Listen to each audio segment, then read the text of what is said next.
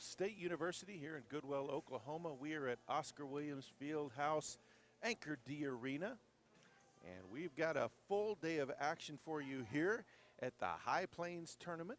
First competition of the day, girls side. It will be the Texhoma JV taking on the Yarbrough Logos. Lobos. Did I just say logos? So both teams ready for the tip-off. And first tip chased down by the Lobos.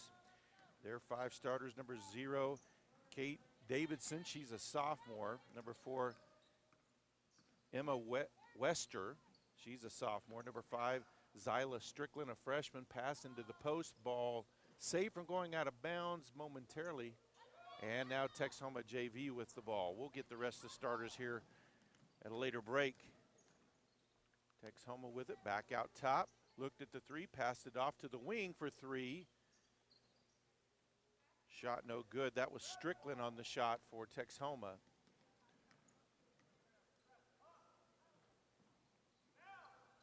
Three-pointer from the wing from Maddie Wiggin. She's a freshman. Number 3, no good. Rebound by Carly Rodman, number 23, also a freshman. Ball taken away. Now Texhoma JV in transition. All the way to the block, puts it up off the glass, too strong, rebounded on the backside by Noella Llewellyn. She's a senior, wearing number 24 for the Lobos. Ball on the wing. That's Wiggin, puts up the 3 again, no good. Ball tapped out of bounds, last touch by Texhoma. Ball will stay with Yarbrough. Their other starters, I think I've mentioned everybody, is number 15, Elizabeth De Herrera. She's a junior for the Lobos. Shot up off the glass after the 2 De Herrera in the post. Tie up, jump ball. Arrow points in favor of Texhoma JV, so they'll take over.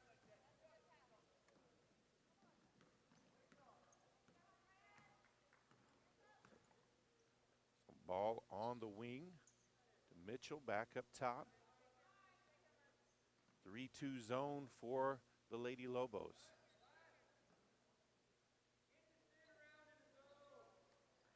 Ball at the high post, down to the block on the dribble. Shot is short. Might have been partially blocked. Jump ball. Arrow points in favor of Yarbrough, so they'll take possession. 6:13 to play here. First quarter, still no score. And we'll be here for all 8 games today. Across the timeline, picks up her dribble. Now she's double teamed in the corner. Gets off the pass. That's Wiggin with the ball. Long pass, just out of the reach of her teammate. As she tried to get it to De Herrera. The ball back over to Texhoma JV.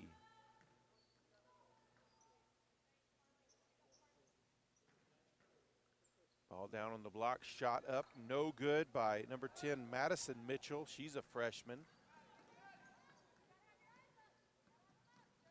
Cross midcourt, of course, Lobos only 5 players. That goes for their boys and girls teams. Ball stolen away, so they'll be playing Ironman basketball. No subs. Texhoma JV does have a few. They've got a total of 9 players, so baseline jumper is up off the front of the rim. No good. Ball on the floor. Wiggin comes away with it for the Lobos. Passes it off, gets it back, races up near midcourt. She'll back off to try to avoid that pressure. Gets it across the timeline to Beasley. Pass down to the post. De Herrera puts it up and in. We've got our first points. 2-0 Yarbrough. 4:50 to play here in the first quarter.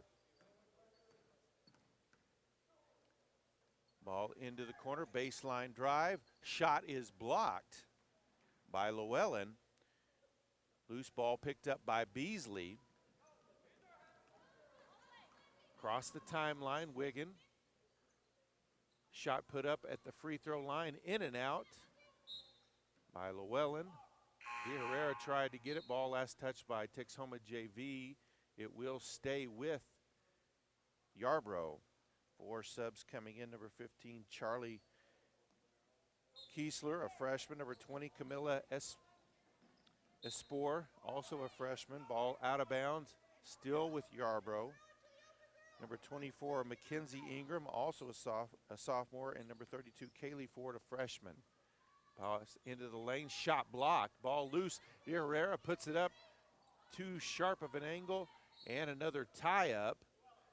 And ball will go over to Texhoma JV.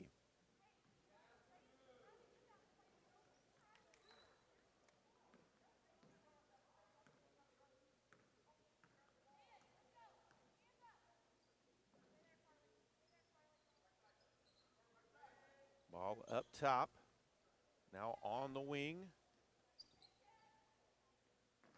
And that one will float out of bounds on the air ball back over to Yarbrough. Just under 4 minutes left here in the first quarter.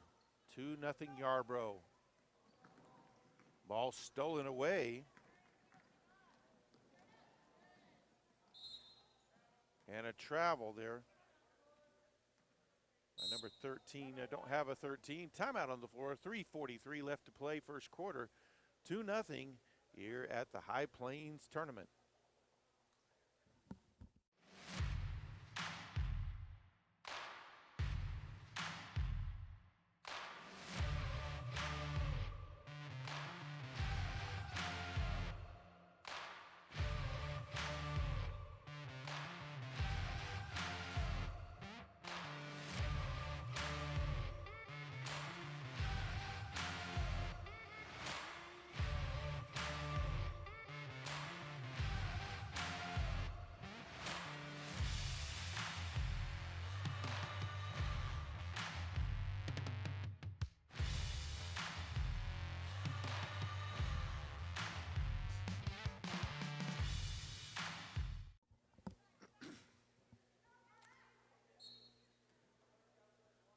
So out of the timeout, Yarbrough with possession of the ball and a 2-point lead.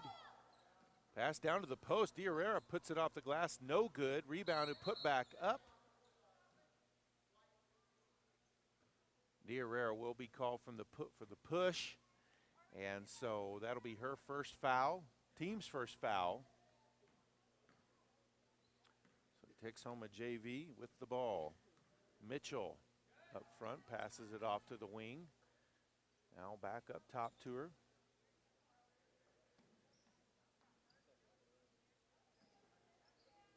Pass down low. Three-pointer is up by Mitchell. It's good. Texhoma JV with their first lead of the game. 3-2 with 3 minutes left here in the first quarter. Ball passed in, full court pressure by Texhoma JV. And a travel will be called. Pressure ends up causing that turnover. So 4 starters that had checked out for Texhoma check back in. On the baseline now on the wing, three-pointer is up, no good. Rebounded by De Herrera. Ball tied up, now still on the floor. Texhoma JV comes away with it. Pass into the lane, stolen away. As Llewellyn stepped in front of that pass. And a pass ahead can't be saved by Wigan, as Beasley got in a little bit too much of a hurry.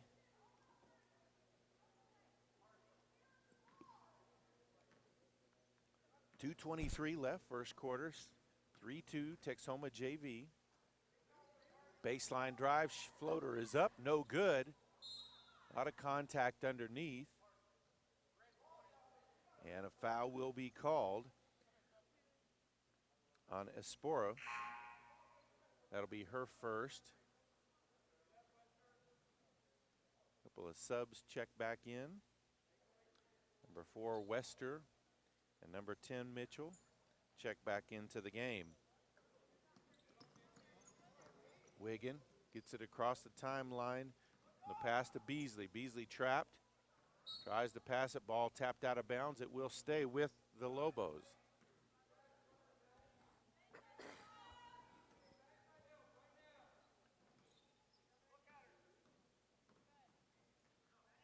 Floater into the post. De Herrera banks it up and in. She's got 4, and so do the Lady Lobos. They lead 4-3. 1:50 to play here, first quarter.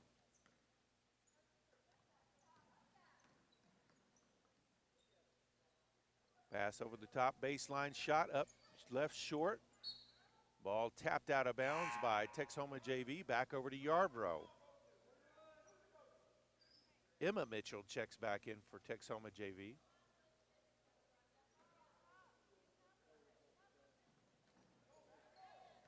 Full court pressure again, pass up ahead across the timeline to Wiggin. Tries to pass it to De Herrera.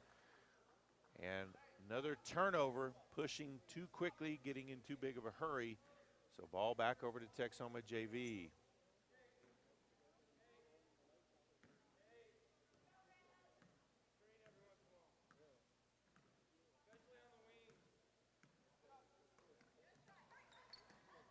Mitchell puts up the shot from 15. It's good. And Texhoma JV retakes the lead 5-4 with 1:15 to play. Ball across the timeline. Gets it back to Llewellyn. Can't control it. Ball back out of bounds. Another turnover. And Texhoma JV pressure is causing Yarbrough a lot of troubles. They're getting in too big of a hurry.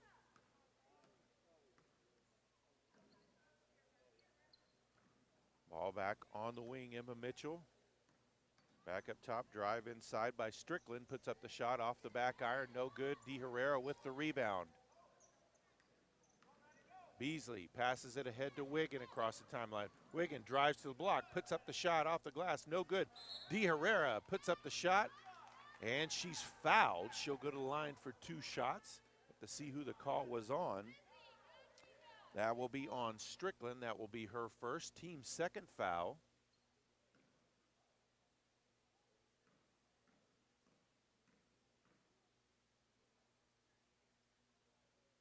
First shot from De Herrera, no good. 41.7 seconds left here in the first quarter. De Herrera will try to tie it up here. And gets that one, gets the shooter's roll off the back iron, popped up and in. 5-5 the score. Baseline drive, shot put up, partially blocked by De Herrera. Rebound is grabbed by Llewellyn, and a travel is going to be called on Beasley. So ball back over to Texhoma.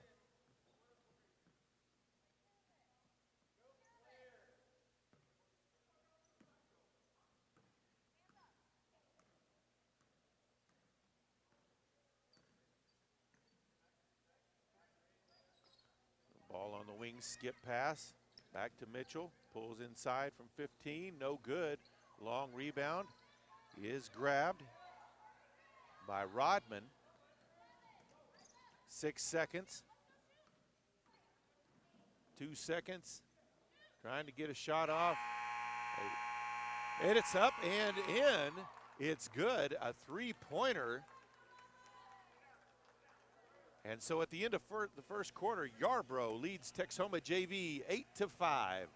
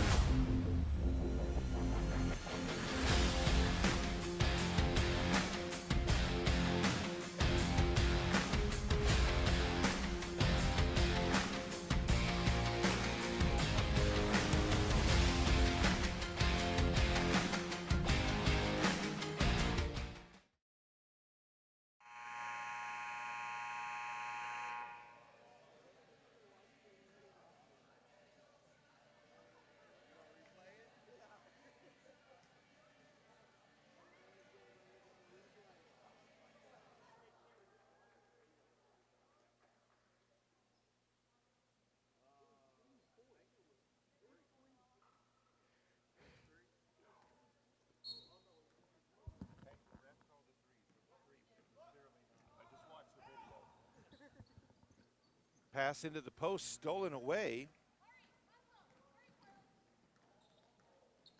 Strickland stepped in front of that one. She's got the ball. Pass it off in the wing. Now she'll drive. Kicks baseline. Madison Mitchell back up top to Emma Mitchell. High post, drives in, kicks baseline, shot up by Madison Mitchell. No good, ball bounces around. Rebound is grabbed by Beasley. They'll call a jump ball as Madison Mitchell was able to get her hands in there. Arrow keeps it with Texhoma JV.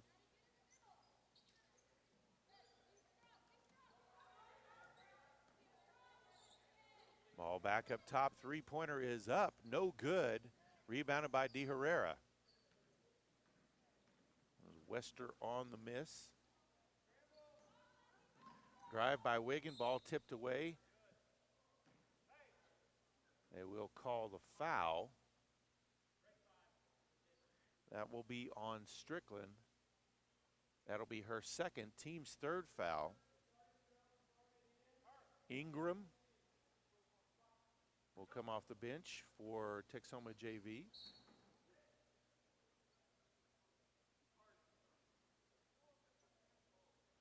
.07 on the second quarter clock. 3-point lead for the Lady Lobos. Ball passed into the corner, leaves it for Wigan. She'll drive in the lane, puts up the floater.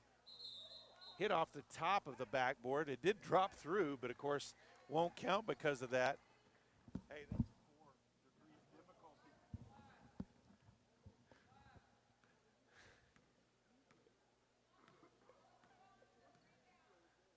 Ball pass on the wing, went for the steal, missed.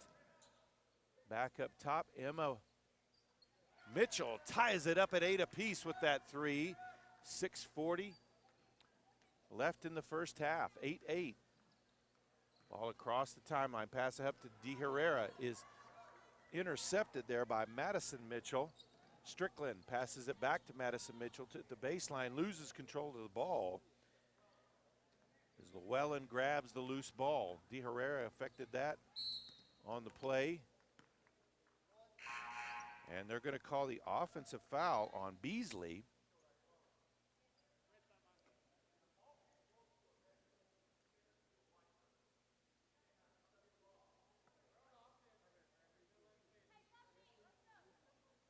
.6:21 on the second quarter clock.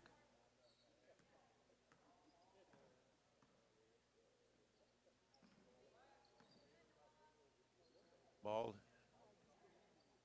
sent back up top to Strickland. Shot put up at the free throw line, no good. Ball bounding around in the lane. Tried to put up a shot there by Ingram, and she's fouled on the shot. And they'll call the foul on Beasley, so she's picked up 2 real quick.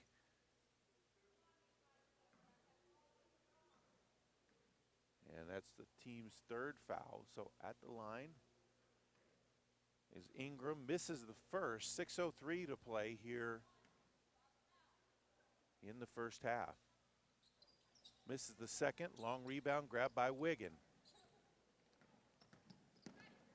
Now double team, gets it off, and across the timeline is Llewellyn. Tried to pass it ahead, but out of bounds as Rodman couldn't bring that one under control.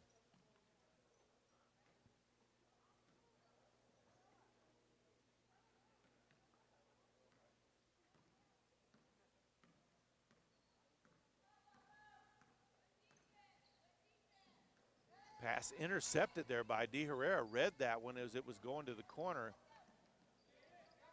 So Wigan with the ball. Pass up ahead across to Llewellyn. Passes it down low to De Herrera. Too strong, can't control it. Out of bounds and back over to Texhoma JV. 5:33 left. First quarter, 8-all.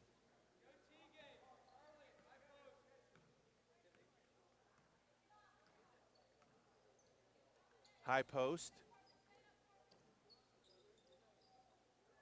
At no good, long rebound grabbed by Llewellyn. Gets it off to Wigan. Across the timeline. Now Llewellyn.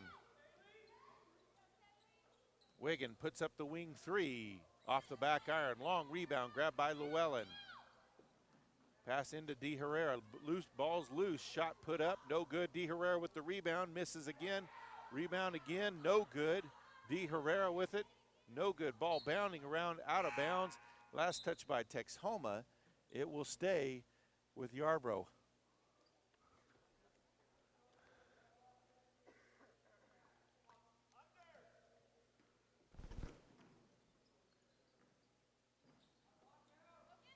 Shot put up, long rebound. Baseline shot, too strong. Rebounded on the backside by Emma Mitchell. Ball in the corner.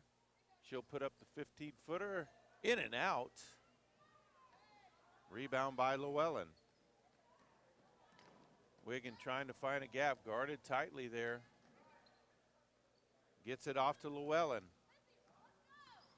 Across the timeline, long pass ahead, tipped away by Madison Mitchell over to Emma Mitchell. Quick pass ahead up to Ingram, and she'll be fouled.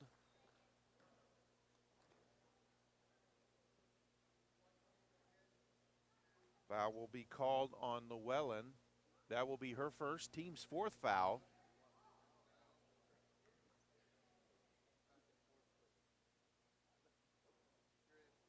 And that one rolls in and out. So no good on the first free throw from Ingram. Several subs in now for Texhoma JV. 4:07.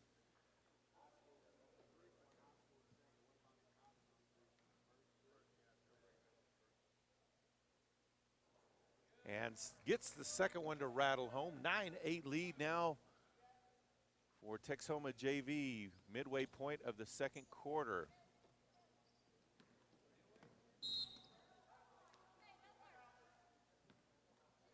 Timeout on the floor. 4:02 left to play here in the second quarter. It's Texhoma JV 9, Yarbrough 8.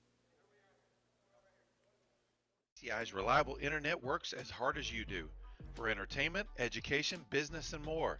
Finish 2022 strong with PTCI's fastest speed, the Gig, available for a limited time, now only $22 a month. Visit your local PTCI store and ditch the lagging spinning wheel. When you get the Gig, you get the internet experience you deserve. Call PTCI today. Service not available in all areas. Visit ptci.net for details. $1,400 on the newest cell phones with PTCI's totally unlimited BOGO deal. Hey Maggie, how's that new phone working out for you? Oh, it's great. I got PTCI's BOGO deal. My husband got a phone too. So how much did you actually save? We saved $1,400 on our new phones with PTCI's totally unlimited bundle. Wow. What is this bundle? You get unlimited cell data, unlimited gig speed internet, and we save $50 per month. Call 800-562-2556.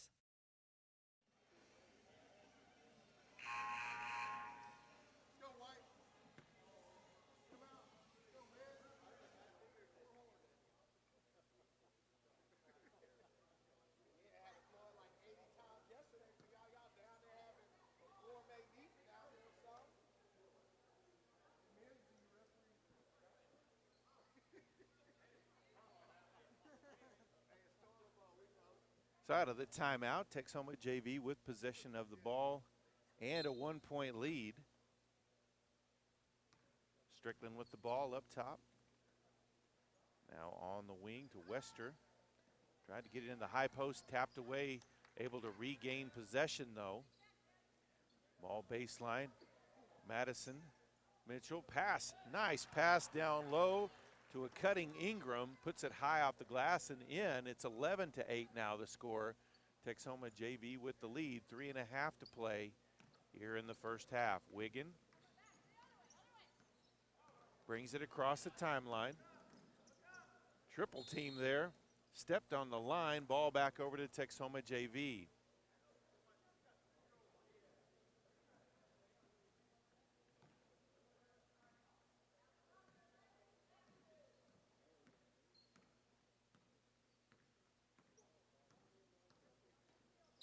Drive in the lane by Strickland. They'll call the foul on the reach That one's going to be on Rodman. Actually called a block on that one. Rodman's first, team's fourth foul. Neither team with any real foul trouble. A couple players with 2 each. Shot up from 17 and gets that one to drop in. Ingram with the basket. Now 13-8. Texhoma JV. Oh, loose ball and put up and in. Now 15-8. And Texhoma's pressure is really bothering Yarbrough. Wiggin across the timeline with it. Long pass ahead to De Herrera. Madison Mitchell stepped in front of it. Beasley got it back, but then was fouled by Mitchell. That's Mitchell's first, team's fourth. Both teams with 4 each team fouls. Texhoma JV will swap out 4. Keeping their team fresh. Of course, Yarbrough does not have that luxury. Ball tapped away. Loose on the floor. De Herrera gets it back for the Lobos. Wiggin for 3 from the corner. Gets it. Nothing but net.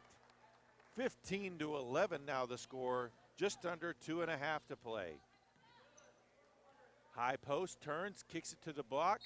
And that's going to be a travel call. Espora went to go up, but then as she went up, the defender got there. Her shot was going to be blocked and tried to adjust, but was called for the travel. Ball inbounded to Llewellyn. Gets it outside to Beasley. Beasley back to Llewellyn. Now back to Beasley. Pass over the top to De Herrera, too strong. Grabbed the loose ball on the backside as Ingram races across the timeline, cuts inside the lane to the block, puts up the shot, no good. De Herrera with the rebound. Beasley gives it up to Wiggin. Back to Beasley. Up ahead to De Herrera, back outside. Now they'll set up their offense. Wiggin baseline with it now. Back outside, Beasley for 3, no good. And a jump ball on the tie-up. Ball will stay with Yarbrough. As Kaylee Ford checks back in for Texhoma JV.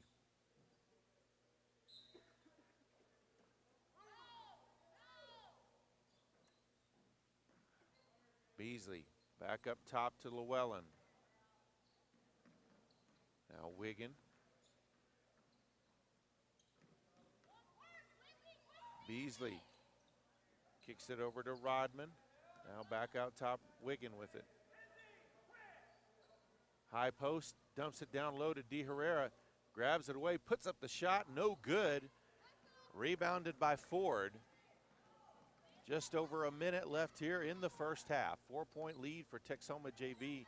3-pointer up by Emma Mitchell. Missed the rim.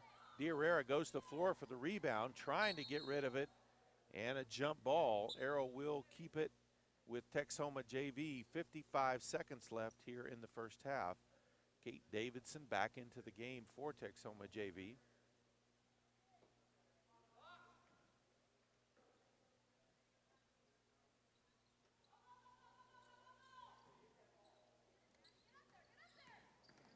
Drive, baseline shot, too strong. Rebounded and tied up. That ball will go back over to Yarbrough. 48.4. Full court pressure still by Texhoma JV. Pass into Llewellyn. Passes ahead to Wiggin across the timeline. Drives, tries to get it inside to De Herrera. Pass is blocked though. Ford with it now. Ball loose again, now on the floor. Picked up by Espora. Now Kiesler with it, back outside to Emma Mitchell. Ball loose again, shot put up from the high post. Left it short, ball out of bounds, back over to Yarbrough.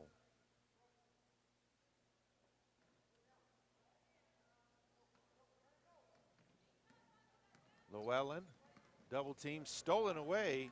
Espora drives to the hoop, lays it up and in. 17-11, 10 seconds left here in the first half. Wiggin with the ball. Back to Beasley. Pass ahead to Llewellyn. Dumps it down low to De Herrera, puts it off the glass, left it short. and can't get another shot up. We head to the half. It's Texhoma JV 17, Yarbrough 11. We'll be back with the second half.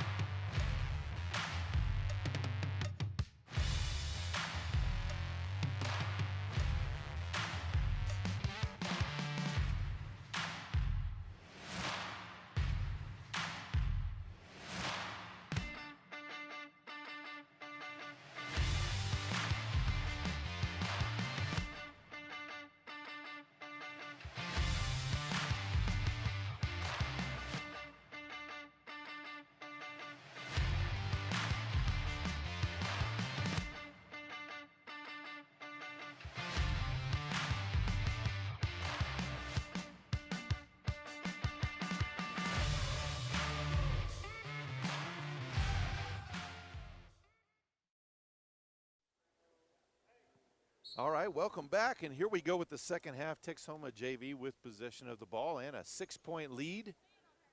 So we start this second half. Drive in, shot is up by Strickland, no good. Ball bounding around in the lane. Grab, Texhoma, Emma Mitchell puts it up. It's good for 2. 19-11 now the score. Ball inbound to Llewellyn. Wiggin brings it across the timeline. Pass ahead to Di Herrera, who banks it up and in. 19-13 now the score. 30 seconds into this second half. Pass to the baseline. Madison Mitchell, shot partially blocked by Llewellyn. Rebound by Di Herrera.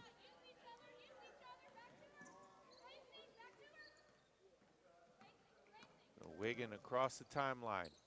Gets it back to Beasley. Now Llewellyn down low to Di Herrera.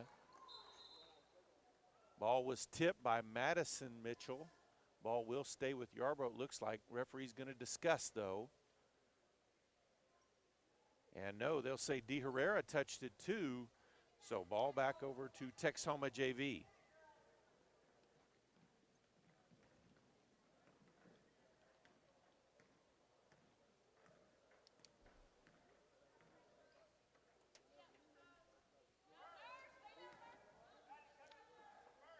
Ball up top.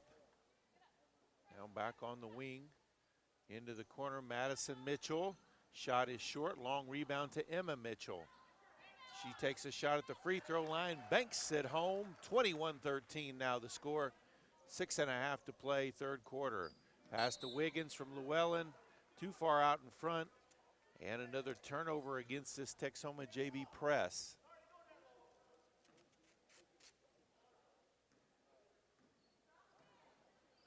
Baseline jumper by Madison Mitchell, no good. Strickland with the rebound and the putback. 23-13 now the lead for Texhoma JV. Beasley with the ball. Ball tipped away, loose. Davidson drives in, puts it up. Missed it, but rebound and put in by Wester. 25-13 now the score. Beasley, long pass ahead to Wiggin. Drives free throw line, kicks it across the lane to Di Herrera, but Strickland stepped in front of it for the steal, but then stepped out of bounds. 4 subs in for Texhoma JV. 5:52 left, third quarter.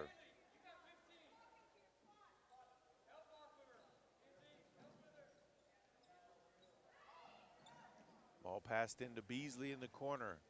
Back to Wiggin, puts up the corner 3, too strong. Rebounded on the backside by Llewellyn. Gets it back to Wiggin, puts up the short jumper, baseline, it's good. 25-15 now, 5.5 to play. Here in the third quarter. Strickland to the high post on the pass, kick back out, 3-pointer is up. No good, rebounded on the backside by Beasley. That 3 was put up by Ingram. Beasley passes it back to Wiggin. Drives to the block, puts up the shot high off the glass, no good. Di Herrera with it, shot too strong, rebounded on the backside by Espora.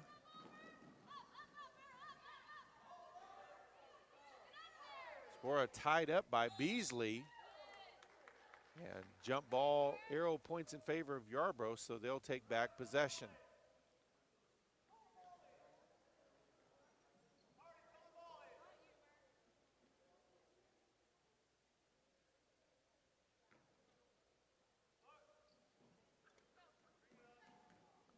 Llewellyn back over to Beasley. Pass across the timeline to Wiggin, can't control it, took her eyes off of it right as she went to grab it, out of bounds. Back over to Texhoma JV.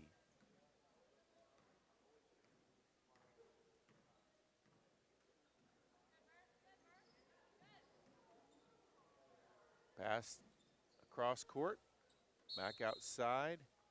And we've got an injured Texhoma JV player, so they'll quickly sub her out.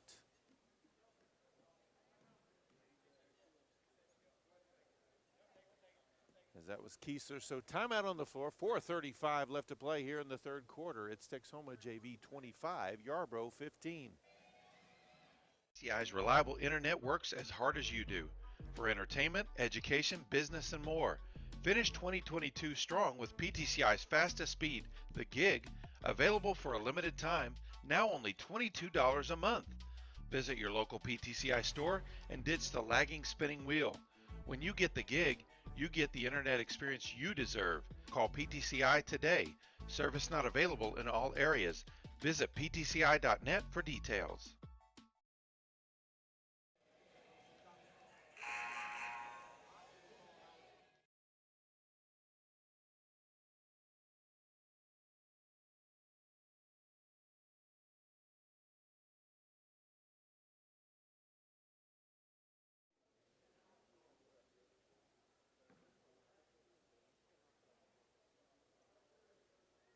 So out of the timeout, Texhoma JV in possession of the ball and a 10-point lead.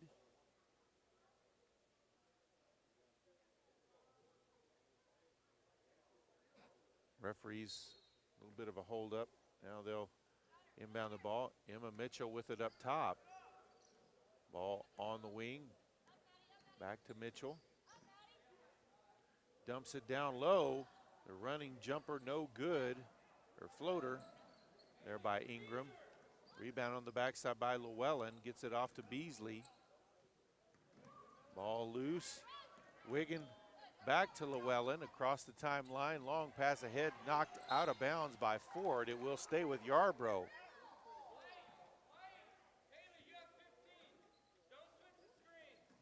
Pass to the baseline, double team. Stolen away by Emma Mitchell.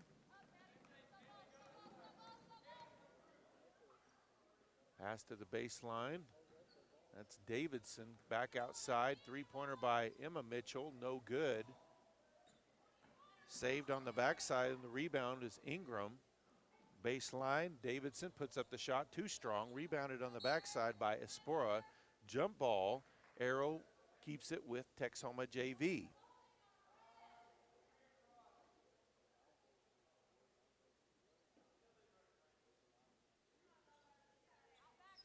Pass up top, Ingram puts up the long three, banks it home.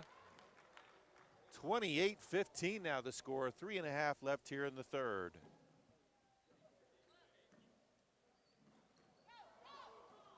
Wiggin across the timeline, loses it for a second, tapped out of bounds by Espora, so it will stay with the Lady Lobos. Strickland and Mitchell back into the game for Texhoma JV. 3:20 left to play here, third quarter. Pass into Beasley, push from behind. They'll call the foul on Strickland.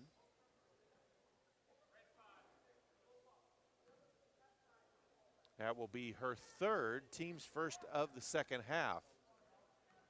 Beasley with the ball out top. Pass down low to De Herrera, gathers it in, banks it up off the glass, 28-17.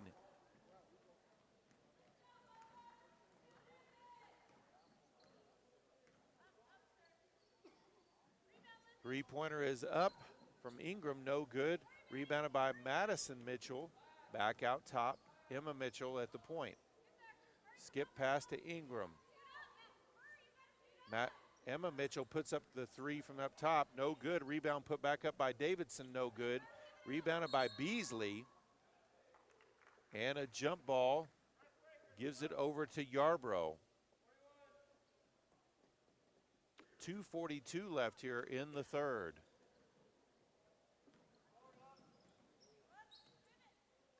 Llewellyn picks up her dribble, gets it over to Beasley. Across the timeline, ball loose. Now taken away by Ingram. Across the timeline, down to the block, puts up the runner, banks it up, no good. A little too strong. Ingram with the putback though. It's from about 2 feet. She didn't even use the backboard on that one. 30-17 now the score. Somebody's got to be open, three of them guarding Wiggin. Down low to De Herrera, who banks it up and in, 30-19.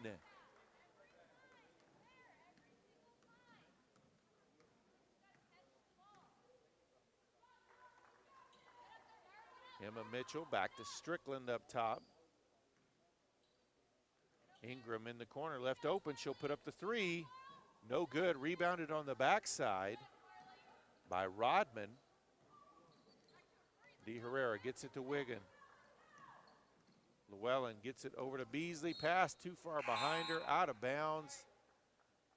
Timeout on the floor. 1:37 left to play here in the third quarter. Texhoma JV leads Yarbrough 30-19.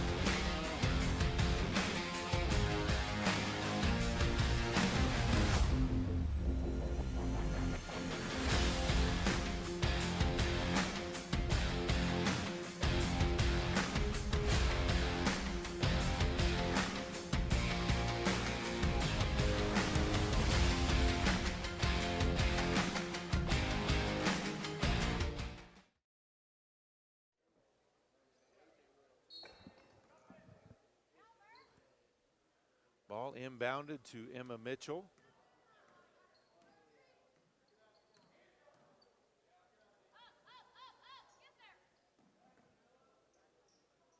Strickland takes the wing three, in and out.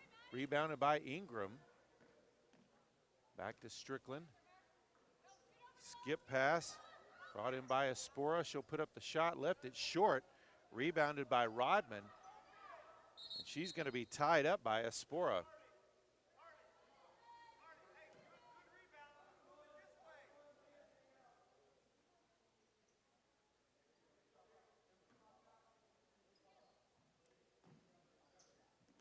Ingram back to the opposite corner to Wester. Wester with it again, looked at the three, but Beasley there to guard. Skip pass. Strickland with the drive, puts up the floater, no good. Rebounded by Rodman again. Beasley gets it to Wiggin. Across the timeline. Pass down low to De Herrera, puts it up and in, 30-21. So we're back under the single digits on the lead for Texhoma JV. Under 30 seconds left here in the third quarter.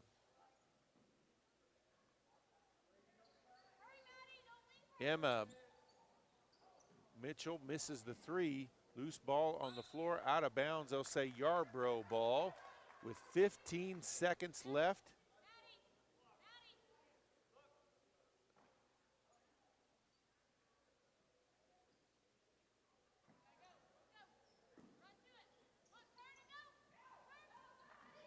Pass up ahead to Wiggin. 10 seconds down the clock. Gets it across the timeline. Now over to Llewellyn. 5 seconds on the clock. Wiggin puts up the long three. Left it just a little short. Rebound shot up by Beasley. In and out. So after 3 quarters of play, it's Texhoma JV 30, Yarbrough 21.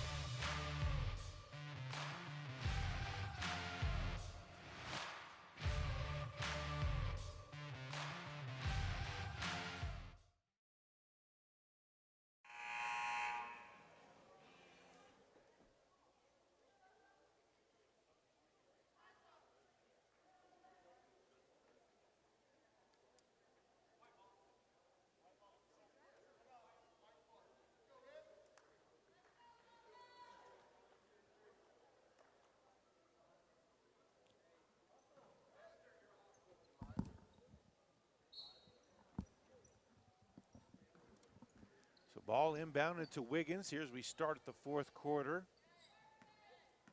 Yarbrough trailing by 9. Pass over the top to D. Herrera. Nice pass there into the post, 30-23. Lobos cut it to 7. Strickland loses control of it, gets it back. Guarded tightly there by Beasley. Ball baseline. Now back up top, Emma Mitchell with it. Sporo with the drive to the baseline. Picks up her dribble though, back outside to Davidson. Strickland up top. She'll drive. Puts up the floater, too strong. Rebounded and put back up and in by Espora, 32-23. Wellen gives it off to Beasley, up ahead to Wiggin. Cross midcourt. Rodman over to De Herrera, can't control it. Finally gets it under control, back up top. Llewellyn with the drive, puts up the floater, left it short. And a jump ball, tie up between her and Strickland. Arrow points in favor of Texhoma JV as Wester checks back into the game. 6:47 left to play in this one.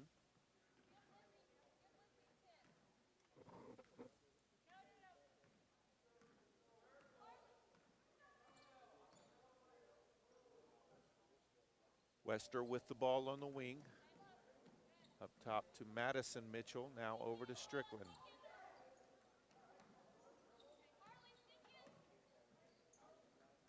Madison Mitchell tied up there by Llewellyn, and that'll give the ball back over to Yarbrough on the jump. Ingram checks back in. 6:24 to go. Like you said, all these subs for back and forth for Texhoma JV, keeping their players fresh. Yarbrough doesn't have that luxury with only 5 players. Wiggin drives all the way to the block, puts up the shot blocked by Madison Mitchell. Loose ball, Beasley picks it up, banks it in. 32-25, back to a 7-point lead. 6 minutes left to play.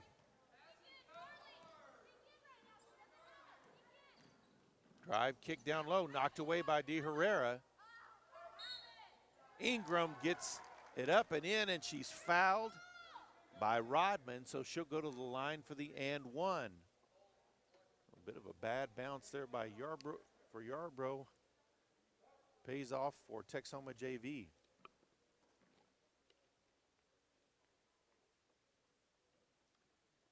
Ingram.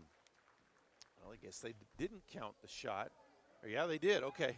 Nobody responded, so the and one free throw good. 35-25 as the lead's back to 10. Wiggin brings it across the timeline.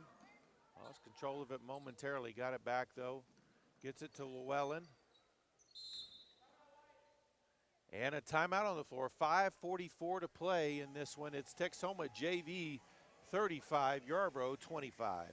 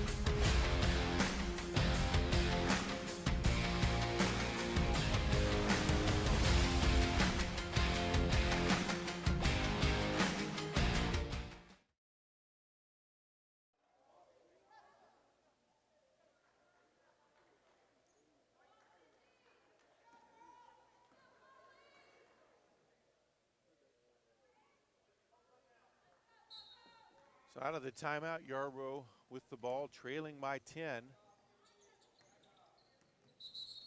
And that's going to be a Double dribble call there on Beasley, so ball back over to Texhoma JV, and she knew it the moment she did it. Just that little hesitation that was caused it. And a carry call gives it back to Yarbrough.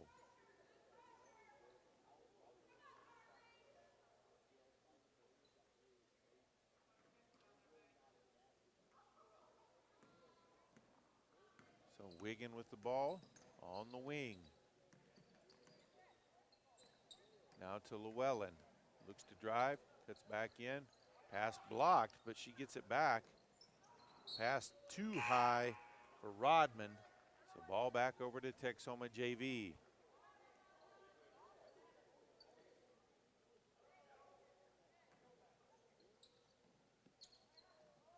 All passed in. Emma Mitchell back to Strickland.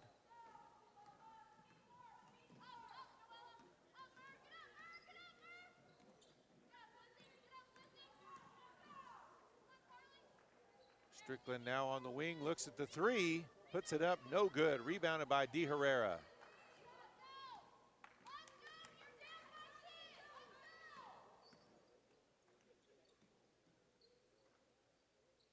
Rodman, let's go with a pass. Intercepted there by Davidson, who drives all the way to the block, banks it up in left-handed, no good. Wiggin with the rebound, steals it back though, puts it up, hits it off the bottom of the backboard. Loose ball put up and in by Ingram.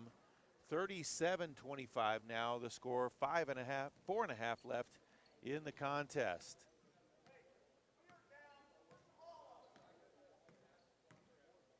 High post to De Herrera, faces up.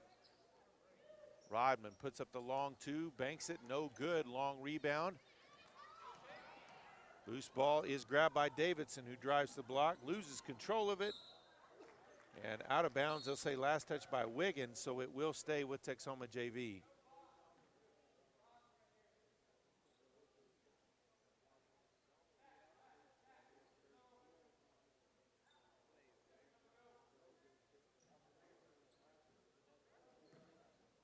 Strickland with the short jumper. It's good, 39-25 as we reach the midway point of this fourth quarter. High arcing three from the top of the key by Wiggin, no good. De Herrera tried to save it from going out of bounds, but couldn't quite make the play. Ball back over to Texhoma JV.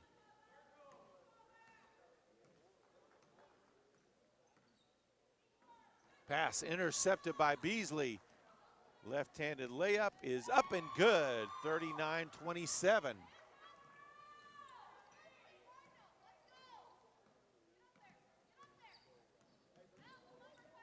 Strickland out front with it, picks up her dribble. Over to Emma Mitchell. All over to Ford, now back to Strickland.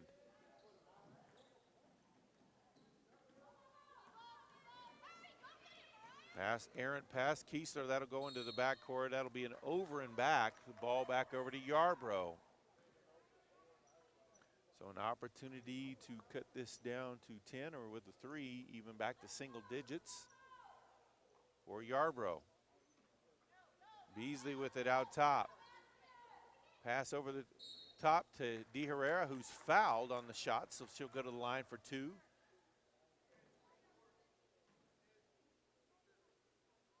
Foul will be on Ingram. That'll be her first, team's second foul.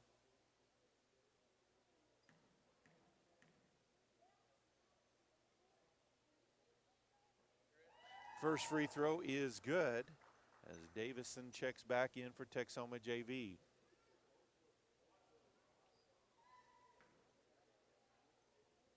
.306 left to play in this one.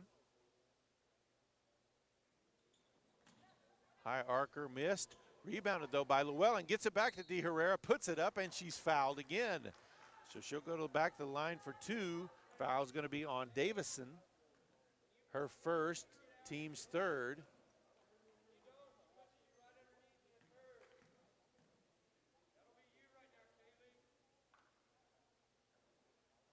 And gets the shooter's roll on the first one. 10-point game, 3:03 to play.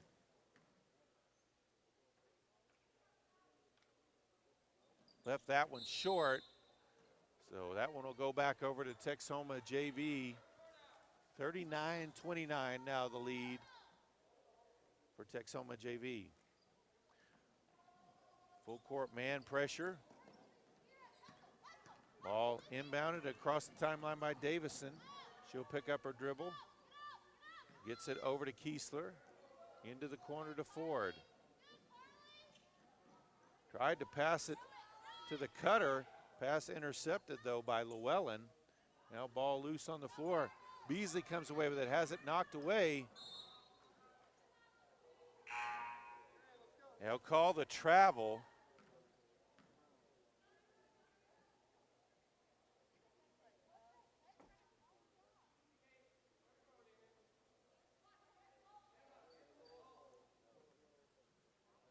.240 left to play. Ball into the backcourt to Emma Mitchell.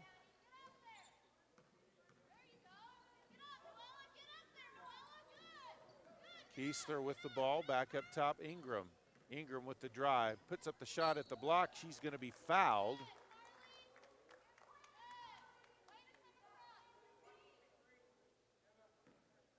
Foul will be called on Rodman. That'll be her first. Team's first. Ingram misses the first. 2:26 to play.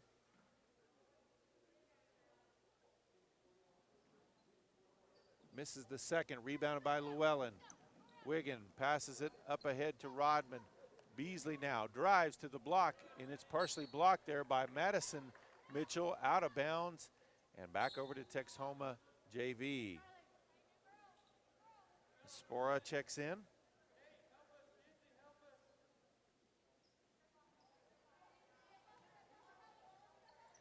.217 on the clock. Spora brings it across the timeline. Kicks it into the corner. Madison Mitchell puts up the floater on the runner really there. 41-29 now the score. 2 minutes left to play. Wiggins' pass intercepted by Madison Mitchell, but got ahead of herself and walked. Ball's back over to the Lobos. Pass down low to De Herrera, puts it up and in, 41-29, now 31, I mean. Pass intercepted by Beasley, but off her leg and out of bounds, so it will stay with Texhoma JV. Timeout on the floor, 1:46 to play. It's Texhoma JV 41, Yarbrough 31. To $1,400 on the newest cell phones with PTCI's totally unlimited BOGO deal. Hey, Maggie. How's that new phone working out for you? Oh, it's great. I got PTCI's BOGO deal. My husband got a phone too. So how much did you actually save? We saved $1,400 on our new phones with PTCI's totally unlimited bundle. Wow. What is this bundle? You get unlimited cell data, unlimited gig speed internet, and we save $50 per month. Call 800-562-2556. PTCI's reliable internet works as hard as you do for entertainment, education, business, and more. Finish 2022 strong with PTCI's fastest speed, the gig, available for a limited time, now only $22 a month. Visit your local PTCI store and ditch the lagging spinning wheel. When you get the gig, you get the internet experience you deserve. Call PTCI today. Service not available in all areas. Visit ptci.net for details.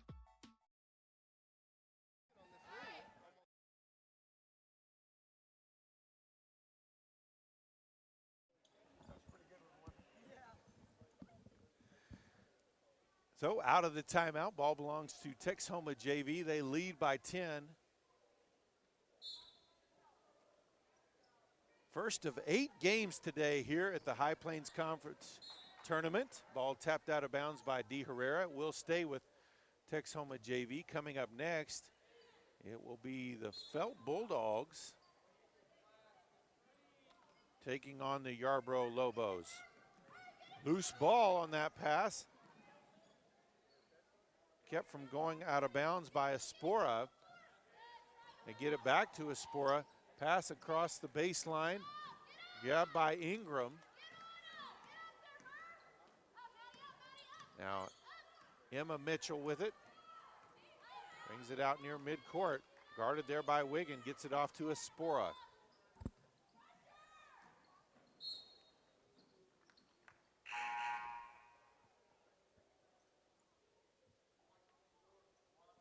Foul is called on Llewellyn. That's her second, team second, 1:20 left.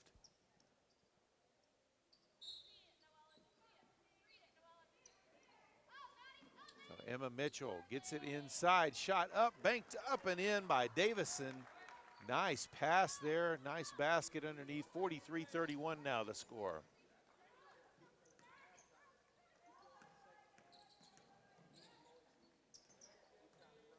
Driving the lane by Wiggins, loses the ball. Three-pointer up by Beasley, no good. Emma Mitchell. Pass ahead to Madison Mitchell. Under 50 seconds, stolen away there by Rodman. They'll get a jump ball, and it will stay with Texhoma JV. 46 seconds left.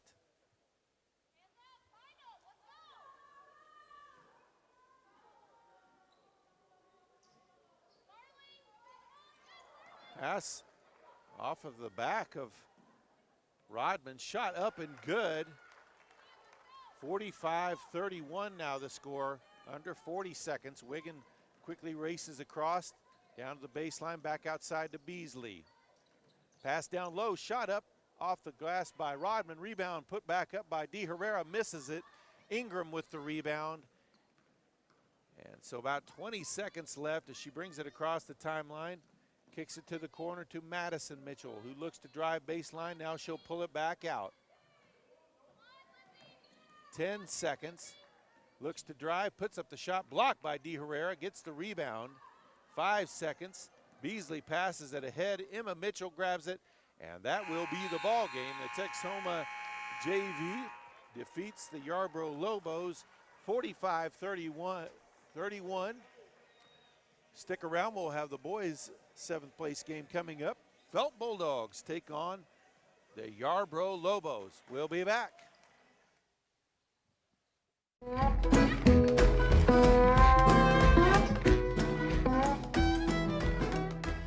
Hey, this is Jason Epp with PTCI, and I'm here with Clay Myers, one of the owners here with the Texhoma Livestock Auction, and just talking a little bit about the livestock business and also just another locally owned business here in Texhoma.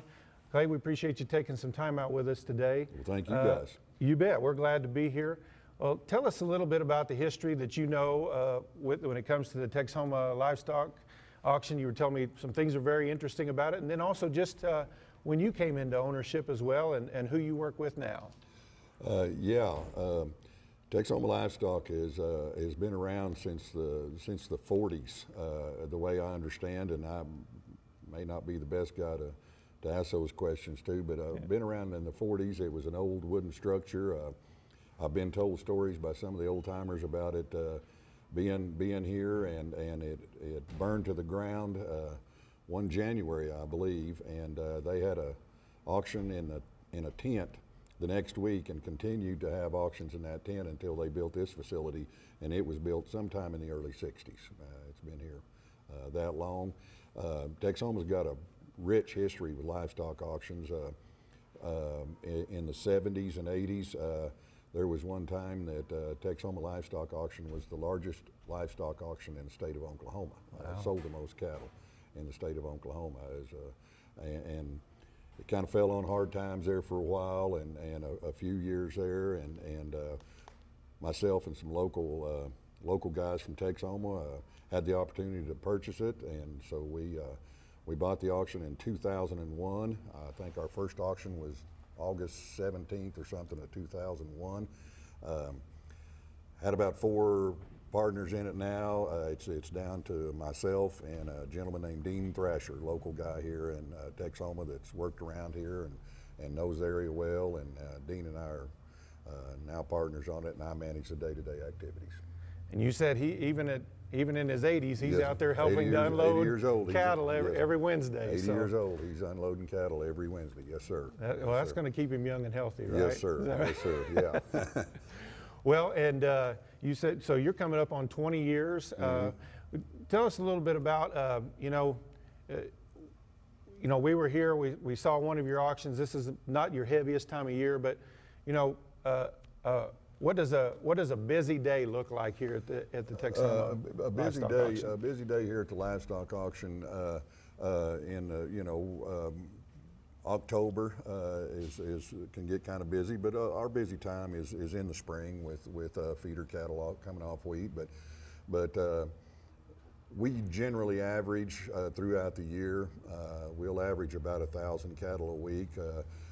Today was a little bit less than that, but we will get up in the 3,000 head range during the spring, and have had as many as 9,000 before here. But it starts long before daylight here with our feeding crew, with the cattle. We have to take care of all the cattle that are in the yards, and we take care of that, and then we unload cattle during the auction and before the auction, and we sort them up, shape them up, and load lots or light cattle, and sell them through here. This is actually the scales. This ring is the scales, and they're weighed and sold, and then we pin them back and load them out at the end. And sometimes it's 24 hours straight. So. Right. Yeah.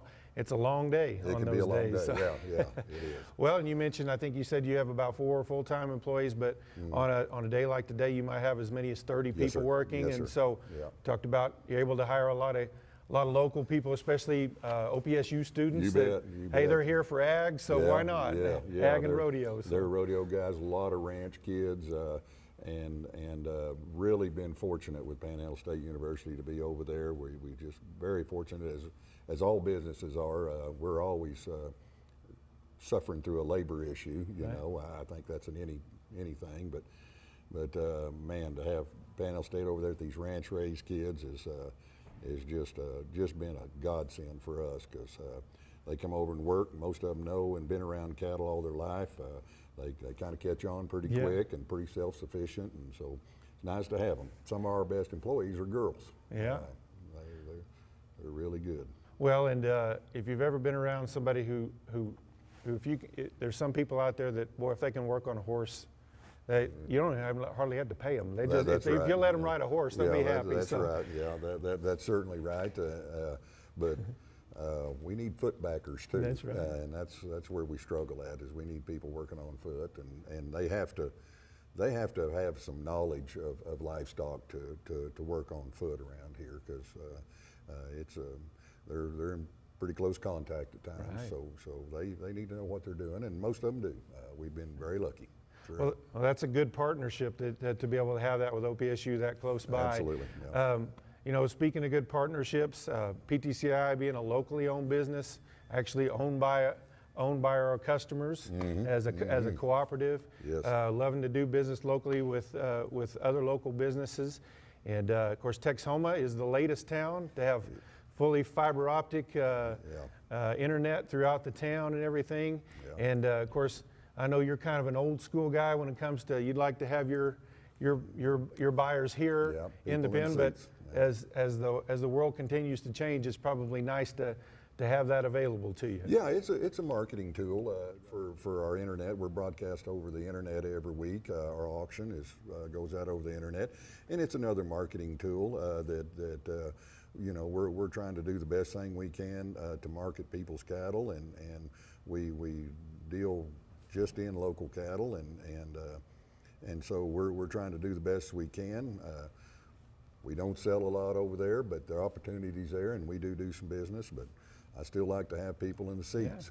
Yeah. As far as the fiber optics, I actually live in Felt, Oklahoma, and Felt, Oklahoma's had fiber optics a long time. It was one of the first, and so I get to brag a little bit when Texhoma just got fiber optics, and it's been great. It's sped our thing up. Are able to broadcast. It's a lot faster speed. Those guys were great to work with. Anytime I have a problem, I can call them and somebody will be here just immediately. They are really have been good about keeping us up and running our whole phone system and internet system. Well, that's good to hear. We love to hear those things, that people are happy with our service, and hopefully we feel like we try to hire good people and make sure that they're taking good care of their customers. And really, that's just that's not a PTCI way. That's really an Oklahoma Panhandle way of doing things out here. So we hope that most people do. So. Yeah, you bet. It's really fortunate to be in this part of the country and have companies like you guys and people that were doing business with the locals and providing a good service. It's very nice to be here. Well, Clay, we sure appreciate your time. We thank you for joining us. Thank you guys for everything. You bet. Clay Myers with the Texhoma Livestock Auction.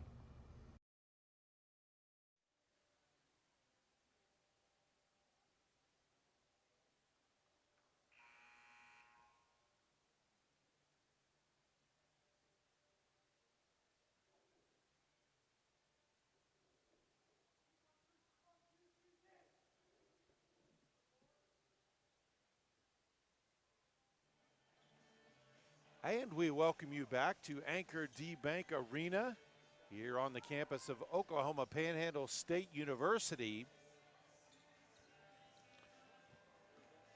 7th place action getting ready to start on the boys' side. Yarbrough versus Felt. Opening tip goes to Felt. Drive to the hoop, puts it up and in. Basket by number 23, Carson Bell. He's a sophomore. Pass down low along the baseline. Looks to drive baseline. Got it caught up underneath there. Kicks it back outside. Looked at the three, passed it up. Now at the high post. Drives inside, puts up the shot, in and out. Gets his own rebound, puts it up, and knocked out of bounds. It will stay with Yarbrough. That was number 22, Mason Carrillo, a junior. Ball out in the corner. Three-pointer is up. Off the front of the rim, no good. That was Stetson Nave, a sophomore, number 11. Rebound by Felt, number 10, a senior, Landon Roost. Down low, up underneath, kicks it across. Roost had it, now has it out front. Senior, number 11, Ward. Ryan Ward, one of their starters as well. Now ball with Bell. Drives to the hoop, lays it up. He's got 4, and it's 4-0 Felt, 1 minute in.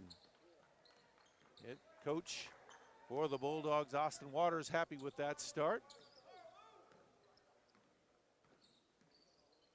So Nave kicks it to the wing to Alex Espinoza, number 24. He's a sophomore.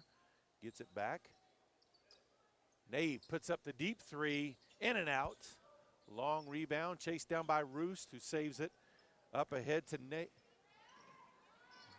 Basket underneath, no good by number 32, Cameron Hutchison, a senior.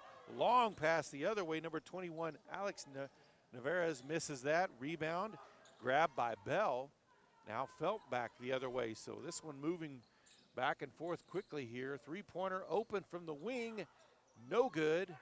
Rebound underneath by Hutchison. Ball tapped out of bounds and back over to Yarbrough. 6:10 to play, so quick action here early on.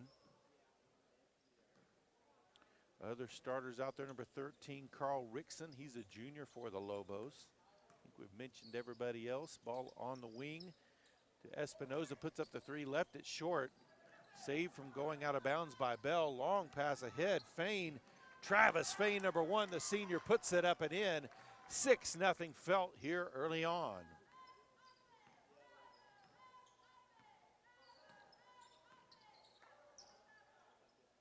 Ball on the wing, three-pointer is up, no good by Carrillo. Long pass ahead, Travis Fain has it knocked away by Nave. The Yarbrough boys, just like their girls team, no subs at all, just 5 on the roster.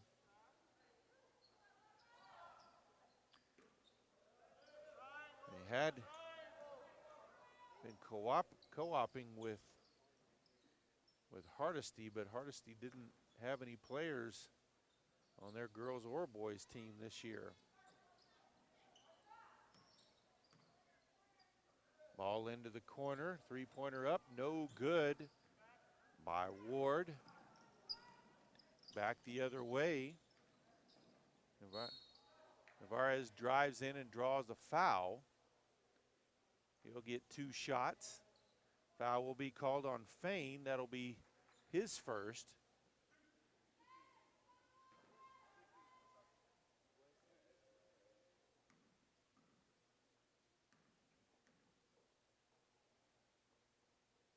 Navarez off the front of the rim with the first. Checking in for Felt will be number 33, a senior, J.P. Almeida. 4:59 left to play first quarter.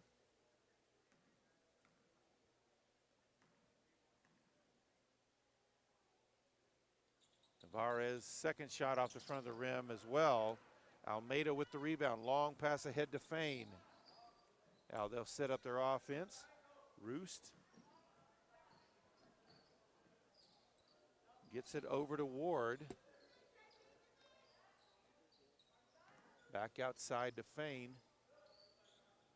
Into the corner to Bell. Puts up the baseline 3. It's good. 9-0, the early lead for Felt. 4.5 to play first quarter. Ball on the wing. Espinoza back up top.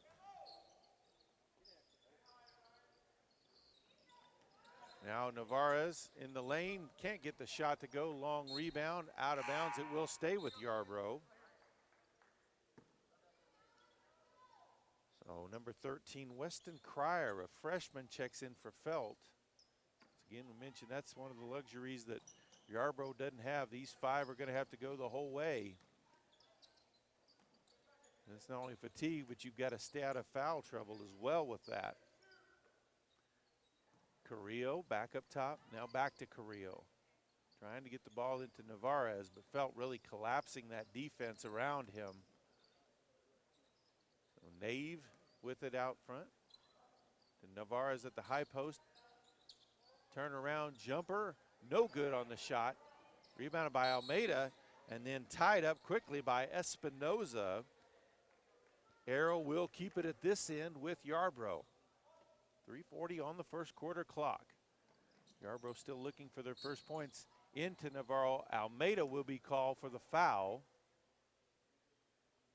That'll be his first, team's second.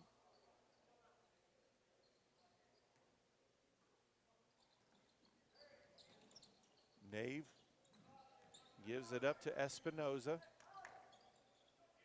Shot in the lane, high off the glass by Rickson. Can't get it to go. Back the other way, ball back outside. Skip pass over to Roost. Now to Almeida. Skip pass to the opposite wing. Roost back to Cryer, takes the 3 from the corner, no good. Rebound by Espinoza.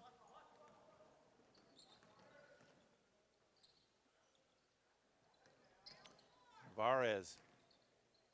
That one blocked by Almeida, but he's going to be called for the foul. That'll be his second already.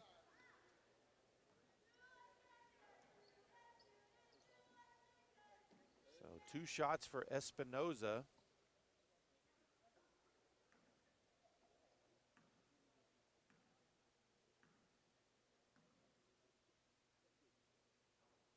Off the back of the rim, so tough time at the line for Yarbrough. They're still trying to find their first point of the game as Almeida, who came off the bench, already has to head back after he's called for his second foul.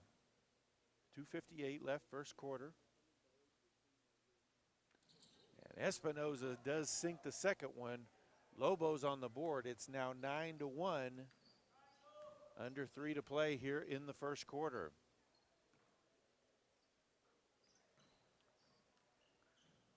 Ball into the corner to Bell, now back around. Fain over to Hutchison. Marquez.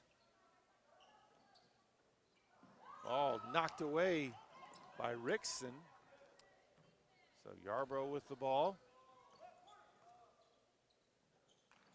Nave back up top to Carrillo. Drives, puts up the floater, left it short. Ball tapped around. Navarez comes away with it. Turnaround jumper, puts it up, left it short, but he draws the foul. Foul will be called on Hutchison. His first, team's fourth foul. So Navarez back at the line.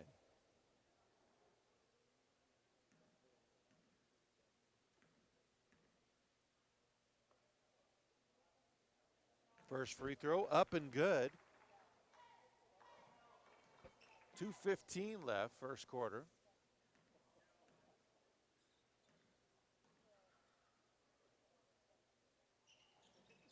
Second one good as well. 9-3 now the score.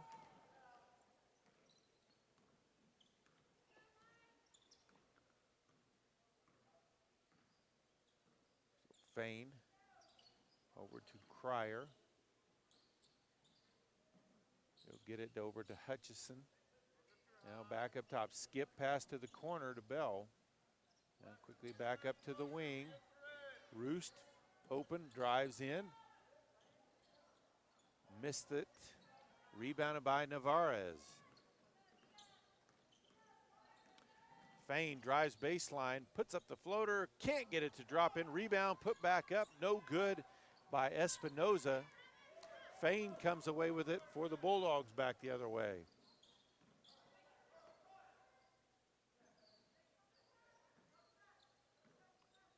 Cryer, high post, kick back out. Now Cryer with the drive, puts up the floater, no good. Rebounded by Fain, back outside to Roost. Roost lost control of that one, but able to get it over to Bell. All into the corner. Fain puts up the three, no good. Rebounded by Navarez. That's going to be a foul on Fain. His second, team's fifth foul. So two Bulldogs with two fouls already here with a minute left here in the first quarter. Navarez gets it to Carrillo, who spins in the lane, banks it up and in. Nice drive in the lane. 9-5 now the score. So Felt scored the first 9. Yarbrough has scored the next 5.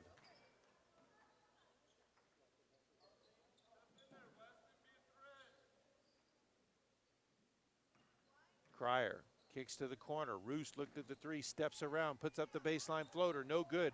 Navarez with the rebound, under 30 seconds left. Carrillo with the ball. Pass over on the wing to Espinoza, now back up top.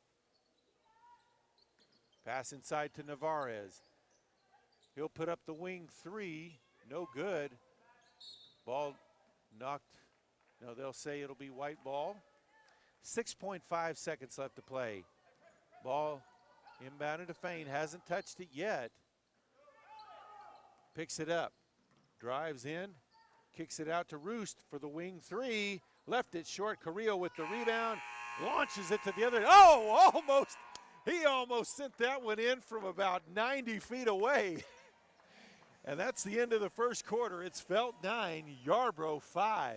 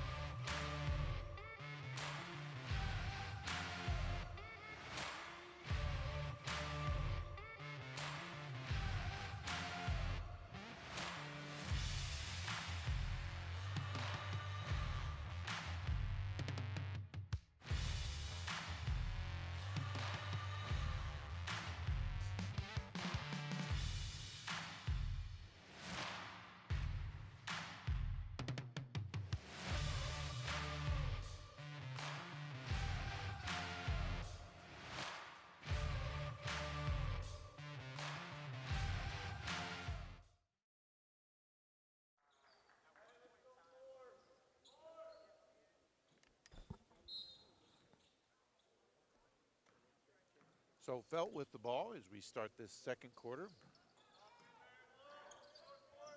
Cryer with the ball out top, puts up the floater near the free throw line, left it short, out of bounds, back over to Yarbrough.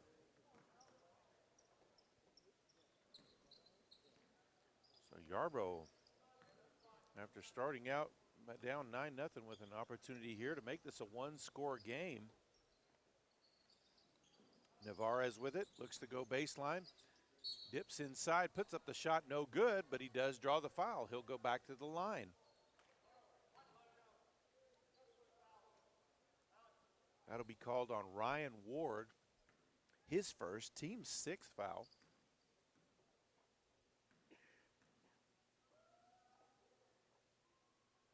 Left that one short.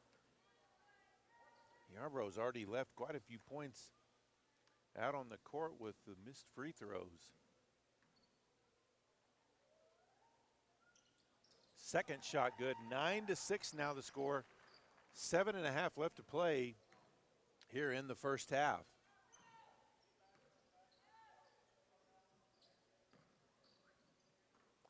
Skip pass to Cryer, over to Roost, back to Cryer.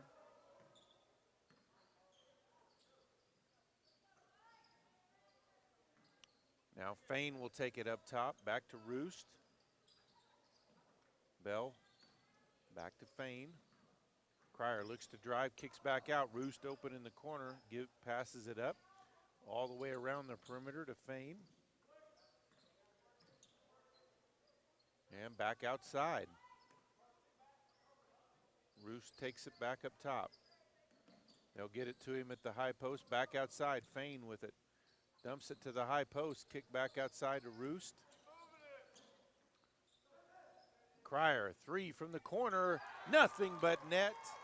12-6, so nice offensive possession there for the Bulldogs. 6.5 to play, first half. Pass to the high post to Carrillo. Backdoor cut to Navarez, and can't get the shot to go, but does draw another foul. That's going to put them in the bonus the rest of the way, as the foul is called on Bell, his first, team 7th.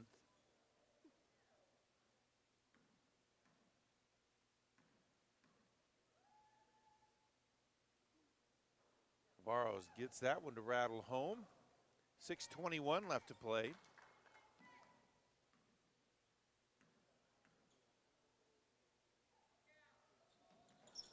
Misses the second. Bell goes up and grabs the rebound. Pass ahead to Fain. 12-7 the score. Kick to the corner. Cryer open for 3. In and out. Rebounded by Carrillo.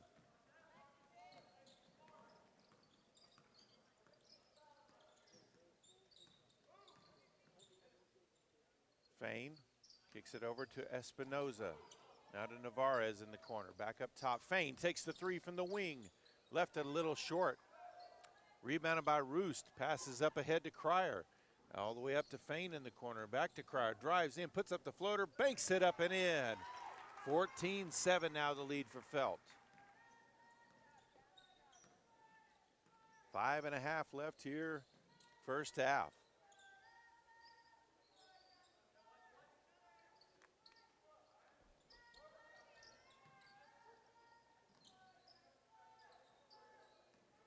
Carrillo on the high post with it. Dribbles it, backs out. Now back to Carrillo. Pulls up from about 15, no good. Navarez with the rebound on the backside. Drives in the lane, puts it up off the glass, no good. The putback on the tap in by Navarez is good. 14-9. 5 left here, first half.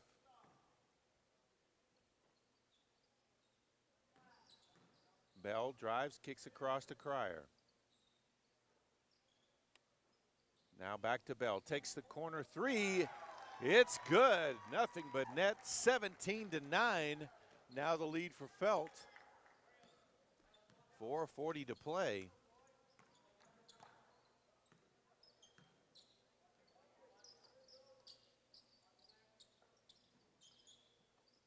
Espinoza dumps it over the top to Navarez, puts it off the glass, no good, ball loose.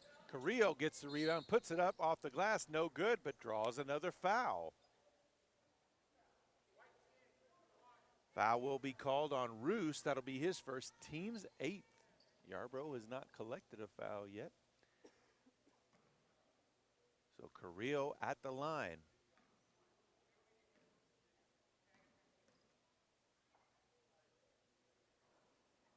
In and out on that one. So Almeida will check back in for Felt.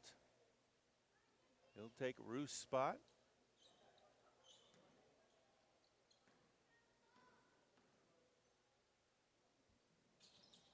Second one is good. 17-10 now the score in favor of Felt.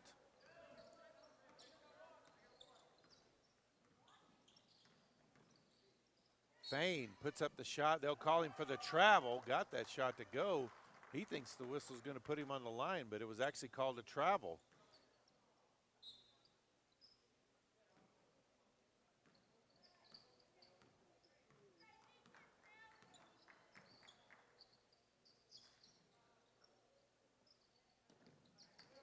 So Espinoza has it tipped away by Fain.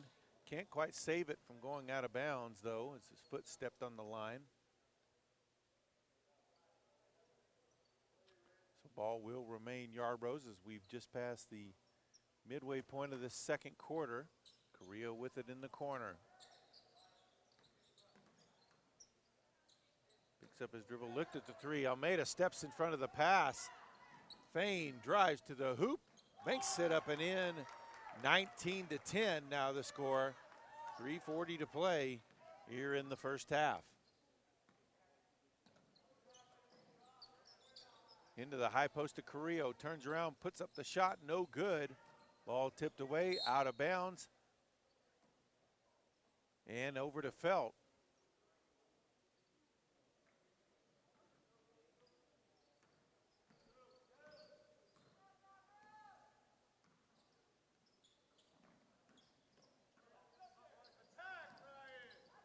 Ball stolen away.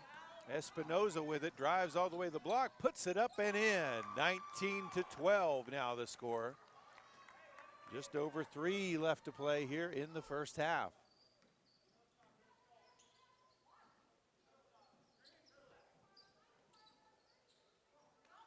Ward gives it up to Cryer. Into the corner to Bell, who tries to drive, and a foul will be called on Carrillo. His first, team's first foul with 2:50 left here in the first half.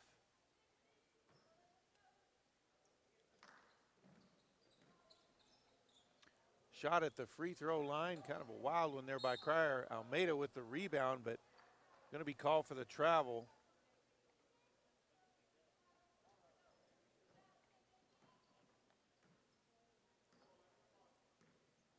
So Fain will bring it up.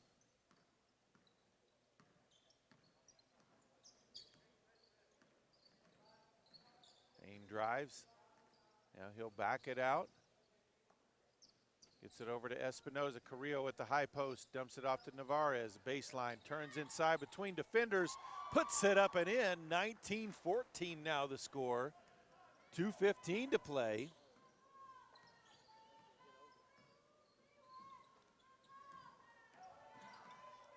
Drive, shot put up by Bell. He draws the foul.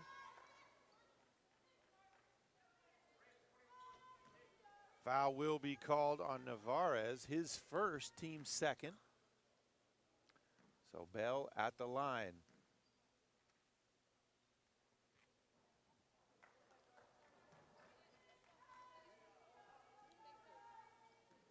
.207 left to play.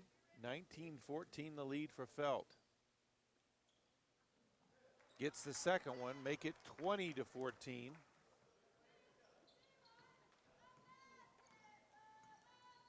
Nave brings it up.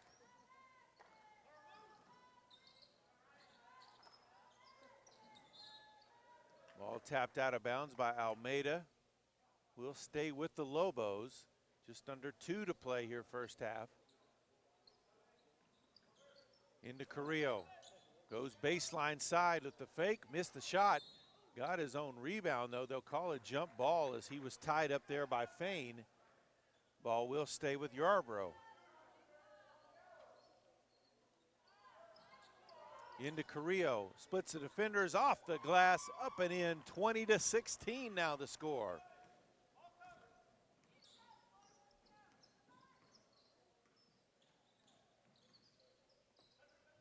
Pass outside, Cryer.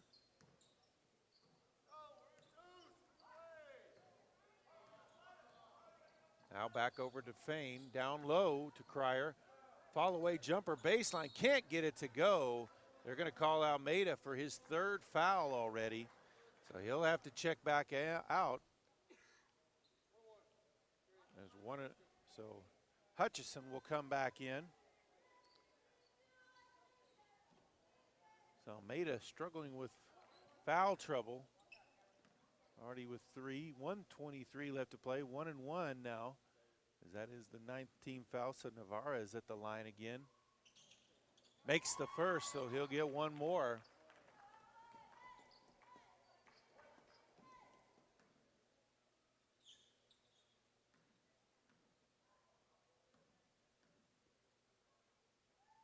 Second shot is good. 20-18, so down to a 2-point game. Bell with it out top for the Bulldogs. Over to Hutchison. Now Ward up top. Over to Cryer. He'll put up the wing 3. It's good. 23-18 now the score. With a minute left.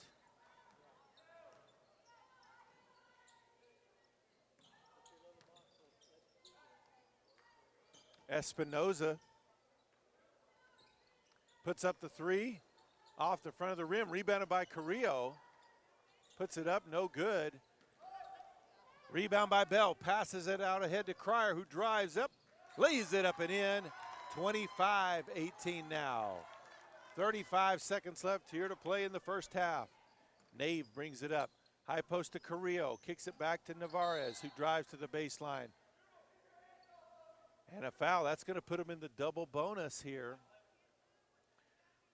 Ward, call for the foul, so Navarez will get 2 shots.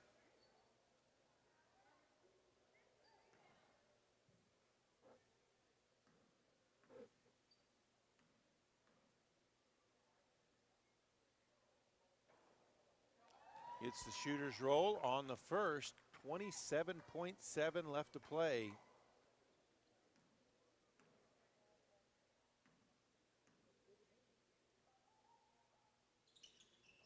Second one, no good. Chased down by Bell. Bell brings it all the way to the other end. Knocked away, though.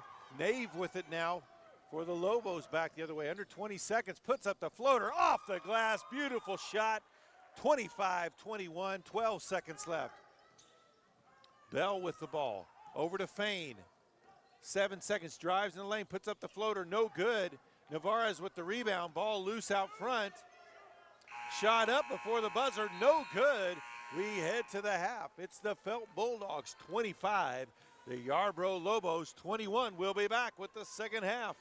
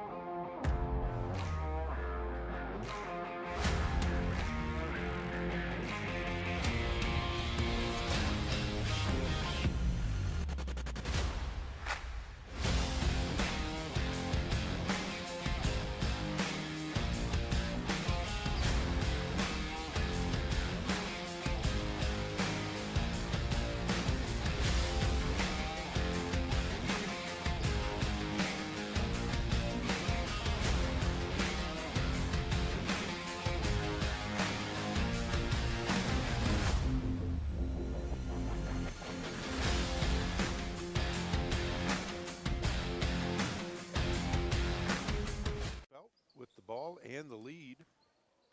Started this one out 9-0. Yarbrough's fought their way back. Just a 4-point game here. Roost back outside to Crier. Looks like a lot more movement from the Felt offense than we saw in that first half. Shot put up from the wing by Hutchison. Banks at home. So 28-21 now the score. Into the post to Navarez. Back outside. Nave looked at the three, passed it up back to the opposite side to Espinoza. Nave will take this three, a deep one, no good. Roost with the rebound. Long pass ahead to Crier. Puts it up off the glass, gets it to drop in, draws a foul. He'll go to the line for the and one. Foul called on Nave. That'll be his second, team's first of the half.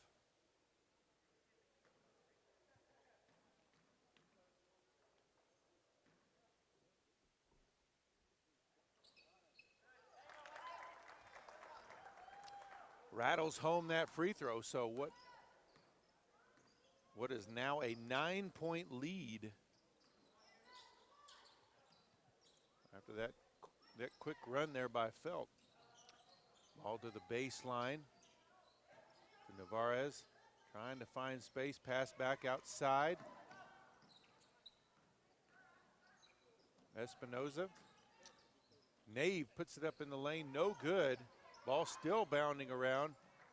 Roost comes away, long pass ahead to Fain, over to Crier. He'll hesitate. Let Navarez go back, 33-21, so Felt comes out hot here in this, start this second half.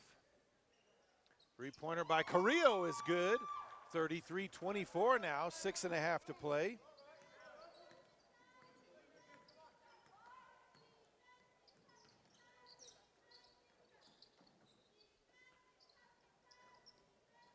Crier with it, over to Roost. Now Fain with it on the wing again. Ward back out front, Hutchison. Drive, shot put up by Crier. Off balance, rebounded by Nave. Quickly back the other way for the Lobos, all the way to the baseline. Tries to dip underneath, he'll be called for the carry. So ball back over to the Bulldogs.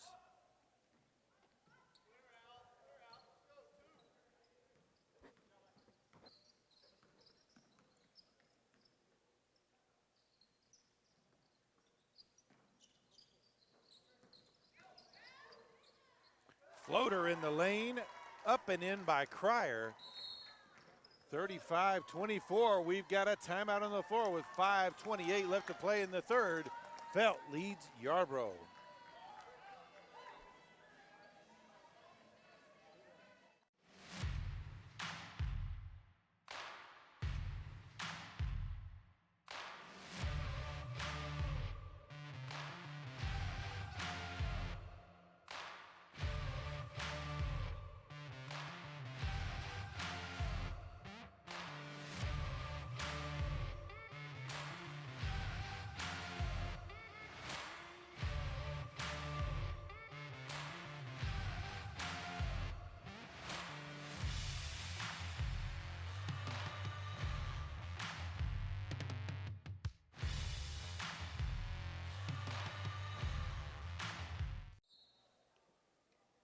So out of the timeout, Yarbrough with possession of the ball. Nave brings it up for the Lobos.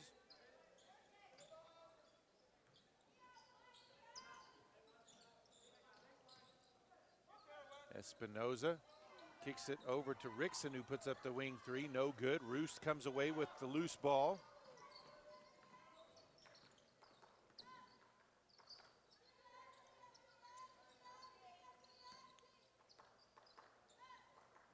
Crier gives it to Roost.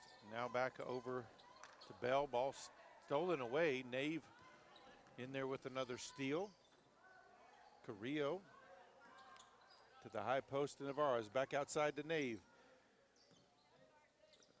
Nave baseline drive. And a foul call. That's going to be on Ward. That will be his second. Third, make that. Team's first foul of the second half. And double dribble going to be called on Espinoza, so ball back over to the Bulldogs.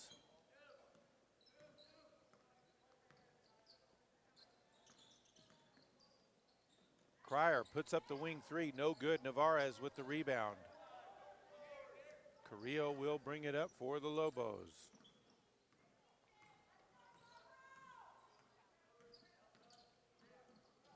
Baseline drive, Nave with the floater, gets it to go. 35-26 now the score.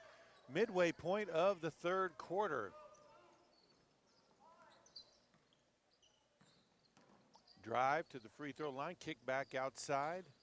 Bell with the drive, kicks it back out. Wide open on the wing for three is Cryer. Nothing but net. 38-26 now the lead for the Bulldogs. High post to Carrillo. Pulls up at the free throw line, no good. Gets his own rebound, banks it up and in. Uses that wide shoulders to put it up and in. 10-point game. Felt with the lead.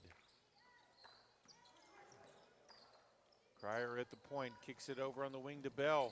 Drives in the lane, cut off, kicks it back outside to Fain. Puts up the wing three, left it short, rebounded by Carrillo.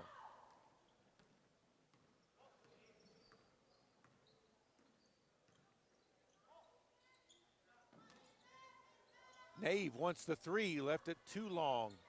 Ball bounces around, Roos comes away with the rebound. Not ready for it was Ward, but got it back anyway to Bell. Up top three, no good. Nave with the rebound.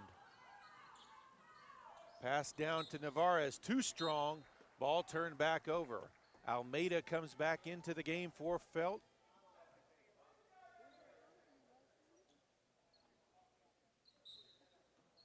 Full court pressure from Yarbrough. Bell brings it across midcourt.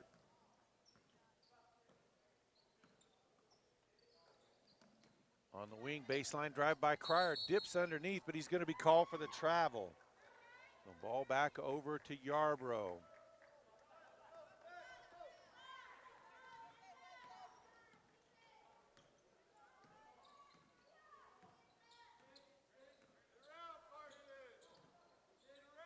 Nave gets it over to Espinoza, back to Nave.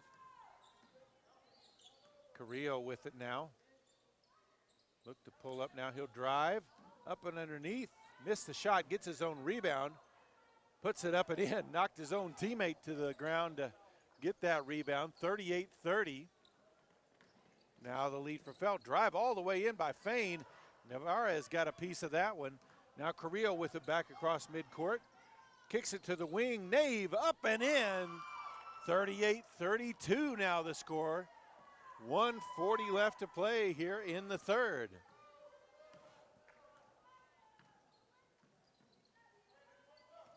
Cryer to Almeida. Fain with it on the wing. Gets it to Roost. Kicks it back outside. Baseline shot by Bell is short. Rebounded by Carrillo. Under 1:20 to play here. Nave gets it to Navarez on the block. Tried to get it back outside. Nave wasn't ready for it, so a turnover back to Felt. 1:07 left in the third.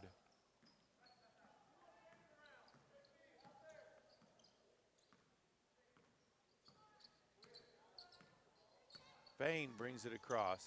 Gets it to Roost. Backs in, knocked his glasses off. Ball loose near the sideline. They'll stay with Felt.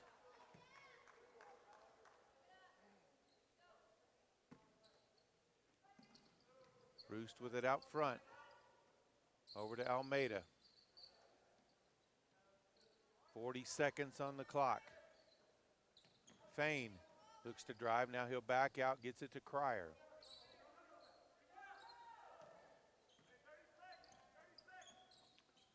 Now roost. Almeida back to Fain. Looks to drive, puts up the floater. Too strong, ball knocked around. Loose ball grabbed by Rickson. 15 left as Carrillo brings it across the timeline. Drives in, puts up, banks it up and in. 8 seconds on the clock, 4-point game. Roost with it, 5 seconds. Up to Cryer, he'll drive to the lane. Euro step, blocked by Navarez, blocked again by Navarez. And that's the end of the third quarter. It's Felt 38, Yarbrough 34.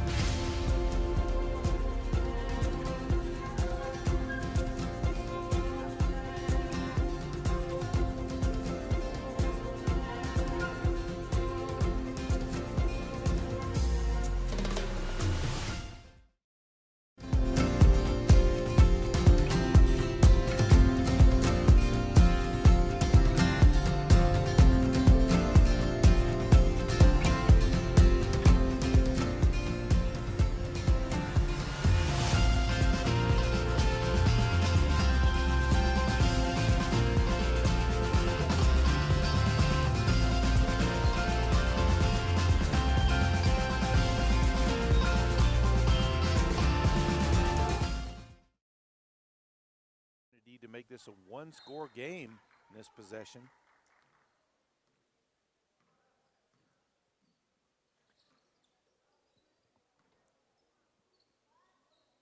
They did come back after falling behind 9-0 and made it a one-possession game. It was quickly changed after that. Carrillo with the rebound, goes baseline side, dips inside, and it's a 2-point game, 38-36 with 7.5 left in the contest.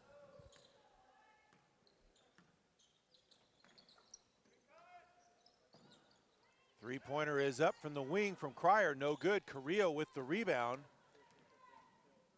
Brings it across midcourt. Back outside. Nave, the give and go baseline, too strong.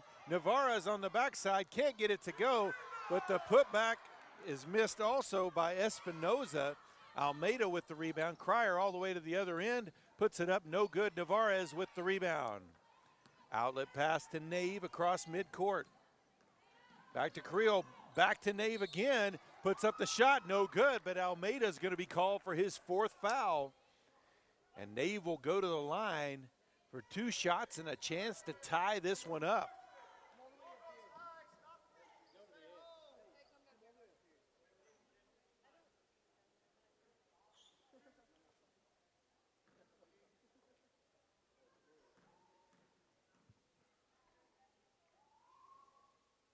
Misses the first.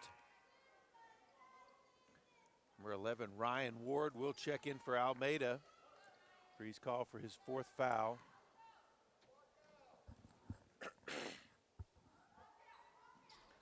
In and out on the second as well, but rebounded by Carrillo. Shot in the lane is good, and he'll get the and one free throw. We're tied up at 38. Carrillo goes to the line with a chance to give Yarbrough their first lead of the game. That is foul number 3 on Ward. Actually, number 4. Misses the free throw. Long rebound grabbed by Fain.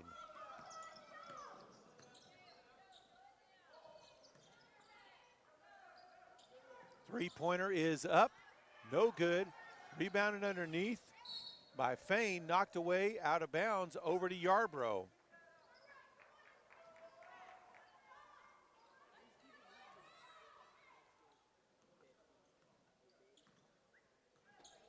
Six and a half to play. Yarbrough comes back from down 9-0 to start this one. I think they've been down 10 at one point also.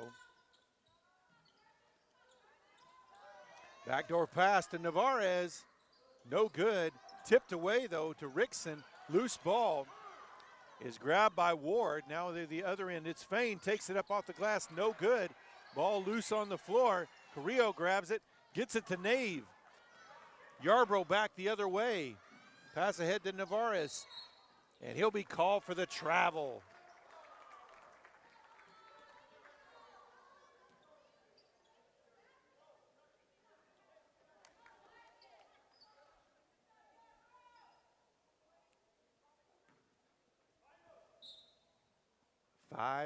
.54 left to play in this one.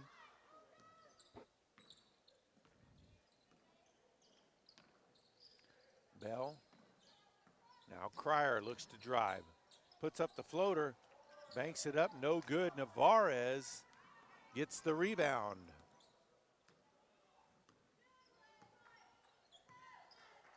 Nave walks it up.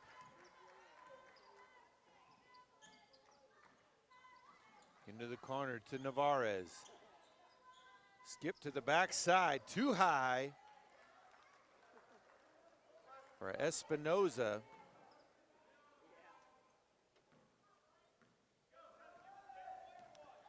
They were triple teaming Carrillo on the inside, so they tried to get it on that backside, but just a little too strong. Down to Roost on the block, and a foul on the floor will be called on Rickson. That'll be Rickson's first, team's first of the second half. Cryer, or Bell looked at the three, and that's going to be a travel called on Ward. So ball turned back over to Yarbrough. 5 minutes left, an opportunity to take their first lead of the game.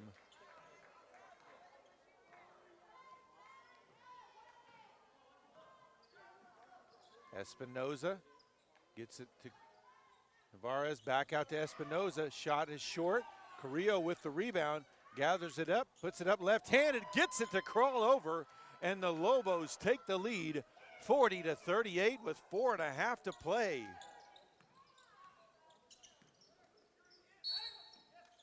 And an offensive foul is going to be called on Roost. Timeout on the floor, 4:27 left to play. It's Yarbrough 40, Felt 38. PTCI's reliable internet works as hard as you do. For entertainment, education, business, and more. Finish 2022 strong with PTCI's fastest speed, the Gig, available for a limited time, now only $22 a month. Visit your local PTCI store and ditch the lagging spinning wheel. When you get the Gig, you get the internet experience you deserve. Call PTCI today. Service not available in all areas. Visit ptci.net for details.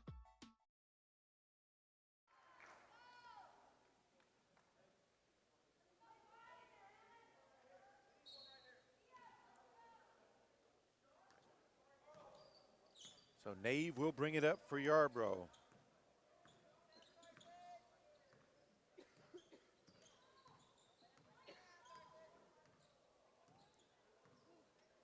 Ball into the corner. Espinoza gets it to Navarez. Up and underneath, banks it up, no good. Rebound grab by Fain. Quickly back the other way. Nave steals the pass away as they tried to get it to Cryer.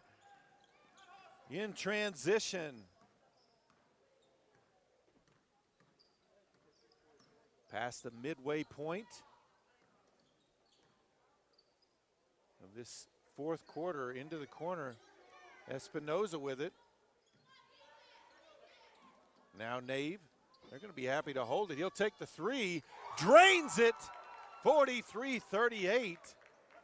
Yarbrough now with a 5-point lead. 3.5 to play.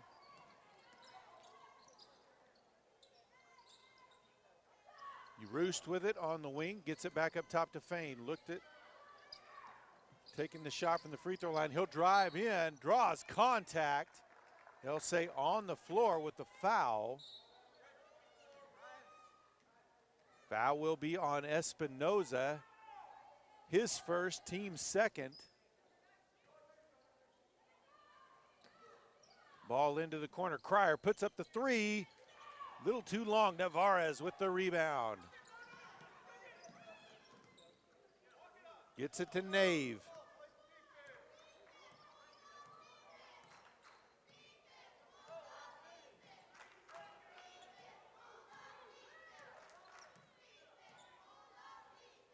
Carrillo with it now on the wing, back to Nave.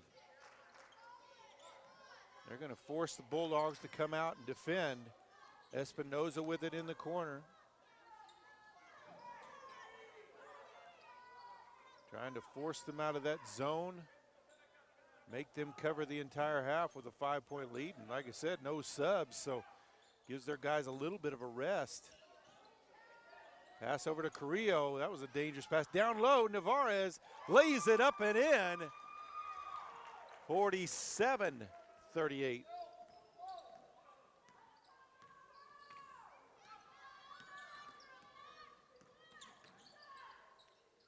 Hutchison back out. Roos looked at the three. He'll drive inside, kicks outside to Fain, who drives in. Puts up the floater, gets it to go. Timeout on the floor, 1:58 left to play. It's Yarbrough 45, Felt 40.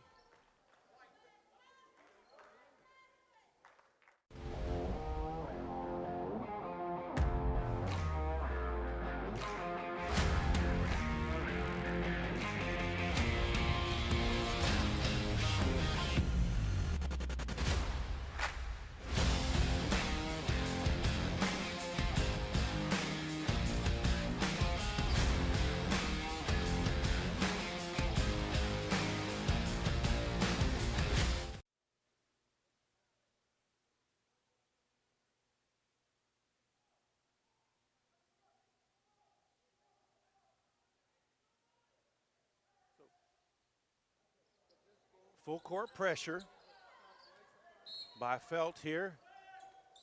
Yarbrough with the long pass ahead. That's going to be easily taken away by Cryer.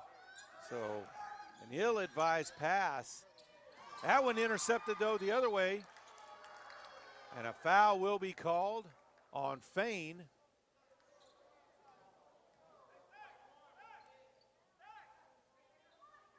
That's his third, team's fifth foul. 1:51 left to play. Pass in to the front court to Nave. Takes it up, blocked. But they'll call the foul on Fain, and that will be his fourth.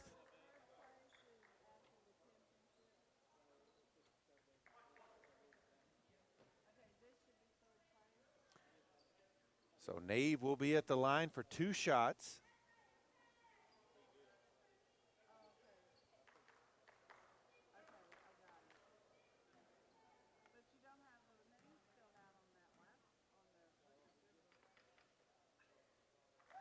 First free throw is good.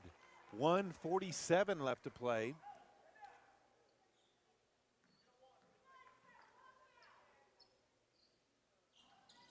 Misses the second. Rebounded by Bell.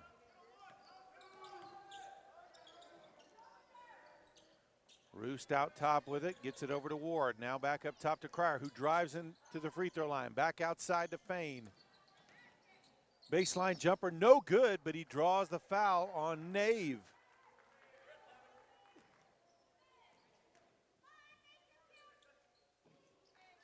That'll be Nave's second foul, team's third.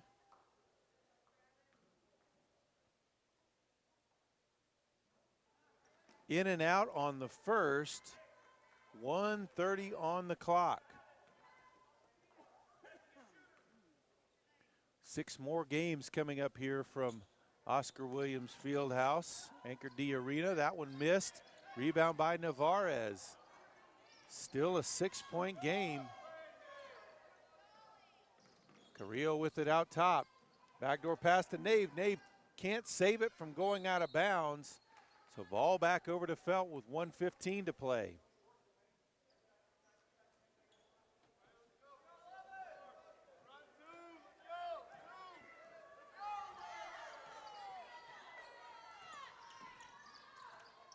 Pass on the wing to Cryer. Now up top to Ward. Opposite wing, three-pointer goes up, no good. Carrillo with the rebound. And we've got a timeout on the floor, 56 seconds left to play. Yarbrough leads Felt 46-40.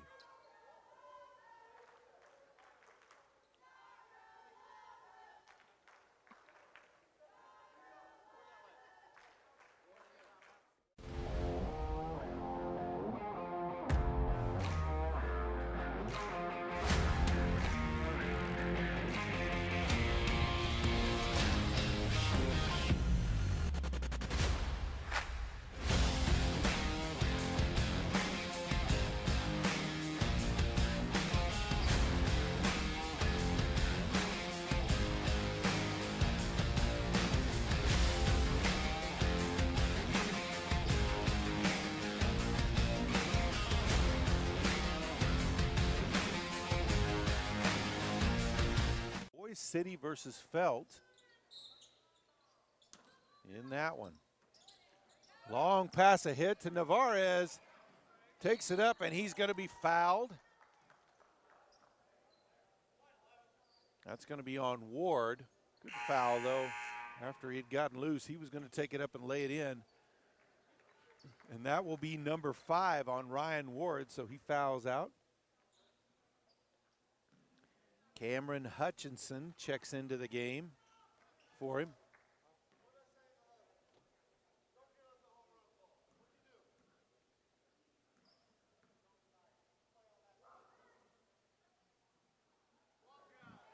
First free throw off the back rim, 53.6 still to play, 6-point game.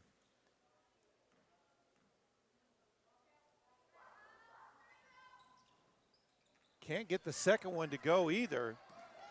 Bell with it quickly back the other way, drives all the way to the block, leans in, blocks, shot by Navarez, kicks it outside to Roost. Now over to Fain, who dives in the lane, kicks it back outside to Roost.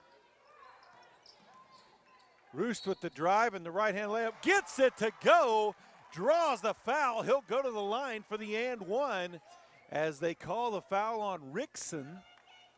That'll be Rickson's second, team's fourth. So a chance to cut that 6-point lead in half if Roost can make this free throw. Off the back of the rim, rebound though by Fain, back out front to Roost. Over to Cryer, now to Hutchison. Under 30 seconds left. Three-pointer from the wing, no good. And Carrillo hits it off the leg of Fain. It will be Yarbrough ball with 20 seconds left in the contest. Timeout on the floor. Yarbrough leads Felt 46-42. To $1,400 on the newest cell phones with PTCI's totally unlimited BOGO deal. Hey, Maggie. How's that new phone working out for you? Oh, it's great. I got PTCI's BOGO deal. My husband got a phone too. So how much did you actually save? We saved $1,400 on our new phones with PTCI's totally unlimited bundle. Wow. What is this bundle? You get unlimited cell data, unlimited gig speed internet, and we save $50 per month. Call 800-562-2556. PTCI's reliable internet works as hard as you do for entertainment, education, business, and more. Finish 2022 strong with PTCI's fastest speed, the gig, available for a limited time, now only $22 a month. Visit your local PTCI store and ditch the lagging spinning wheel. When you get the gig, you get the internet experience you deserve. Call PTCI today. 19.6 on the clock. Yarbrough trying to inbound, leading by 4. Gets it in to Espinoza. He's quickly fouled by Bell, so they'll walk to the other end for the 1-and-1.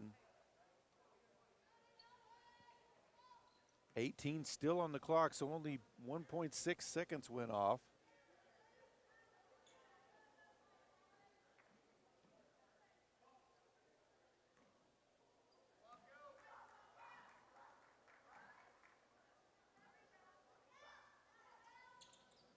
First free throw is good. Makes it a 5-point game.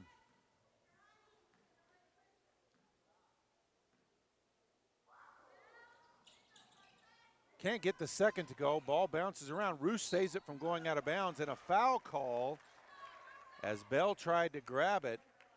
Foul will be on Carrillo. That will be his second, team's 5th foul. Timeout on the floor, 16.1 left to play. Yarbrough 47, Felt 42.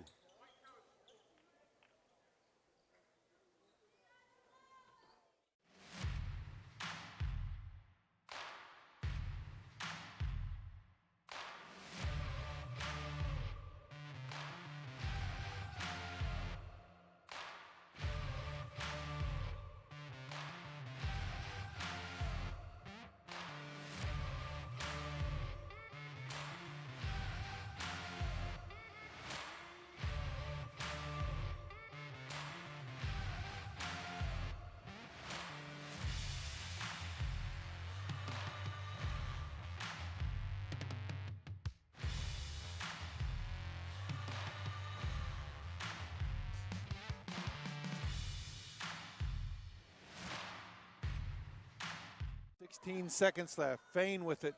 Long pass ahead. Cryer, 3 from the corner. It's good! Timeout on the floor. 9.6 seconds left to go. Yarbrough with the 47-45 lead over Felt.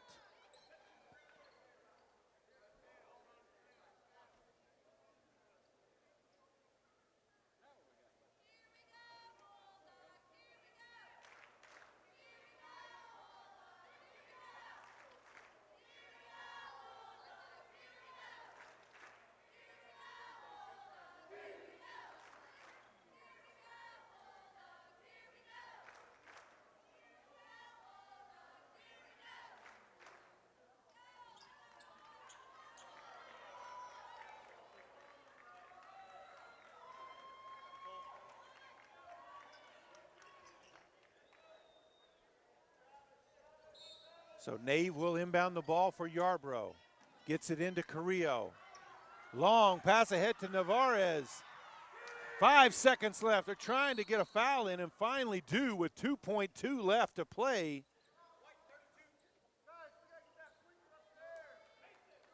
So Navarez goes to the line. He'll have a chance to put this one out of reach if he can make both.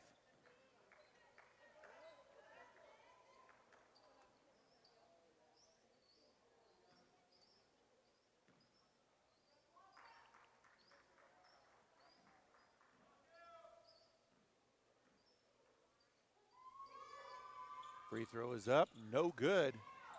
Rebounded by Carrillo though. And it's Felt ball as it goes out of bounds off of Yarbrough with 0.7 left on the clock. Still a 2-point game though. The outcome still in question.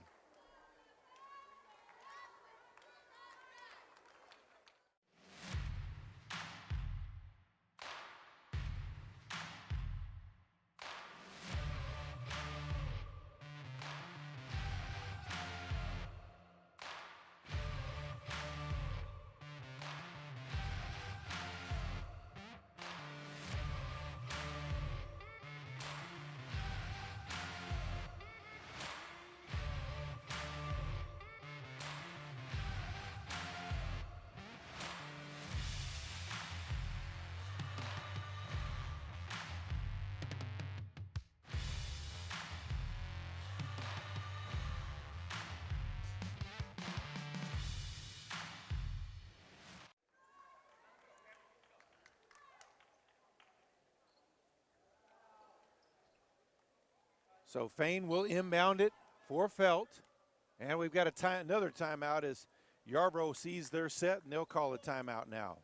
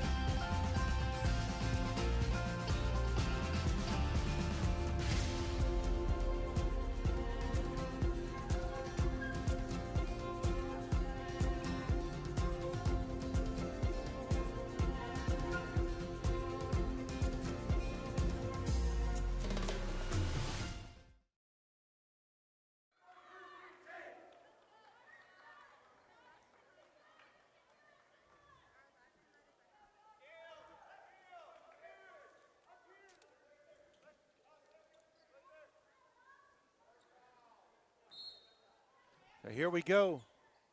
Fain inbounds the ball, long pass to midcourt. Carrillo intercepts it, and that is the game. The Yarbrough Lobos defeat the Felt Bulldogs 47-45. Stick around, we got girls consolation coming up next. Boise City takes on Felt.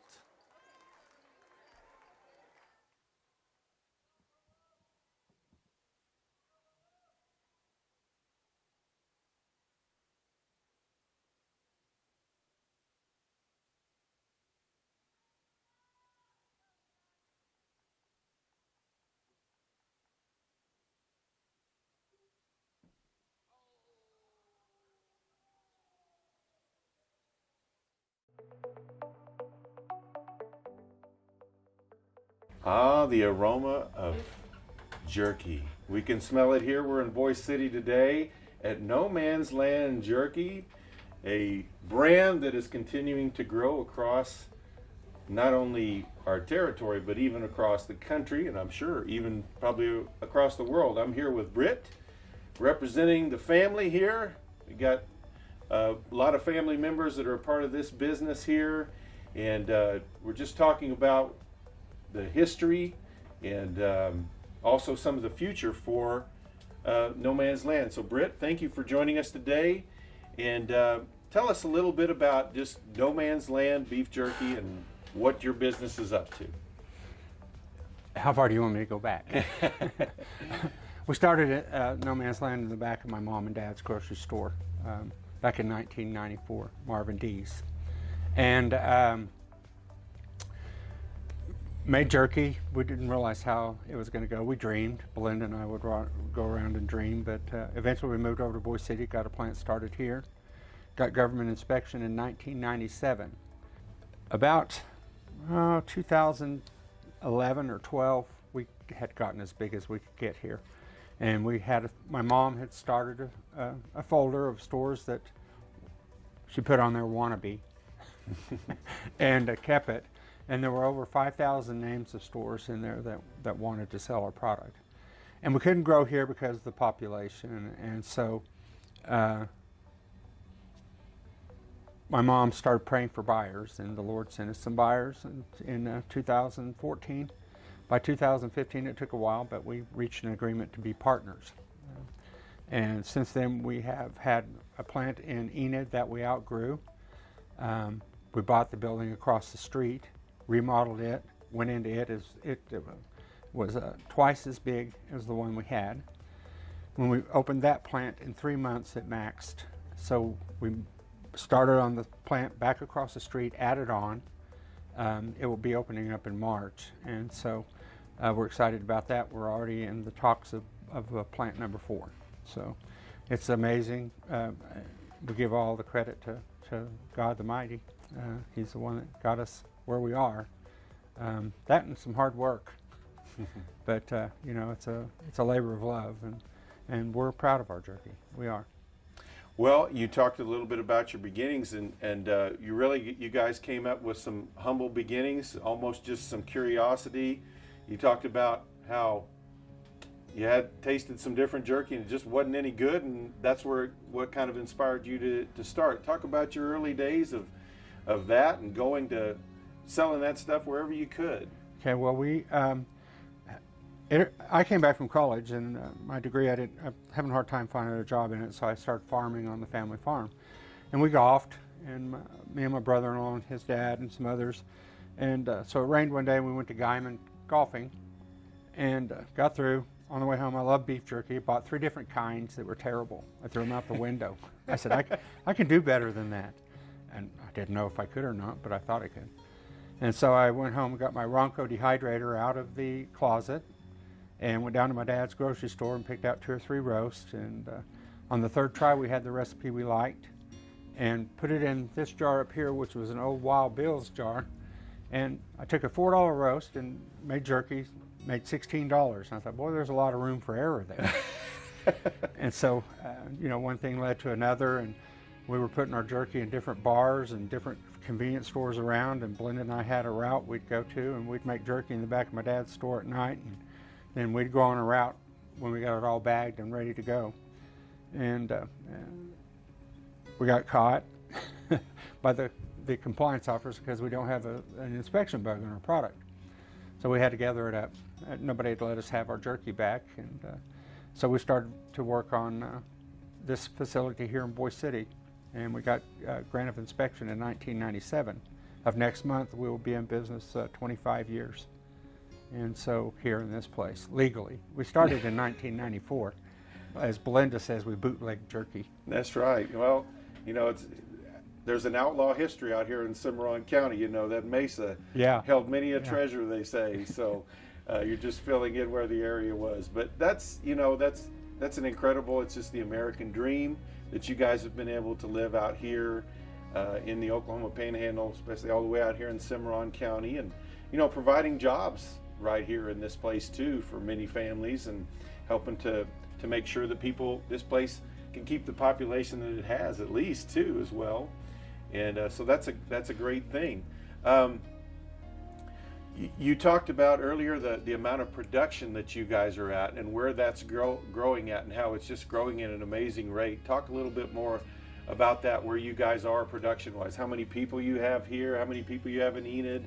The amount of the product that you're putting out on a daily basis. So as far as production, Boise City here produces about 2,000 pounds of raw meat a day, which equates to about 600 pounds of finished product. Enid, on the other hand, does 26,000 pounds of raw per day. And I'd have to figure that up real quick, but it's thousands and thousands of pounds of actual jerky. We employ 30 people here, and we like to consider them as family. Enid employs 200 to 240, somewhere in that number. It's because of the situation in the world today, it changes, but hopefully when we open our other facility across the road, we'll employ another 150 people, so we'll be up to around 400 employees at Enid. So who knew? God did. We dreamed it would grow. We had no idea how large this thing could get. And well, the operation here, as you mentioned, very family. It's you, Britt, Belinda, your sister. Right. Brad, your brother. Our brother Brad is also here. Mama D, we can't forget her. Yep, 87 and a half years old. Still shows up for work just about every day. Yes. It's getting later every day, but you know, we give her that. She's worked hard all of her life. Yeah. She comes in time for lunch, yeah. And then we eat lunch, and she comes back and answers the phones or calls stores as we need her to. And another generation coming in as well. Well, we have two generations. Yeah. We have Belinda's daughters both came back and moved their families here from where they had moved to. They want to be a part of the business, and they want their kids to grow up in this area. And then we also have a little boss who's 4, and he's the next generation. His name's Cap, and he thinks he's the boss. He tells us he is. You know, I couldn't do this interview without mentioning my dad. He was pretty skeptical at first, but he ended up being our biggest fan. He would sit at the register and take people's money while he was playing solitaire, and then when the customers come up, he'd take their money, and if they bought a small bag, he'd go, "You're going to get down the road and wish you'd have bought a bigger bag." And he'd be so tickled when they wouldn't even make it to the courthouse down here, and they'd have to turn around and come back, and they'd come in and buy more jerky. So he ended up being one of our biggest fans, and he helped us to remodel this facility. And his vision is like ours. He doesn't.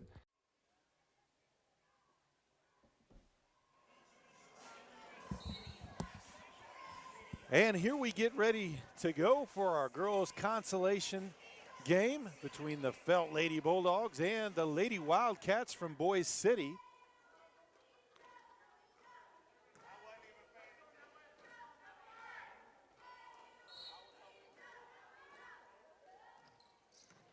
And first possession will belong to the Lady Bulldogs.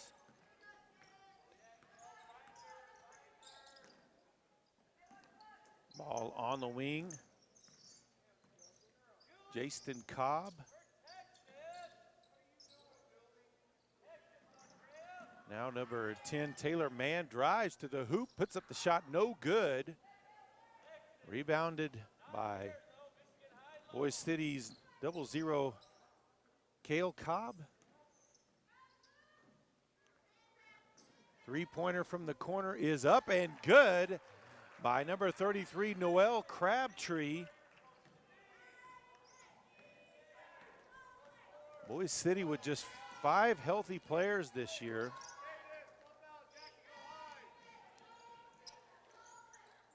Ball on the wing. A drive in, foul called.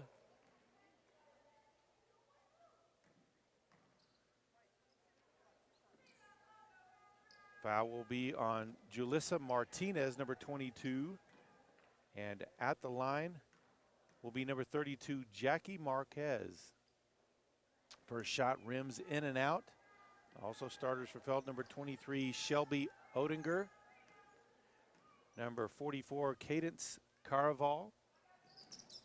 That second one rims out as well.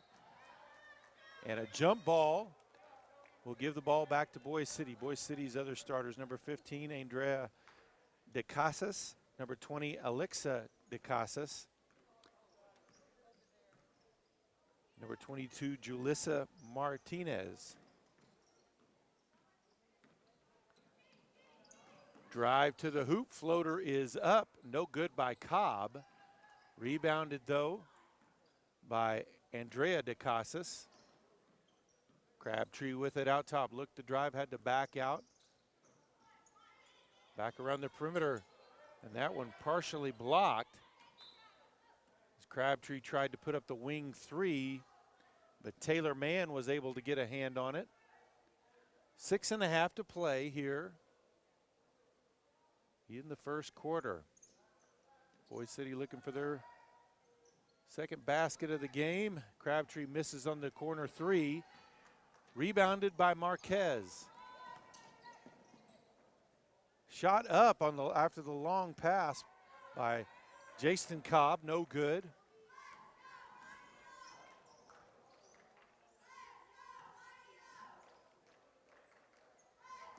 Three-pointer by Crabtree, no good. Rebound underneath, grabbed by Martinez. They'll see a jump ball now. Ball over to the Lady Bulldogs.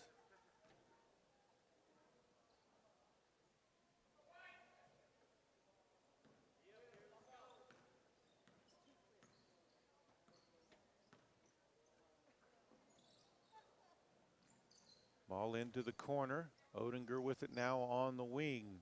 Carval back to Odinger, takes the 3-and-3, left it short. Rebounded by Martinez. Lady Wildcats back the other way. Crabtree drives in the lane, kicks outside. Cobb for three. Missed it, missed everything. Can't be saved from going out of bounds. Ball back over to Felt.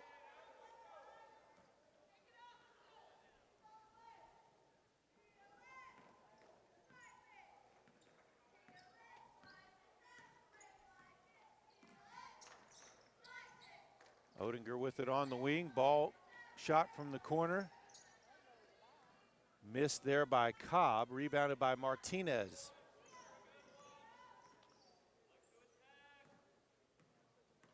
Kale Cobb kicks it over to Crabtree in the corner.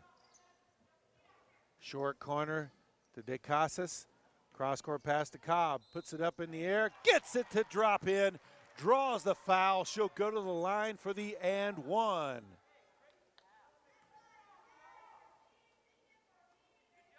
Nice pass and drive off of that one. Foul on Odinger. That will be her first, team's first foul.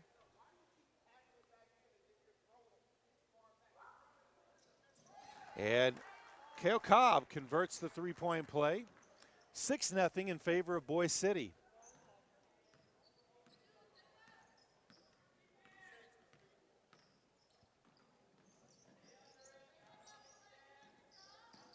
Caraval.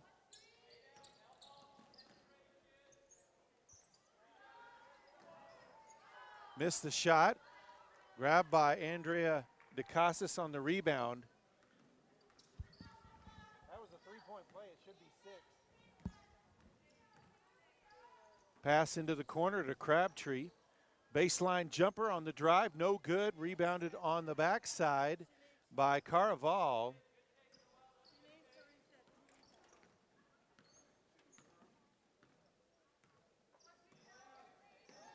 Odinger kicks it to the wing. That's Mann with it. Picks up her dribble. Over to the free throw line to Odinger. Back outside. Top of the key three by Jason Cobb. And that one out of bounds and back over to Boise City. Felt still looking for their first points as we reach the midway point of this first quarter.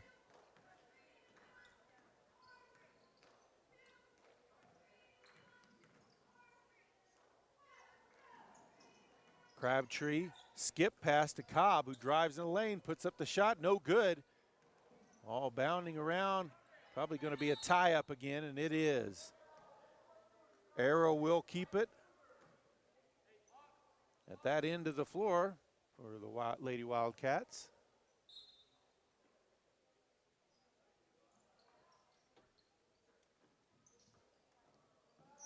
Ball back out top.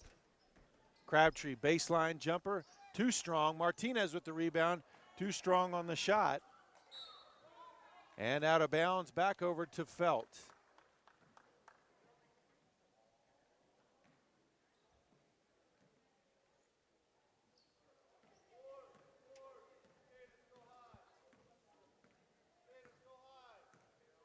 Marquez brings it up for the Lady Bulldogs. Odinger kicks it to Cobb in the corner.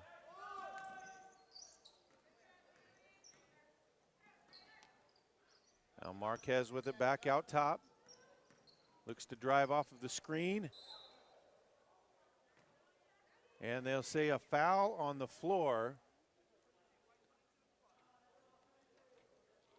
Martinez will be called for her first, team's second foul.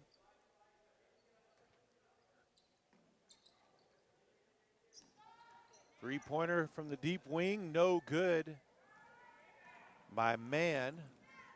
Crabtree brings it up. Cobb, skip pass to Crabtree. Looked at the three, she'll pass it up now. Skip pass over to Cobb. Back up top, DeCasas with the shot. Can't get it to drop in. Loose ball on the floor and another tie-up. Arrow points in favor of the Lady Bulldogs this time with 2:40 to play. Clock's running.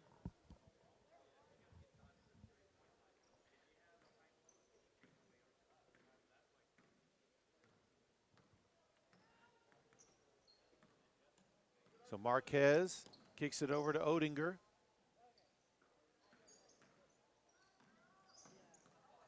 Back up top, man. Kicks it over. Odinger open for the three from the deep wing. Banks it home. And the Lady Bulldogs are on the board. 6-3 with 2:10 left to play here in the first quarter.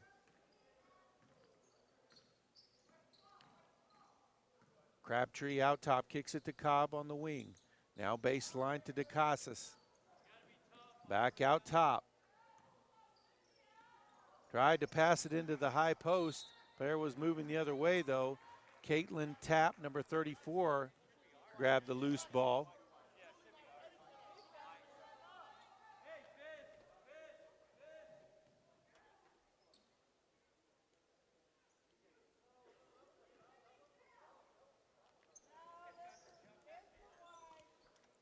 Back up top to Alexa DeCasas, now to Martinez. Outside three-pointer by Crabtree. It's good, nothing but net. And it's 9-3 in favor of the Lady Wildcats.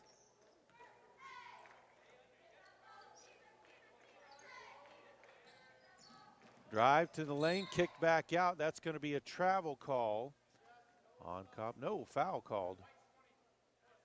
Alexa DeCasas called for the foul. That'll be her first, team's third foul. 1:28 left, first quarter.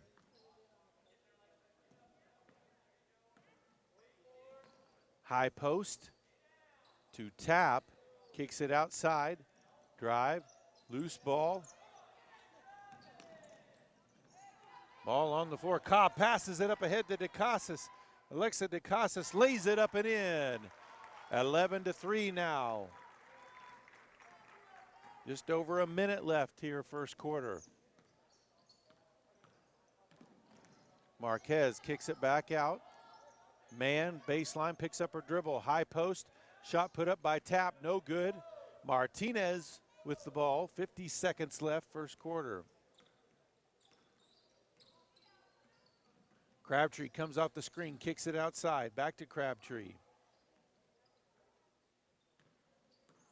Now Cobb, back to Crabtree. Deep wing three, left it short, rebounded by Tapp. 30 seconds left, first quarter. Back the other way.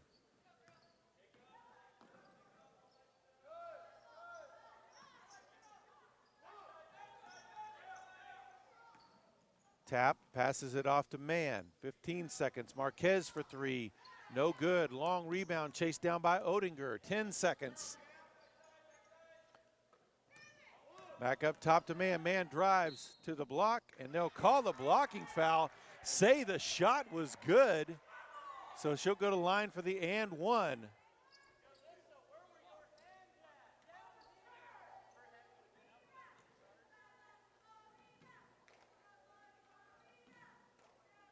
Martinez called for her third already. Team's fourth. Of course, that's a big problem with nobody over here on the bench to take her spot. 3.8 left in the quarter. Rebounded by Cobb, but she's tied up. Ball will stay with Felt. 1.9 on the clock as they inbound underneath their basket. 11-5 the score. Marquez for three, blocked by Crabtree. That's the end of the first quarter. It's Boise City 11, Felt 5.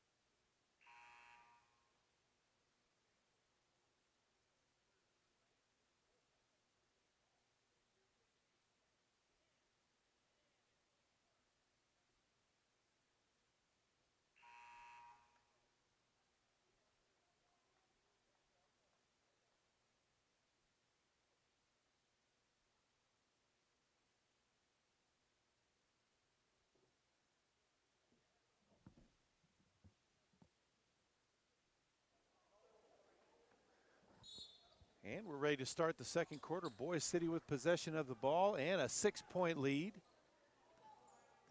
Cobb on the wing. Crabtree down low. And the skip pass to skip it back to Cobb. Now back to Crabtree. Baseline pulls up from 17. No good. Loose ball. Man saves it from going out of bounds. Martinez gets it, and she's going to be fouled. Foul will be called on Odinger.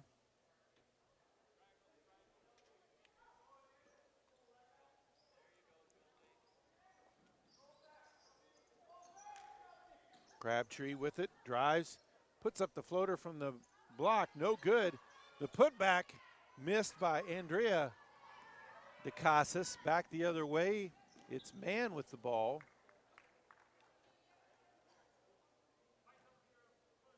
Foul will be called on Kale Cobb.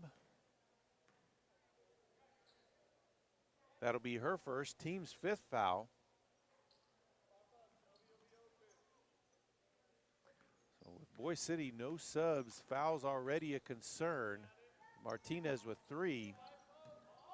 Pass into the lane. Ball picked up by Odinger.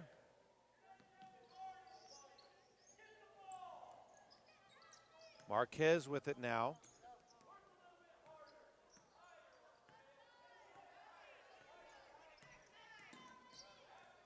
High post shot is up by Cobb, no good. Rebound chased down by Crabtree.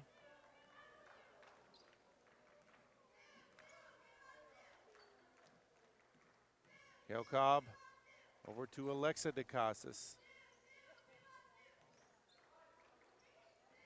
Crabtree with it in the corner.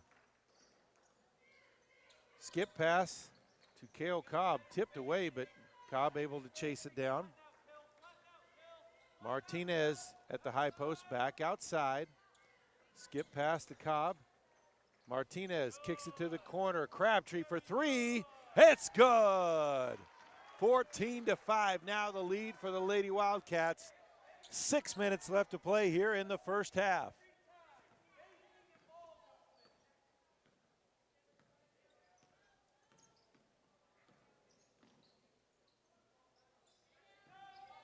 Ball at the high post. Jason Cobb.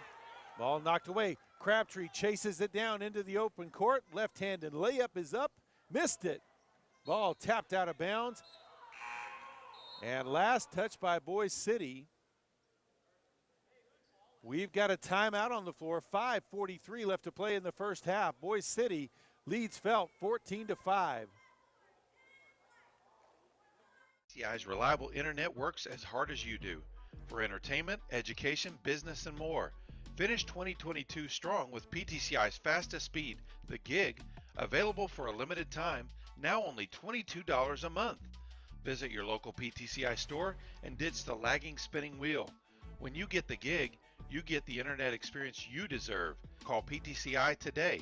Service not available in all areas. Visit ptci.net for details.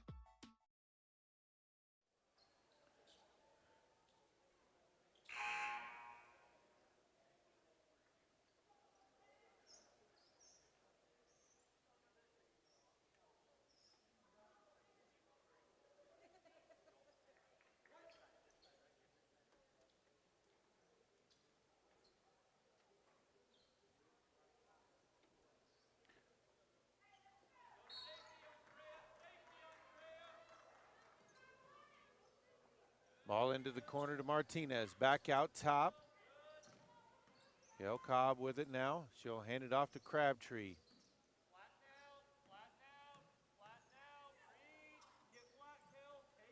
Gail Cobb.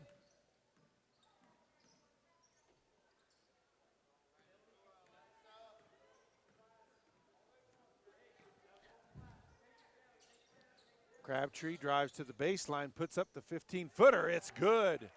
16-5 now the score.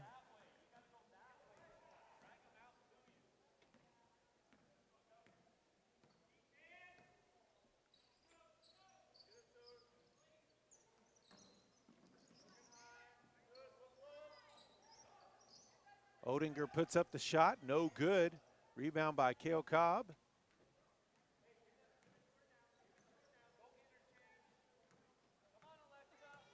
Kale Cobb with it. Alexa DeCasas now with it. Back to Kale Cobb. Back over to Alexa DeCasas, now to Crabtree in the corner. Tapped away. Marquez with some nice defensive hands. Pass up ahead, shot at the rim, no good. Put back is good by Jason Cobb after Taylor Mann had missed the initial shot. 16-7 now the score.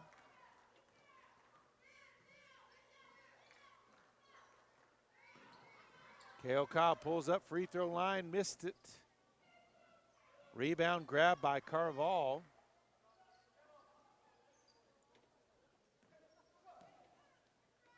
Odinger, long pass ahead to Mann.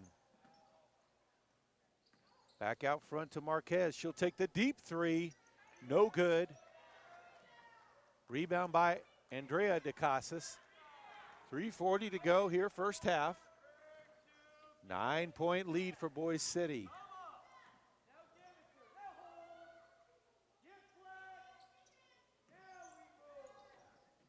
Ball to Crabtree, but passes out of bounds.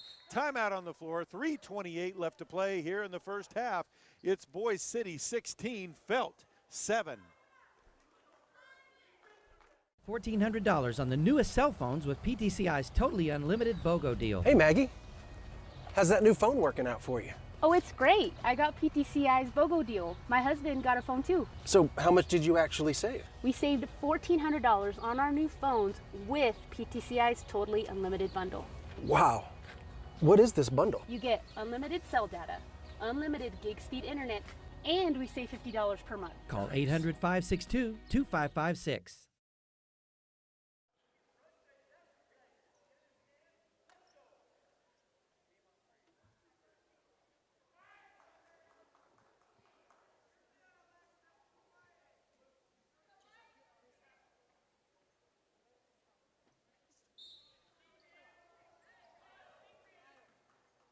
Marquez will walk the ball up for the Lady Bulldogs.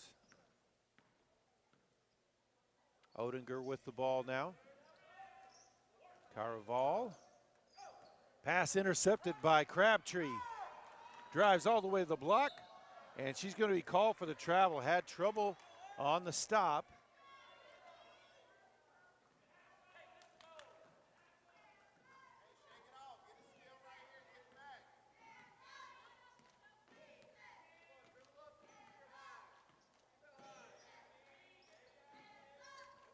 Ball on the wing.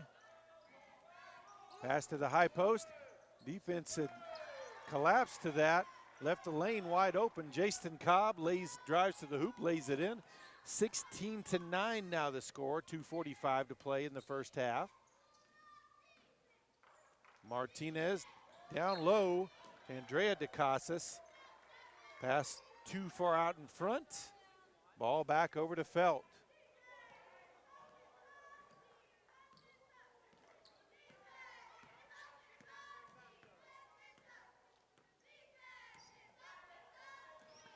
Ball to the high post to Cobb. Back outside. Odinger takes a three. He misses everything. Ball back over to Boise City.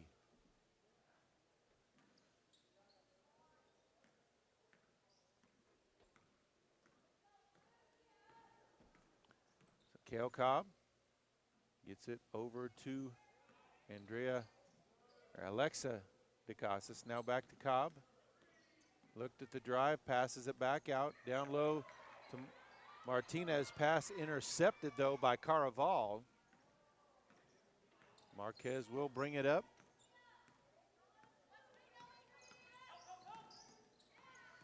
Drive in the lane, floater by Marquez, gets it to drop in. 16-11 now the score. 1:45 left to play first half.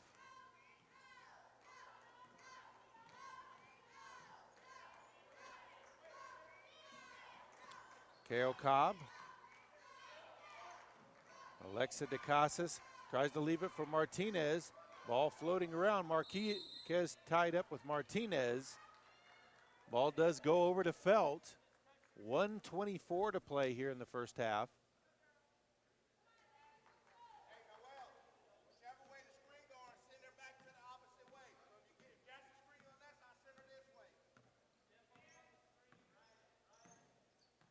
Odinger with the ball on the wing. High post to Cobb. Jason Cobb passes it outside. Tipped away by Kale Cobb. It will stay with Felt.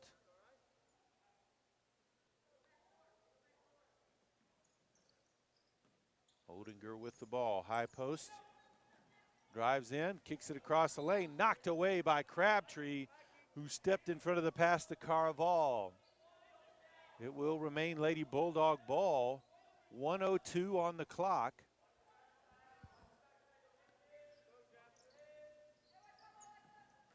Pass in, shot in the lane by Mann, no good.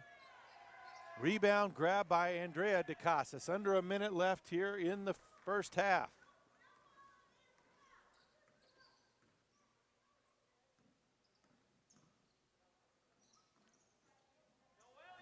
Alexa DeCasas Martinez to Crabtree. Crabtree will back out. They're going to call the foul on Marquez.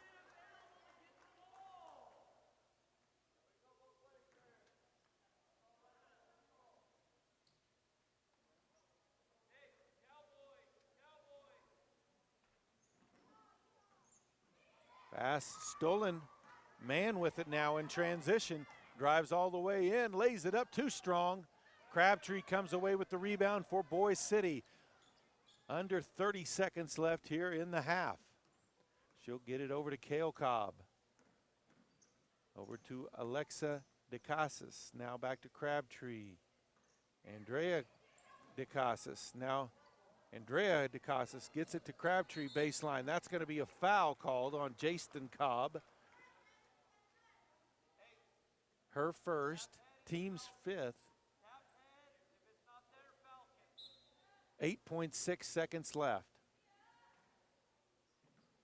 Pass in. Crabtree open for three from the corner. Left it short. Marquez comes away with it, and that is the half. Boise City leads Felt 16-11. Well, we do have a foul. Foul will be on Martinez, and that'll be her fourth. And we do head to the half. 16-11, Boise City leads Felt.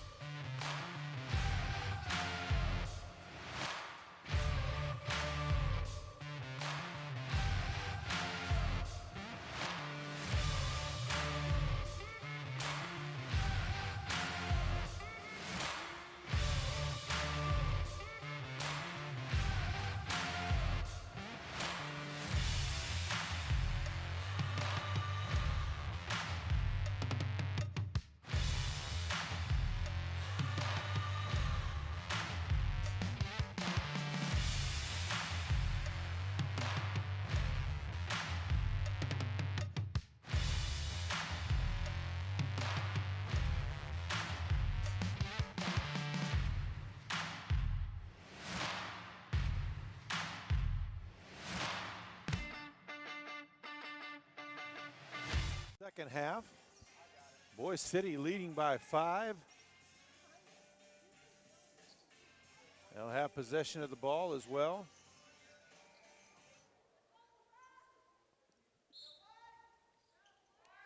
Just had to get the music out before they started things back up.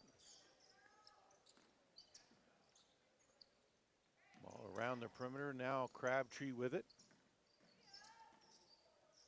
Gives it off to Andrea. Kale Cobb with it.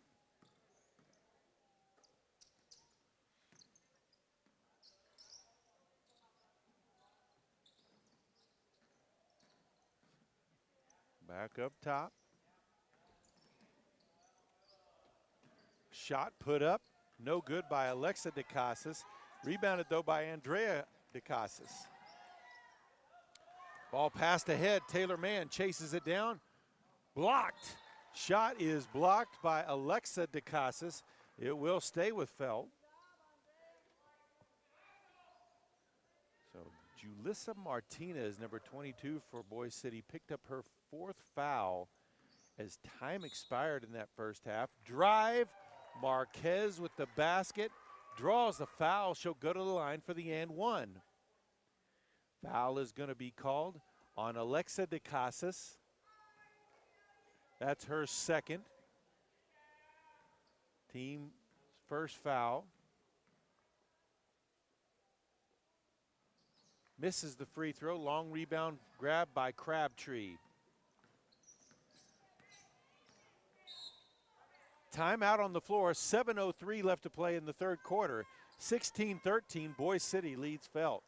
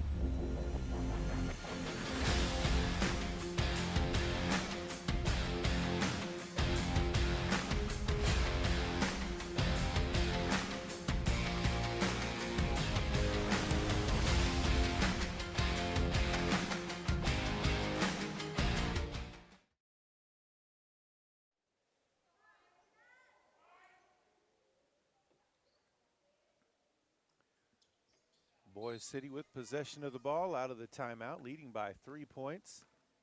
Kale Cobb with it. Back up top to Crabtree. Alexa DeCasas gives it off to Cobb. Into the post.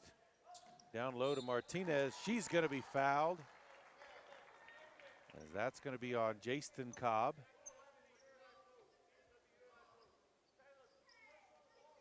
That'll be her second, team's first of the second half.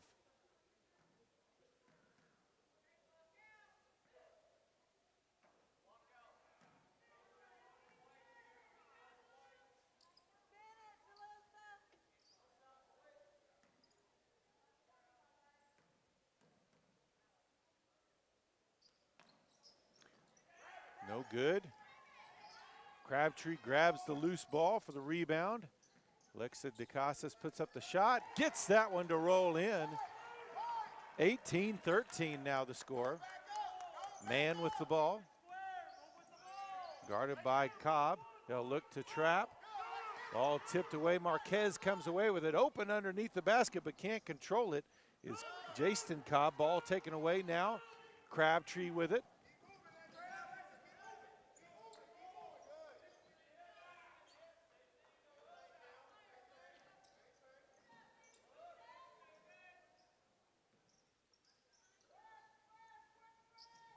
Skip pass.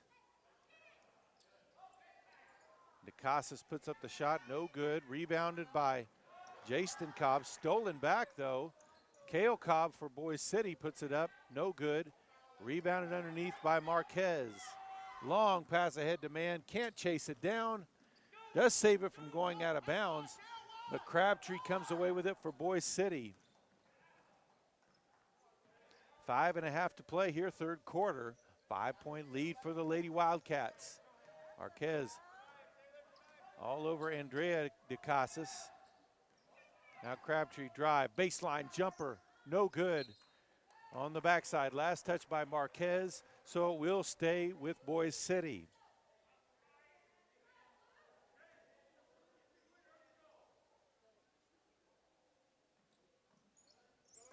Out top to Andrea DeCasas, over to Alexa DeCasas, takes a shot from the free throw line, no good. Long rebound, grabbed by Odinger.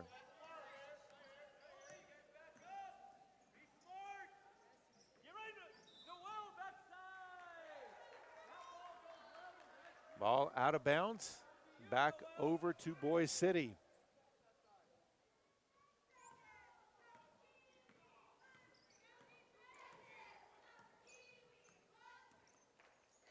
Ball on the wing, now back up top. High post to Crabtree, puts up the shot. Looked like Odinger might have got a hand on that. Crabtree gets the rebound.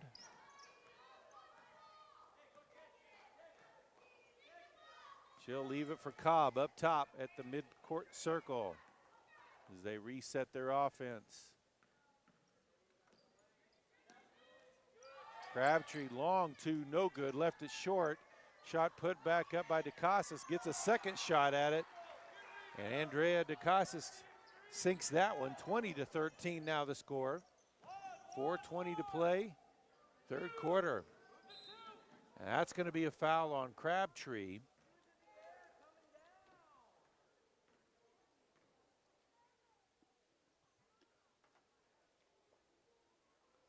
That's her first, team second. Jason Cobb over to Carval, who banks it up and in. 20-15, midway point of the third quarter.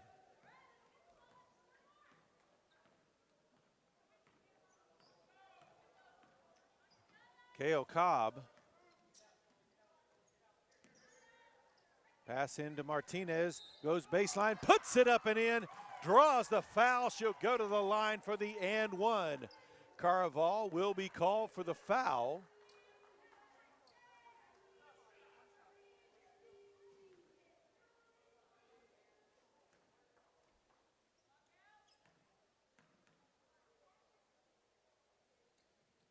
High arcing free throw off the back iron, rebounded by Mann.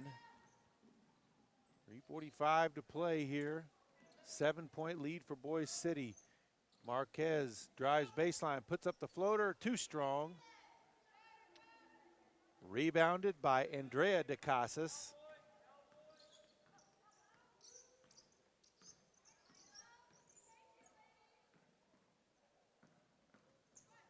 Crabtree sends it back up top.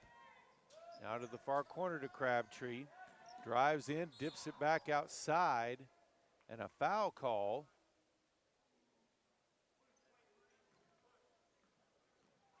Odinger will be called for the foul, her third, team's third of the half. 3:12 on the third quarter clock. Pass into Kale Cobb. She'll take it back up top. Hands it off to Crabtree. Kale Cobb on the wing now. Alexa DeCasas back to Crabtree. Drives in, puts up the shot. From 15, no good. Marquez with the rebound. Long pass ahead to Mann. Can't get it. Crabtree comes away with it.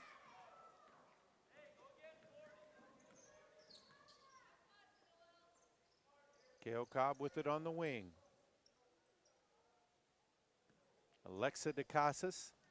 Now back to Crabtree on the wing. Looks to drive in the lane. Puts up the floater. No good. Martinez misses the short rebound.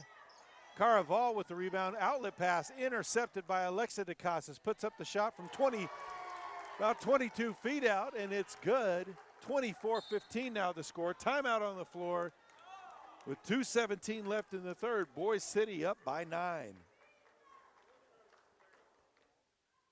PTCI's reliable internet works as hard as you do for entertainment, education, business, and more. Finish 2022 strong with PTCI's fastest speed, the gig, available for a limited time, now only $22 a month. Visit your local PTCI store and ditch the lagging spinning wheel. When you get the gig, you get the internet experience you deserve. Call PTCI today.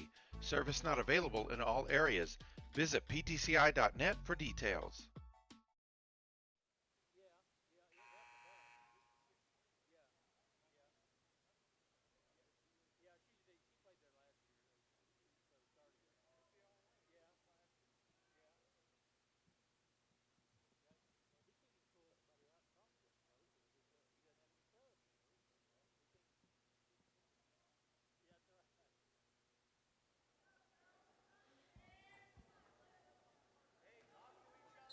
So out of the timeout, Felt ball.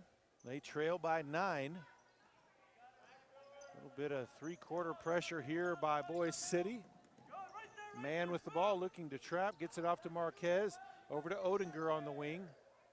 Back up top to Marquez, high post, turn around, shot no good by Jason Cobb. Outlet pass, Crabtree across midcourt. Pulls up from 15, no good. Long rebound. And it will be white ball. So Boise City maintains possession. 1:50 left here, third quarter. Crabtree with it out top. Cale Cobb now with it.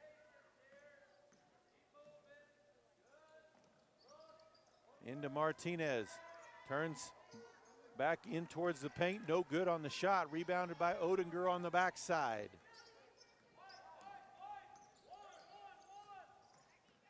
Marquez across the timeline, tied up. Gets it off to Cobb. Ball knocked out of bounds by Martinez. It'll stay with Felt.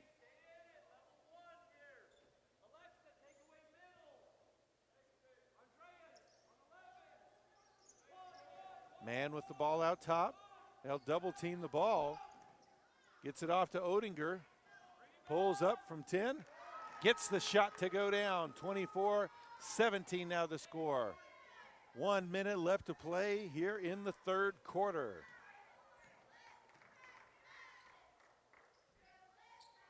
Cale Cobb. Over to Alexa Martinez. Or into Martinez, baseline drive, puts up the shot.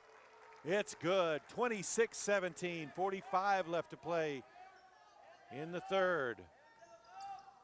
Marquez brings it across the timeline. Kicks it to Odinger. Odinger for 3. Left it short, no good. Rebound. Brought in by Andrea DeCasas. Coach Gabrelli tells him to hold for 1 shot. 20 seconds left in the third quarter. Pass intercepted by Mann, and that's going to be a foul on Alexa DeCasas. Just a little sloppy on the pass. Got it intercepted. Number 34, Caitlin Tapp, a sophomore, comes in for Felt. That is foul number 3 on Alexa DeCasas. Team's third foul of the second half as well. Marquez with it, kicks it to the corner. Man for 3, no good. Rebounded on the backside by Tapp, no good. Last touch by Martinez. It will stay with the Lady Bulldogs. 8.1 on the clock. Into the paint, ball knocked around. Jason Cobb back outside to Marquez. Still dribbling into the lane, puts up the runner, no good. And that is the end of the third quarter. It's Boise City 26, Felt 17.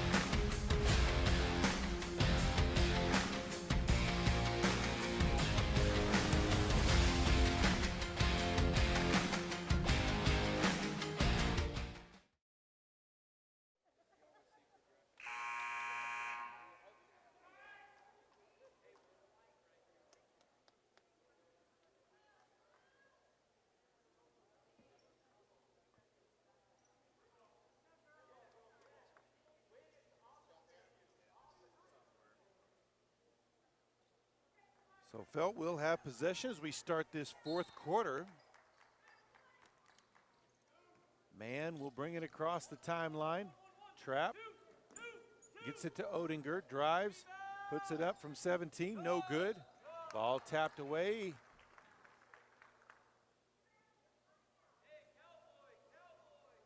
Foul is on Tap. Her first, team's fourth foul.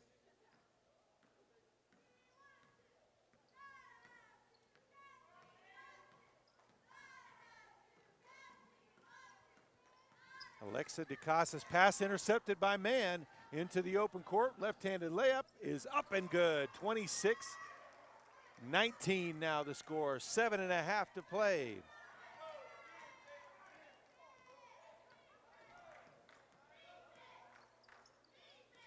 Crabtree holds it out, calls the play out. Ball over to Kale Cobb. Alexa DeCasas. Kale Cobb passes it down low. Andrea DeCasas has it ripped away though by Tap. Back the other way. Mann grabs the ball. Looks to drive, and that's going to be a foul call on Kale Cobb.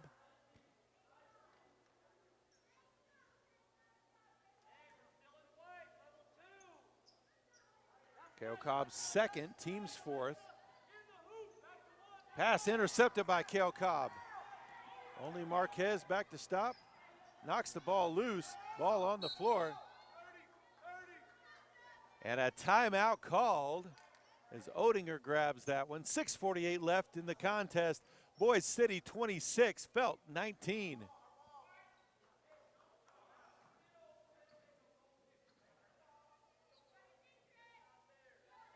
Well, they'll say no timeout on that. Boise City's ball. Ball out top to Andrea DeCasas. Now back to Kale Cobb.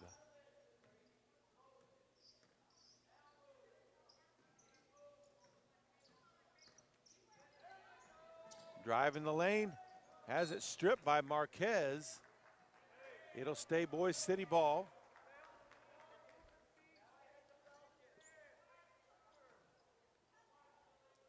Six and a half to play. Martinez back outside, three from the corner for Crabtree. She's got another one. 29-19 now the lead for the Lady Wildcats. Mann passes ahead, almost knocked away, kept it down low. Tap with the shot, gets it to go. 29-21.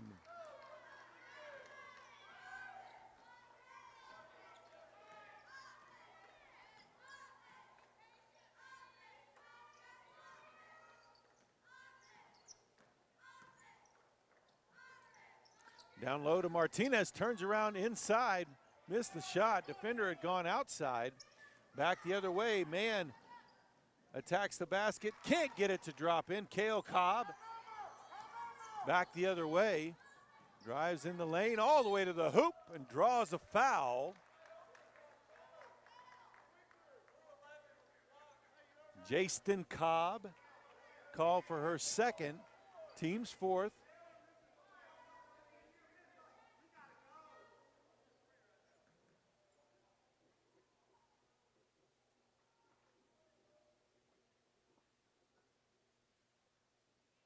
First free throw from Cobb, up and good.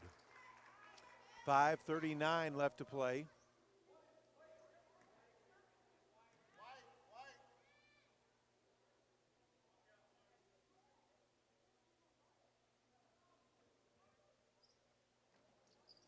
Second off the back iron. Loose ball chased down by Jaston Cobb. Cross midcourt to Mann. Gets it over to Marquez. Heavy pressure there by the Boise City defense, pressuring the ball with the double team. Ball tapped away by Alexa DeCasas, but will stay with Felt.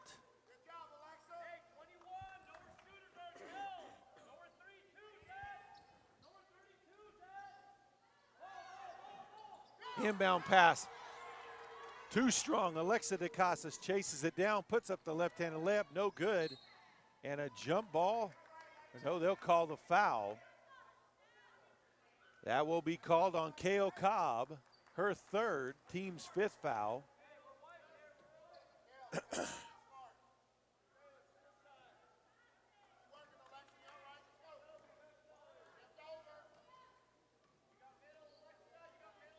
Man across the timeline. Gets it over to Marquez. Puts up the three from the top of the key, no good. Tap with the rebound. Has it taken away by Kale Cobb. Kale Cobb quickly across midcourt. All the way to the block, puts up the shot. It's good. 32-21. Under 5 to play.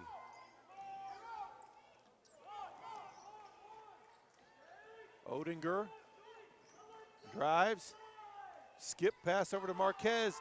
Intercepted by Alexa DeCasas. Kale Cobb with it. Drives to the block, puts up the shot. Draws the foul on Jaston Cobb.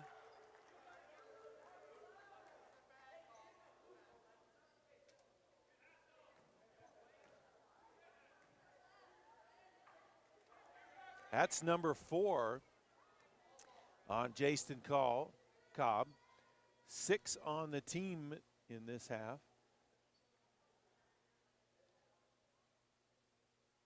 Kale Cobb's first shot is up and good. 4:31 left in the contest. 12-point lead right now for the Lady Wildcats.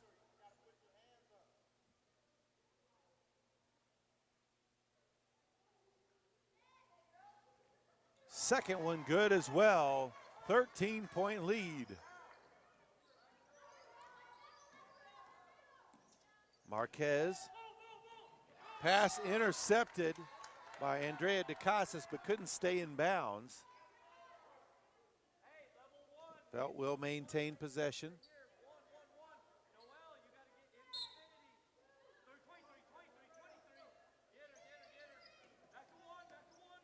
Man with the ball out top. Double team as Tap puts up the shot, no good. Crabtree with the rebound, brings it across midcourt, looks to attack, baseline, puts up the shot, no good, rebound by Tap. Midway point of the fourth quarter. Man gets it over to Marquez. Marquez drives in the lane, puts up the shot, nice angle, 34-23.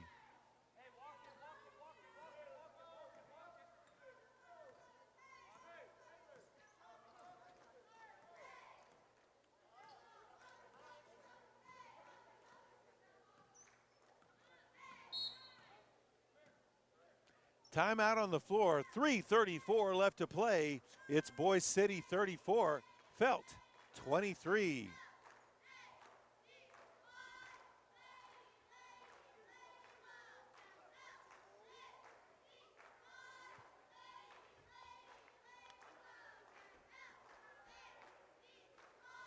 We saved. We saved $1,400 on our new phones with PTCI's Totally Unlimited bundle. Wow. What is this bundle? You get unlimited cell data, unlimited gig speed internet, and we save $50 per month. Call 800-562-2556.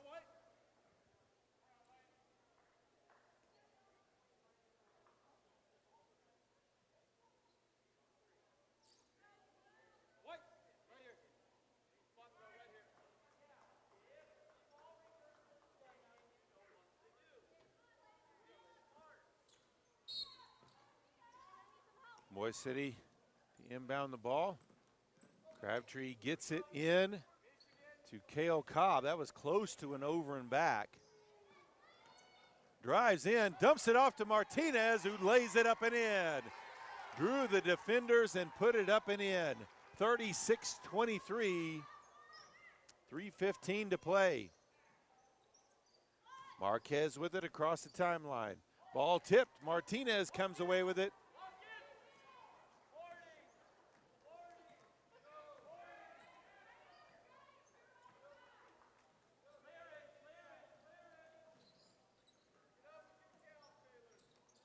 Crabtree comes off the screen. Man injured on the play. He's back up and at him though.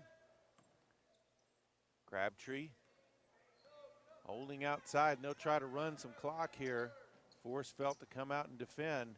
Baseline drive, and a foul called on the floor.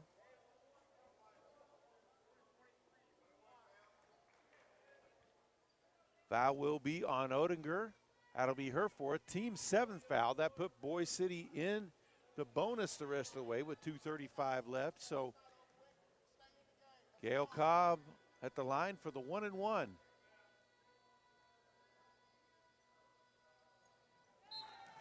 Sinks the first. Gail Cobb takes her full 10 seconds there at the line, kind of like another Lady Wildcat used to do, Sierra Daddiesman. Part of that state tournament teams Boise City had. Sinks the first, second one as well. 38-23 now the score. Odinger with the ball. Guarded there by Gail Cobb. Gets it over to Marquez. Up ahead to Mann. Drives in. Euro step, no good. Rebound by Crabtree. Now she'll pull out, force the defense to come out and guard her. Alexa DeCasas now over to Gail Cobb. Just over 2 minutes left. Drives in the lane, puts up the floater, banks it up and in. 40-23. 2 minutes left on the clock. Marquez pass ahead to Cobb. Now to Mann. Mann pulls up from 17. No good. Rebound. Odinger puts it up. Alexa DeCasas comes away with it.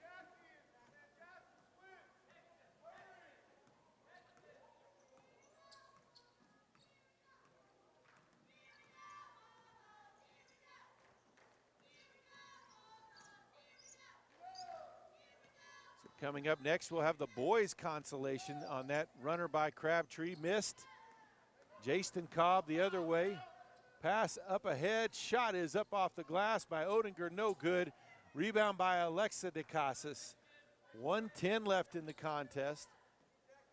Boys' consolation coming up. It'll be Boise City taking on Texhoma JV. Crabtree drives to the hole, misses the layup. Rebound by Jaston Cobb. Drives all the way to the block, pulls up, misses the shot. Rebound by Crabtree. 45 left to play.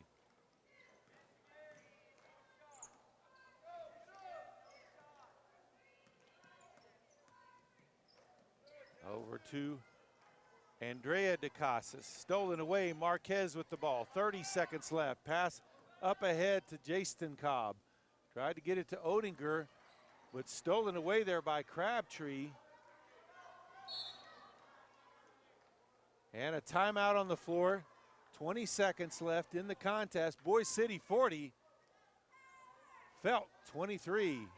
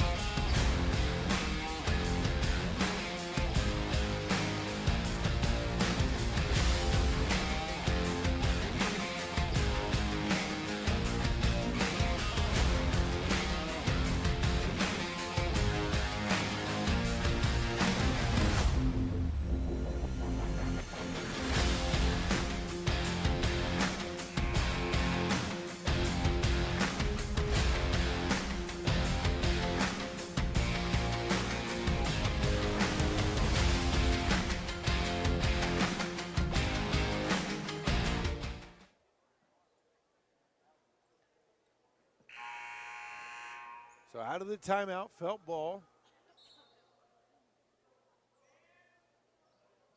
Jaston Cobb will inbound the ball. And tried to get it to Marquez. Ball goes out of bounds. Back over to Boise City. And that should be it. 20 seconds left. Cobb will get it across the timeline. Marquez guarding tightly. 10 seconds. Now DeCasas with it. 5 seconds left. And that is the game. The Boise City Lady Wildcats claim the consolation championship over the Felt Lady Bulldogs, 40-23. We'll have the boys consolation between Boise City and the Texhoma JV coming up next.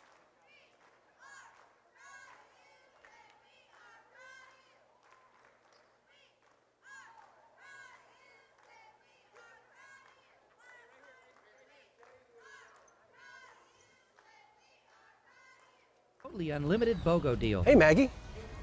How's that new phone working out for you? Oh, it's great. I got PTCI's BOGO deal. My husband got a phone too. So how much did you actually save? We saved $1,400 on our new phones with PTCI's totally unlimited bundle. Wow. What is this bundle? You get unlimited cell data, unlimited gig speed internet, and we save $50 per month. Call 800-562-2556.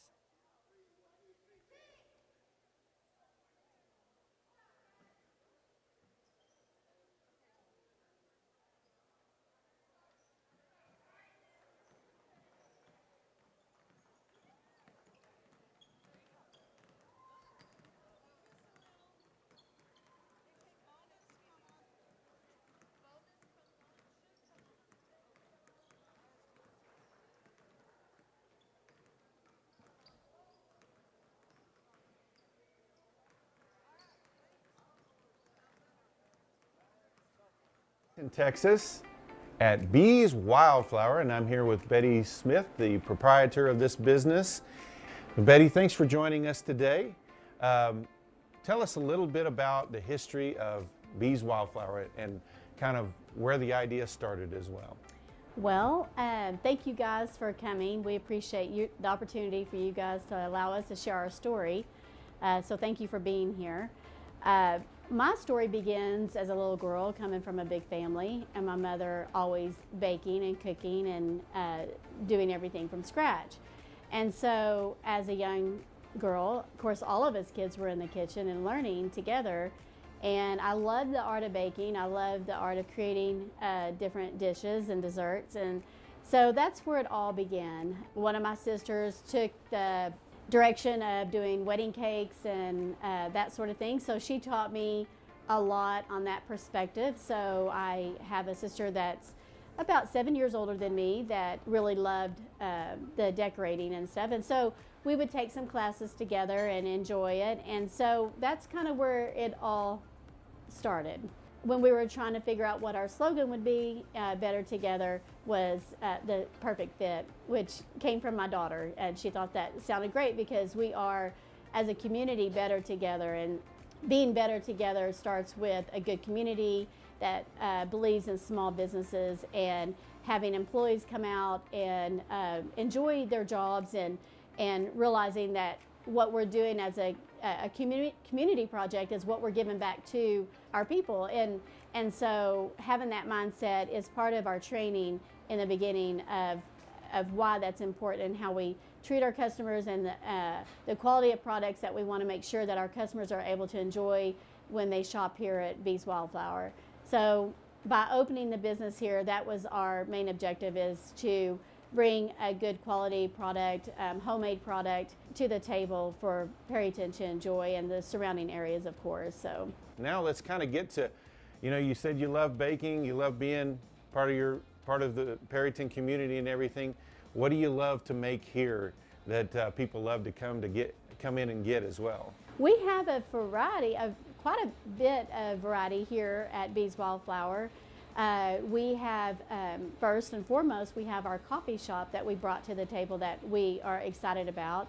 We have botanical teas that we make on hand that are sweetened with organic sweeteners like agave in the raw, honey in the raw, and then sugar in the raw, and stevia in the raw. So we really cue in on people that are more health conscious and want to do good for their body. Maybe they don't like coffee, but they enjoy a cup of tea, and so we have quite a few of those available here at Bees Wildflower that is steeped when the customer orders it.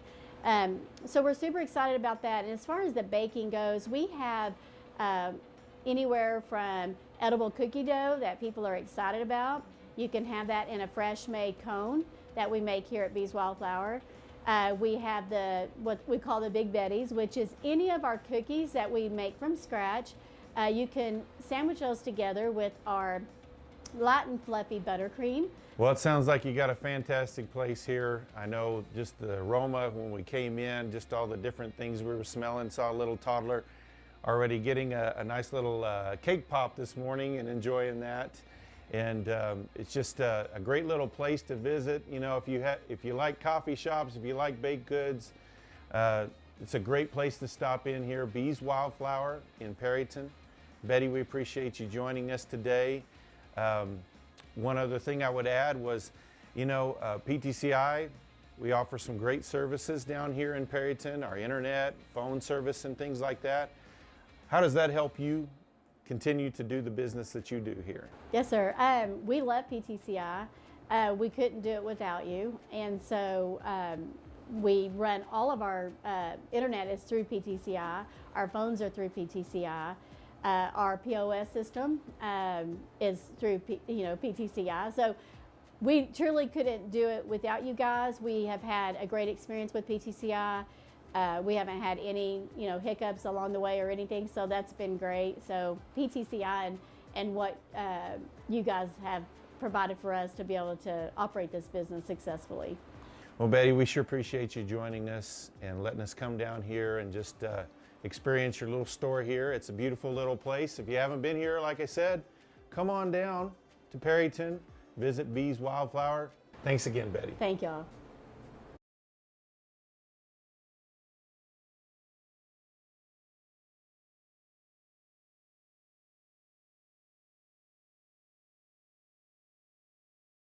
PTCI being a locally owned business, actually owned by our customers as a cooperative. Yes. Loving to do business locally with other local businesses, and of course Texhoma is the latest town to have fully fiber optic internet throughout the town and everything. Yeah. And of course I know you're kind of an old school guy when it comes to you'd like to have your buyers here in the bin, but as the world continues to change, it's probably nice to have that available to you. Yeah, it's a marketing tool for our internet. We're broadcast over the internet every week. Our auction goes out over the internet, and it's another marketing tool that we're trying to do the best thing we can to market people's cattle, and we deal just in local cattle, and so we're trying to do the best we can.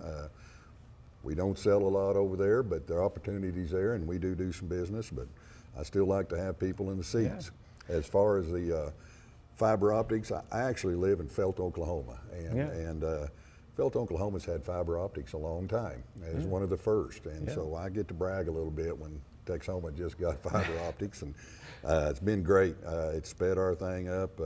Our able to broadcast. It's a lot faster speed. Those guys were great to work with. Anytime I have a problem, I can call them and somebody will be here just immediately. They are really have been good about keeping us up and running, our whole phone system and internet system. Well, that's good to hear. We love to hear those things, that people are happy with our service, and hopefully we feel like we try to hire good people and make sure that they're taking good care of their customers. And really that's just that's not a PTCI way. That's really an Oklahoma Panhandle way of doing things out here. So you hope that most people do. So. Yeah, you bet. It's a really fortunate to be in this part of the country and have companies like you guys and people that are doing business with the locals and providing a good service. It's very nice to be here. Well, Clay, we sure appreciate your time. We thank you for joining us. Thank you guys for everything. You bet. Clay Myers with the Texhoma Livestock Auction.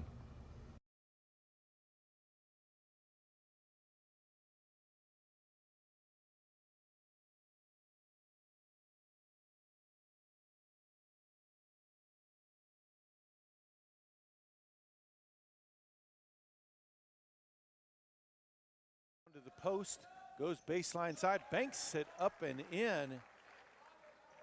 Number 23, Isaiah Balderrama, junior, with that basket. Now ball on the wing, Drew Cottle, a senior, with the ball. Down underneath, shot is up, it's good. Fouled on the shot as well, the senior number 50, Michael Martinez. Other starters for Boise City, number 0, a freshman, Dayan Morales. Number 34, a senior, Jairo Morales. A senior, number 12, Drew Cottle.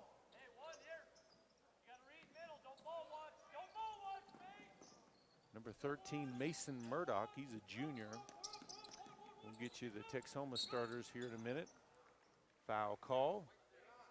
That'll be on Morales. That will be his first for Texhoma. It's a sophomore, number 5, Crosby Cartwright. A sophomore, number 4, Gerardo Garay. All knocked away. Still loose. Boise City comes away with it. That one blocked. Shot, the putback, put up and in by Morales. 5-2, Boise City with the lead. Shot up, left it short. Rebound by Martinez. Cottle with it now.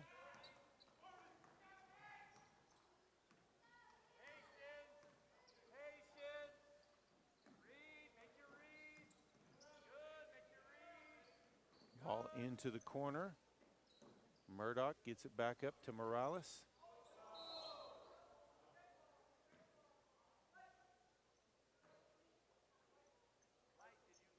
Martinez called for the foul. His first, second team foul.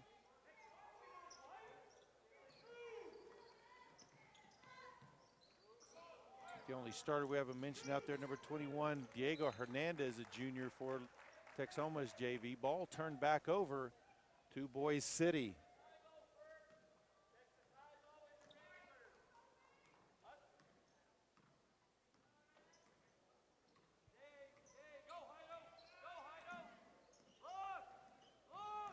Murdoch tries to dump it into Martinez, but knocked away. Texhoma JV the other way. Garay. He'll get it over to Balderrama, down low to Hernandez. Hernandez kicks it back outside. Garay for 3. Hey, drains it. And we are tied up at 5 apiece, just under 6 minutes left here in the first quarter.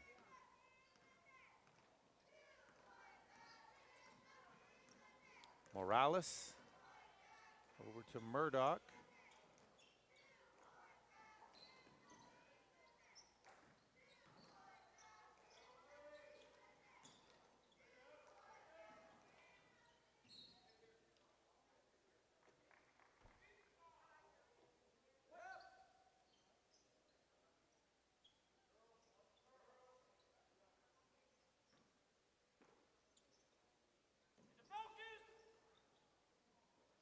Ball into Martinez, quickly gives it back to Murdoch, puts up the 3 from the corner, no good. Rebounded on the backside by Garay. Cross midcourt. Now pulls it out, he'll leave it for Cartwright. Balderrama, opposite side to Cartwright again, drives baseline. Martinez is going to be called for his second.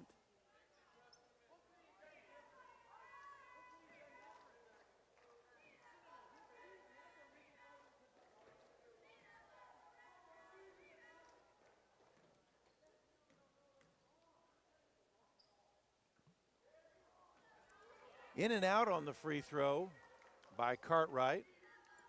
5:08 to play here first quarter.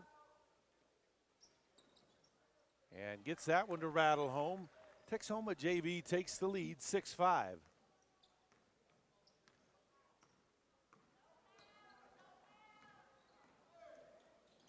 Murdoch outside to Cottle. Pulls up free throw line, no good. Rebound on the backside by Garay. Cartwright now kicks it to baseline. Hernandez kicks it back outside to Balderrama. Three-pointer is up from the wing.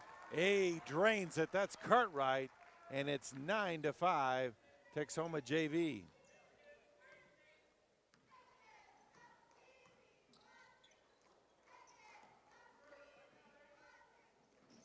Cottle with it. Back outside.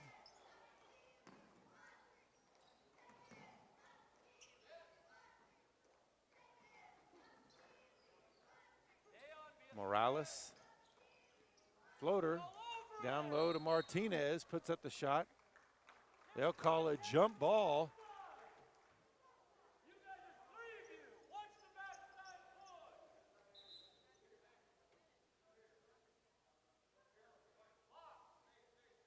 They'll say it's still white ball.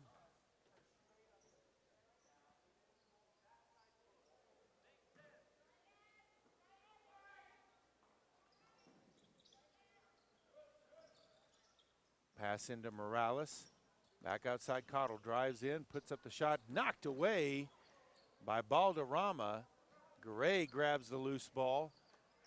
Up ahead to Balderrama. He'll pull up for the wing three. Drains it. Timeout on the floor. 3:49 left to play here, first quarter. Texhoma JV takes a 12-5 lead over Boise City.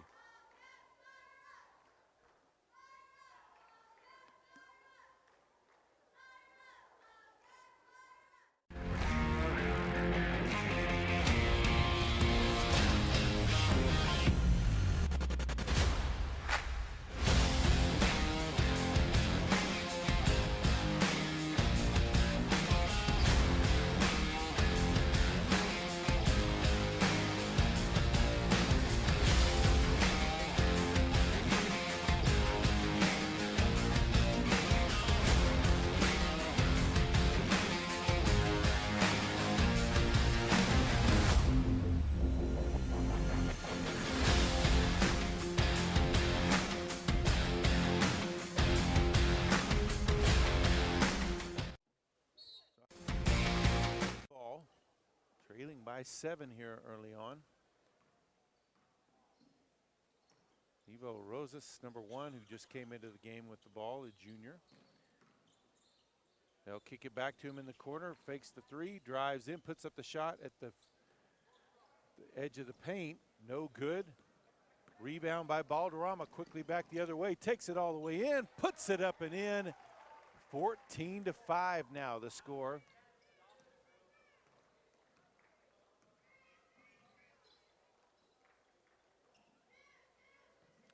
Morales to Cottle. Over in the corner to Rosas.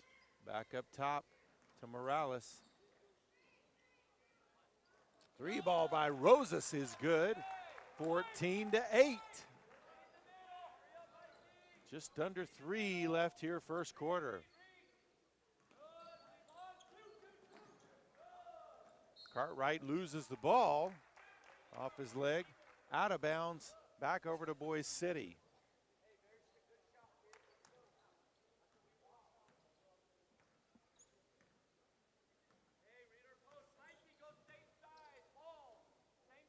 Morales, back up top, Rosas over to Cottle. He'll pull up for three, and he drains it. Back-to-back threes.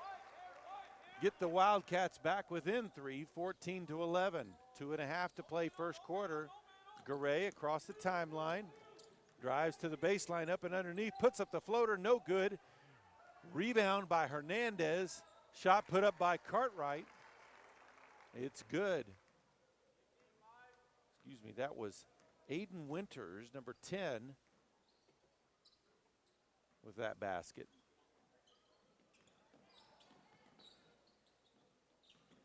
Murdoch, shot at the free throw line. Gets the shooter's roll and drops it in.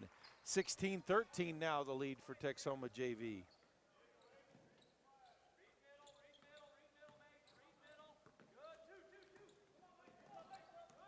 Balderrama kicks it back out, opposite side to Garay. Cartwright. Balderrama, baseline jumper from 17, no good. Murdoch with the rebound on the backside.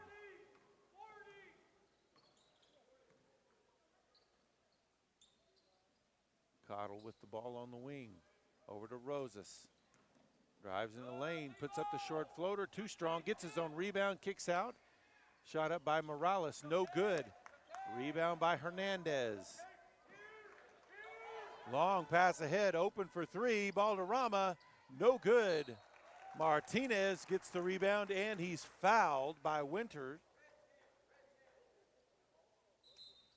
So Winters, that'll be his first, team's first. 1:03 left to play here in the first quarter. Murdoch leaves it for Cottle.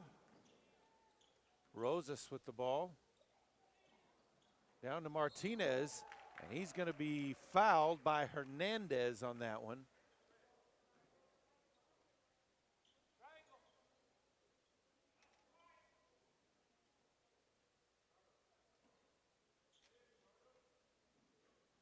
Cottle with it, now over to Rosas. Drive by Murdoch. And a blocking foul will be called on Cartwright.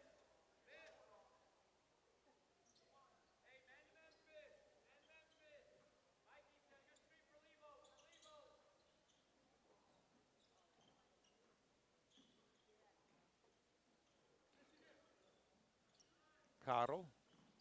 Back outside to Rosas. Back to Cottle. 30 seconds left here in the first quarter. Murdoch with the ball. Over to Morales.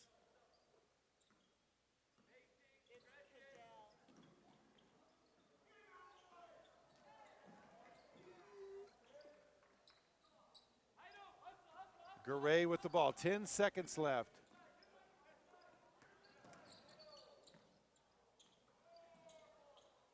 Three seconds left. Garay with the long shot off the front of the rim. No good.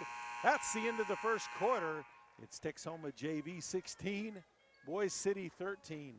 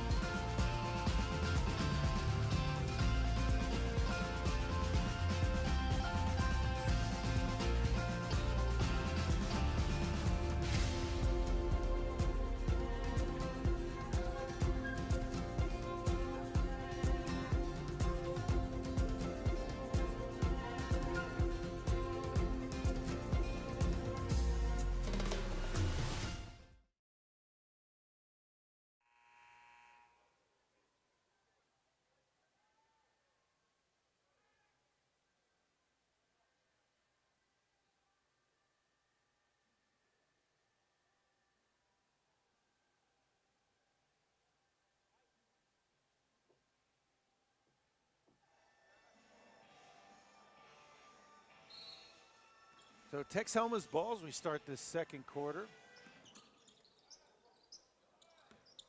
Cartwright across the timeline with it. Skip pass to Garay. Into the post.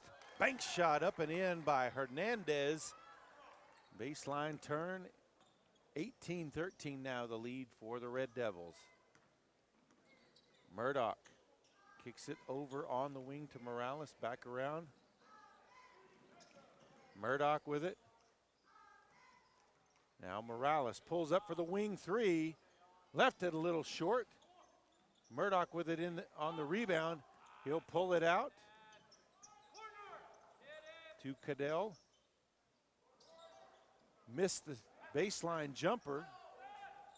Back the other way. Garay. Great double team. He's going to be tied up there by Rosas. Arrow points in favor of the Wildcats. They'll take possession with 7 minutes left here in the first half.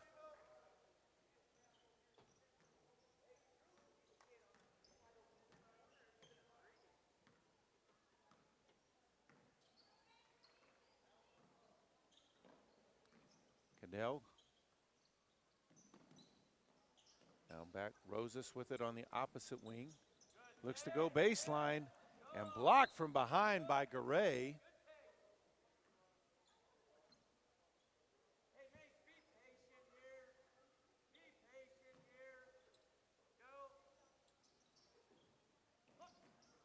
That's the Cadell who lays it up and in on the inbounds play. 18-15 now, 6.5 to play before halftime. Foul knocked out of bounds as it's tipped out by Morales.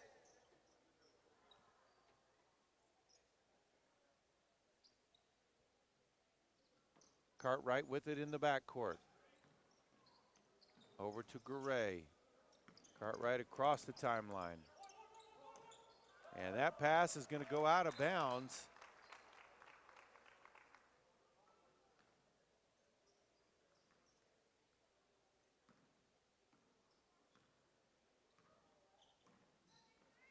Murdoch over to Morales, now to Rosas. Cadell with the ball.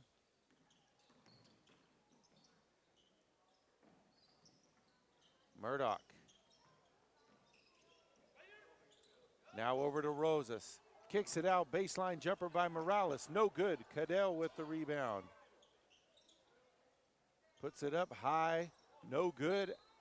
Last touched by Morales. Ball goes over to Texhoma JV. Just under 6 left here in the first half.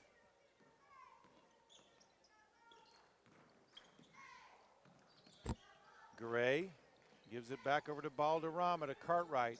Down low to Hernandez. Baseline jumper, too strong. Rebounded by Rosas on the backside.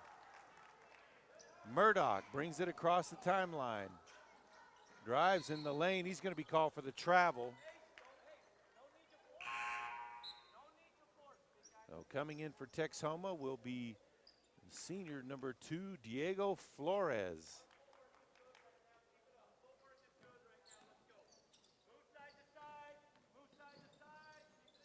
Cartwright gives it back to Flores. Opposite wing to Balderrama. Tried to get it down low. Knocked away there by Morales. Rosas grabs the loose ball.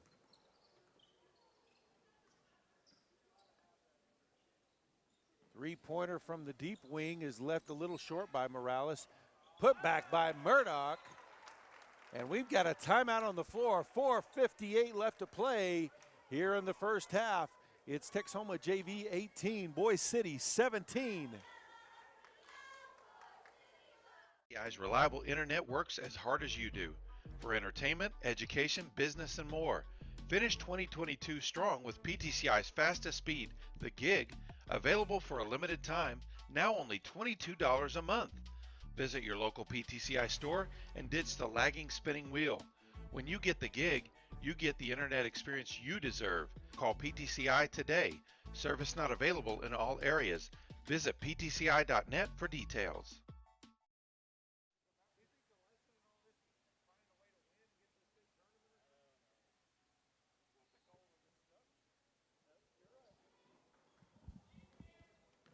So Cartwright brings it up. Gets it to Flores. Balderrama over to Hernandez. Pass intercepted there by Morales, but knocked off his teammate and out of bounds, so it will stay with the Red Devils.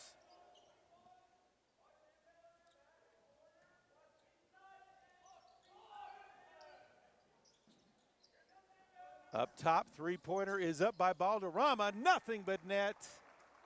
21-17 now the score. 4.5 left to play before halftime.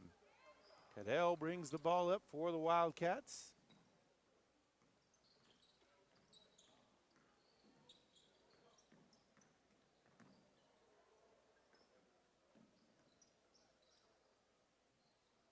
Morales looks to drive, dumps it off to Murdoch. Rosas back to Cadell. And a foul call. Foul will be called on Balderrama. His first, team's fifth, as we near the midway point of this second quarter.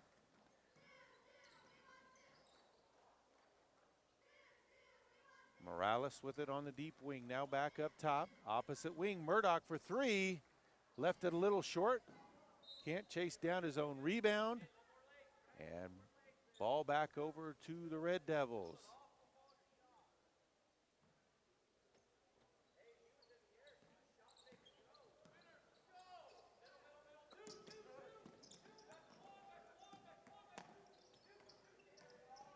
They'll trap him in the corner.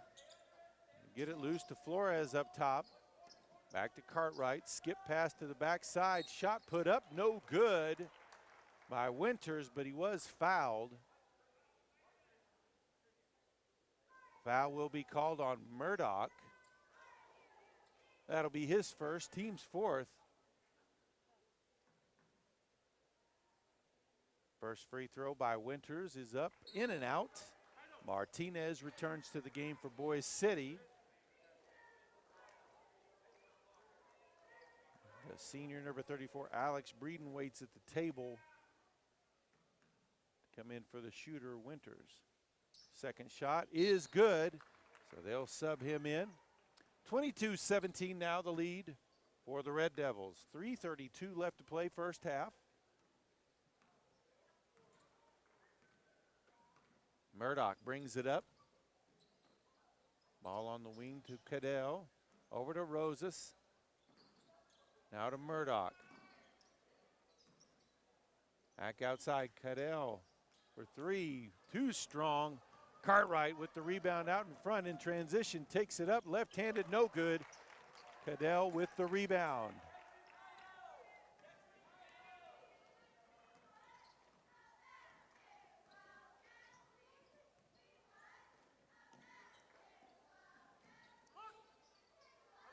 Into the paint to Martinez, tipped away by Breeden, but he'll be called for the foul.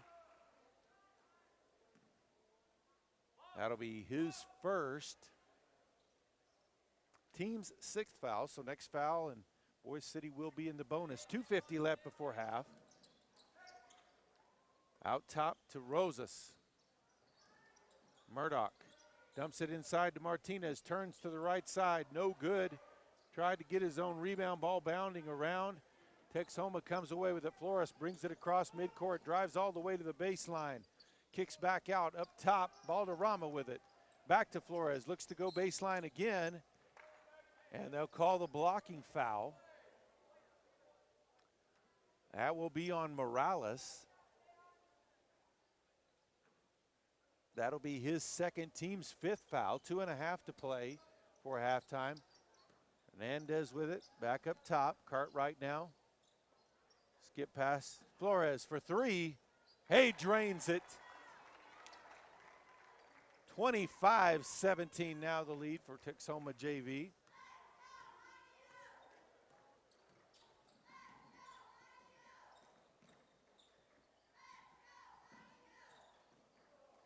Flores steps in front of that pass. Dumps it into the lane to Cartwright, but Murdoch able to step in front of that one and steal it back. Under 2 left in the half. Hand off to Rosas.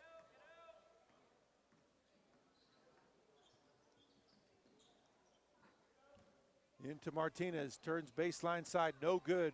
Cadell with the rebound and the putback, 25-19. Now the score with 1.5 minutes left. They'll double team Flores, gets it off safely. Balderrama with it now across the timeline. Flores now on the opposite wing. Now back to Balderrama.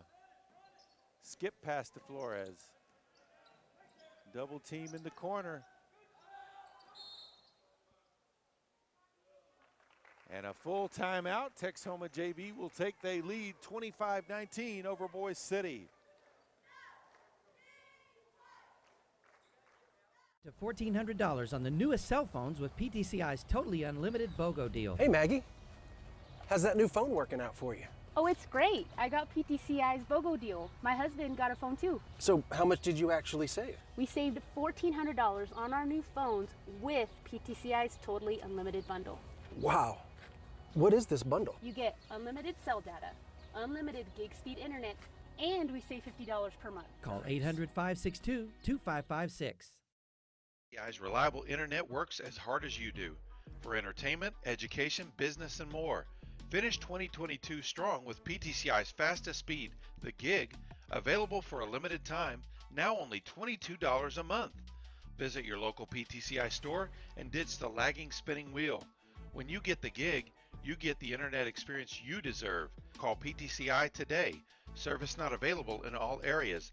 Visit ptci.net for details.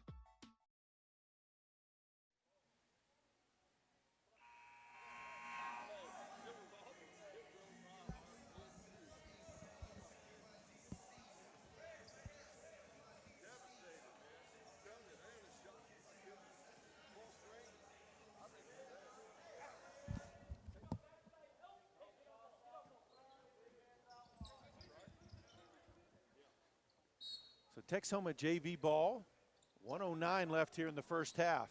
Ball out top, Balderrama with it. High post to Hernandez, back outside. Cartwright puts up the wing three. He drains it. 28-19, under a minute left here in the half.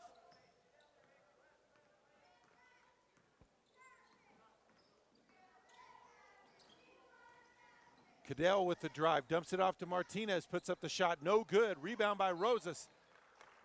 Puts up the shot and the foul call. Foul will be on Flores.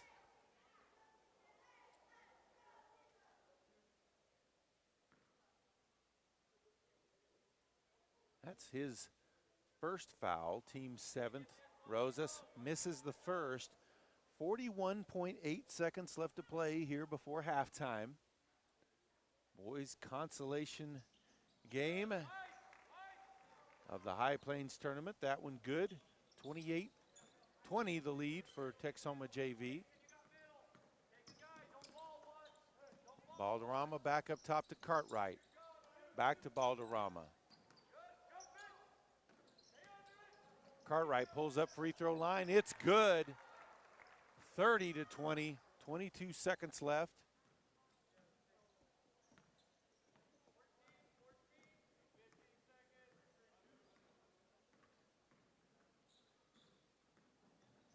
Cadell kicks it over to Morales. 7 seconds, puts up the shot in the lane. Martinez gets it, goes up with it.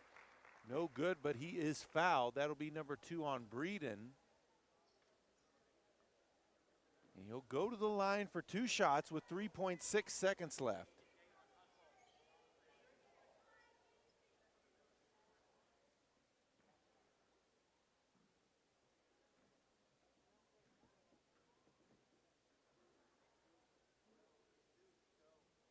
Misses the first. Number 22, Ridge Arthod, checks into the game. And for Texhoma, number 13, Rudy Martinez.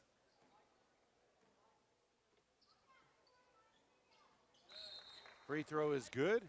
Checking in for the shooter will be number 20, Jesus Villa. 3.6 seconds left, 30-21. Ball inbounded, Balderrama. Cross midcourt, puts up the shot.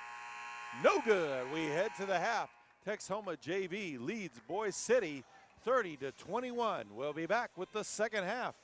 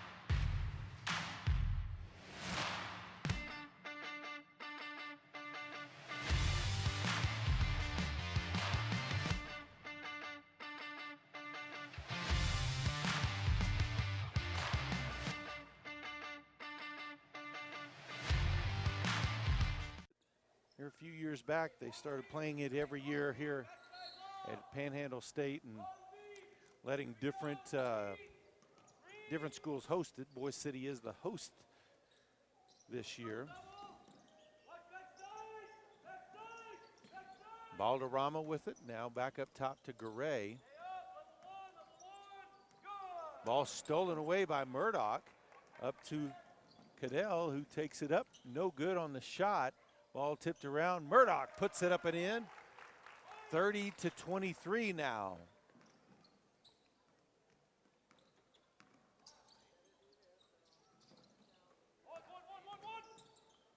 And try to trap. Skip pass over to Garay.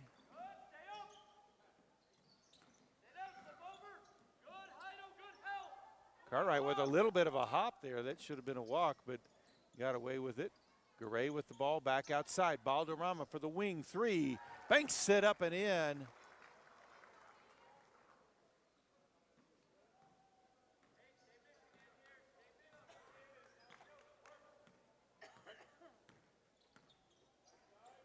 (33-23) the lead for the Red Devils.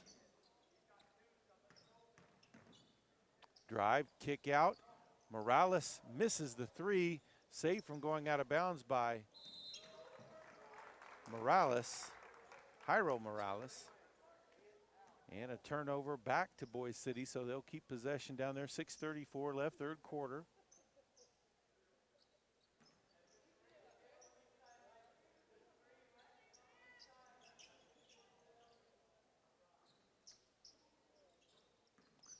So Cadell with the ball up top, over to Jairo Morales.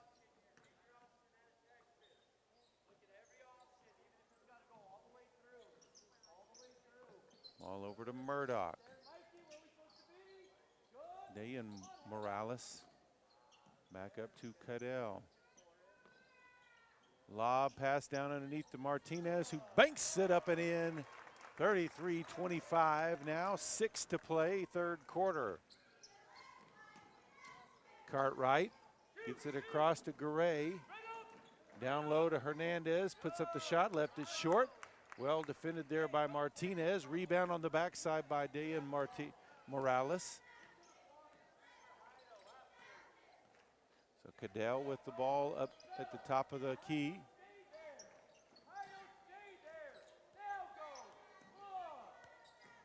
Dump down low. Dayan Morales gets it back, picked up his dribble though. Back up top to Cadell.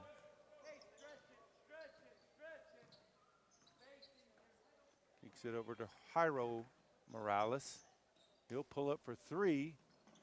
Misses it. Rebound by Dayan Morales, who puts it up and banks it in. 33-27.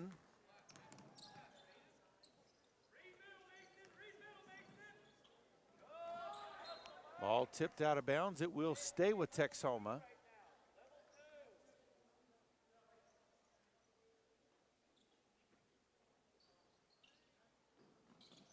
Pass up top to Balderrama. Cartwright gets it to Hernandez. Back outside. Balderrama for three. Off the back iron. Loose ball and collision.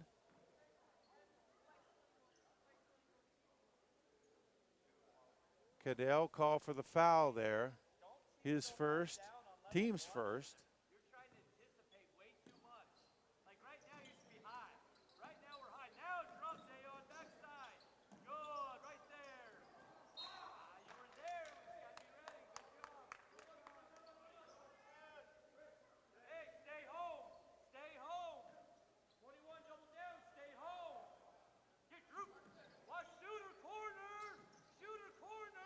Shot up by Cartwright, in and out. That one rattled around in there and then popped out. Murdoch with the rebound, back across midcourt.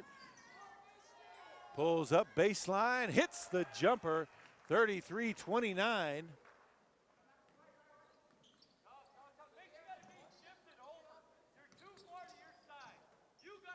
Balderrama.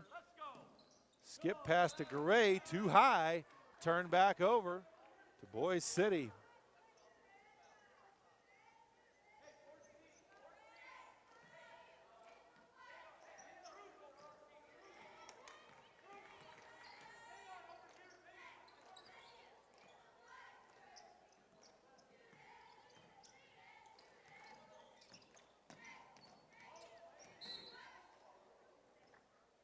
Cartwright's going to be called for the foul.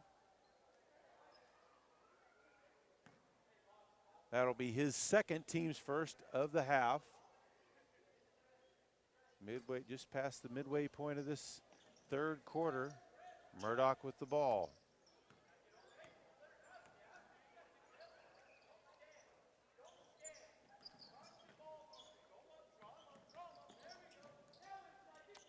Kick to the corner, tried to lob it to Martinez. Poor choice there. Several Texhoma defenders in between. And that's going to be foul number 3 on Martinez.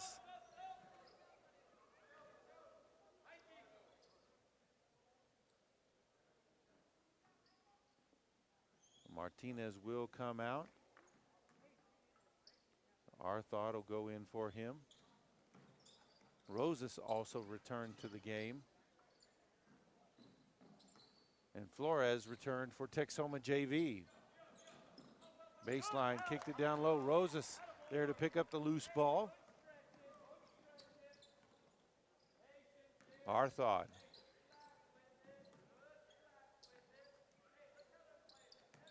Murdoch drives free throw line, spin, kicks out. Rosas gets it down low.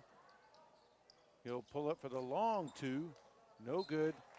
Last touched by Texhoma. It will stay with Boise City.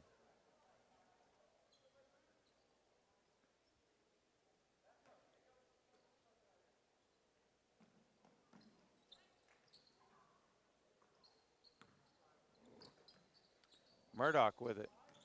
Looks to drive, splits the defenders, puts up the floater, no good. They call the foul. They'll call it on Cartwright. That will be his third, team's second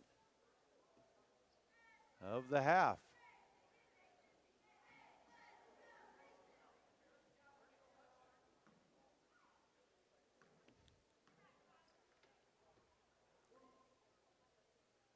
Murdoch's first free throw, in and out.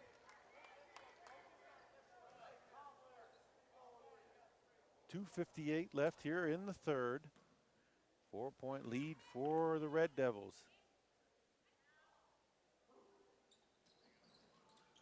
Misses on the second.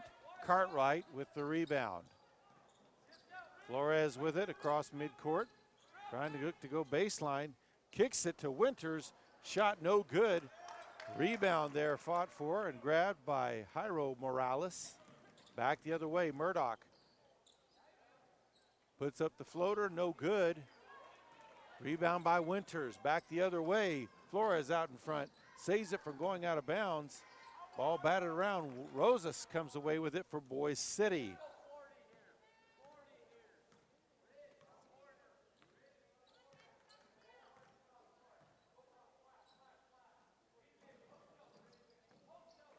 Cadell gets it over to Rosas.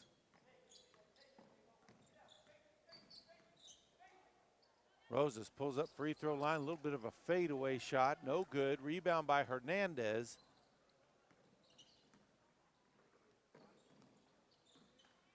Cartwright dumps it down to Hernandez, puts up the shot, banks it up and in.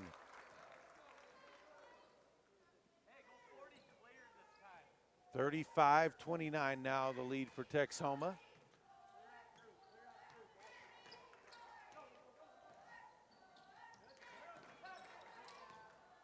Driving the lane, dumps it off.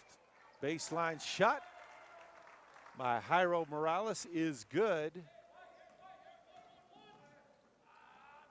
Hernandez over to Flores. Back outside to Balderrama. Over to Cartwright. He'll pull up for 3. No good. Long rebound by Murdoch.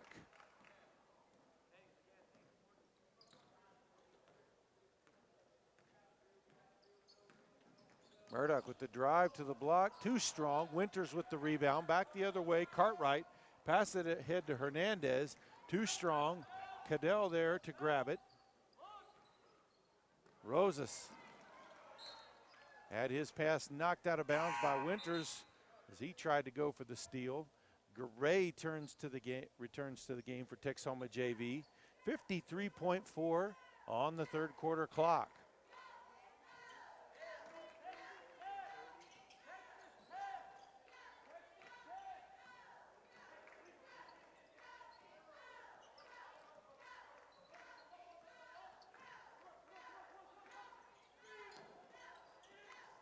Ball into the corner to Murdoch, tipped away by Garay.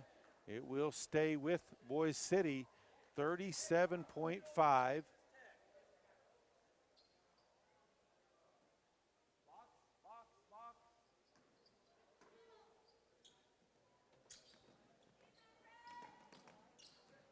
Passing lane tipped away by Flores. Cadell had it, knocked away by Garay. Ball still loose. Winters comes away with it, gets it to Flores. Under 30 seconds, baseline shot, no good. Cadell with the ball, 20 seconds left in the quarter.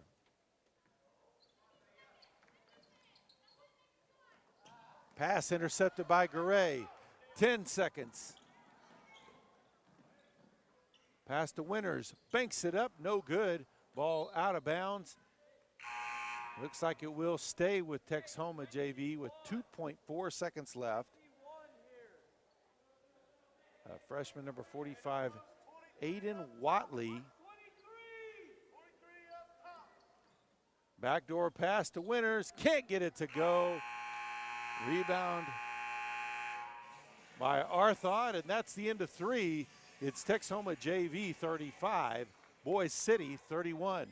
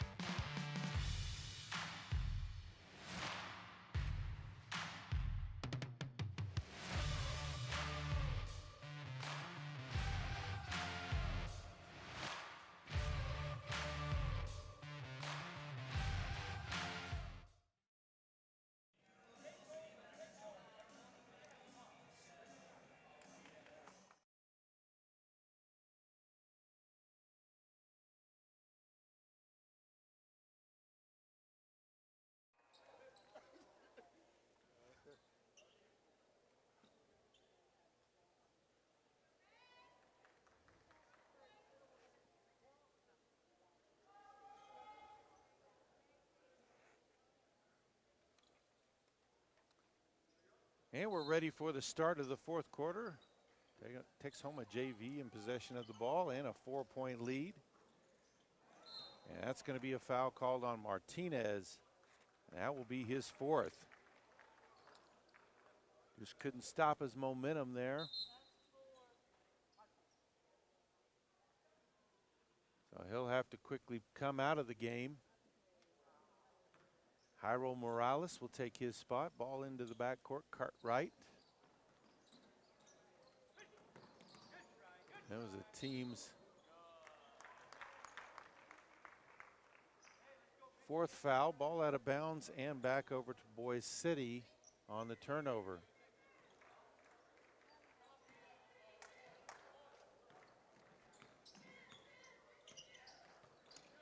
Ball tipped away by Garay on the steal. Gets it over to Cartwright. Drives the baseline, puts up the floater. It's good. 37-31.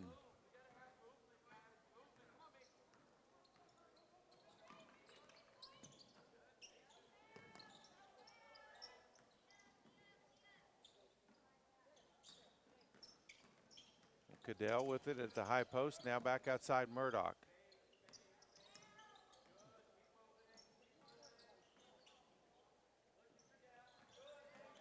Baseline drive, loses it off his feet. No, tapped away, so it'll stay with Boise City.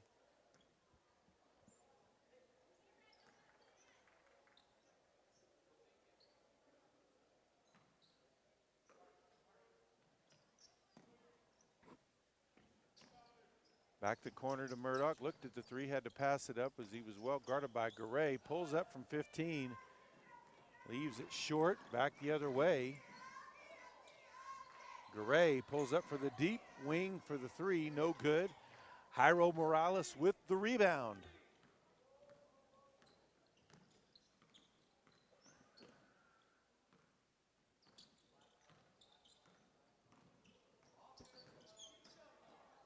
Murdoch turnaround jumper is good, 37-33. 6.5 left here in the contest. Consolation game of the High Plains tournament. Ball tipped out of bounds. It will stay with the Red Devils.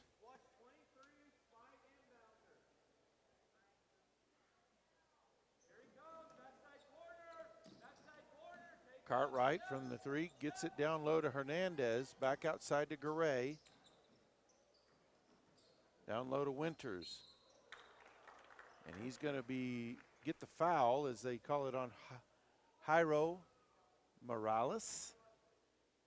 His first, team's fifth.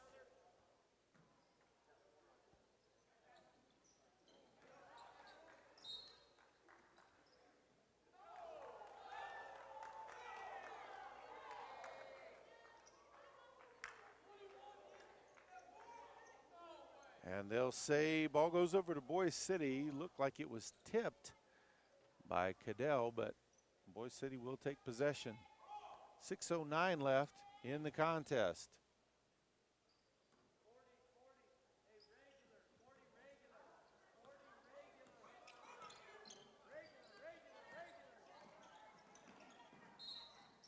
Murdoch with the ball is fouled. Foul is called on Balderrama.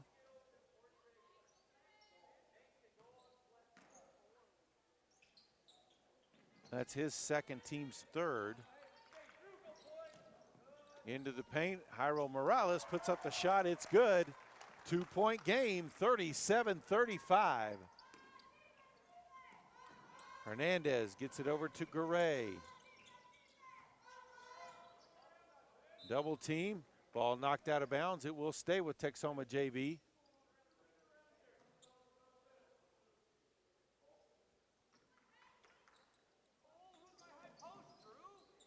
Shot up and gets the shooter's roll. Cartwright drops that one in, 39-35, 5.5 to play.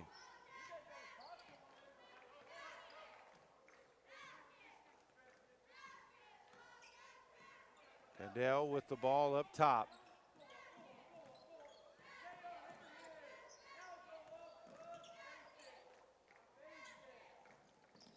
Cadell drives in the lane, puts up the shot off the glass, no good. Rebounded by Balderrama. Outlet pass to Cartwright, he'll slow it down, gets it across to Garay. Down low to Hernandez, back outside. Garay for three. A little too strong. Winters with the rebound on the backside. Cadell stepped in front of the pass but couldn't control it out of bounds. It will stay with Texhoma JV. 4:51 left on the clock. Ball stolen away by Murdoch. Ray had it for just a second but couldn't control it. Ball goes over to Boise City.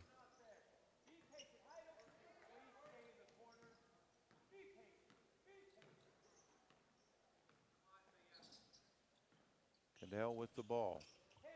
Gets it over to Murdoch. Rosas.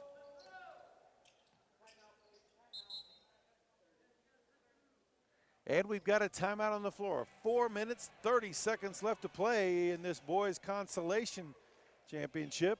39-35, Texhoma JV leads Boise City.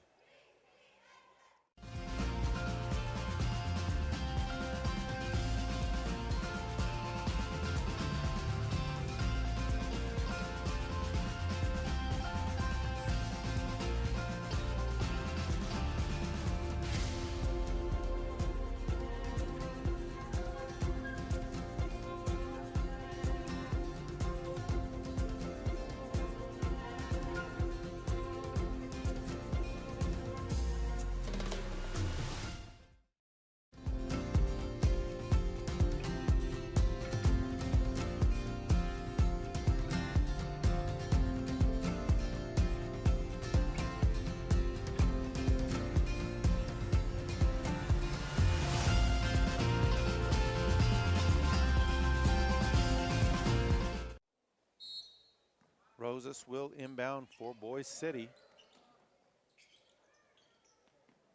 Gets it up top to Murdoch.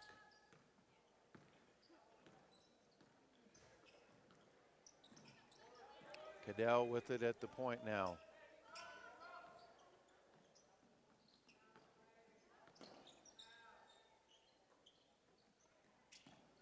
Back up top, Rosas with it now. Murdoch, three, no good. Rebound by Winters. Outlet pass to Balderrama. Now to Garay. Back to Balderrama, opposite side to Cartwright, looks to go baseline. Draws contact, and he'll get 2 shots. Foul will be called on Jairo Morales, his second, team's 5th. Cartwright goes to the line for 2 free throw shots. Misses the first.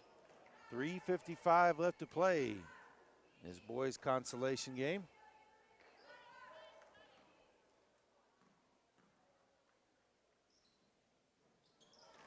It's that one to rattle home. 40-35 now, the lead for the Red Devils.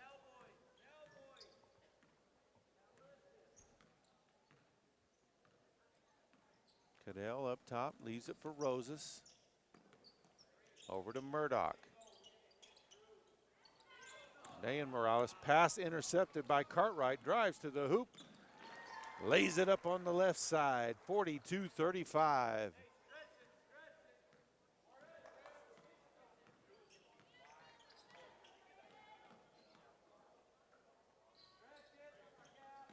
Dayan Morales sends it back up top to Rosas. Skip pass to Cadell, ball out of bounds. It'll stay with Boise City.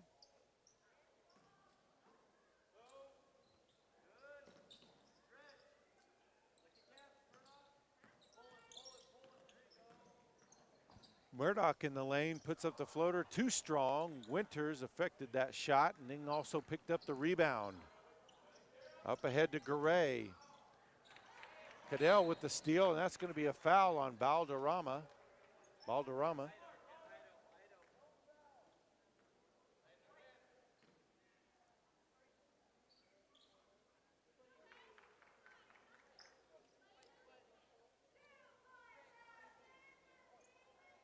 So foul was on Balderrama, number 23.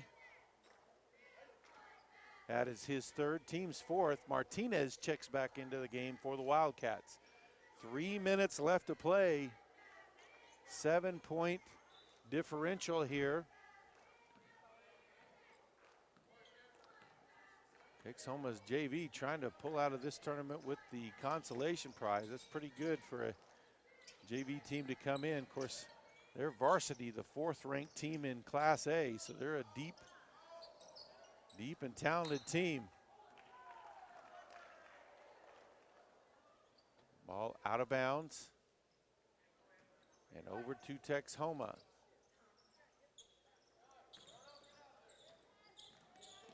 Cartwright gets it to Balderrama.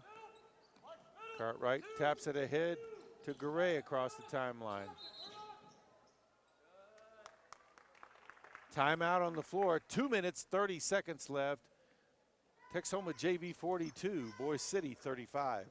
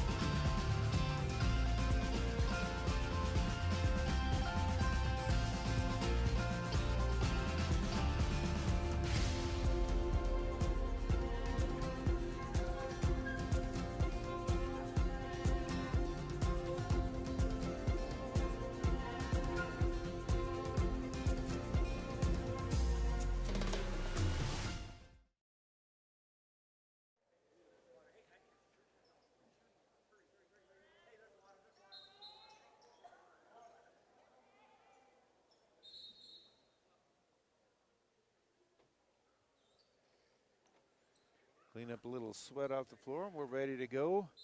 Texhoma's ball, leading by 7. Garay with the ball on the wing. Back to the corner to Cartwright. Down low to Winters. Spins baseline side, no good. Martinez with the rebound.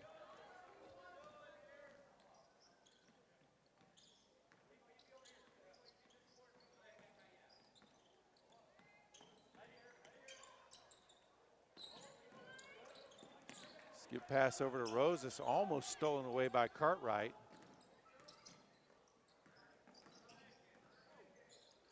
Deep three by Murdoch, rims out. Martinez with the rebound and the putback.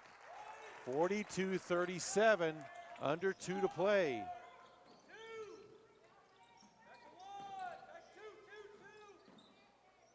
Cartwright into Winters, puts it up and in.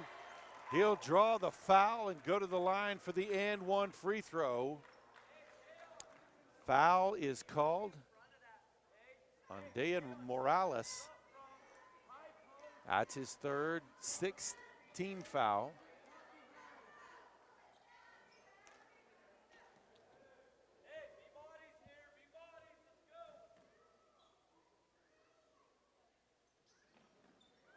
Free throw is good. 45-37 now the lead.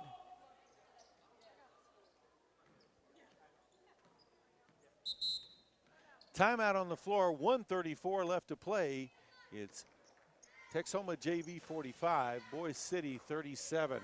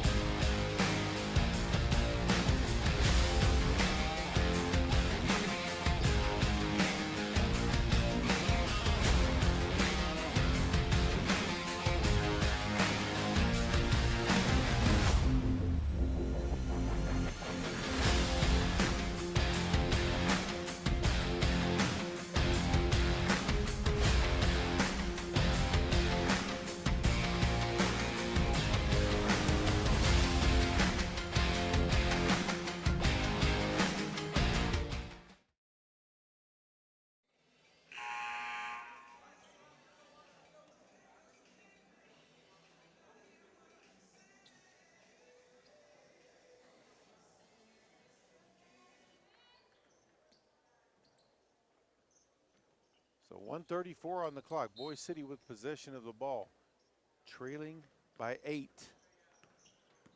Cadell with it on the right wing. Back up top. Dayan Morales now over to Murdoch. They'll have to move quick. Baseline shot is short. Martinez saves it from going out of bounds, but Winters grabs it for the Red Devils. Up ahead, baseline jumper in and out by Balderrama. Rebounded on the backside by Dayan Morales. 1 minute left in the contest. Cadell with it out top. Dayan Morales puts up the 3, no good. Rebounded by Garay. Garay with it. Cartwright. Gray back to Cartwright, now over to Balderrama. 30 seconds left to play. And a foul as Murdoch will be called for the foul.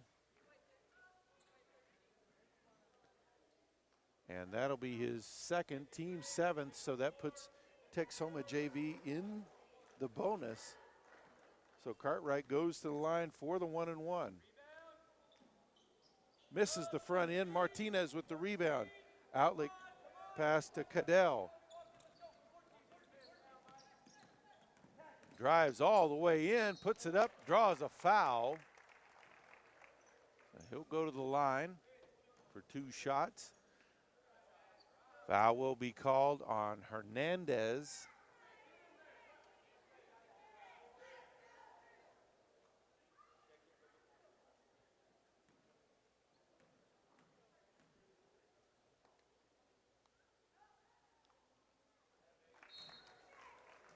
First free throw is good. Ridge Arthod checks in for Martinez with 4 fouls because they'll have to foul quick. 16.8 left to play.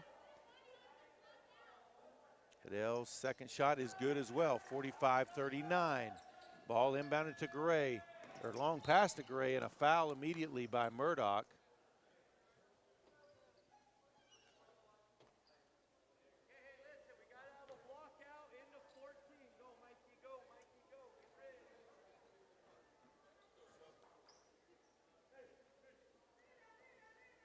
They'll sub offense, defensive subs. Martinez comes back in. 13.9 on the clock. Gray, 1-1. Misses the front end.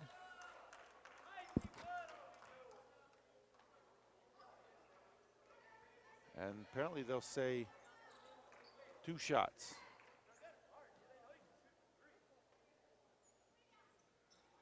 Missed it. Martinez gives it up to Cadell. Across the timeline, tapped away from behind, but a foul's going to be called on Gray.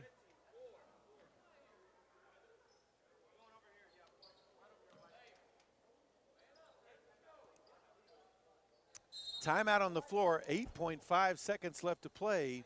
Texhoma JV leads Boise City 45-39.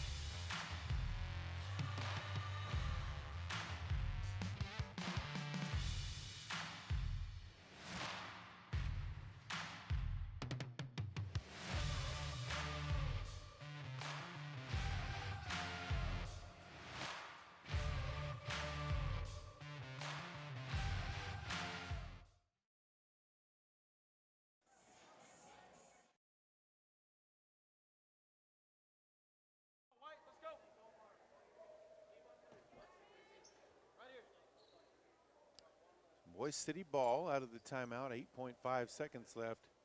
They trail by 6. So they're going to need a pair of threes to fall quickly. Cadell with the ball. Over to Rosas for the wing 3. No good. Rebound by Cartwright, and that should do it.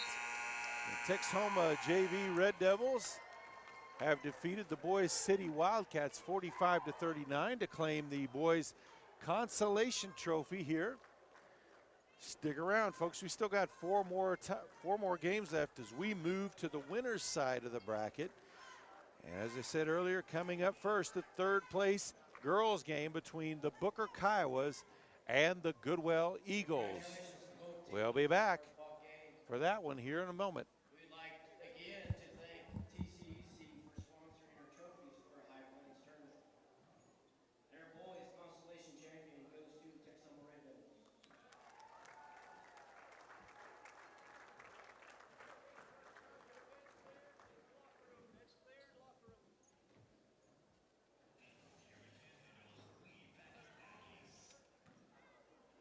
You're doing a fine job. Hello everyone. Today we are in Perryton, Texas at Bees Wildflower, and I'm here with Betty Smith, the proprietor of this business. Betty, thanks for joining us today.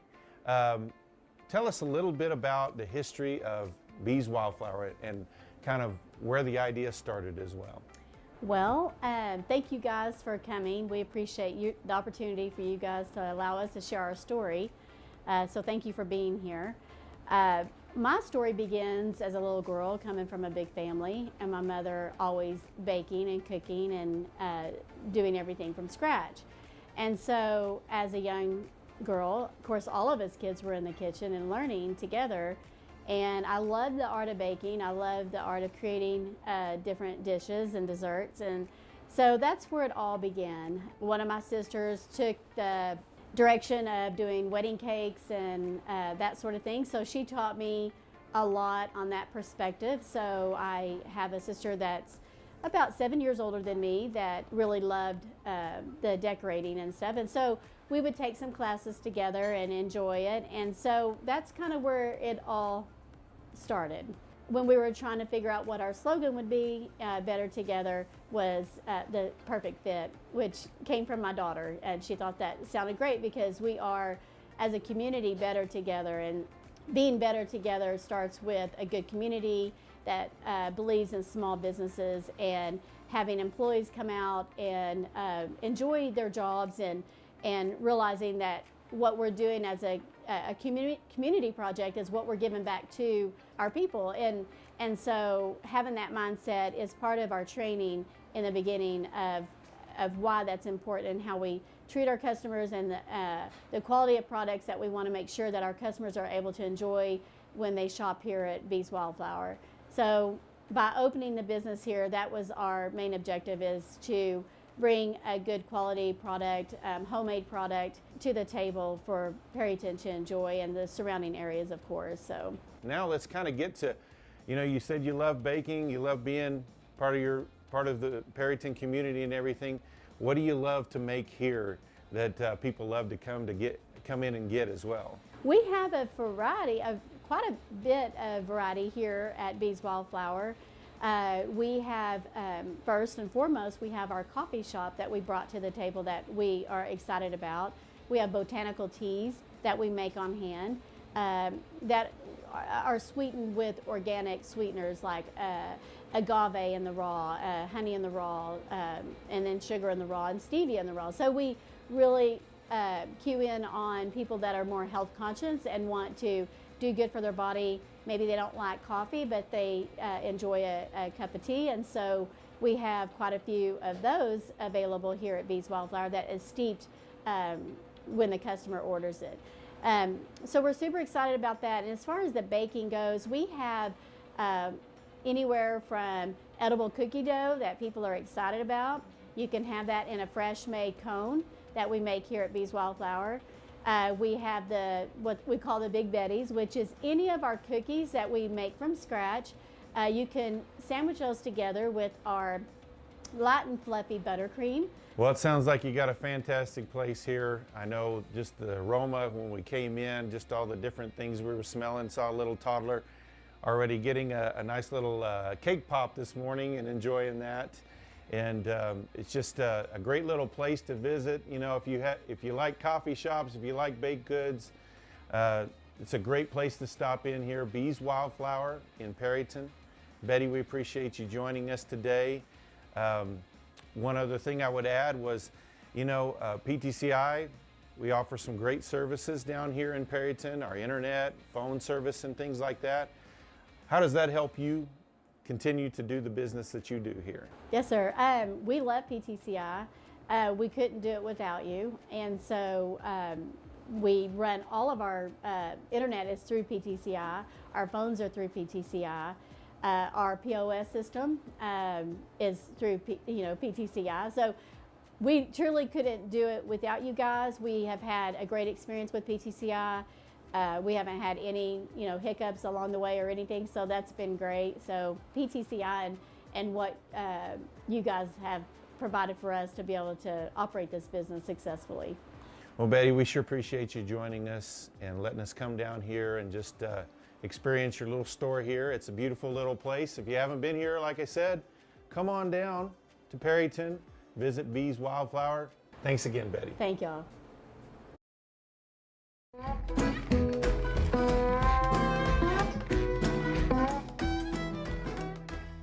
Speaking of good partnerships, PTCI being a locally owned business, actually owned by our customers as a cooperative. Yes. Loving to do business locally with other local businesses, and of course Texhoma is the latest town to have fully fiber optic internet throughout the town and everything. Yeah. And of course, I know you're kind of an old school guy when it comes to you'd like to have your buyers here in the bin, but as the world continues to change, it's probably nice to have that available to you. Yeah, it's a marketing tool for our internet. We're broadcast over the internet every week. Our auction goes out over the internet, and it's another marketing tool that you know, we're trying to do the best thing we can to market people's cattle, and we deal just in local cattle, and so we're trying to do the best we can. We don't sell a lot over there, but there are opportunities there, and we do some business, but I still like to have people in the seats. Yeah. As far as the fiber optics, I actually live in Felt, Oklahoma, and Felt, Oklahoma's had fiber optics a long time. It's one of the first, and so I get to brag a little bit when Texhoma just got fiber optics, and it's been great. It's sped our thing up. Our able to broadcast, it's a lot faster speed. Those guys were great to work with. Anytime I have a problem, I can call them and somebody will be here just immediately. They are really have been good about keeping us up and running, our whole phone system and internet system. Well, that's good to hear. We love to hear those things, that people are happy with our service, and hopefully we feel like we try to hire good people and make sure that they're taking good care of their customers. And you know, really, that's just that's not a PTCI way. That's really an Oklahoma Panhandle way of doing things out here. So you hope that most people do. So. Yeah, you bet. It's a really fortunate to be in this part of the country and have companies like you guys and people that are doing business with the locals and providing a good service. It's very nice to be here. Well, Clay, we sure appreciate your time. We thank you for joining us. Thank you guys for everything. You bet. Clay Myers with the Texhoma Livestock Auction. And here we go with the girls' third place contest between the Booker Kiowas and the Goodwell Eagles. Lady Kiowas in white, Goodwell Lady Eagles in purple. Jump.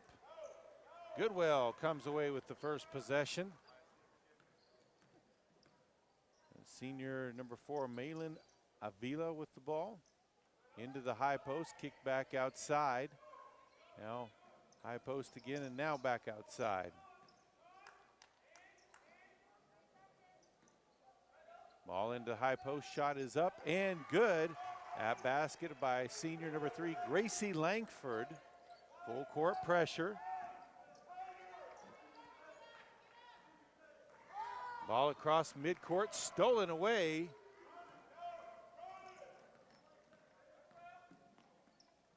Pass the high post, Langford with another shot. Can't get that one to go. Rebounded by Eleanor Bentley, a sophomore, number 35 for Booker. Ball knocked out of bounds, and we'll stay with Booker.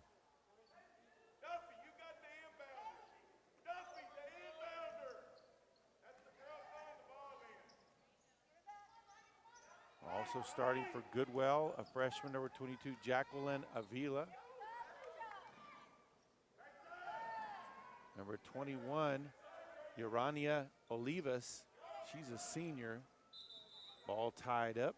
Jump ball. Already a sub for Goodwell. Sophomore number 23, Emery Gray, will check into the game.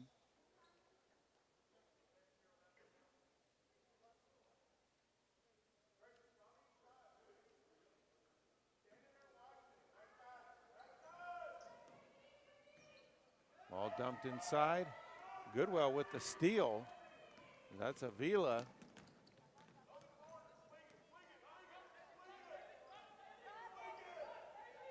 Ball in the corner, three-pointer up, no good. Loose ball, put up, and it's good. And fouled is number 22, Jacqueline Avila. She'll have an opportunity at the and one.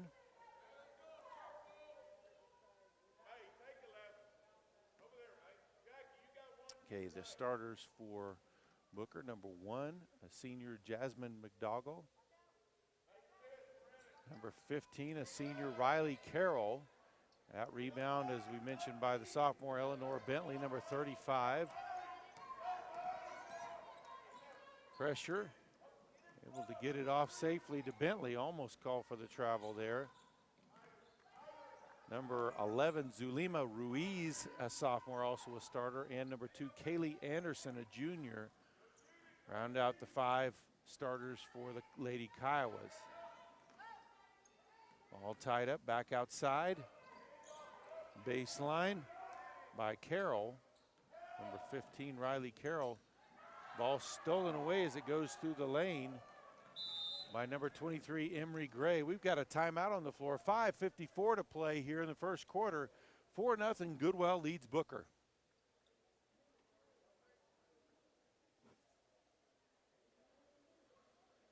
PTCI's reliable internet works as hard as you do. For entertainment, education, business, and more.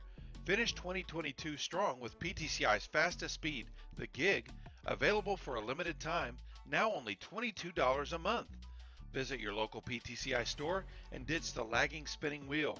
When you get the Gig, you get the internet experience you deserve. Call PTCI today. Service not available in all areas. Visit ptci.net for details.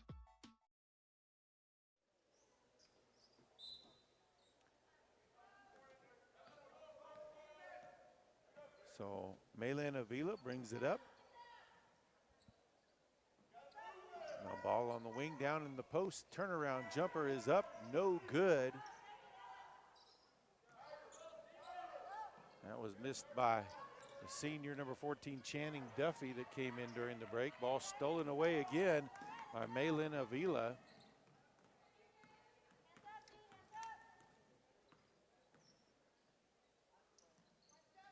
Over to Jacqueline, now back to the opposite wing to Gray. Skip, pass, back up top.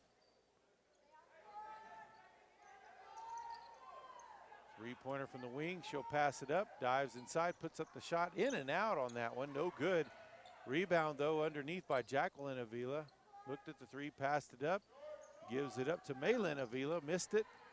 And Jacqueline Avila on the rebound.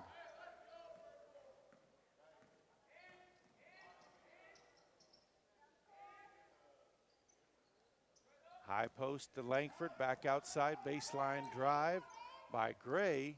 Shot is blocked, ball out of bounds. It will stay with Goodwell. They'll bring 4 new ones in. Olivas returns to the game. Also in number 32, a senior, Haley White. Number 20, a junior, Hadley Hines. Shot in the lane is up and no good by White. Jump ball. They'll say it'll stay with Goodwell.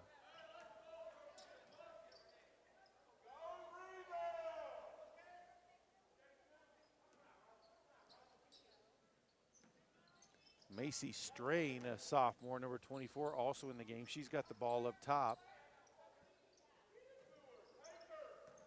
Langford turns in lane, kick it back out. Shot from 17, no good by Olivas.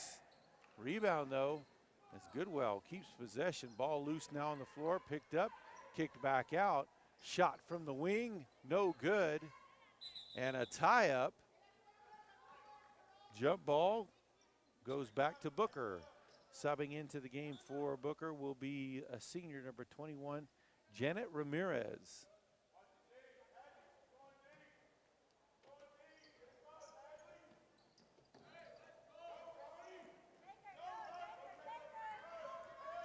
Ball across midcourt. McDougall gives it up. He'll give it back to her now. Takes a deep three, left it short. Rebound grabbed by Langford, brings it all the way up the court. Stepped on the line, or well, we'll call the foul, I guess. Foul will be called on Carroll. That'll be her first, team second. Duffy checks back into the game for Goodwell. 3:41 left here, first quarter. Still 4-0. Drive all the way to the hoop by Langford, missed it. Duffy with the rebound, kicks it out. Shot From 15, no good. Put back, no good. Kicked it back outside. Dumps it down to Duffy, who banks it up, no good. Rebound by Carroll.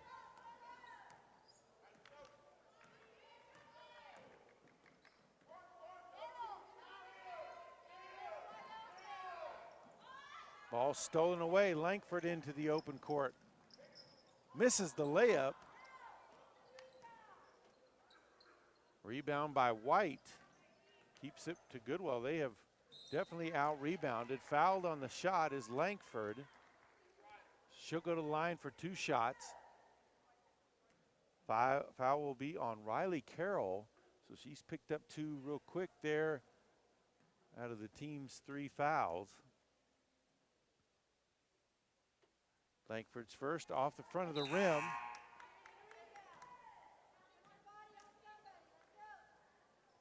Mass subs for Goodwell.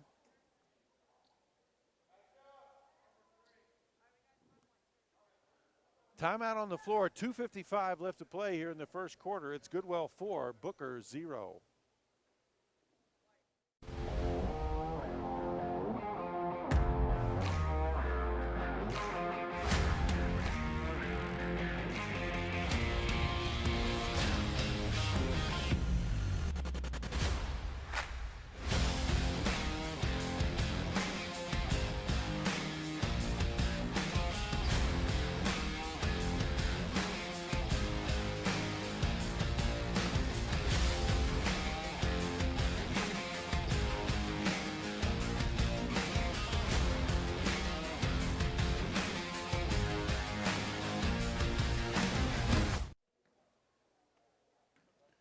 Langford at the line for her second shot.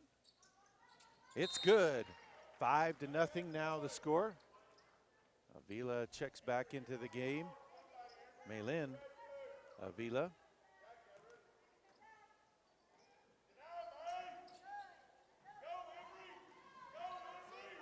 McDougall with the ball.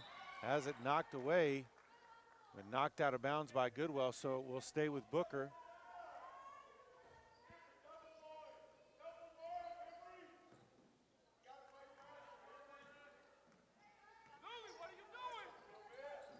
Doggle with it. Ramirez puts the shot up, and the Lady Kiowas are on the board. 2.5 to play. 5-2 now the score.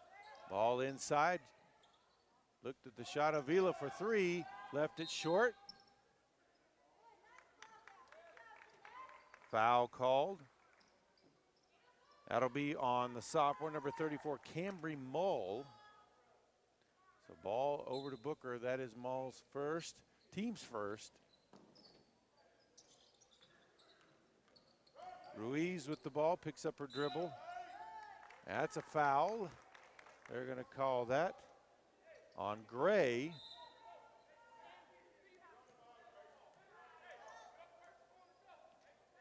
That's Gray's first, team's second. 2:17 on the clock. Pass knocked out of bounds by Jacqueline Avila.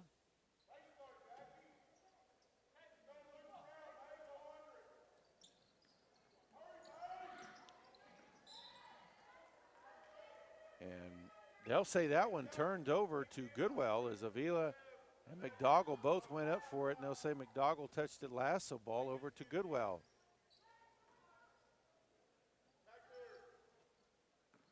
Langford with it up top.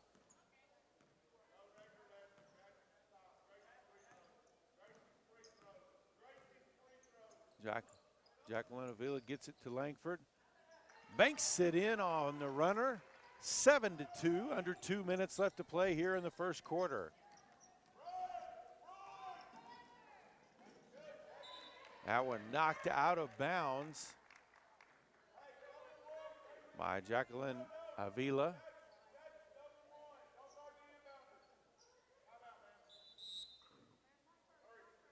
$1:49 left to play first quarter. Goodwell 7, Booker 2. PTCI's reliable internet works as hard as you do for entertainment, education, business, and more. Finish 2022 strong with PTCI's fastest speed, the gig, available for a limited time, now only $22 a month. Visit your local PTCI store and ditch the lagging spinning wheel. When you get the gig, you get the internet experience you deserve. Call PTCI today. Service not available in all areas. Visit ptci.net for details. Pass stolen by Langford. Drives baseline, puts up the shot, gets it to go, draws the foul. She'll go to the line for the and one free throw. Foul will be on Ruiz. That will be her first, team's fourth.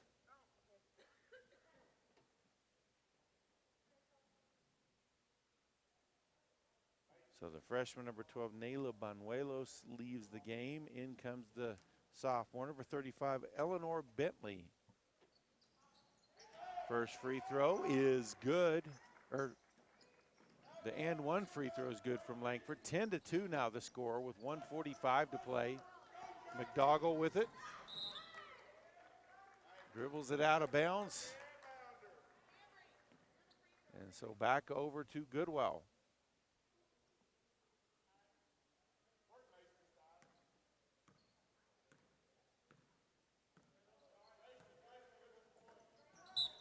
McDougall knocks that one out of bounds.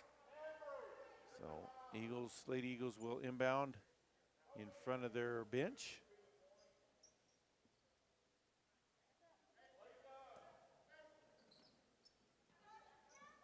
Mull puts up the shot from the free throw line, no good, and it's tied up. Arrow points in favor of Goodwell. Gray checks back in for Goodwell.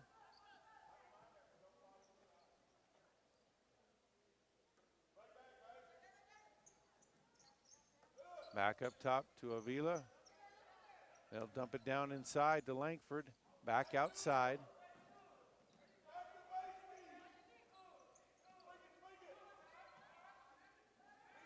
Back in the corner, three-pointer is up, no good.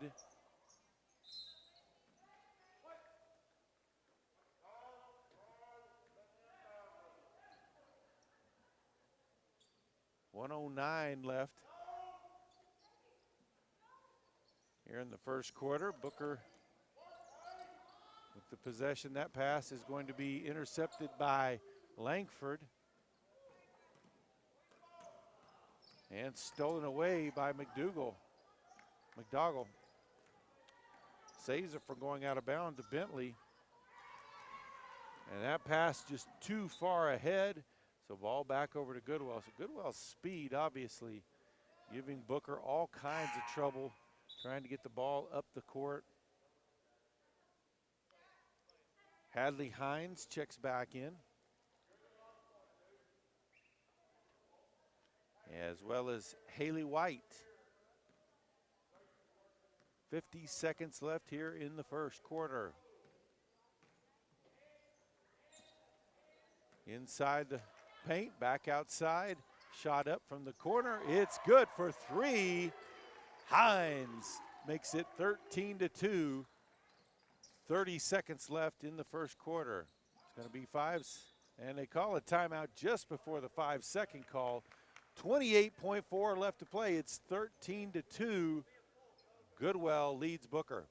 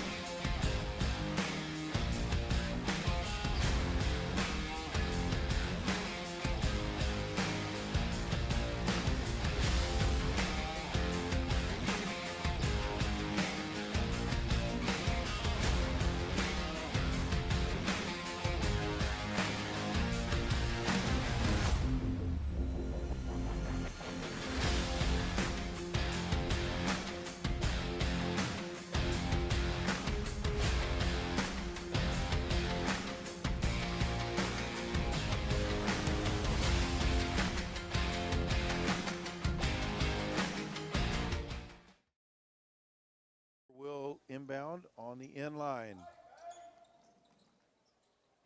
Gets it into McDougall, right along the baseline.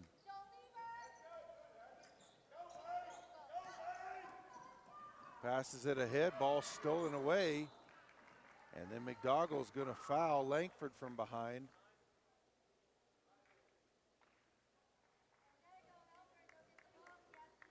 $17.3 left in the corner. Duffy will check into the game for the Eagles.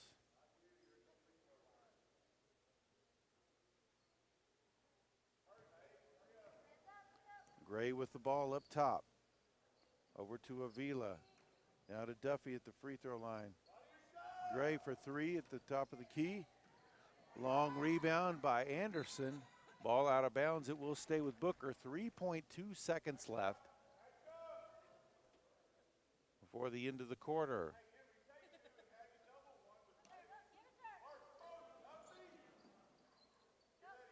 Ball inbounded and a foul is going to be called on Malin Avila on the reach in.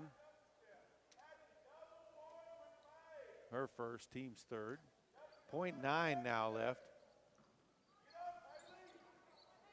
Passed in, ball loose, and that's the end of the first quarter. The Goodwell Lady Eagles lead the Lady Kiowas from Booker 13-2.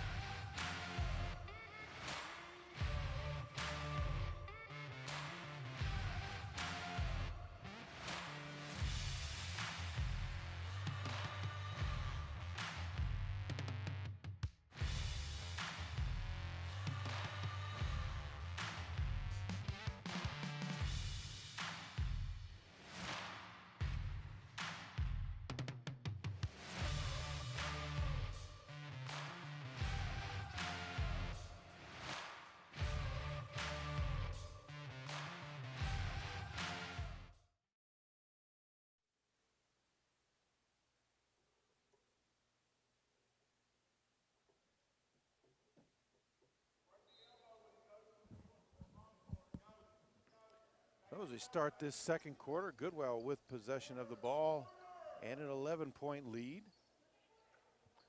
Ball passed around the perimeter into the high post to Duffy. Kicks it back outside. Duffy had some room to move there. I think she already had her mind made up to throw it. Three-pointer from the top of the key from Gray. Nothing but net. 16-2 now. Goodwell leads.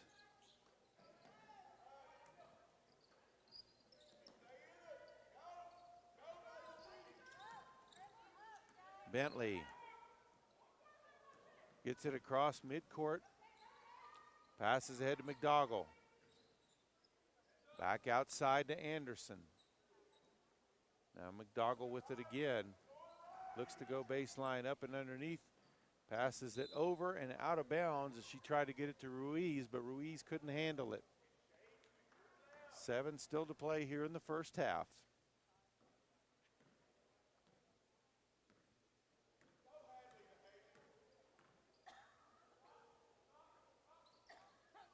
Duffy with it at the high post, kicks it back out to Gray.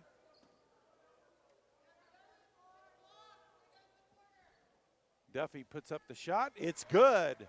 18-2 now the lead. 6.5 to play here before half. Anderson back to McDougall. Long pass ahead to Ramirez. Shot put up by Ruiz. She's fouled on the shot, so she'll go to the line for 2.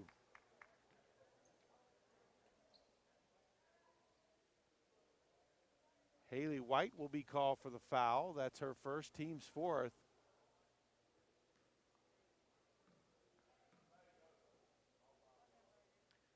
First free throw off the back iron. Multiple subs for both teams come in. 6:28 left in the half. 16-point lead for Goodwell. Their defense has given Lady Kiowas from Booker all kinds of fits. That foul is going to be over the Bentley going over the back there.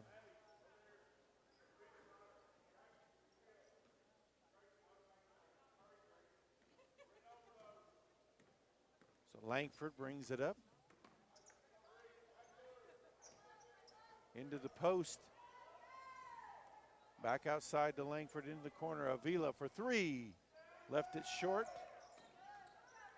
Rebounded on the backside by Carroll.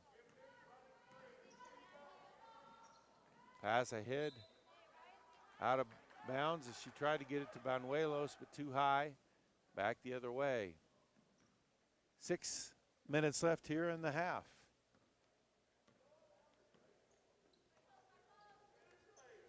Langford back to Avila in the corner. Back to Langford, who drives in the lane.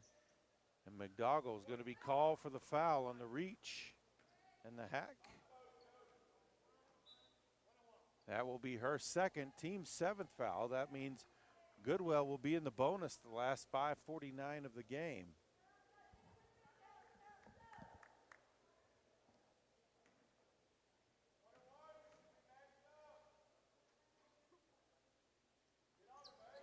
Misses off the front end, ball loose. Avila tried to put it up and in. Could not get it in, but she'll go to the line for two shots, as that'll be Jacqueline. Bentley will be called for the foul, her third already, team's eighth foul.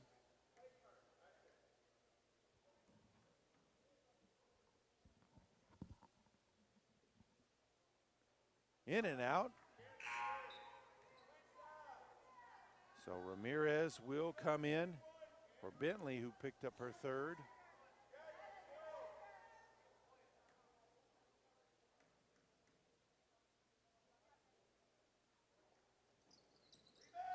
Missed the second, ball loose, and a jump ball is going to be called on the tie-up. Ball belongs to Booker.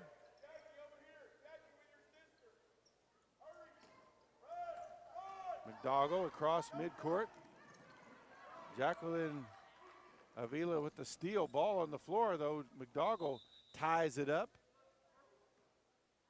Ball will stay with Goodwell,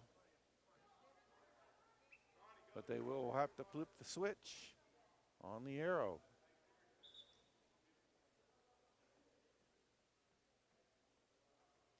.535 left here in the first half of this girls' third place contest. High Plains tournament here at Anchor D Bank Arena, Oscar William Fieldhouse on the campus of Oklahoma Panhandle State University.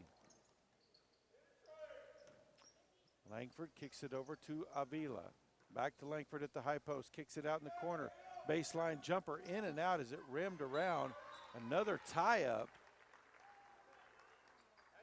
We'll give it back to Booker.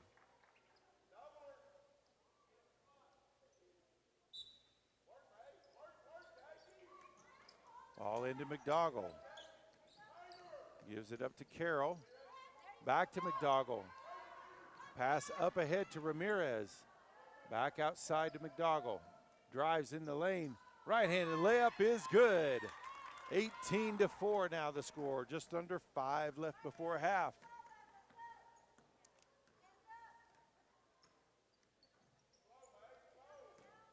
Langford at the high post.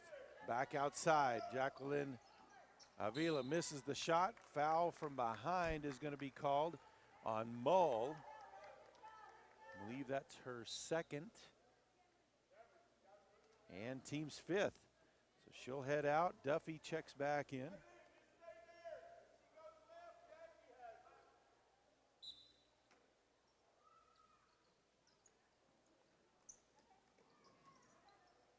Ball inbounded to Anderson. She'll bring it across the timeline. Into the corner. McDougall takes the three. No good. Rebound on the backside by Langford. Races across midcourt. Now she'll pull out, dumps it inside to Duffy. Turns baseline, missed the shot. Loose ball on the floor. And that's going to be a foul as Carroll grabbed on to Avila after getting the rebound. A sophomore, number 45, Isabel Martinez, checks in for the Lady Kiowas for the first time.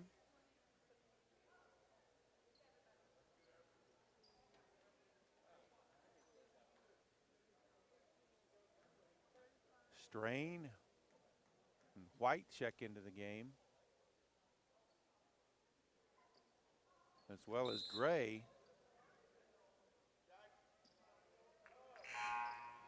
Missed the first shot.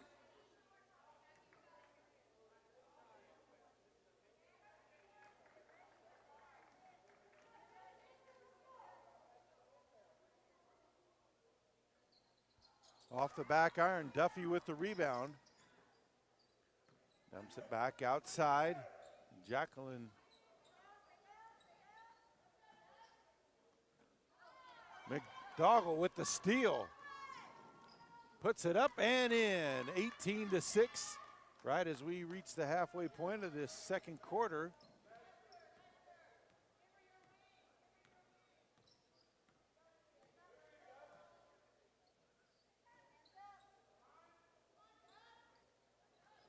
Ball tipped away. Anderson with it for Booker. Across the timeline. And lost it out of bounds back over to Goodwell. Langford back into the game, as well as Hines.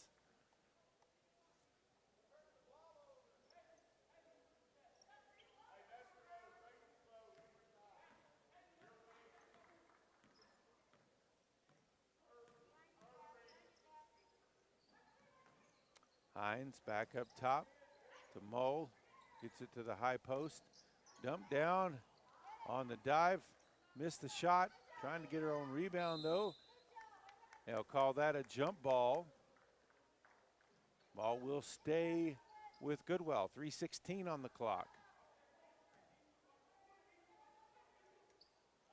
Three-pointer from the corner is short. Ball out of bounds and over to Booker.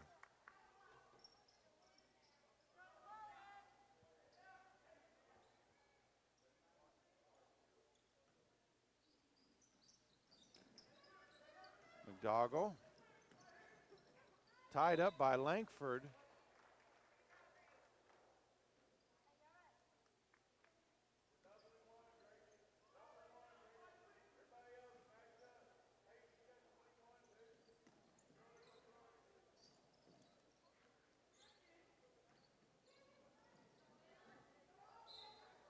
And over and back called. So ball back over to Goodwell. 3 minutes left here in the first half.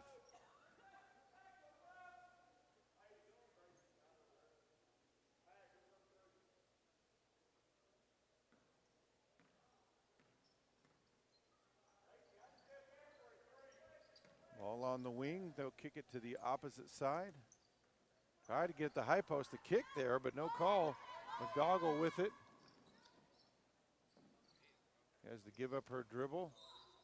And that's going to be a foul as Ramirez, not sure she's putting up a shot or passing. We'll see what they decide on this. It'll be on Langford. They'll say it was not in the act of shooting. So, team's sixth foul. Pass inside. That's going to be another foul. This one time on Gray. That'll be foul number 7, so it'll be 1 and 1.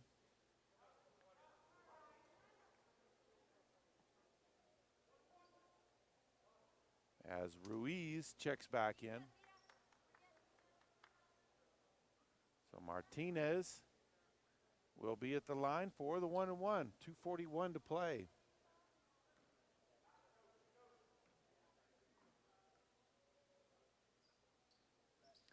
Misses the front end. Rebounded by White.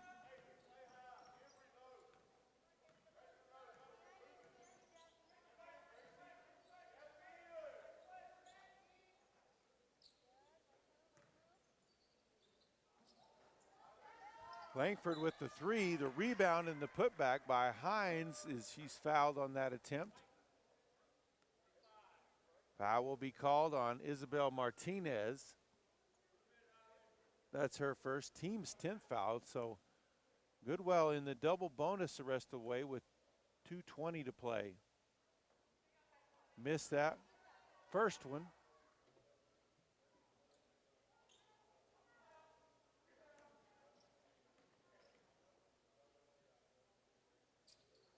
Gets the second.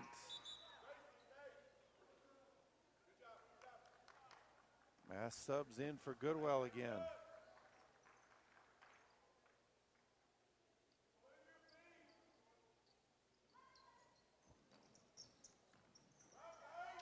McDougall cross midcourt, drives all the way to the block, loses the ball though.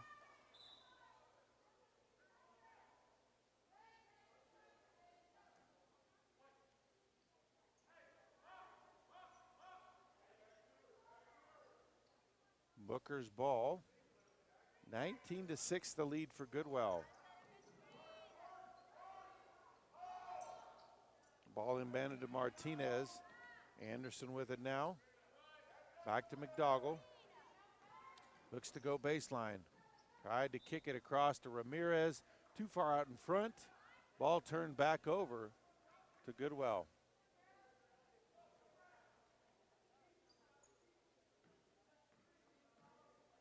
Two minutes left before a half.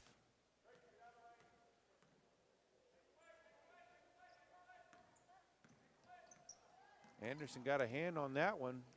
Goodwell able to keep possession though. Into the lane, shot is up by Mull, no good.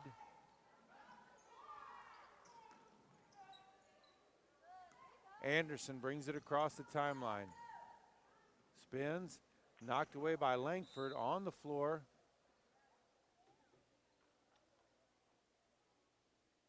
They will call that on Anderson. So double bonus, so Langford will take two shots with 1:30 left here in the first half.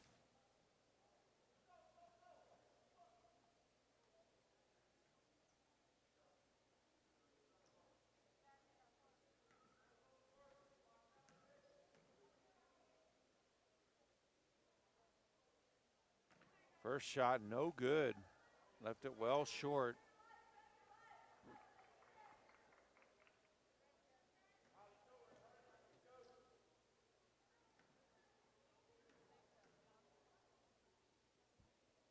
Second shot from Langford, in and out.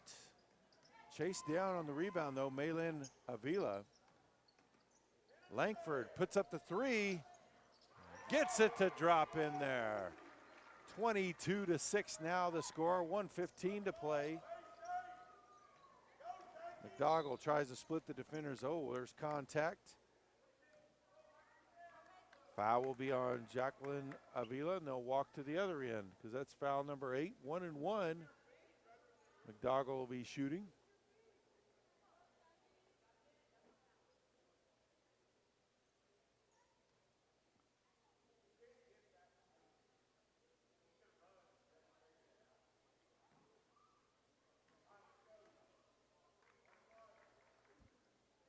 Front end is no good. Langford with the rebound. Dives inside, puts up the short shot, too strong. Ball out of bounds. Ball over to Booker. 1 minute exactly on the clock. Duffy into the game for the Lady Eagles.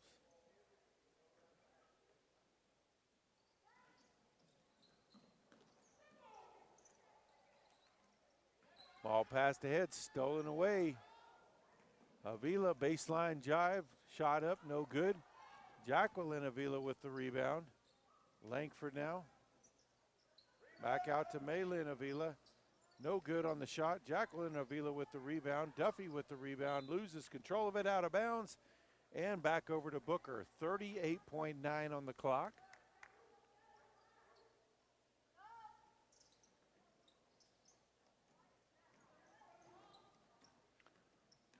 Ball inbounded to Martinez.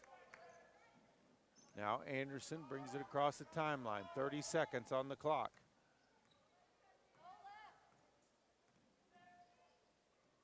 Hand off to McDougall. Martinez dives inside. She's going to be called for the travel. Ball back over to Goodwell with 18.3 left in the first half.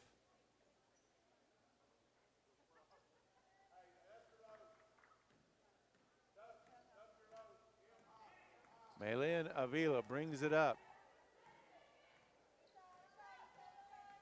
8 seconds now over to Jacqueline Avila. Back. She's going to have to put up the top of the key three. Leaves it well short, out of bounds. And that is the half. Goodwell leads Booker 22-6. We'll be back with the second half.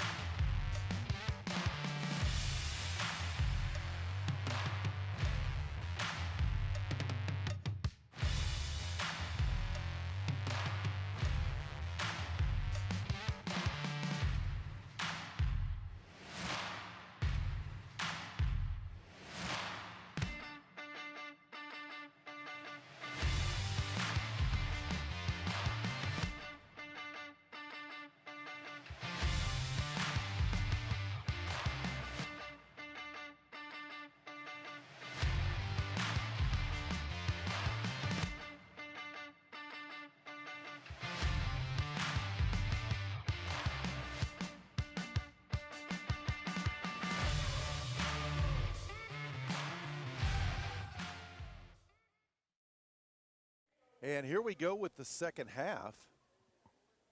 Goodwell with a commanding lead, and they'll have possession of the ball as we start this second half.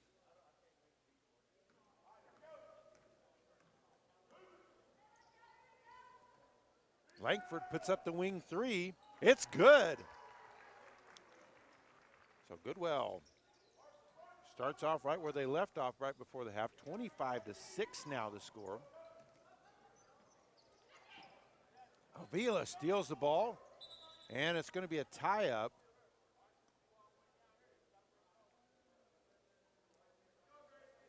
Goodwell's pressure giving Booker all kinds of trouble all game long.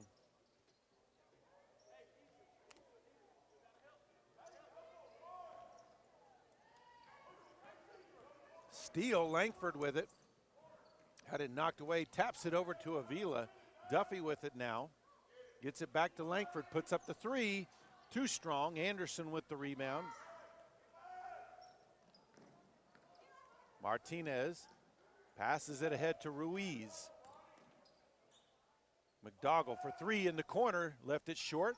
Ruiz with the rebound, puts it up. Can't get it to go in. And they'll call a foul.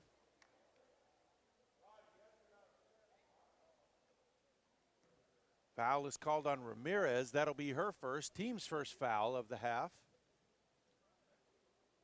25-6 lead for Goodwell. They'll look to add on to it. In this possession, skip pass to Langford. Into the corner, Jacqueline Avila. She'll be called for the travel. So ball back over to Booker.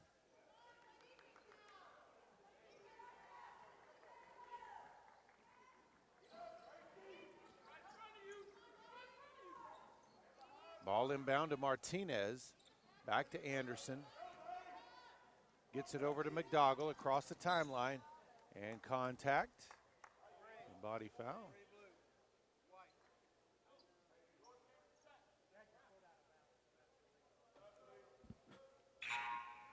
Langford called for the foul. That's her second, team's first of the half.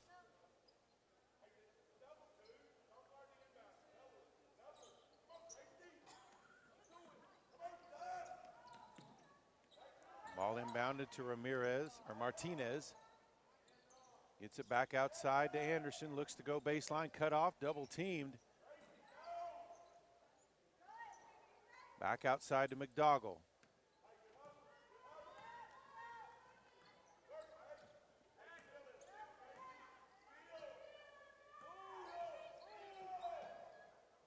Back outside to Ruiz.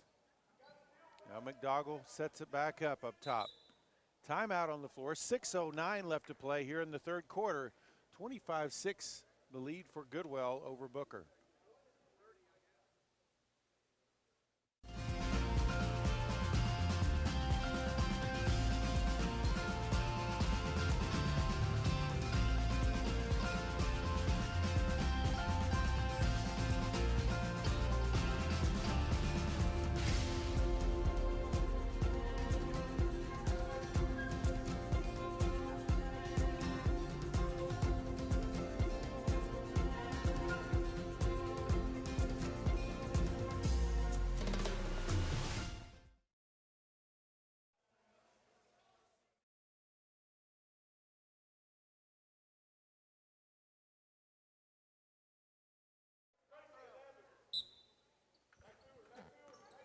Ball inbound to Ruiz, back to McDougall.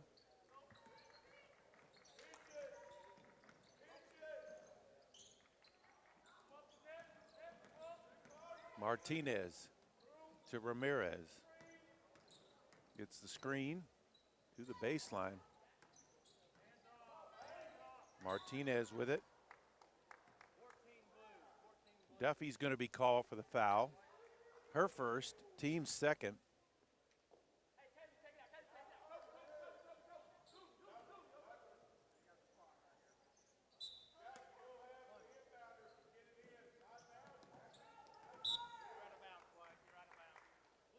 Out of bounds on the inbound on the play. Ball back over to Goodwell.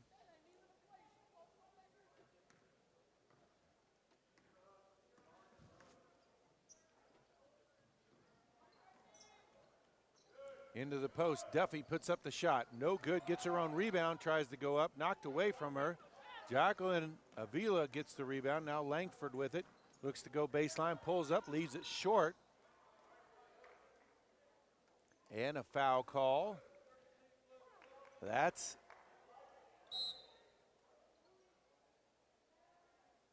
going to be on White. Her second, team third. 5:25 left here, third quarter.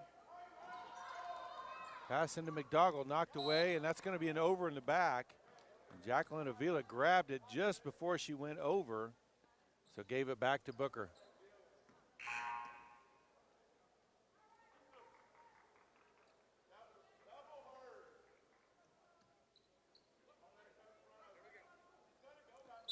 Coach Taylor arguing that call, but Avila did have the ball in possession before she crossed over, so it definitely was an over and back.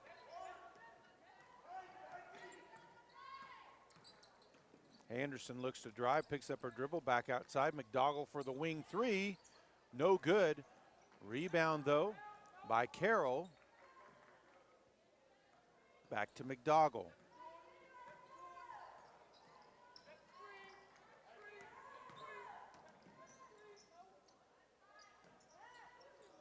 Anderson tied up there by Jacqueline Avila. Ball on the floor, tie up, jump ball. Mass subs in for Goodwell as they'll bring in a fresh five.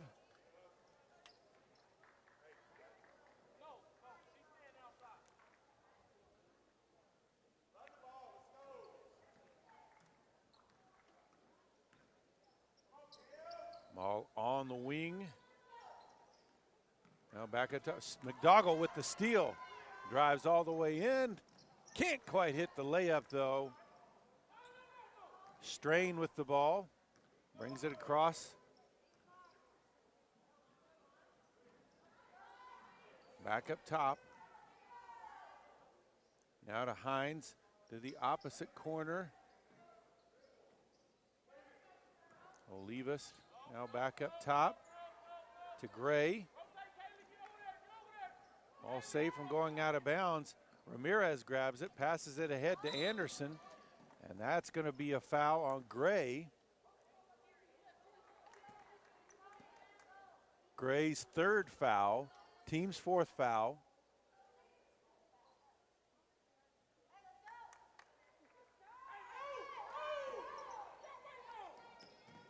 Ball tapped out of bounds by Mull. Team wasn't ready on that one. McDougall has it up top. Under 4 to play here in the third. Runner gets the shooter's roll. Anderson drops it in. 25-8 now the score.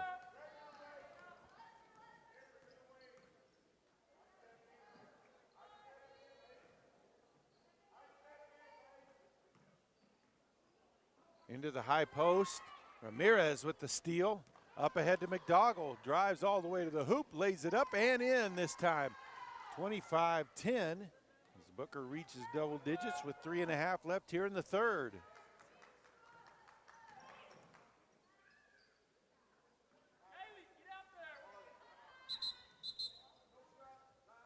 Timeout on the floor. 3:15 left to play in the third quarter. It's Goodwell 25, Booker 10.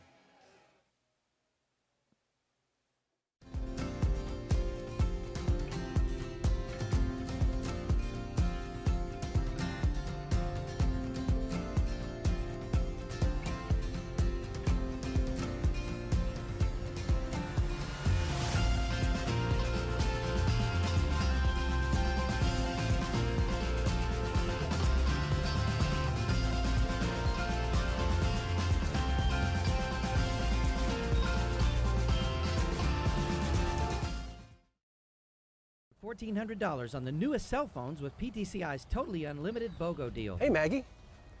How's that new phone working out for you? Oh, it's great. I got PTCI's BOGO deal. My husband got a phone too. So how much did you actually save? We saved $1,400 on our new phones with PTCI's totally unlimited bundle. Wow. What is this bundle? You get unlimited cell data, unlimited gig speed internet, and we save $50 per month. Call 800-562-2556.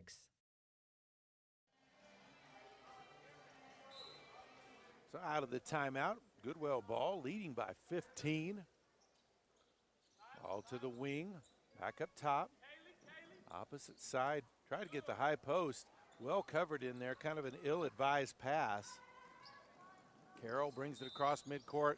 She's going to drag that pivot foot, though, and ball's going to go back over to Goodwell. And that's what pressure defense will do, force people to hurry up more than they want to.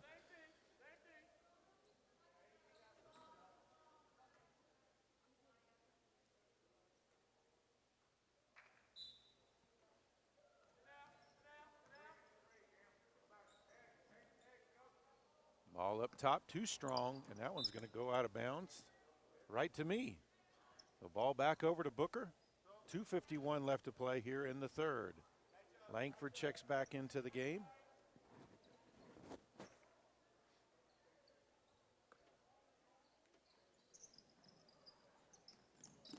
Pass intercepted by Langford. Races to the block, puts up the shot, draws a foul. Didn't really come close to making it, but does draw the foul on Bentley. That will be number 4 on Bentley. Second team foul of the half. So Langford at the line for 2 shots.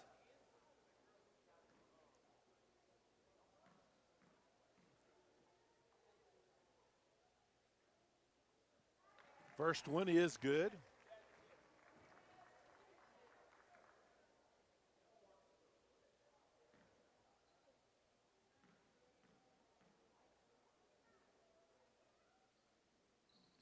Second shot good as well.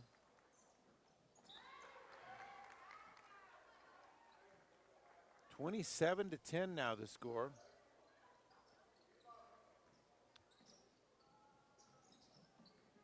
Hines knocked that one out of bounds. Now we're going to have a foul on this inbounds.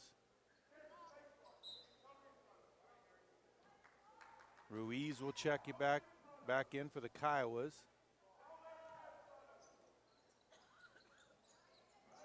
That last foul was called on Mull. That's her third. McDougal takes an awkward fall there. Looks like she's okay.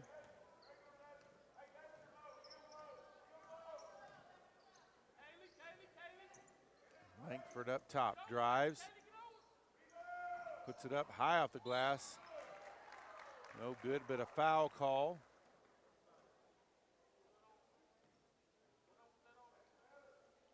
Is on number 35, Bentley.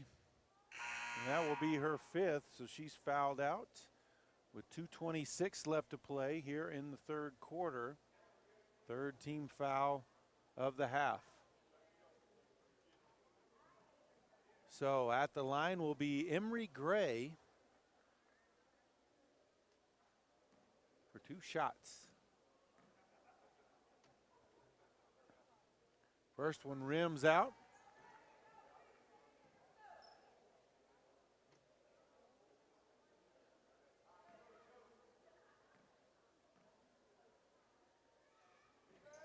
Misses the second as well. Rebound by Anderson.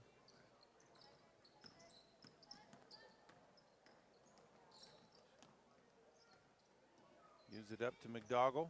She'll pull up for the wing 3. Drains it, nothing but net. 27-13, even left it hanging up there. 2:09 left here in this quarter.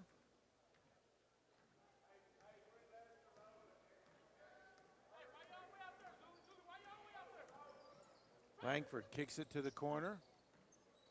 Dumps it down low to Mull, back outside, back down low, up and underneath, gets it back outside, puts up the shot. That's Strain, no good. Mull with the rebound.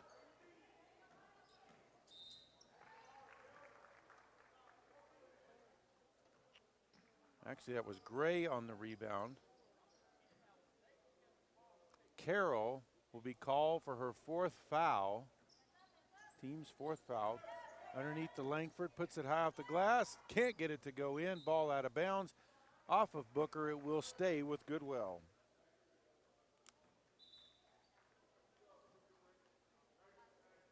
Mass subs in for Goodwell.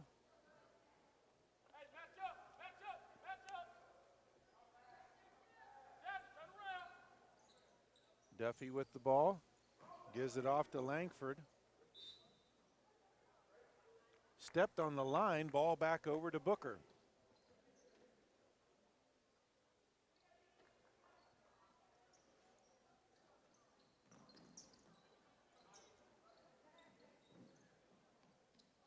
Ball into Ruiz. Up ahead to Carroll. Carroll gets it across the timeline. Up to Ramirez. McDougall takes the 15-footer. No good. Rebound by Ruiz. Puts it back up. Too strong. Ball tied up. They'll call the jump ball. Arrow keeps it at the Booker end of the floor as Banuelos returns to the game.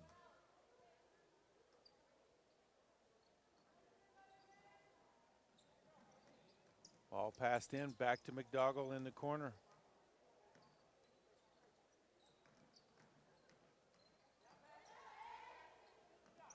Shot goes up from Ramirez, no good. Duffy with the rebound.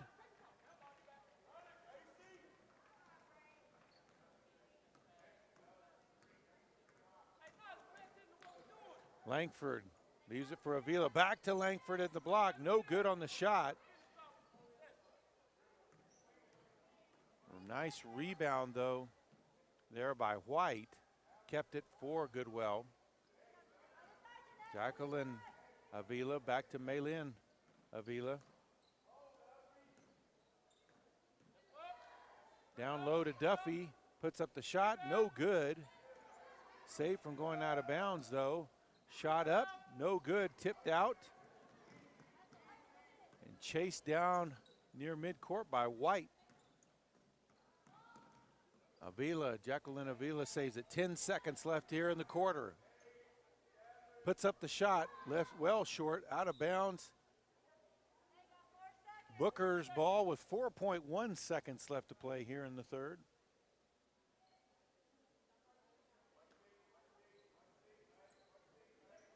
Into McDougall in the corner. And just going to run out the clock. That's the end of the third quarter. It's Goodwell 27, Booker 13.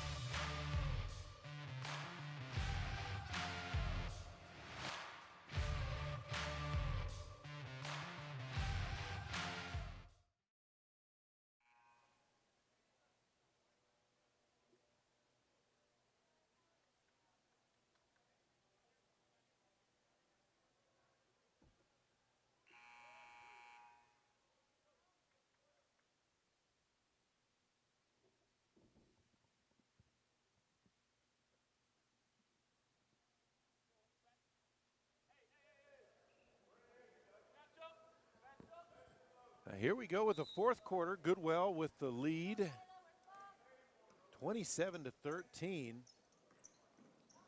And possession of the ball. Langford fell, lost it, but Jacqueline Avila there anyway. Langford drives, shot at the free throw line. Too strong, rebound, put back up by Jacqueline Avila, and it rolls over the top, 29-13. Ball knocked out of bounds by Langford. It'll stay with Booker.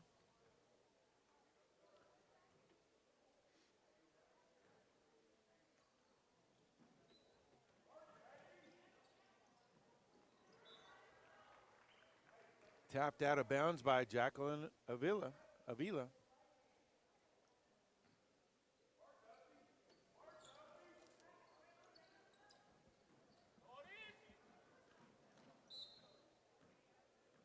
And a foul call.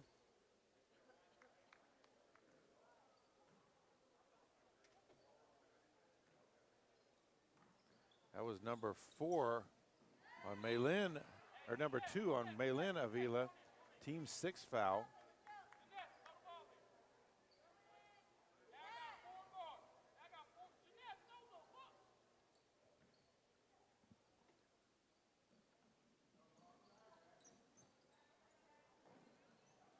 Ball passed in, immediately tied up as Goodwell's defense is giving Booker all kind of fits.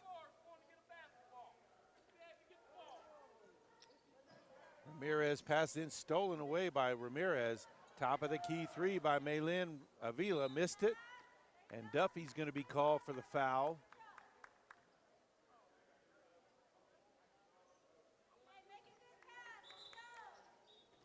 Four subs in for Goodwell. That was number 2 on Duffy.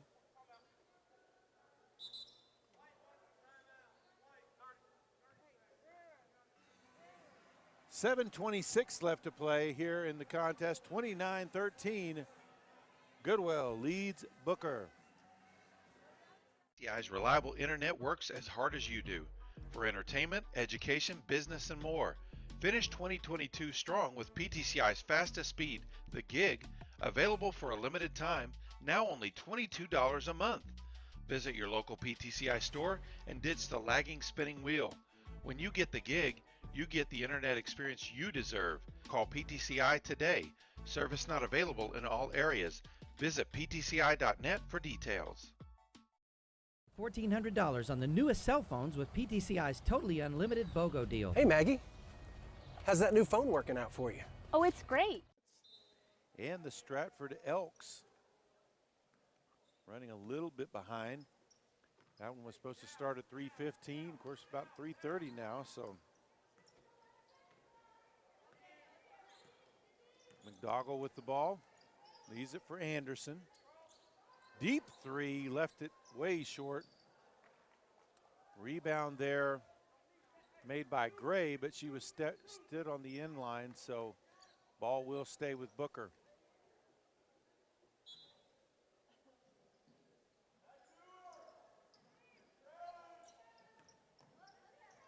McDougall with the top of the key 3, no good. Ball loose. Banuelos grabbed it. And a shot put up by Ruiz. She's fouled. She'll go to line for 2 shots. Gray called for the foul. That's her 4th, team's 8th foul.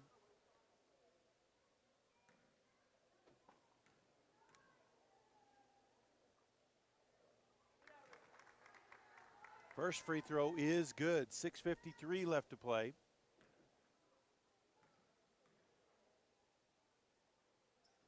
No good on the second. Rebound by Mull.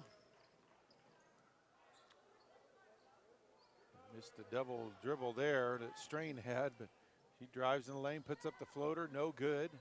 Rebound by Banuelos.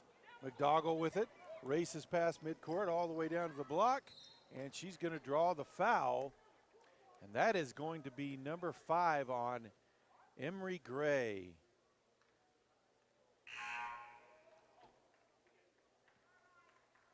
So each team has had 1 foul out now. So McDougall will be at the line. Langford checks back in.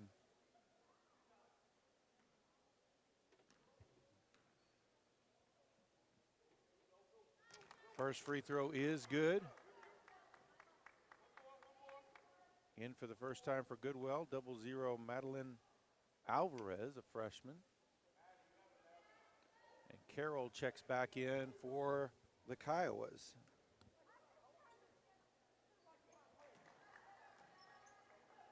(29-16) now the score with 6.5 to play.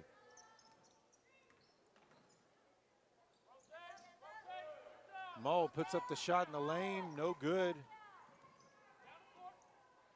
Rebound grabbed by Ruiz. McDougall at the point.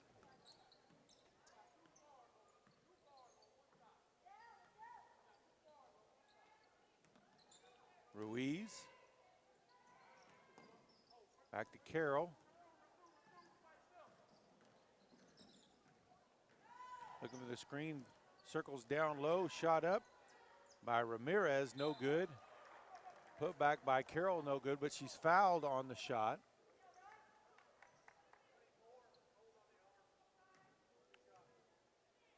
So Carroll will go to the line for 2 shots.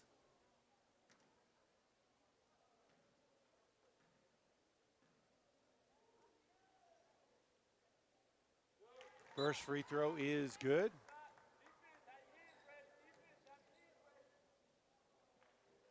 Haley White checks back in for Goodwell. 5:47 left to play. Misses the second as it banged around inside, and then when it popped out, 12-point lead for Goodwell. Three-pointer from the corner is good. Hadley Hines, 32-17 now, 5.5 to play.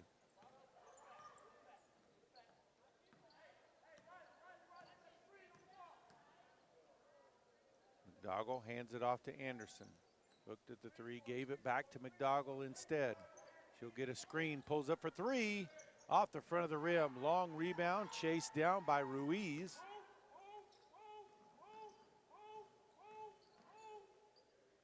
Back to McDougall. McDougall goes baseline. Now she'll pull back out. Takes the wing 3, left it short, rebounded though underneath by Ramirez. Back out top, Anderson, deep 3, and missed everything on that one. Ball back over to Goodwell.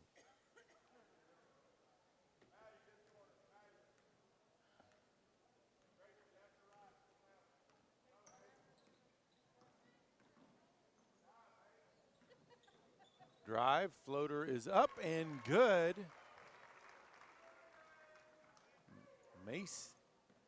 Macy Strain on that one. Macy Strain. 34-17. McDougall pulls up for 3, no good. Long rebound, grabbed by Hines. She'll bring it across the timeline, gives it up. Timeout on the floor, 4:07 left to play. It is Goodwell 34, Booker 17 in the girls' third place contest of the High Plains tournament. To $1,400 on the newest cell phones with PTCI's totally unlimited BOGO deal. Hey, Maggie. How's that new phone working out for you? Oh, it's great. I got PTCI's BOGO deal. My husband got a phone too. So how much did you actually save? We saved $1,400 on our new phones with PTCI's totally unlimited bundle. Wow.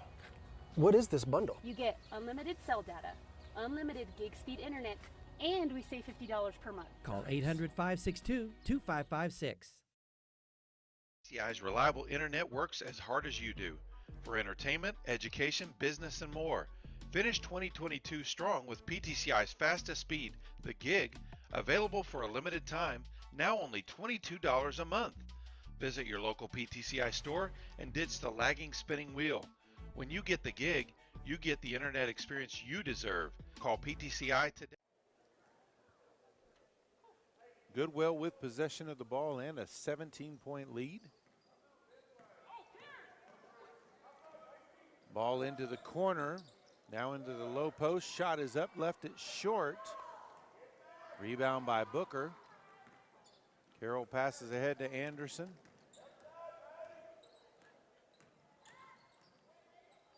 Double team down on the block, tried to put up the shot, hit it off the side of the goal. Ball back over to Goodwell.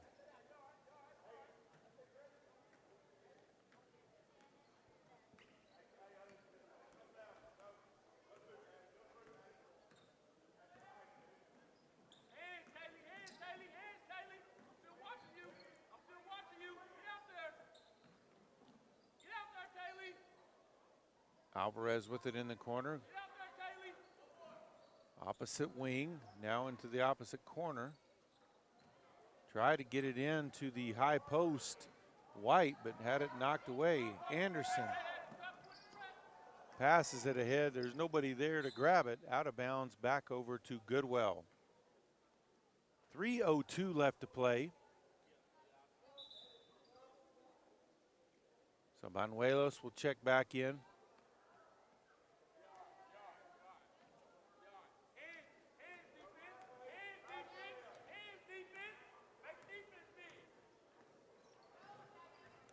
Jacqueline Avila gets it into the corner. Back underneath, ball tipped away by McDougall. Saves it from going out of bounds. Up ahead, left-handed shot is up and blocked.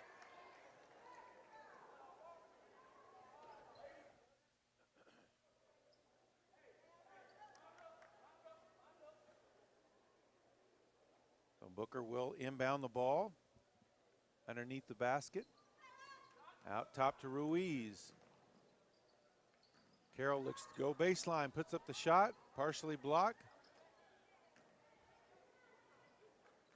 Ramirez got a shot off too, but couldn't get it to go either.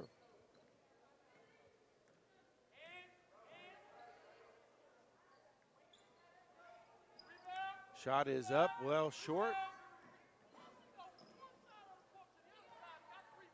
Strain got that rebound. In the corner, three-pointer is up, no good by Hines. Rebound though by Strain.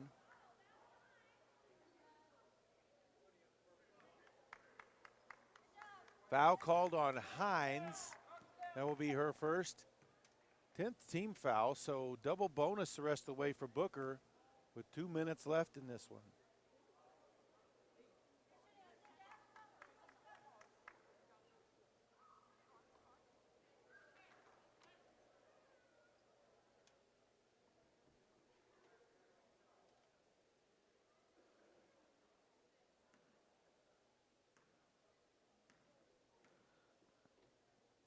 McDougall's first shot up and good. Checking into the game, number 21, Urania Olivas, senior. Free throw from McDougall is good. 34-19.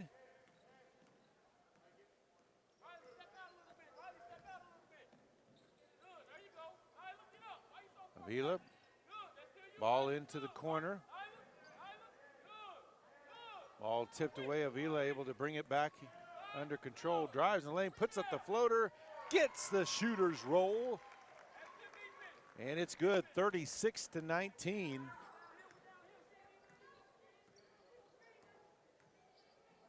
Banuelos puts up the corner three, no good, long rebound, grabbed by Ramirez, out to Ruiz. Banuelos with it now. McDougall looks to go baseline, puts up the runner, no good, gets her own rebound, takes it back out top.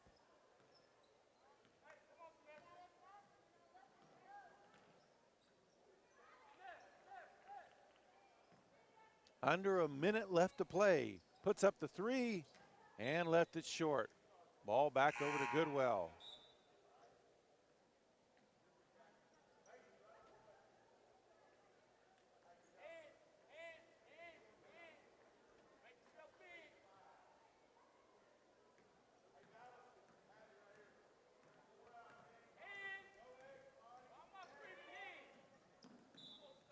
Doggle's going to be called for the foul on the reach against Strain.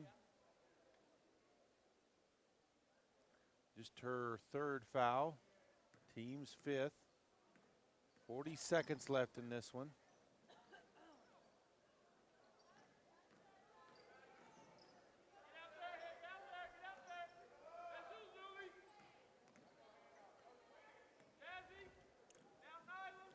Under 30 seconds left.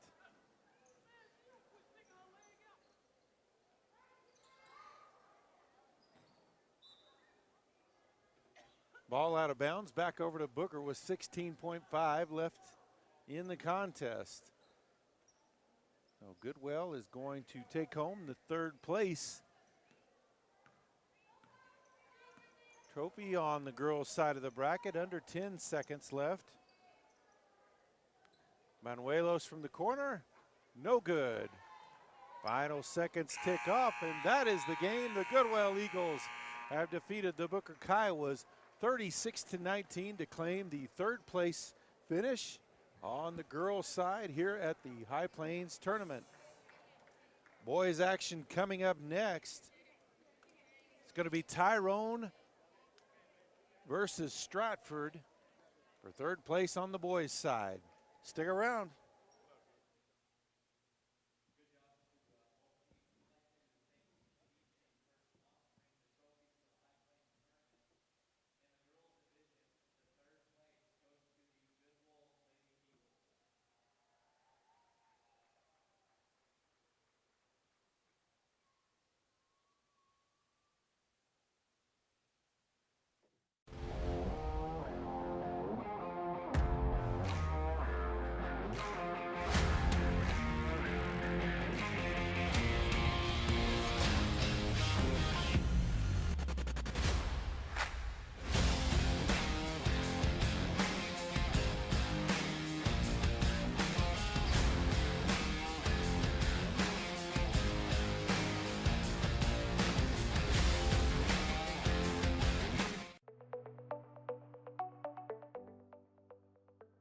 Ah, the aroma of jerky. We can smell it here. We're in Boise City today at No Man's Land Jerky, a brand that is continuing to grow across not only our territory, but even across the country, and I'm sure even probably across the world. I'm here with Britt, representing the family here.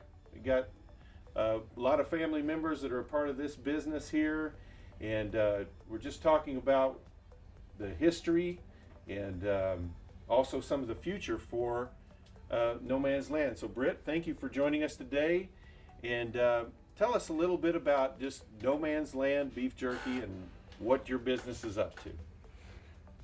How far do you want me to go back? We started at No Man's Land in the back of my mom and dad's grocery store back in 1994, Marvin D's. And made jerky. We didn't realize how it was going to go. We dreamed. Belinda and I would go around and dream, but eventually we moved over to Boise City, got a plant started here, got government inspection in 1997. About 2011 or 12, we had gotten as big as we could get here. And we had, my mom had started a folder of stores that she put on there wannabe and kept it. And there were over 5,000 names of stores in there that wanted to sell our product. And we couldn't grow here because of the population. And so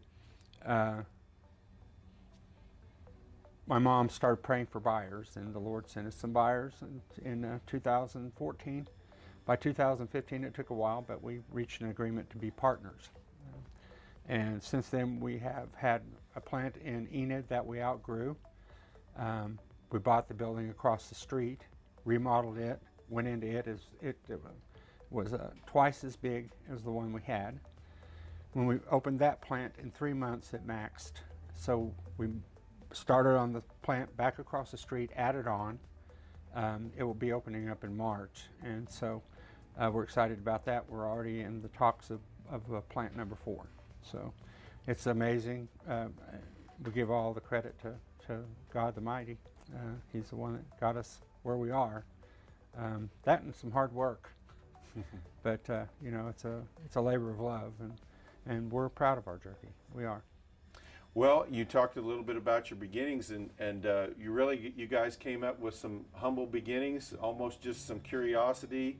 You talked about how you had tasted some different jerky and it just wasn't any good, and that's what kind of inspired you to start. Talk about your early days of that and going to selling that stuff wherever you could.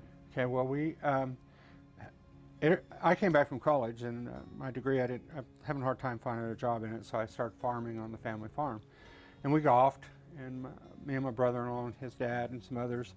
And so it rained one day, and we went to Guyman golfing, and got through. On the way home, I love beef jerky. Bought 3 different kinds that were terrible. I threw them out the window. I said, I can do better than that. And I didn't know if I could or not, but I thought I could.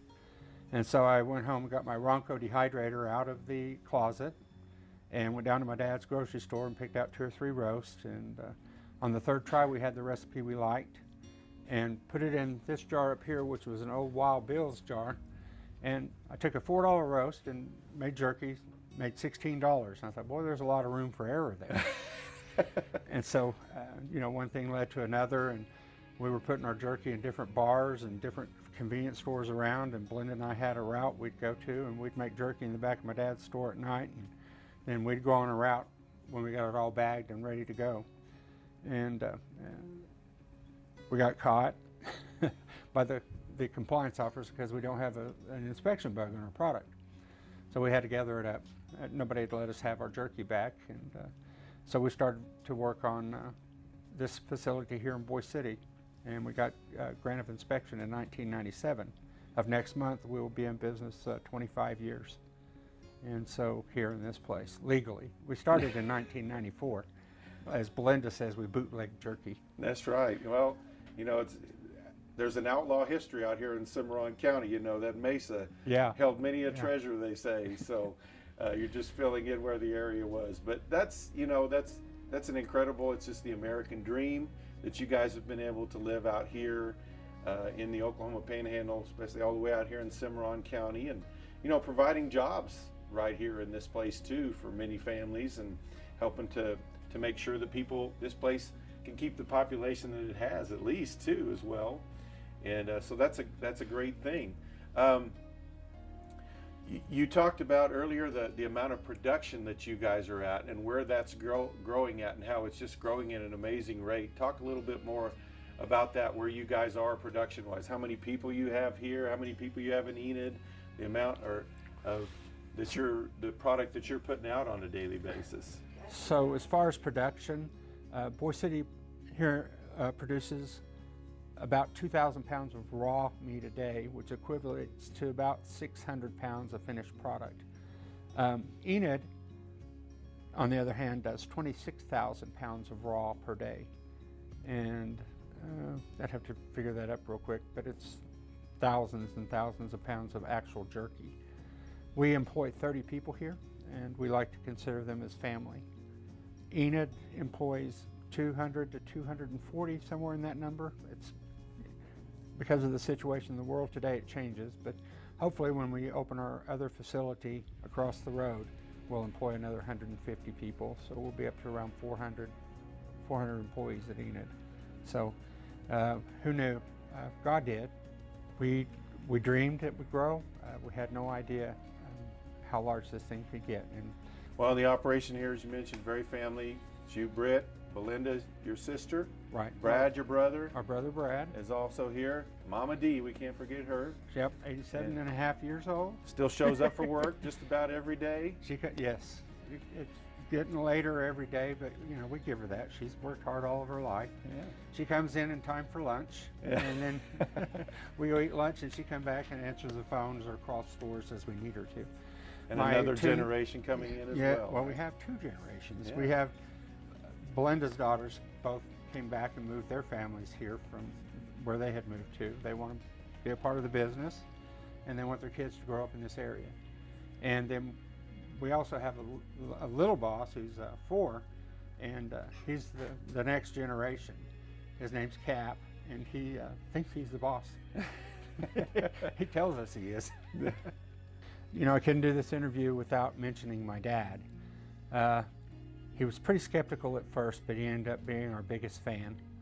He would sit at the register and take people's money while he was playing solitaire, and then when the customers come up, he'd take their money, and if they bought a small bag, he'd go, "You're going to get down the road and wish you'd have bought a bigger bag." And he'd be so tickled when they wouldn't even make it to the courthouse down here, and they'd have to turn around and come back, and they'd come in and buy more jerky. So he was in a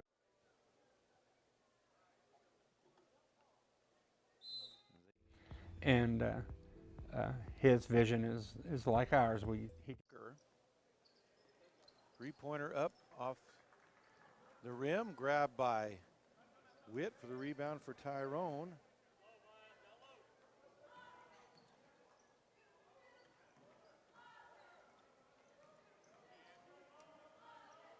All back outside. Carlos Pimentel, the senior, with it now. Now back outside, number 4, Connor Witt. Number 13, Jeremiah Rosas drains the 3 to start the game. 3-0 Tyrone Bobcats.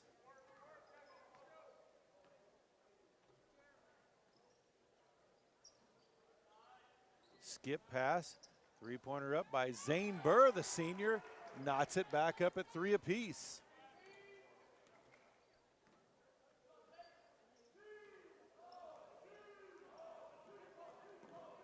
Pimentel gets it over to Witt. Back to Pimentel. Dumped underneath.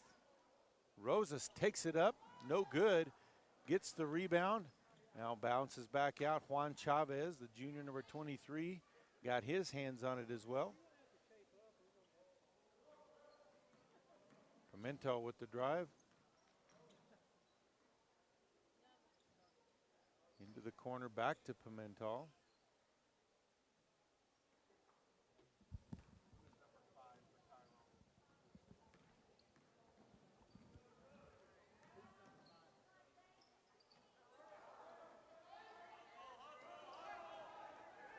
Pass up ahead, off the missed shot.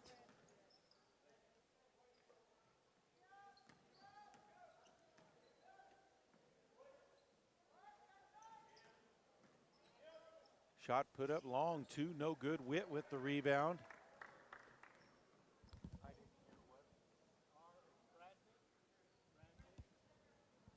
Okay.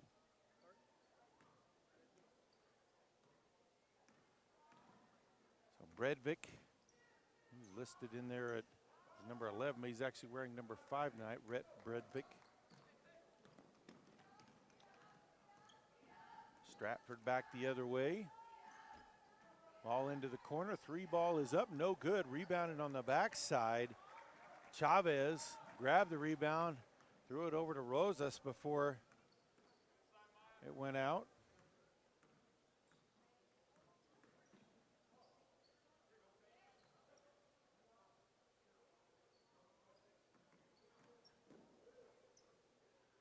Open for 3, Pimentel drains it. 6-3 now the lead for the Bobcats. 5 minutes left to play here in the first quarter.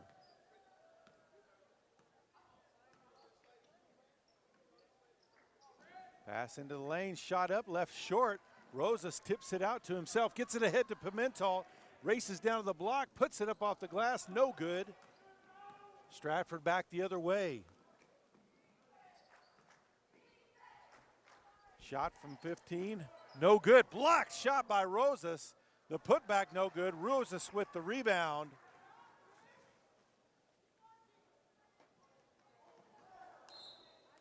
Pass out of bounds. Bredvik got a little ahead of himself there. So ball back over to the Elks.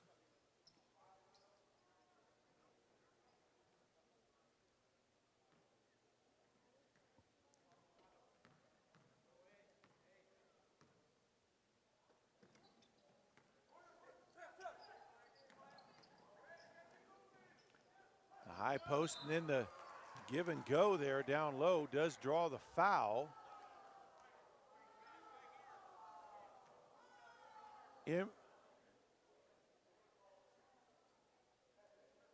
Chavez called for his first foul, first team foul.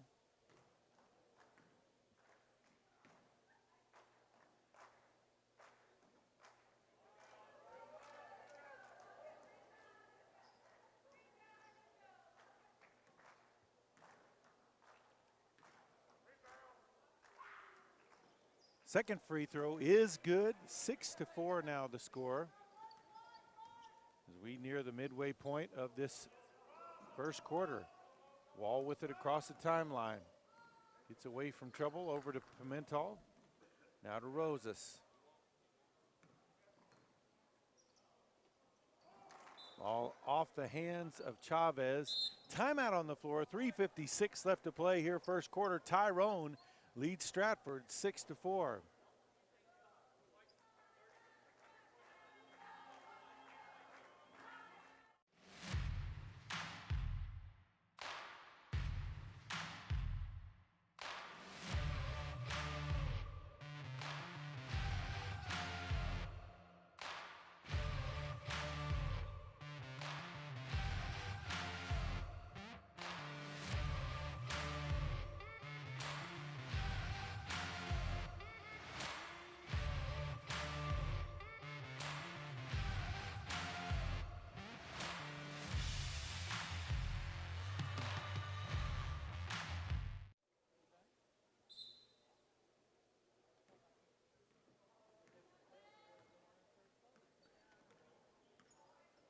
Stratford brings it down.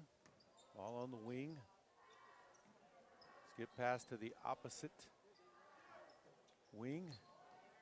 Pulls up for the quick three. No good, but a long rebound.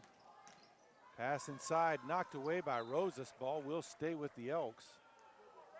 Quick hands, though, by Jeremiah to knock that one away.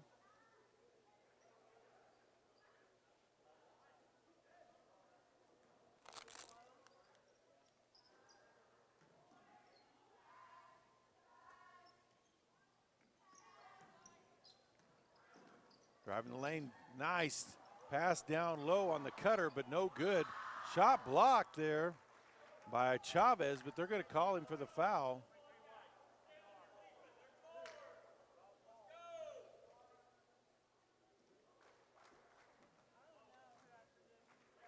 Bryce Braden at the line. Can't get that one to roll over the top. Sub in for the Elks.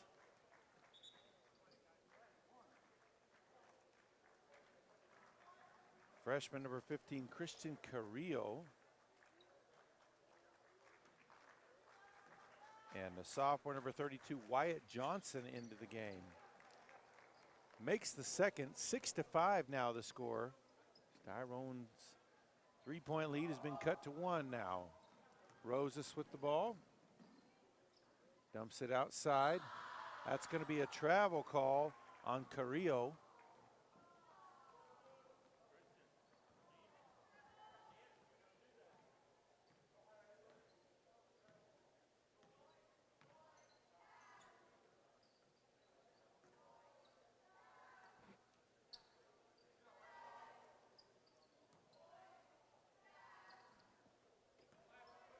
Stratford, ball back on the wing, low, the short corner, shot up, no good.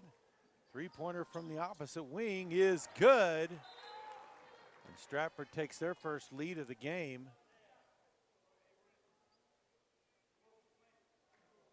8-6 over the Bobcats.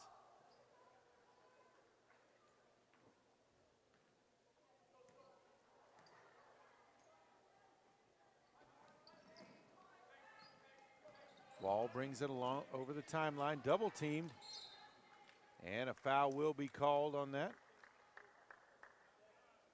Foul on Freddie Duarte. His first, team's first.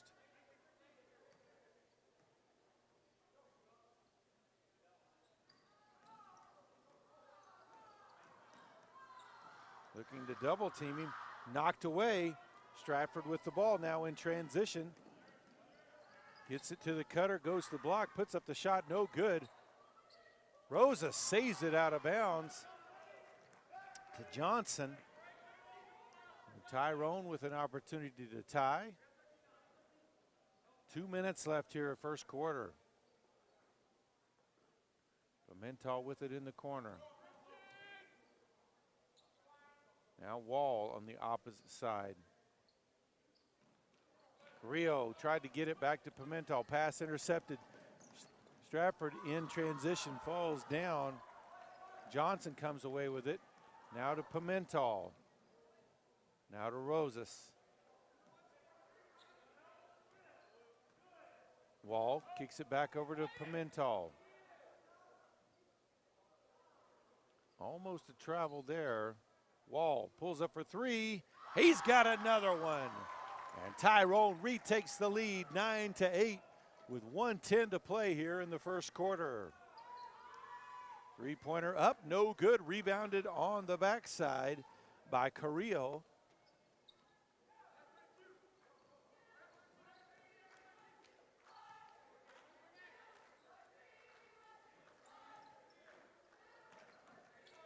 Back outside to Johnson. Skip pass, Pimentel in the corner with it. Wall open for another three. Passes it up, gives it up to Pimentel.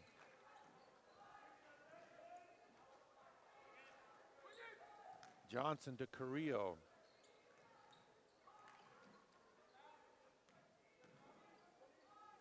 Dump down low, nice pass by Wall. Pimentel couldn't finish down underneath there as a cutter, but 20 seconds left here in the first quarter. Into the corner, three-pointers up, and it's good. Stratford retakes the lead, 11-9. 13 seconds left, checking in for Tyrone. A sophomore, number 21, Keegan Gossman. For Stratford, number 3, Aiden Duran. Wall with the ball. That pass blocked, Stratford with it now, 4 seconds. Pass up ahead, deep three is just short. And that's the end of the first quarter. The Stratford Elks lead the Tyrone Bobcats 11-9.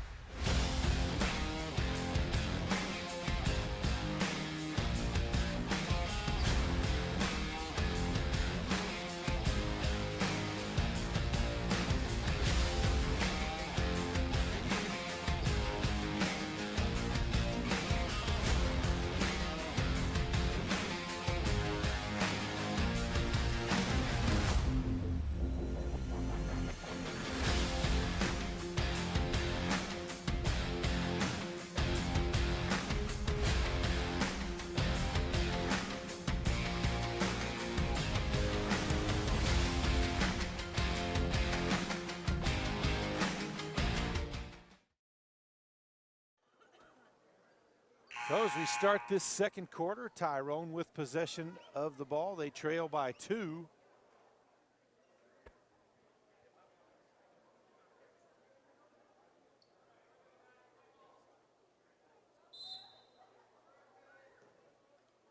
So Wall will bring it across the timeline for the Bobcats.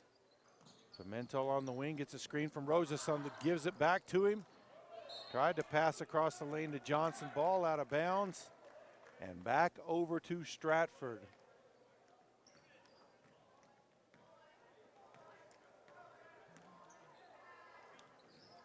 Ball into the corner. Now back out top.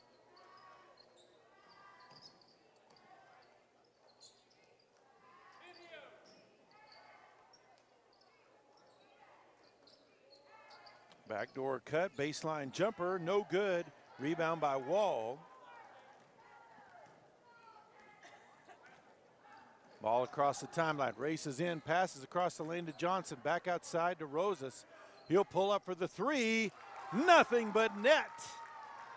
And Tyrone retakes the lead, 12-11, 7 to play here in the first half.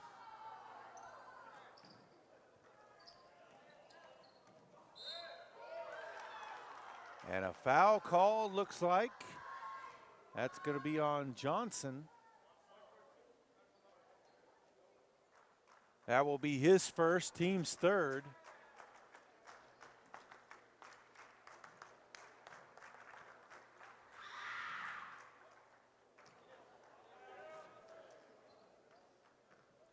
First free throw from number 12, Luke Braden, no good.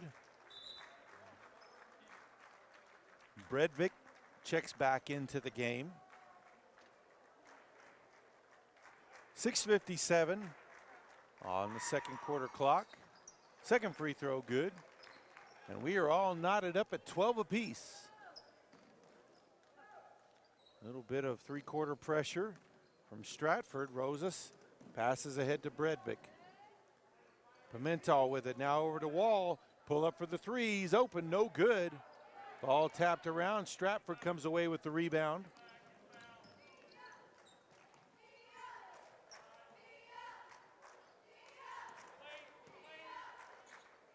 Skip pass. Ball into the lane. Dips underneath. Stolen from behind by Pimentel. Nice move to steal that one away. Rosas with it.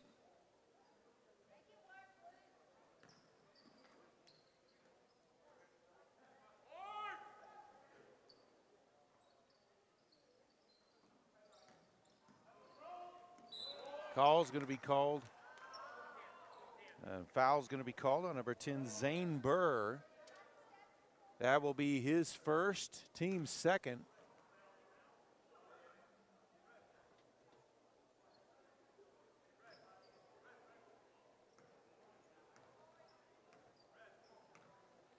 Six left to play here in the first half. Wall open for the wing three. Can't get that one to go. Rosas. Oh, he's rejected. Looked to go for the putback, and it was rejected. Dumped down in the lane. Shot partially blocked by Rosas. Pimentel comes away with the ball. Up ahead to Wall. Pimentel able to bring it under control. Bredvik comes off the screen, gives it back to Johnson. Baseline shot is blocked, knocked out of bounds.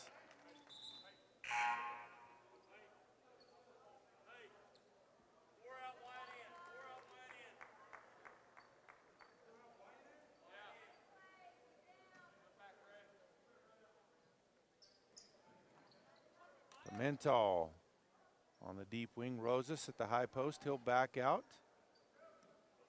Bredvik over to Wall. Rosas, wing three, in and out. Ball loose on the floor, off of Johnson, out of bounds, and back over to Stratford.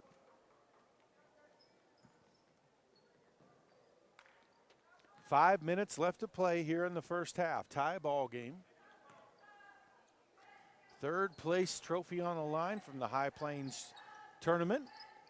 Three-pointer, no good. Pimentel with the rebound. All hit off the front of the rim.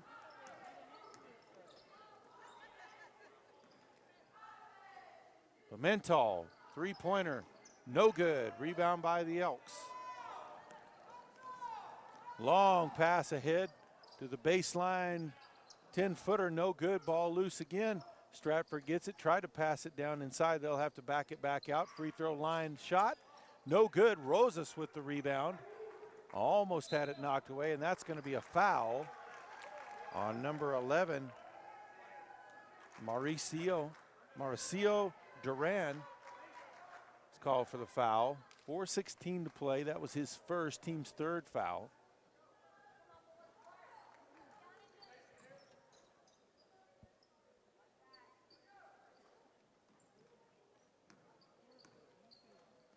Looking to trap, gets the ball to Pimentel, up ahead. Gossman to Bredvik. They'll have to kick it back out, though. Pimentel drives to the block, puts it up off the glass, gets it to drop in. Tyrone takes a 14-12 lead, just under the 4-minute mark. Pass across the lane, rejected there by Rosas.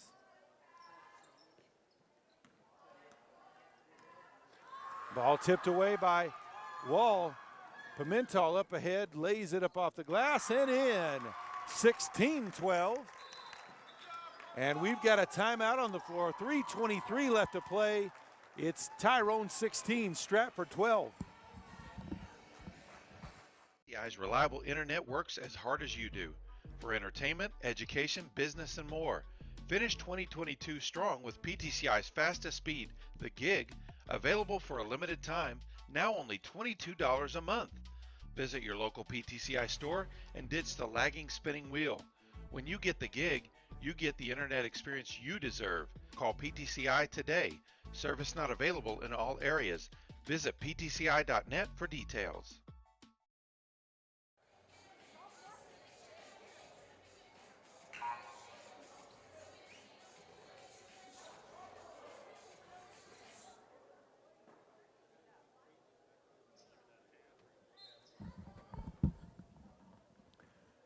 So out of the timeout, Stratford Elk ball. Three-pointer, a deep one off the back of the rim.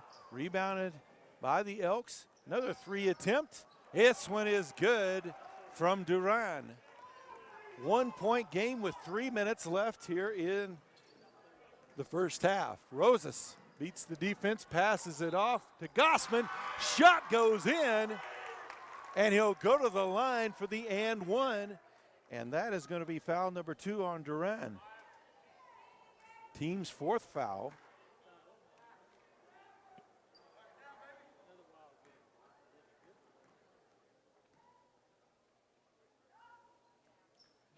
And one is good. 19-15 now, the lead for the Bobcats.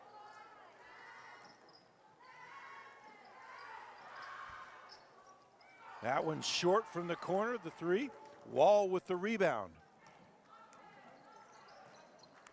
Bredvik. Now over to Rosas on the opposite wing to Wall.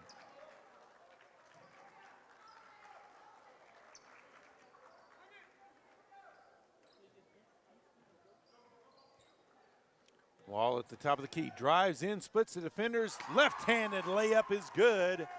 21-15 now the score, 2:20 to play in the half.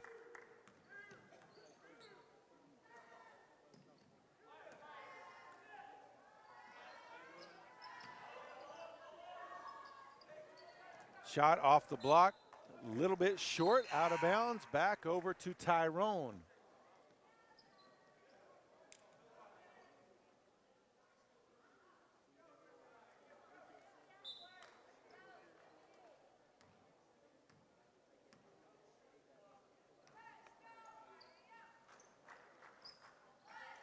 Wall gets it across the timeline in time. Picks up his dribble, gets it back outside to Rosas. Back to Wall. And a 3-second call is going to turn the ball back over to Stratford. 1:45 left in the half.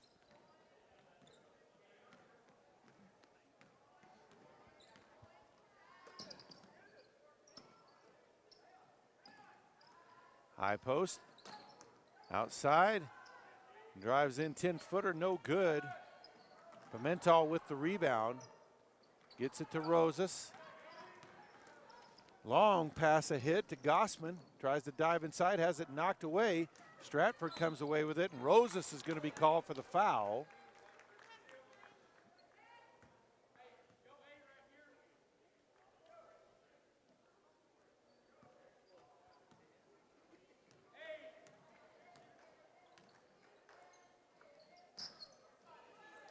Ball on the wing, now tried to get it to the short corner, but pass was too far out in front.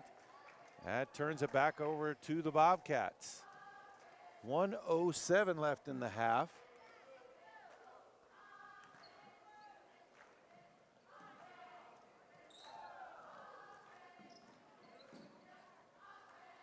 Three-pointer from Bredvik in the corner, no good. They get the ball back. Now Stratford takes it back. Pass up ahead in transition. Open for the 3, passes it up. Trailing defense able to cover them. Nice pass inside. Ball will stay with Stratford. 39 seconds left in the half.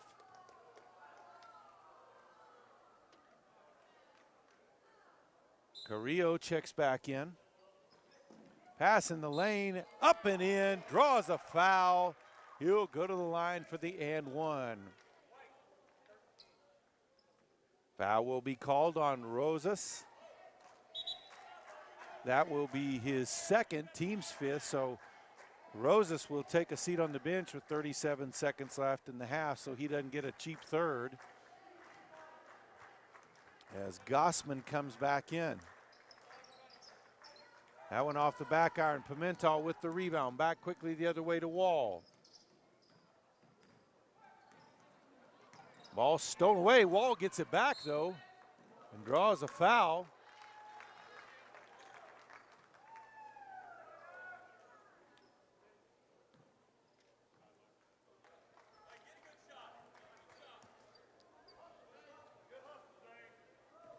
.26 seconds left.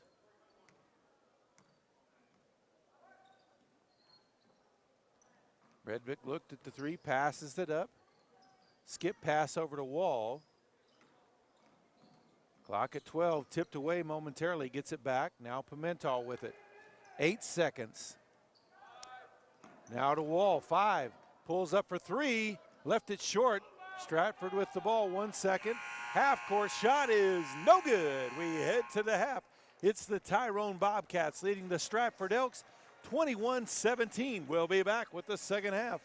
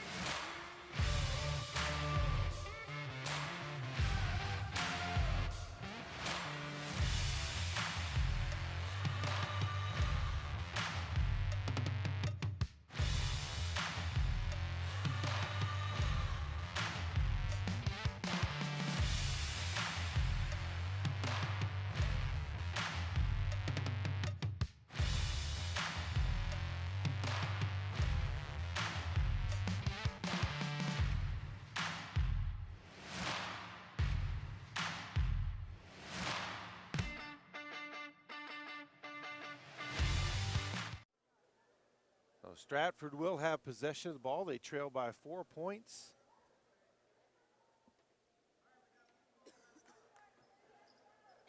Out there, to everybody who was listening that first half where I called Connor Wall the entire half, I apologize. I know that kid and have known his name for a long time. But for whatever reason, got it mixed up. So steal there. Bobcats now with the ball.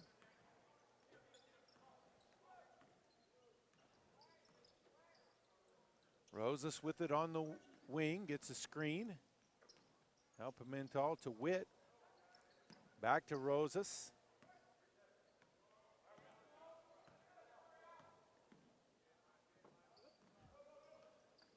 Now Pimentel, back to Witt. Chavez, back outside to Pimentel. Redvick gets it to Rosas, turns inside. Oh, he's rejected there. Stratford in transition now, pulls up for three. Left it short, gets the rebound, the put back, no good. Rebound by Rosas.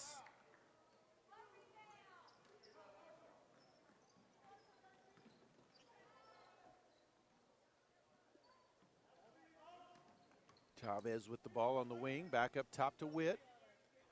Redvick down to Pimentel in the corner. Chavez has it knocked away momentarily.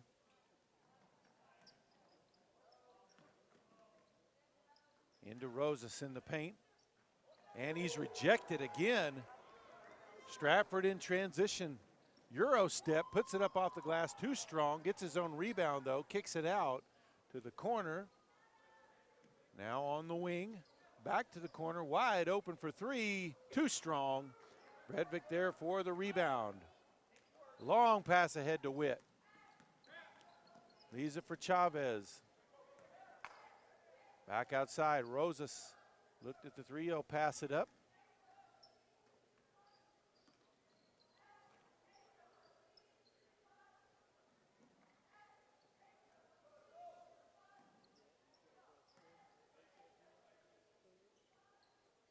So Witt with the ball, gets it down to Rosas. Turns baseline side, blocked again.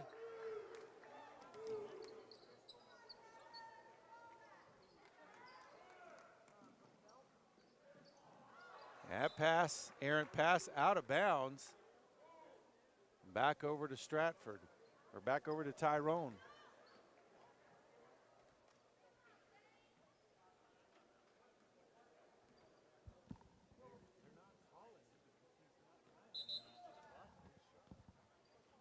Timeout on the floor, 5:19 left to play in the third. It's Tyrone 21, Stratford 17.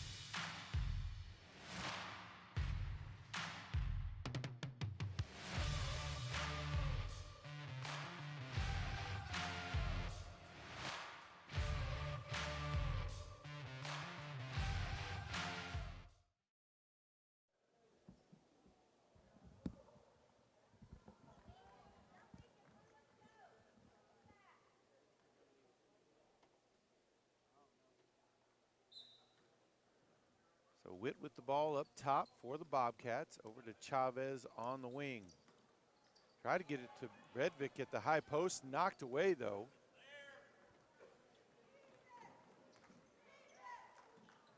Deep three from the wing, left well short, rebounded underneath. The putback up and in. 2-point game now with under 5 left here in the third.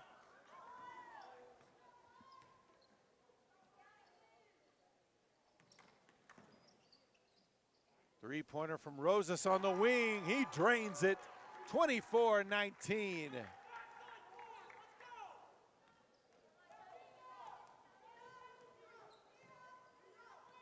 Ball in the paint. Hook shot is up and good. 24-21. 4.5 here in the third.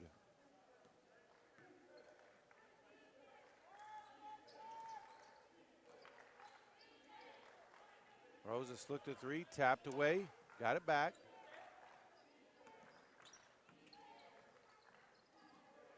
Redvick with it on the wing, over to Pimentel. App pass broken up. Chavez tipped it out to Rosas to keep possession.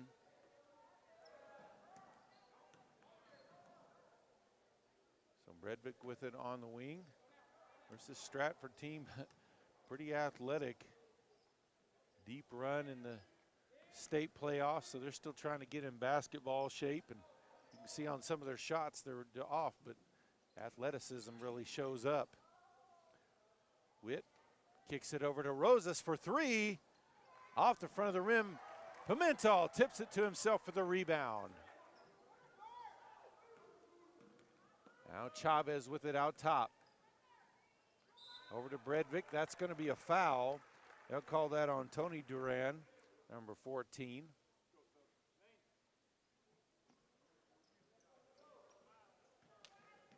That's his first, team's first of the half. 3:19 left in the third. 3-point lead for the Bobcats.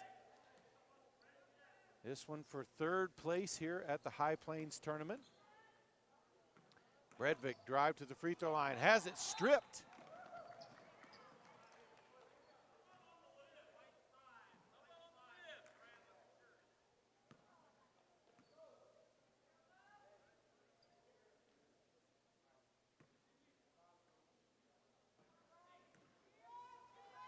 Foul was called on Bredvik. That was his first, team's first of the half. Down in the post. Surrounded, takes it up anyway. Left it short. Rosas with the rebound. Pimentel avoids the defenders, puts it high off the glass and in. If he wouldn't have put it high, that probably would have gotten rejected. But made the smart play. 26-21 now, the lead for the Bobcats.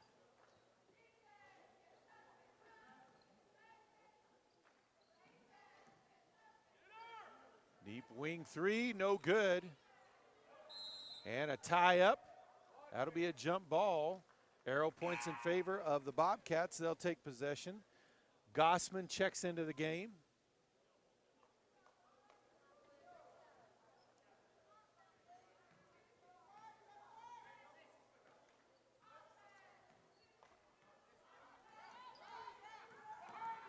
Witt has it stolen away. Pass down on the block, shot up, left short. Rosas with the rebound.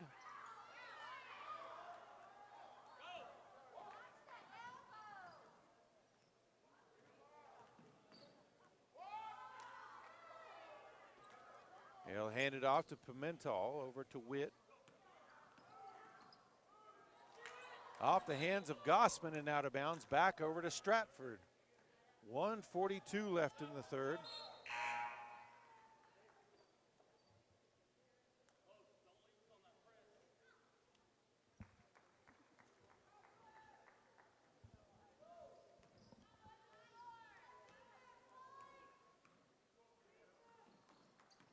Ball on the wing, Pimentel guarding tightly there.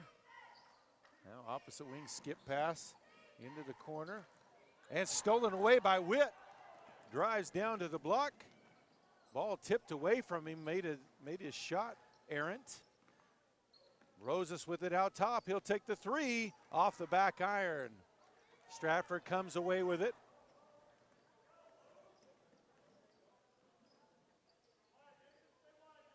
Now back up top.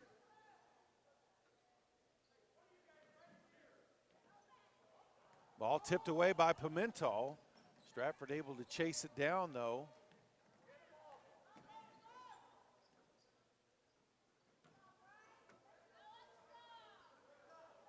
Shot missed, but the putback from the opposite side up and in.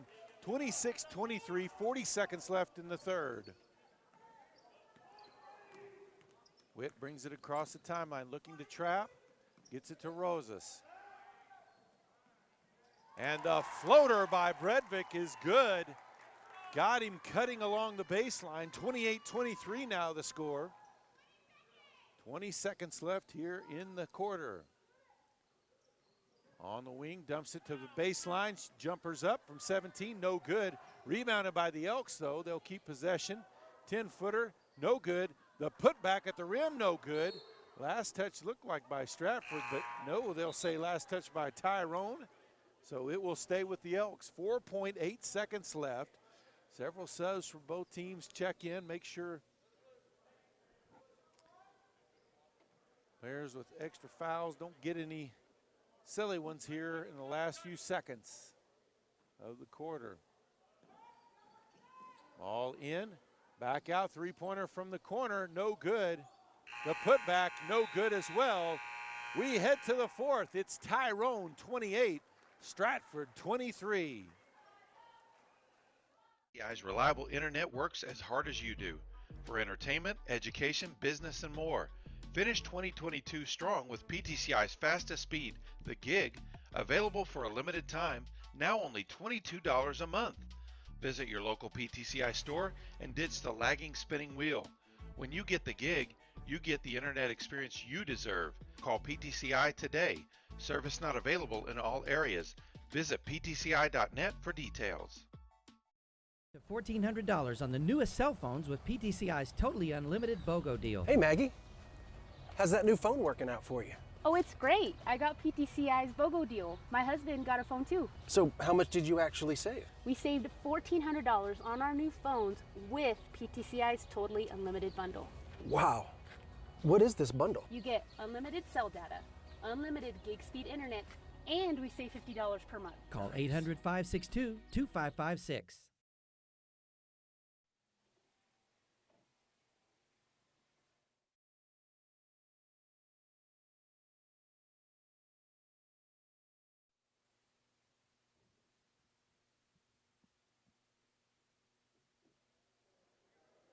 So here we go with the fourth quarter. Stratford with possession of the ball, leading or trailing by 5.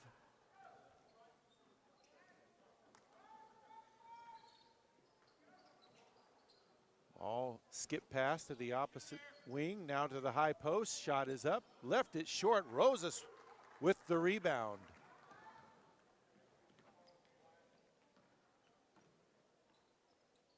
Chavez with it now, back outside to Rosas. Over to Witt.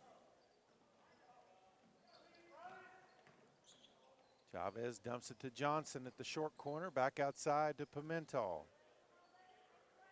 Rosas looks to drive. Euro steps, that's going to be a travel. Took one extra step.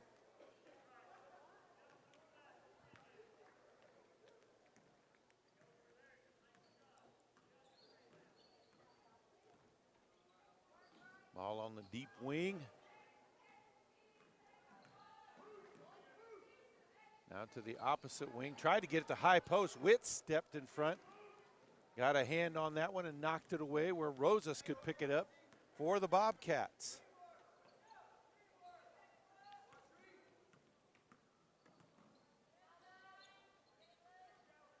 Witt faces up.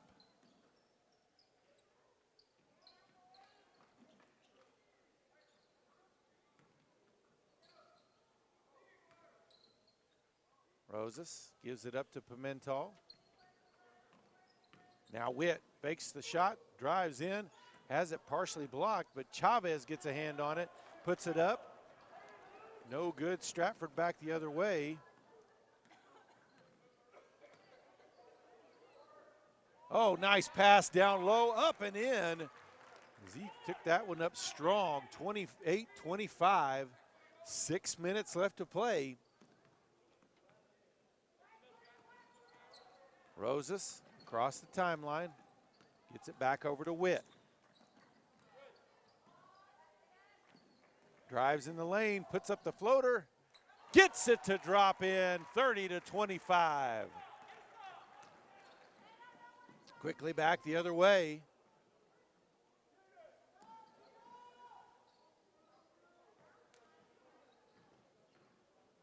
Drives underneath, stepped on the line. Ball back over to Tyrone. Bredvik and Gossman back in.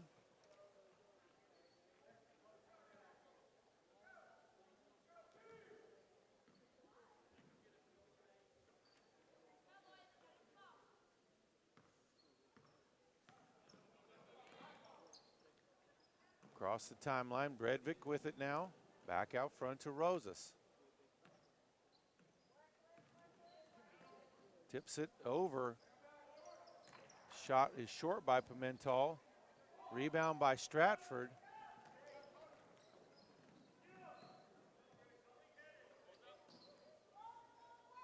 Deep three, that's off. You can tell that one was off line a little bit from my angle. 5 minutes to play, 5-point lead for the Bobcats. We've got a timeout on the floor. It's Tyrone 30, Stratford 25.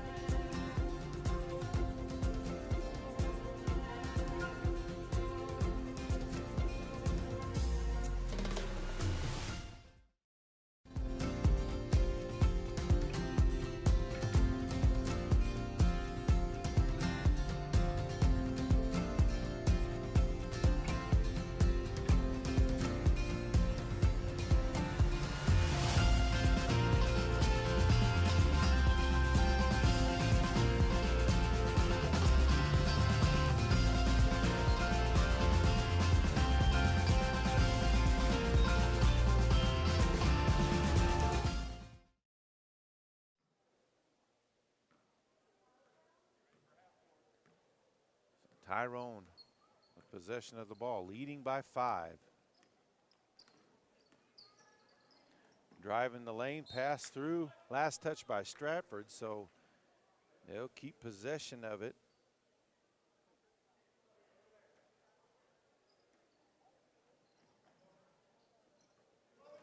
Stratford with the steal, break into the open court, and gonna be fouled from behind. 2 Bobcats there. We'll see who they call that on. They'll call that on Pimental.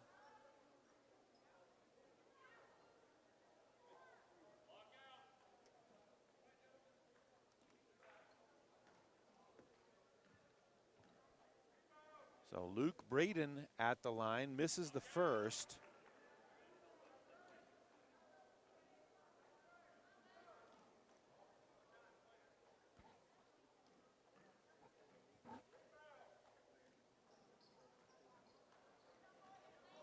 Stratford gets the rebound off the miss. Missed on the dunk.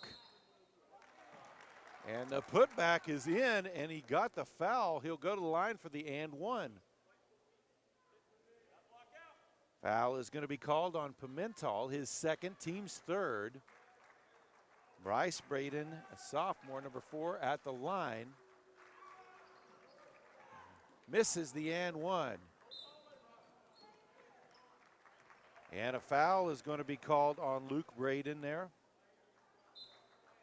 That's his first, team's second.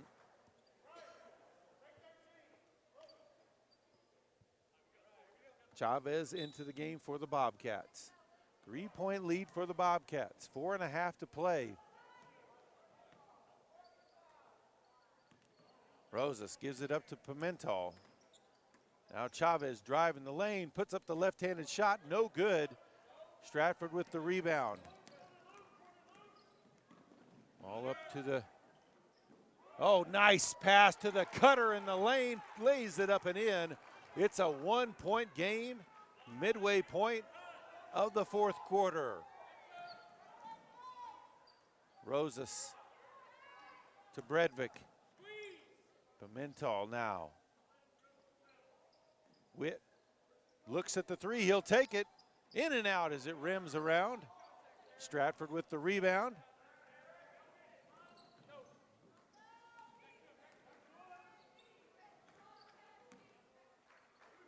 Out to the high post.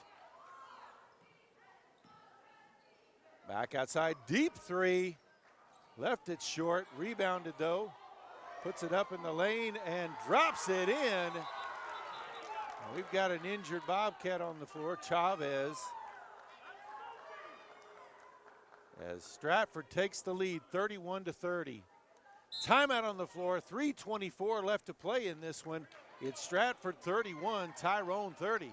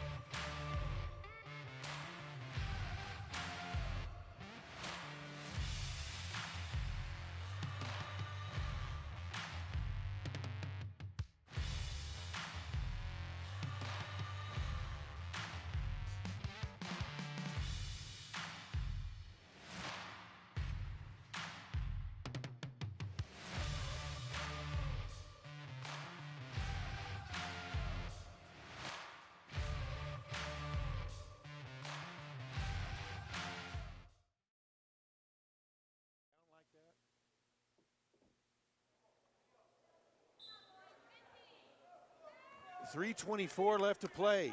Stratford takes a 1-point lead over the Bobcats. Witt with the ball out top. Over to Johnson. Now to Pimentel. Ball stolen away by Stratford. Pass up ahead. Now on the deep wing. Pass knocked down by Rosas. Witt has it now. Drives to the block, puts up the shot. No good, but he does draw the foul.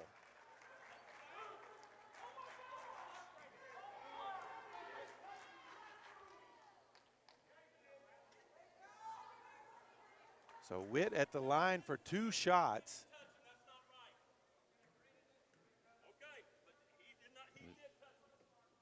Mauricio Duran call for his second foul, team's 3rd foul. Free throw is good. We're all tied up at 31 apiece, 2:57 left to play. Misses the second. Stratford with the rebound.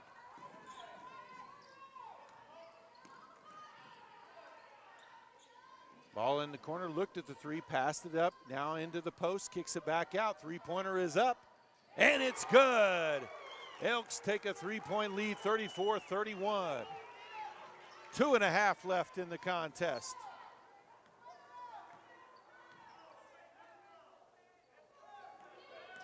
Bredvik outside to Pimentel, drives free throw line, back outside to Johnson. Bredvik drives in the lane again, pass intercepted as he tried to get it to Pimentel.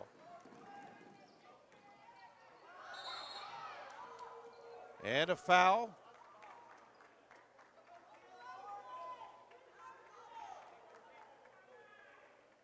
Pimentel will be called for that one. That was his 3rd, team's 4th. You could tell that was a foul out of frustration there. Timeout on the floor, 2:14 left to play. Stratford leads Tyrone 34-31.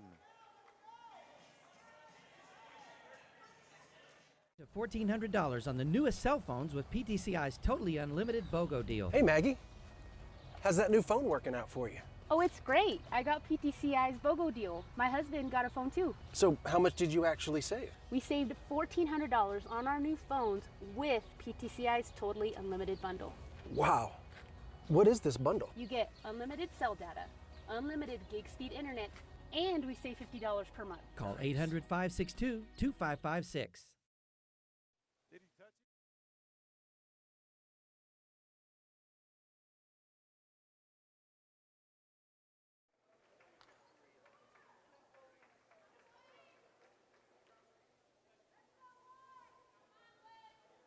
2:14 left to play. Stratford with a 3-point lead in this one. They have possession of the ball as well. Underneath their own basket here. Pass in, shot up from 12 feet, no good. Ball bouncing around, Stratford gets it back, ball on the floor. And they'll say off the leg of Stratford, ball back over to Tyrone. 2:07 left.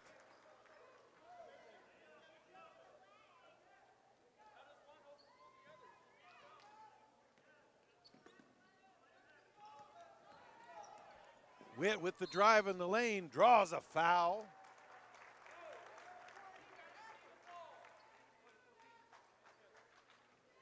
That's going to be on Tony Duran, his second, team's fourth.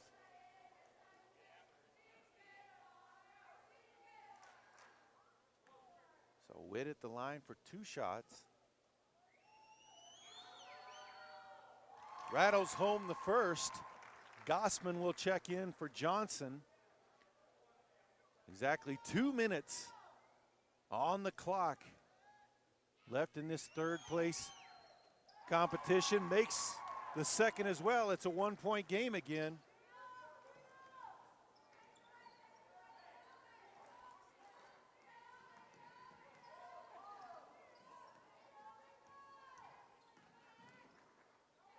All back outside. Almost a little too high, able to get it off. Pimentel is going to be called for the foul there. That's going to be his 4th.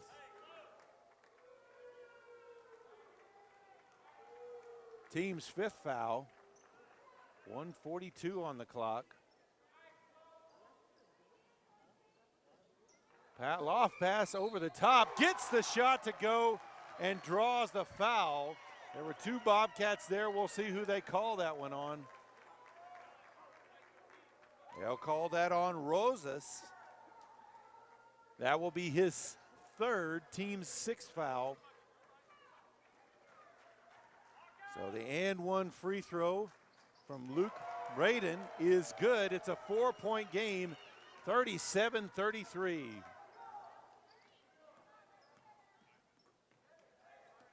Witt kicks out to Bredvik. Down to Rosas. Back outside to Bredvik. Pimentel over to Witt. Witt with the drive in the lane. Shot is blocked. Shot put back up by Gossman. Can't get it to go. Elks come away with it. And Witt's going to be called for the foul there. That will be Witt's first foul, team's 7th foul. So Stratford in the bonus for the final 110.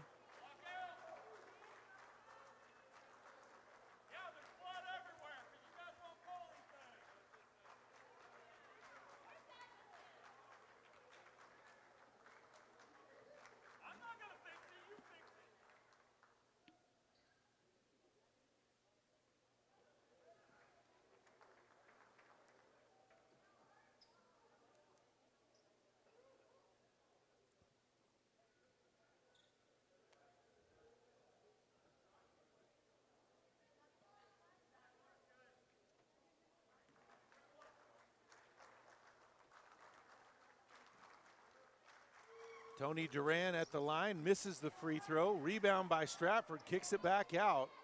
Now back into the post. And a foul. That will send Luke Braden to the line. That's going to be on Rosas, his 3rd, or 4th, team's 8th foul.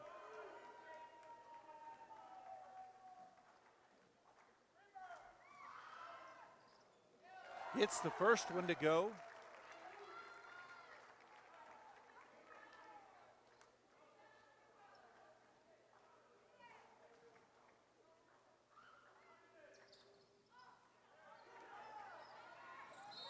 Witt with the ball. That's going to be a foul on the reach on Lane Utley, number 5. His first, team's 5th. 1:03 left to play in the contest. 5-point lead for Stratford. Rosas puts up the wing 3, no good. Rebounded by the Elks.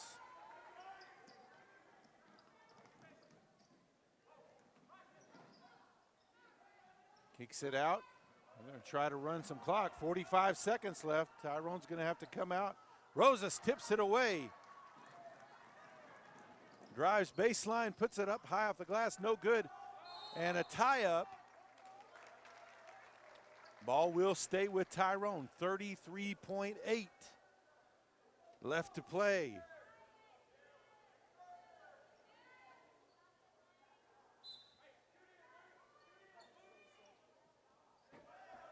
Bredvik gets it into Witt. Now to Rosas. Now with Bredvik. Tyrone doesn't have much time. They've got to get it off. Rosas deep three. It's good. 38-36, 20 seconds left. And a foul on Gossman will send Luke Braden to the line again for the 1-and-1.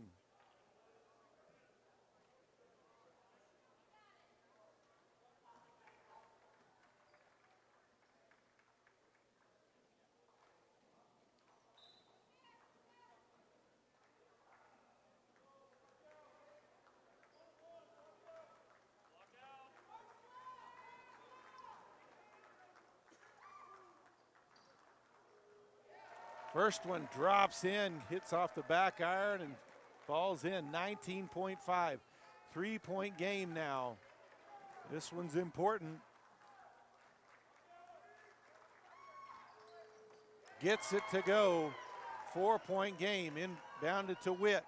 Witt races across midcourt, kicks it outside. Gossman for three, in and out. Rebounded by Stratford, 10 seconds left. Able to pass it ahead past midcourt, and a foul is called, and that's going to be number 5 on Jeremiah Rosas. So he'll foul out with 6.4 seconds left.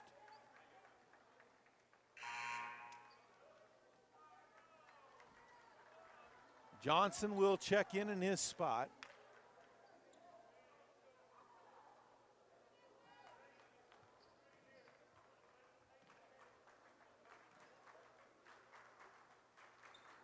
First shot, no good. Long rebound. Oh, there is 2 shots. That was the double bonus because that's the 10th foul. So he'll get one more.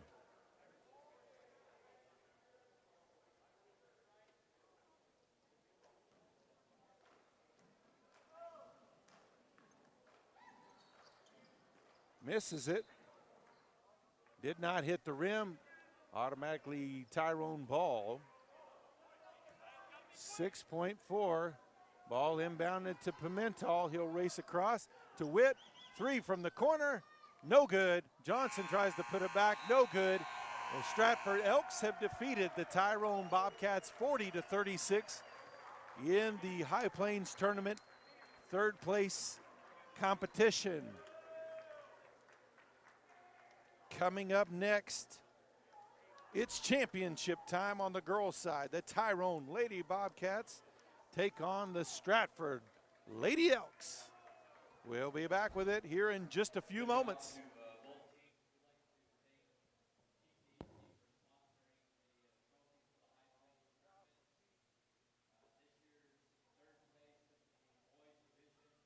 To the Stratford Elks.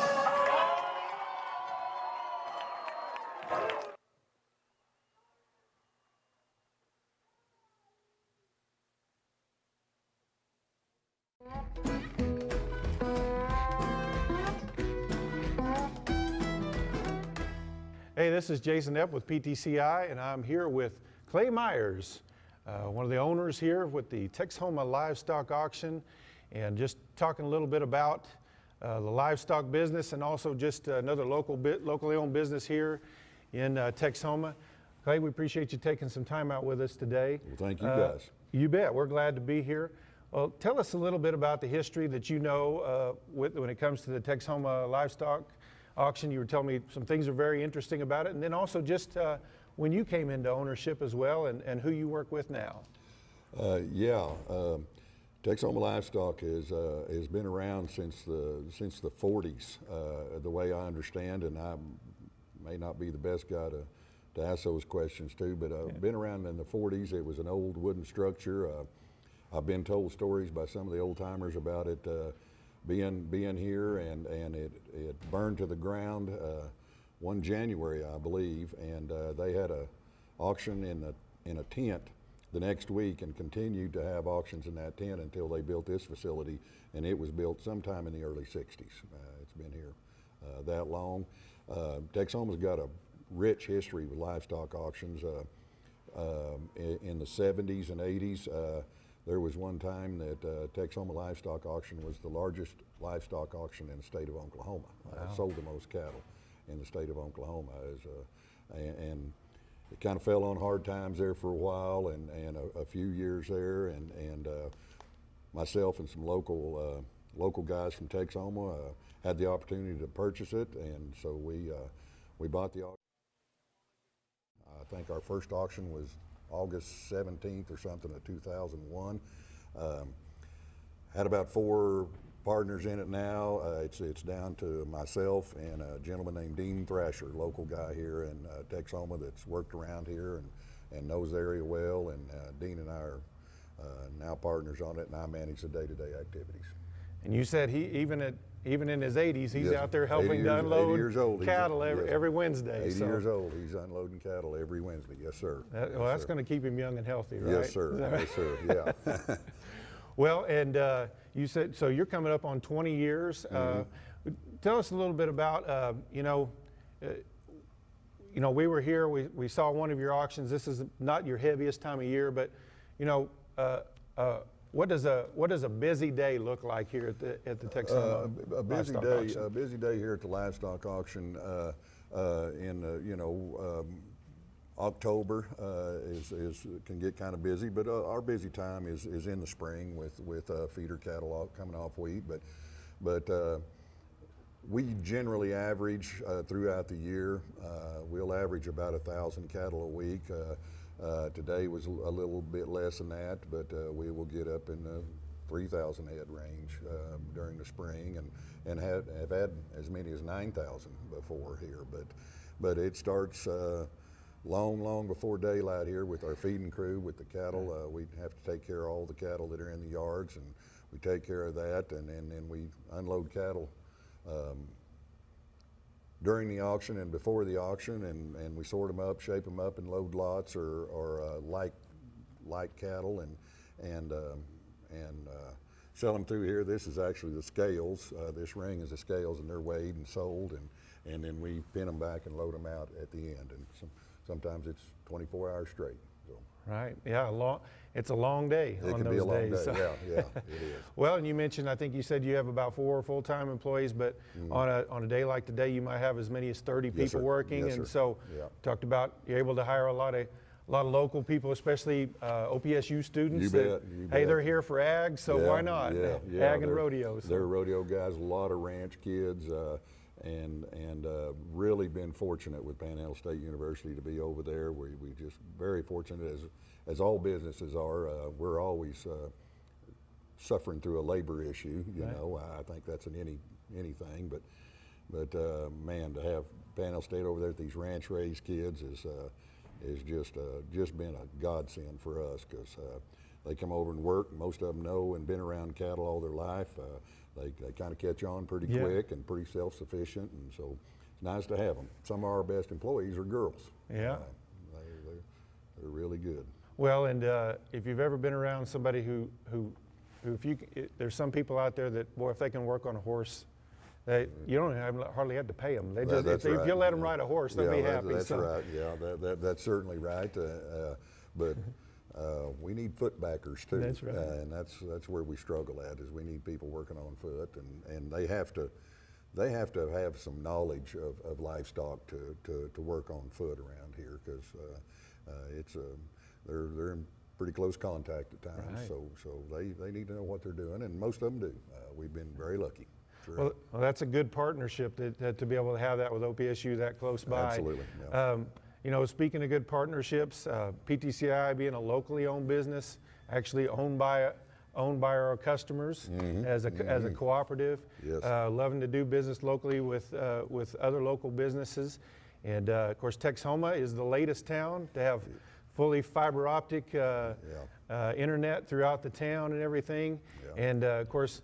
I know you're kind of an old school guy when it comes to you'd like to have your buyers here in the pen, but as the world continues to change, it's probably nice to have that available to you. Yeah, it's a marketing tool for our internet. We're broadcast over the internet every week. Our auction goes out over the internet, and it's another marketing tool that you know, we're trying to do the best thing we can to market people's cattle, and we deal just in local cattle, and so we're trying to do the best we can.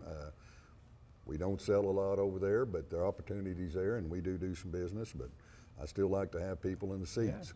Yeah. As far as the fiber optics, I actually live in Felt, Oklahoma, and Felt, Oklahoma's had fiber optics a long time. It's one of the first, and so I get to brag a little bit when Texhoma just got fiber optics, and it's been great. It's sped our thing up.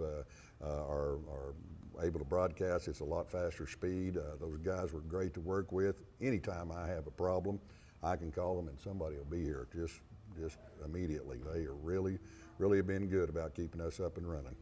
Our whole phone system and internet system.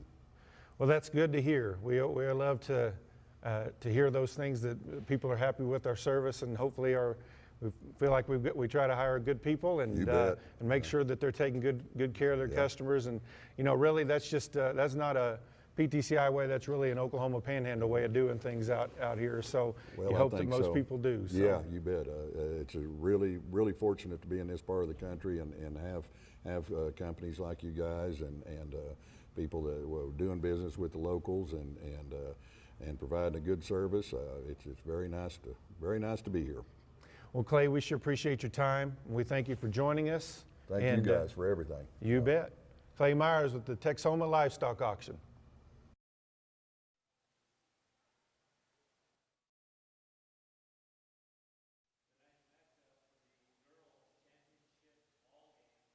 Will be the visitors on the scoreboard wearing blue, the Stratford Lady Elves.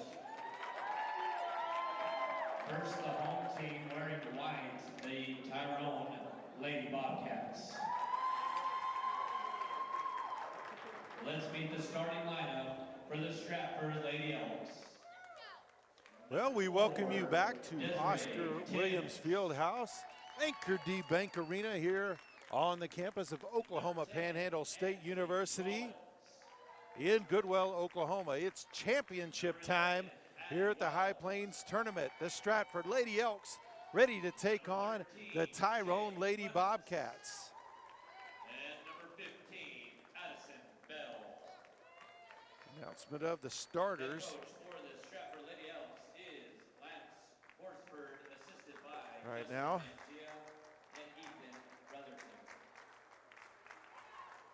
Two teams got here. Stratford defeated Felt in the first round, 46-27, then defeated Goodwell 44-30. Tyrone got here by defeating Yarbrough 43-17 in the first round, and then defeating Booker 46-21. Number 23, Addison Williams. And number 34, Angel Andrews. Head coach, Travis Banning. So starters have been announced for both teams. We're going to have the tip-off here in just a few minutes for the girls' championship of the High Plains Tournament.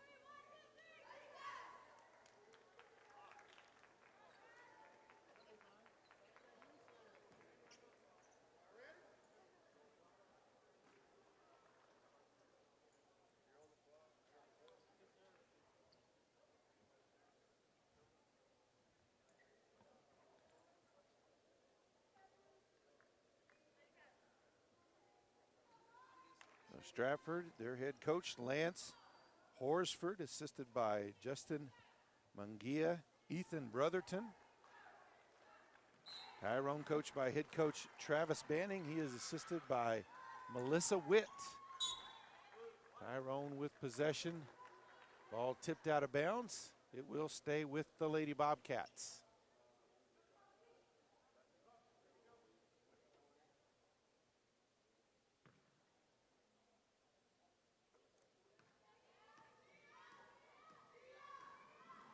out top with the ball.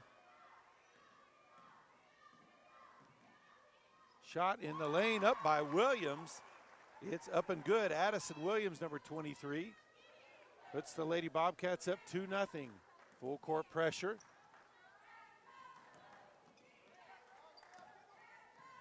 Pass baseline, puts up the jumper. It's good. We're all tied up at 2 apiece.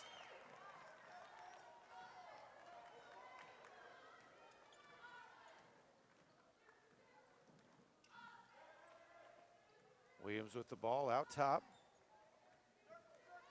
Other starters for the Lady Bobcats, a senior number 4, Cameron Gossman. She's got the ball now. Also a junior number 13, Brooklyn Stevens. Number 15, a junior, Kendall Humphreys. And number 4, a senior, Cameron Gossman. Oh, and a senior number 34, Angel Andrews, who put up that shot. Draws the foul. That will be on a senior number 4, Desiree Timms. Her team's first foul. So Angel Andrews at the line. First shot is up, rims out.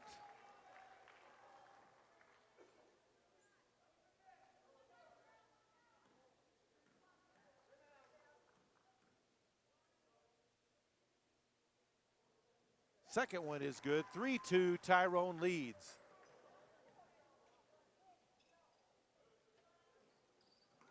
Ball tipped away by Williams. Andrews with it now to Gossman. Now baseline drive by Stevens. Fouled on that.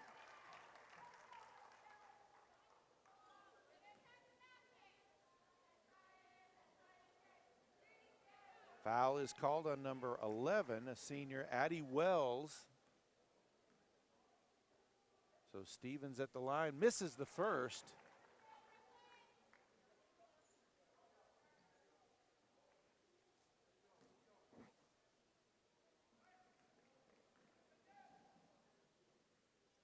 Makes the second. 4-2, Lady Bobcats lead.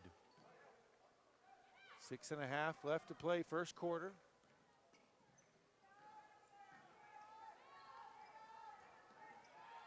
Stolen away, shot put up. No good. Williams with the rebound. Andrews with the shot. It's good. 6-2.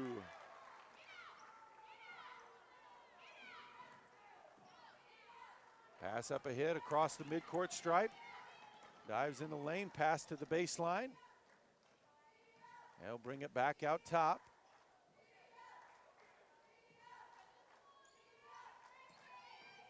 Driving the lane, shot put up, no good. Gets her own rebound. Deep three. Off the back iron, off the top of the backboard. Rebounded by the Lady Elks. Shot.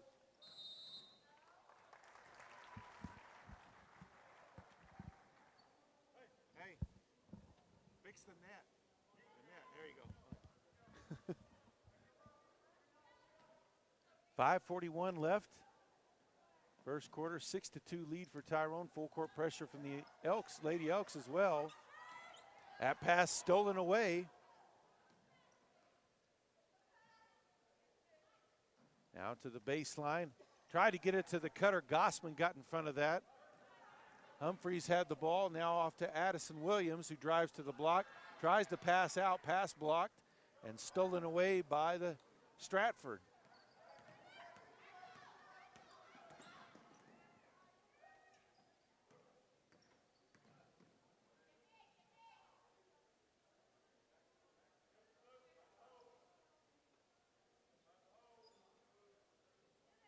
Ball on the wing.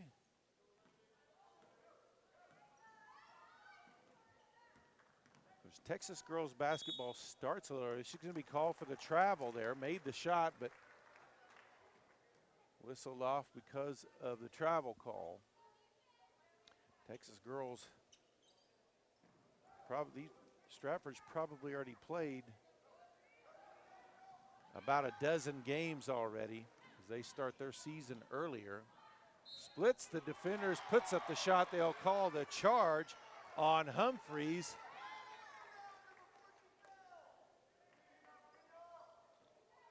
That's her first foul. It's first team foul.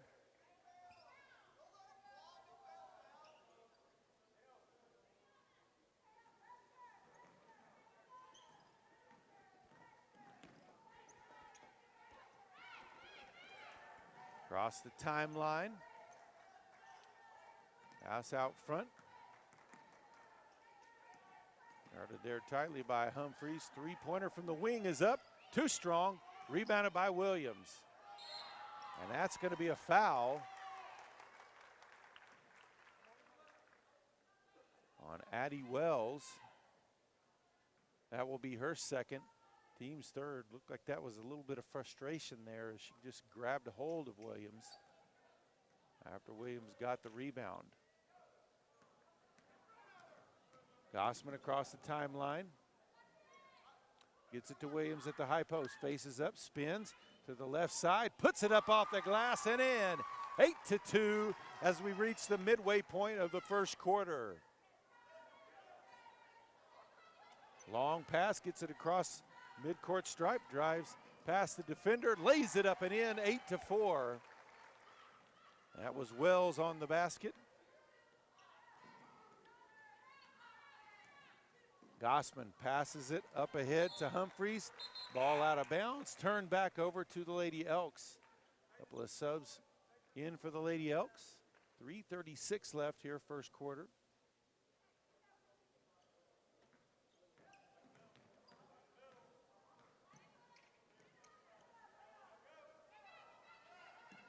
Ball across the midcourt stripe. Now to the baseline, back out on the wing, open for the three. She'll pass it up. Now the deep wing, that would have been a deep three. Passes it up, dribbles in, has it tapped away, gets off a shot near the rim. Didn't touch anything though. Williams blocks that shot.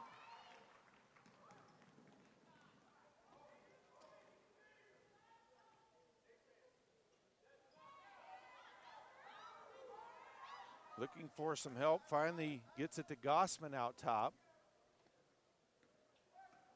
Now Stevens. She'll give it to Andrews out top. Humphreys, hand off to Stevens, cuts inside the lane, puts up the shot, can't get it to roll in. And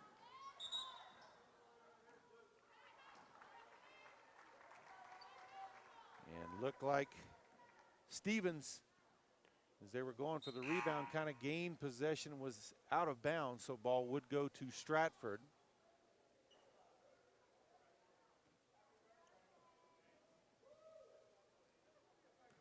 Two and a half left here, first quarter.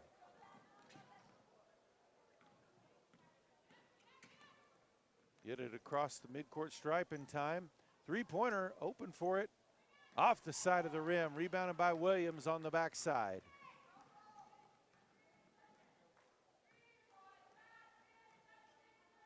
She'll hand it off to Humphreys. Gossman dives inside, tied up. They'll say foul on the floor. Foul will be called on number 15, Addison Bell.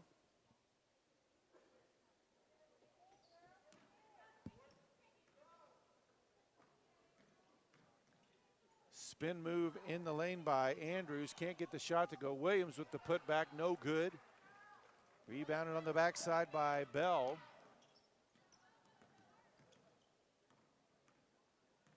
Bell drives all the way in the lane, puts up the short shot. And a jump ball. Ball will stay with Stratford. Sophomore number 25, Faith Timms, checks into the game for the Lady Elks. 1:42 left, first quarter.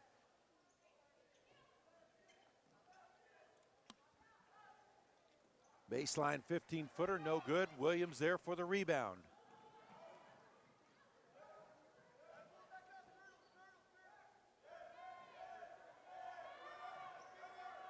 Andrews in trouble.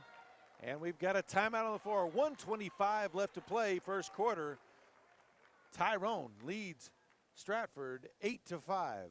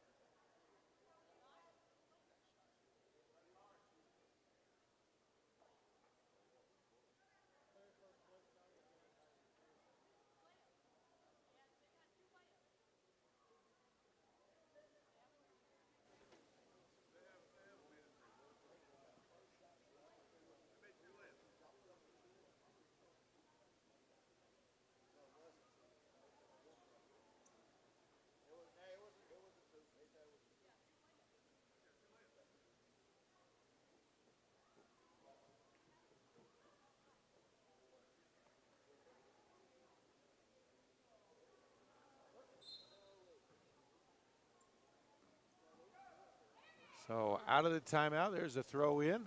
Humphreys with it. Underneath the basket, tried to put it up and was fouled. So she'll go to the line for 2 shots. Foul is call number 12. Lindley Albert, sophomore, for the Lady Elks. Her first foul, team's 5th foul. 1:20 on the clock. 2 shots for Humphreys. First one off the back iron.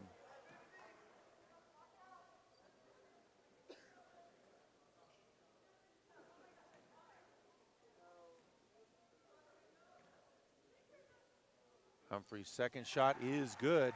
9-4 now the score. All blocked out of bounds by Williams. It will stay with Stratford.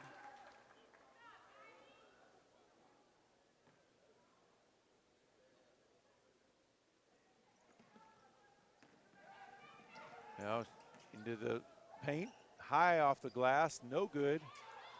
The putback, no good as well. Rebounded by Gossman. Pass up ahead to Humphreys across the timeline. Now she'll slow it down to let the offense set.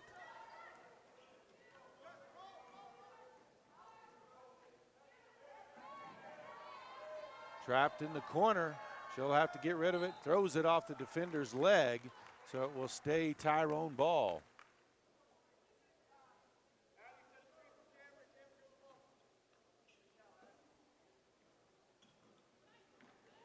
Ball into Gossman. She'll get it to Williams at the high post. Stevens back up top. Into the paint to Williams. Kicks it back out. 3-pointer from Humphreys, in and out. Ball tapped out though, and it will be Elks ball. 47.8 seconds left here in the quarter.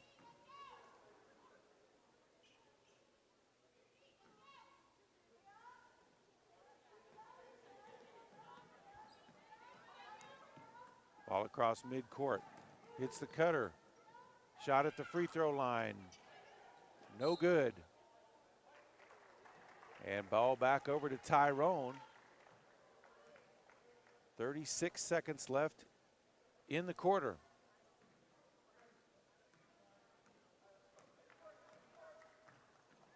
Andrews out front with it. Over to Williams. Back outside, Andrews drives, puts up the floater in the lane. No good. Rebound, Lady Elks. 12 seconds left. Pass up ahead. Pass to the corner, looked at the 3, passed it up. 5 seconds left. Top of the key, 3, no good. Out of bounds, back over to Tyrone. 1.2 seconds left.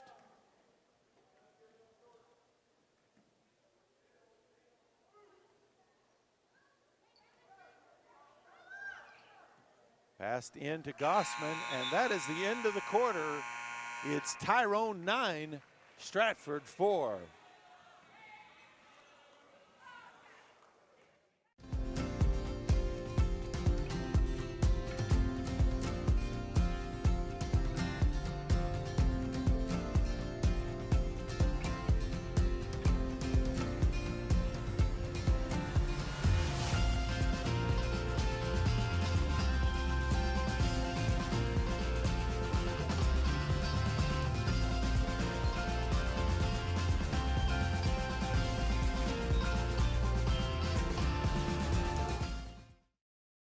To $1,400 on the newest cell phones with PTCI's totally unlimited BOGO deal. Hey, Maggie. How's that new phone working out for you? Oh, it's great. I got PTCI's BOGO deal. My husband got a phone too. So how much did you actually save? We saved $1,400 on our new phones with PTCI's totally unlimited bundle. Wow. What is this bundle? You get unlimited cell data, unlimited gig speed internet, and we save $50 per month. Call 800-562-2556.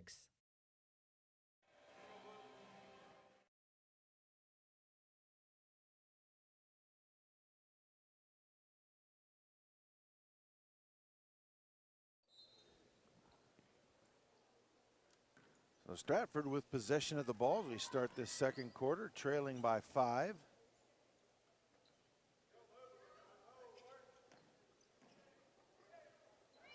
Bell, skip pass.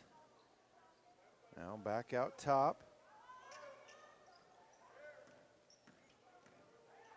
Loses the ball, able to gather it back.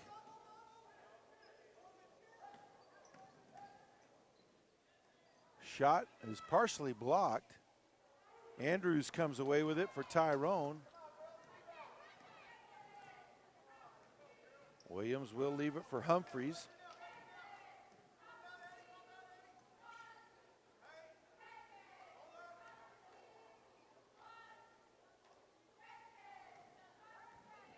Stevens gives it back to Williams in the corner. Now Gossman with it. Skip over, ball in the corner. And from the corner, it's Stevens for 3. 12-4 now the score. Tyrone leads. Drive to the free throw line, kicked out, deep 3. Bell has that one rim out. Gossman with the rebound, and a foul is going to be called. It looks like that may be called on Addie Wells. I believe that'll be her 3rd.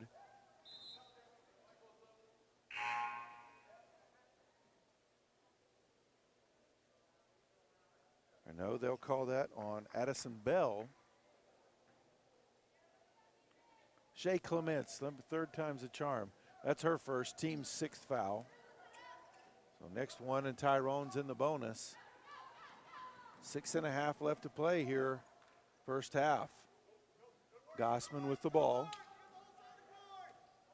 Now Andrews up top gets the screen from Williams. Humphreys to Williams in the corner. Skip pass to Stevens. Tried to pass it down low, intercepted.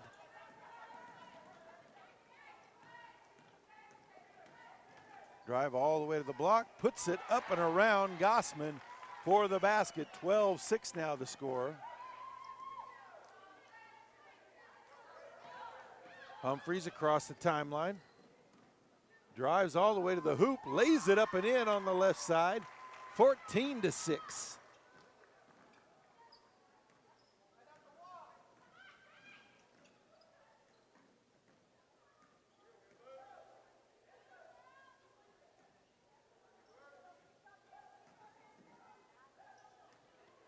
Ball tipped away. They'll call it jump ball on that one. Arrow points in favor of Tyrone. 5:18 left here, first half.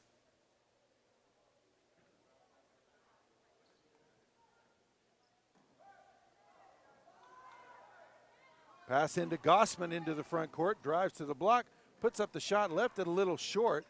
Rebounded by the Elks. Ansley Rollins, number 10, had that.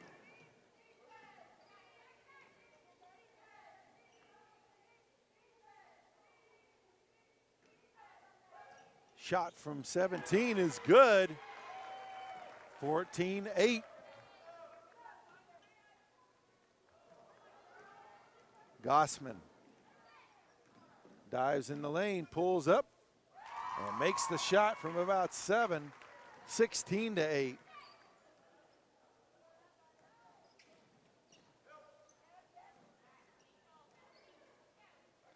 Ball out on the deep wing. Short corner now. Tried to split the defenders. They'll call the foul probably on Williams here.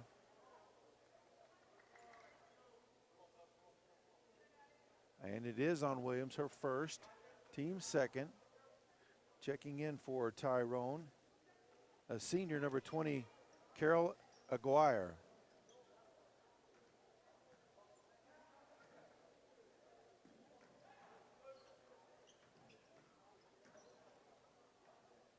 Skip pass to the opposite wing. Now in the short corner, pass a little strong, tied up by Tyrone. Williams comes away with the loose ball. Andrews brings it across midcourt.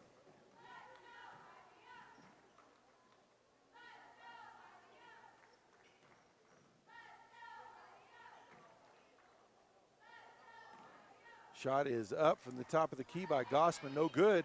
But Williams with the rebound, throws it across the lane to Aguirre, has to kick it back out, couldn't put it back up.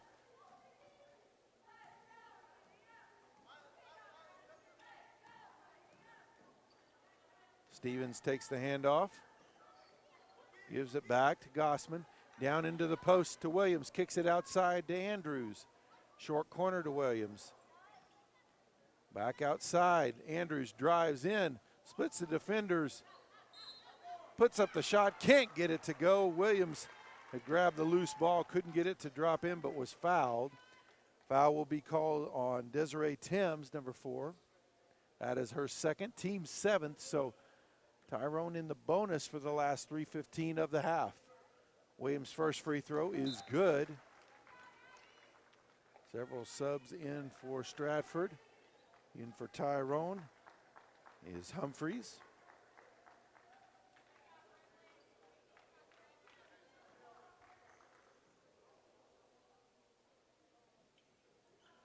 Shot off the back rim, rebounded though by Humphreys. Back up top, Gossman with it. Drives to the block, up and underneath, gets it to go. 19-8. Lady Bobcats, 3 to play here in the first half.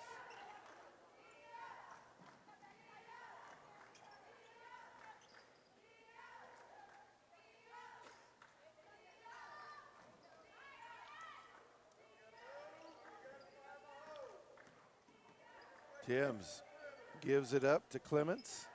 Short corner shot. It's high, arcing and good. 19-10. 2.5 left. Gossman will walk it across the timeline or close, picks up her dribble. That pass intercepted by Clements. Drives in, dumps it off to Bell, who puts up the shot and draws the foul on Gossman.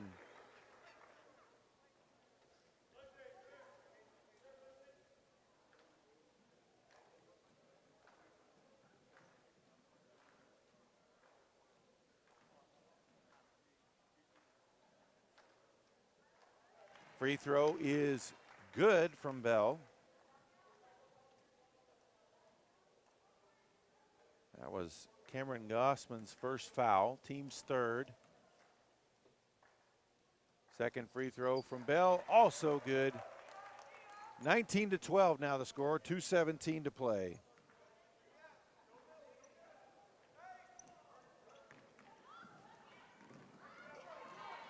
Ball stolen away.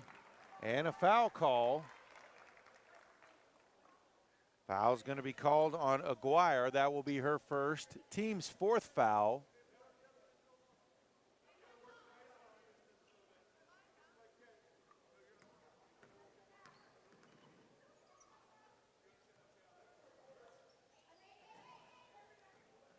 Out ball down in the short corner, skip pass outside, up top. Now on the wing, looked at the deep three, passed it up.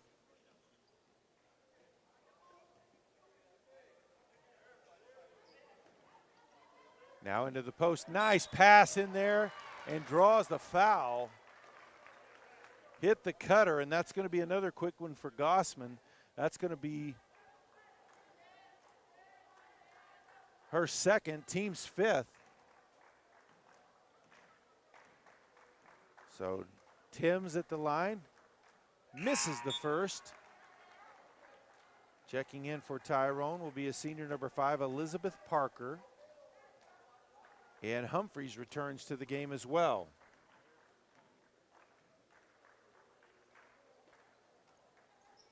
In and out on the free throw, ball loose, and that's going to be a tie-up. Ball will stay with Stratford as the arrow points in their favor.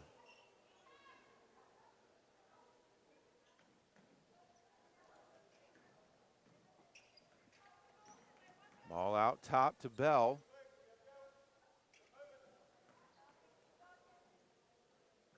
Now on the right wing, under a minute and a half left before the break. Williams got a hand on it, but Stratford keeps possession.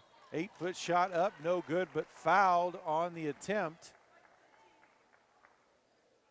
That will be on Stevens. Her first, team's 6th foul.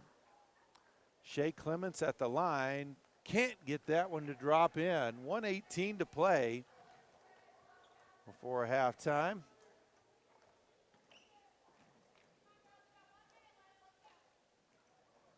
Missed the second one as well. Williams with the rebound. Long pass ahead to Humphreys. And an ill-advised pass. Humphreys couldn't bring it in as it was too far out of bounds. So a turnover back to the Lady Elks.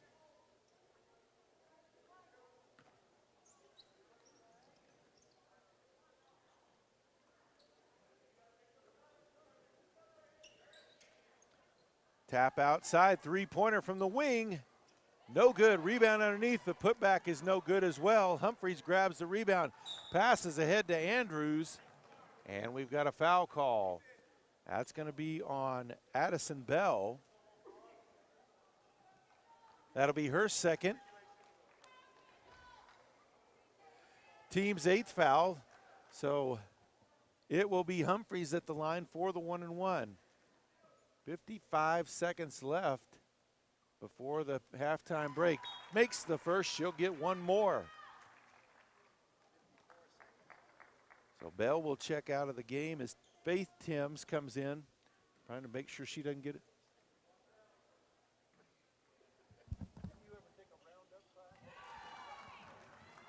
Second free throw good as well. 20-12 now the score.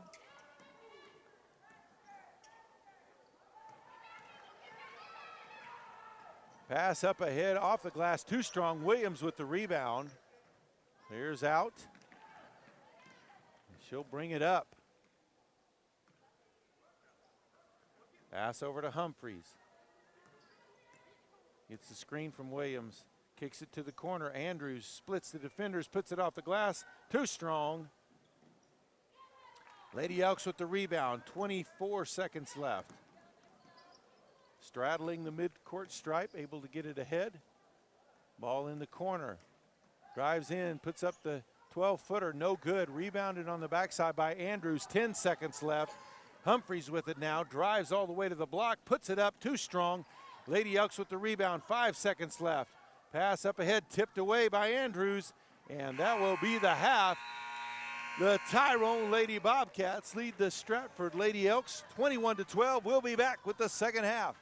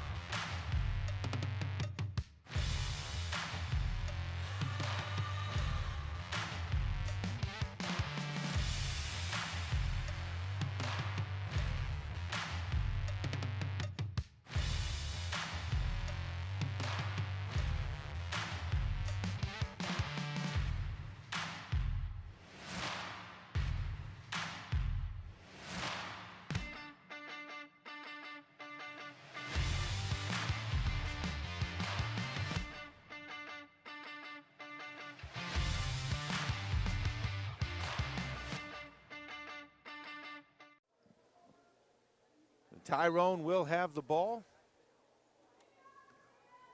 Of course, coming up after this, we've got the boys championship as well. That will be the Goodwell Eagles versus the Booker Kiowas. Goodwell, I believe, ranked 11th in the state.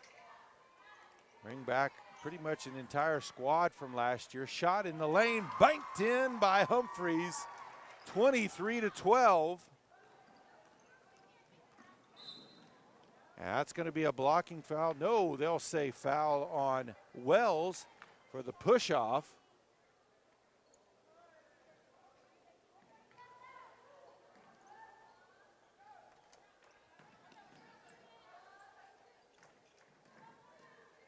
Humphreys back outside.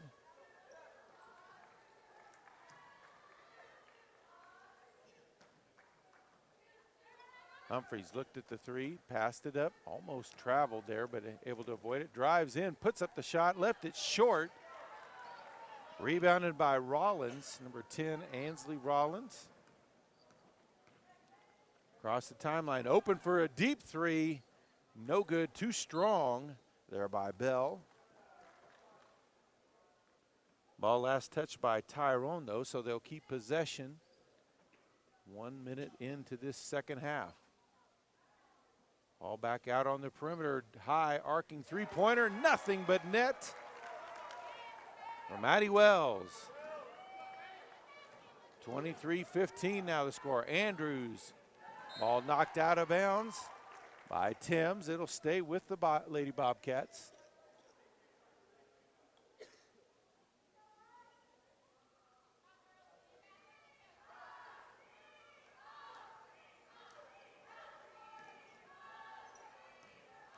Williams dumps it down low to a cutter. That's Andrews. Can't finish, though. Gets her own rebound. Tried to pass it across the lane to Gossman, but Bell stepped in front of the pass. Oh, tipped away now by Stevens. Drives to the hoop, and she's fouled hard on that one. Still on the floor. Bell drew the foul. Was called for the foul.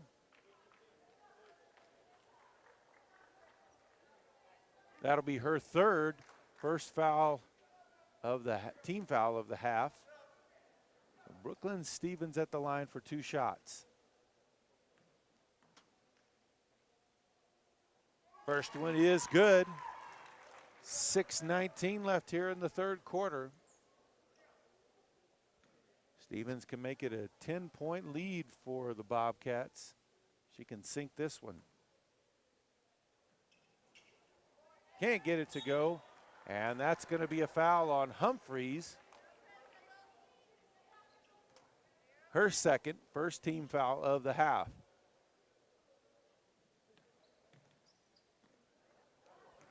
They break the press, kick it to the wing, down to the box, put up the shot, left it short, and a foul was called on the rebound. That'll be called on Williams, her second, team second foul.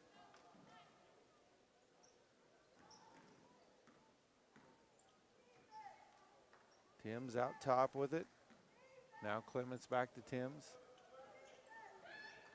In the corner by Rollins, the three no good, rebounded by Williams. Dribbles her way out of it across midcourt. Passes it off to Andrews. Looked at the three, passed it up, gave it to Humphreys, down low to Williams. She'll go baseline side, up and underneath, passes it out. Stevens for the shot, no good. Rebounded on the backside by Rollins. Tied up, able to get the pass out to Timms. Now she'll curl out, back up top. Three-pointer is up, off the front of the rim, and a foul underneath. That's going to be on Williams. That will be her third, team's third foul.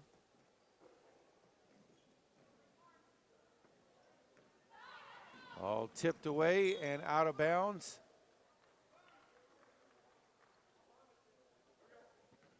And it will stay with the Lady Elks.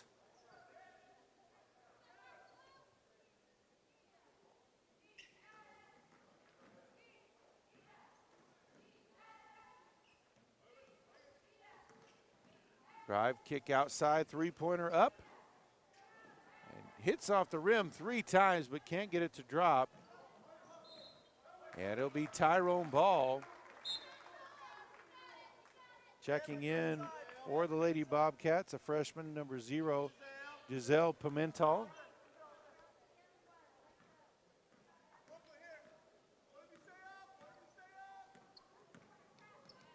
Humphreys double team, gets it over to Andrews across the timeline. Pass to Gossman across the lane to Stevens, down low. And put up a wild shot. Able to draw the foul on Addie Wells. That's her 3rd, team's 2nd of the half.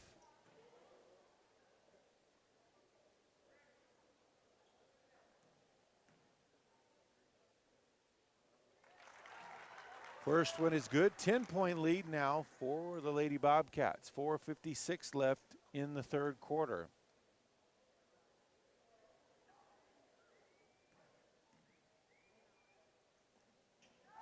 Second one good as well. 26-15.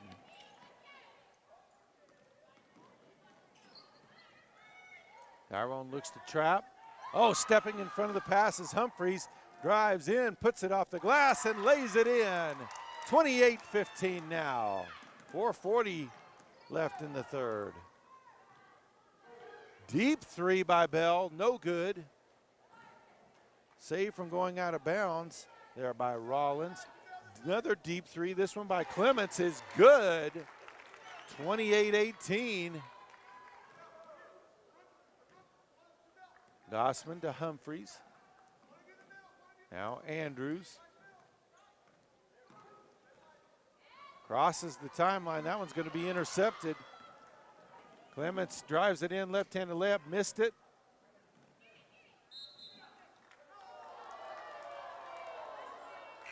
And they'll say Tyrone ball.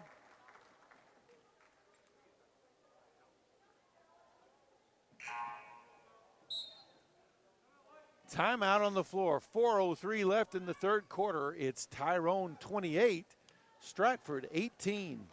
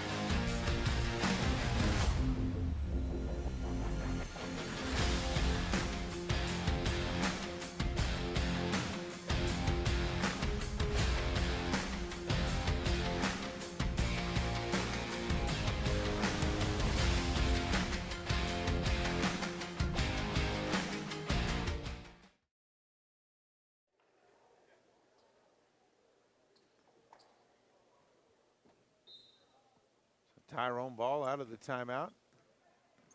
Andrews with it. Brings it across the midcourt stripe. Pass it into the corner. Stolen away. Elks with it now. Pulls up for the deep 3. No good. Rebound by Humphreys.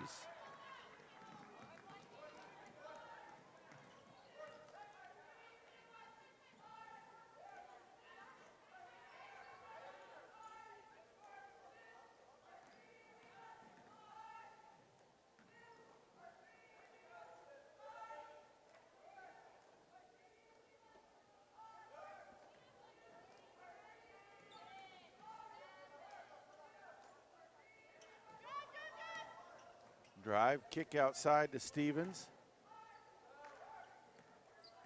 Humphreys puts up the shot at the free throw line. It's good. 30-18, 3 to play here in the 3rd.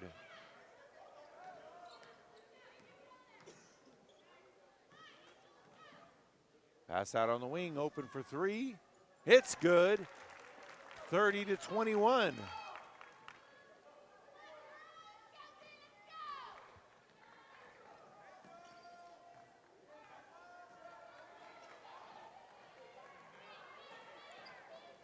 Pass to Gossman in the lane. They'll call the foul. That's going to be on Rollins. So Williams comes back in for the Bobcats. Also in for the first time, a sophomore, number 22, Sienna Rogers.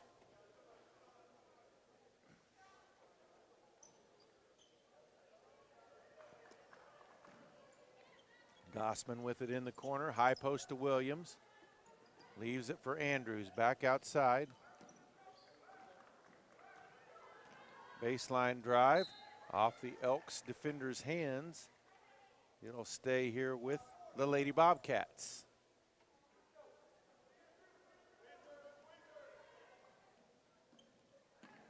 Pass out front to Andrews. Gossman over to Williams. Banks it up and in. 32-21.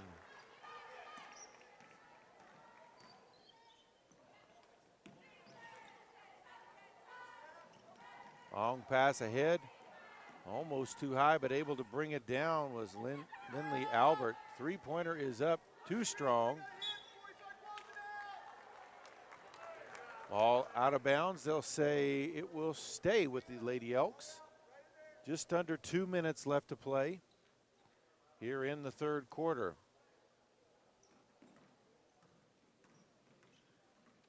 Drive to the high post, kicks it out.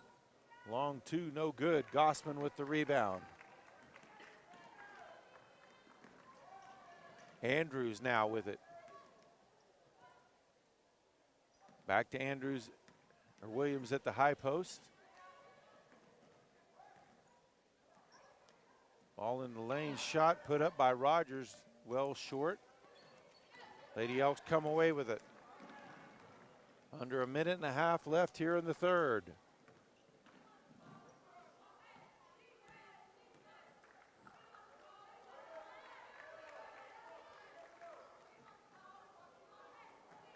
Stolen away by Andrews, and she's going to be fouled. That's going to be on Mackenzie Bell, number 3. That'll be her first, team's 4th foul.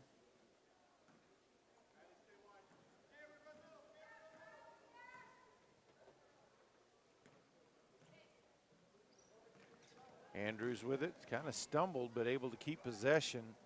Over to Humphreys, who splits the defenders, puts it up low. Williams with the rebound, and she's going to be tied up.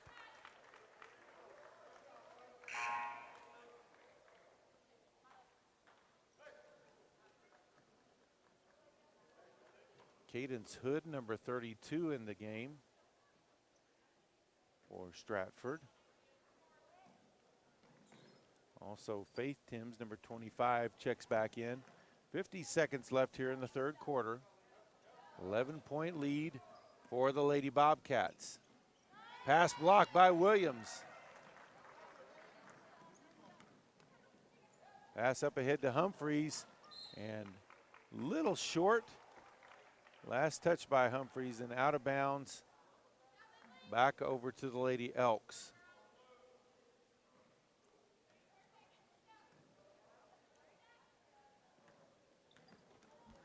Clock.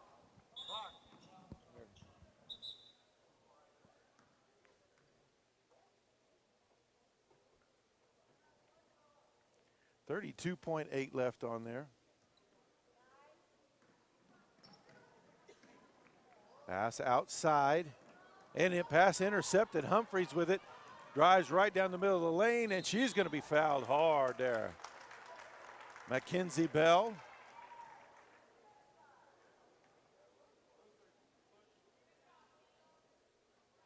That's her second foul, team's 5th foul. So Humphreys at the line for 2 shots. Misses the first.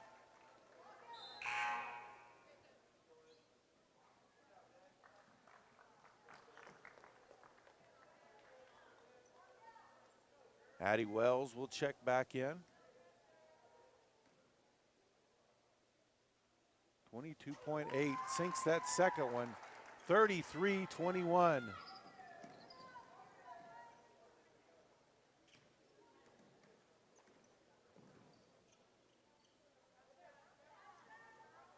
12 seconds left on the clock. Now on the wing. 6 seconds. Drives baseline. Goes to put up the shot. Ball tip. Shot is up and in and out.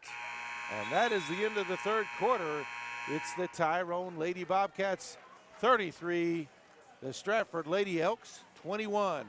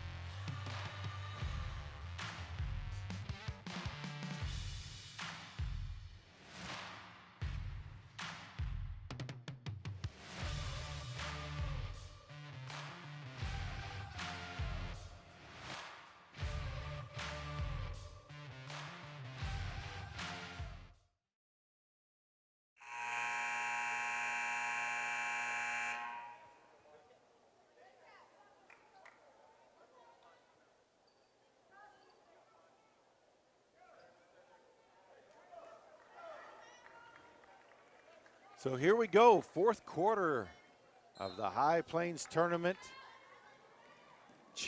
Girls Championship game. Passed into Gossman. Tyrone leading by 12. Step to the hoop by Andrews. She's going to be called for the charge.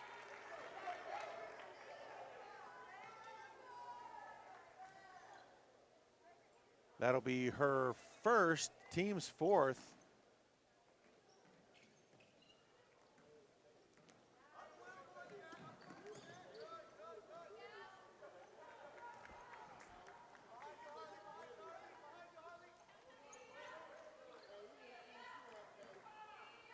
Ball on the wing, looked at the three, pass it up, back up top. Gets the screen, picks up her dribble though, double teamed, in trouble, and tied up there by Addison Williams. Good play there by Williams.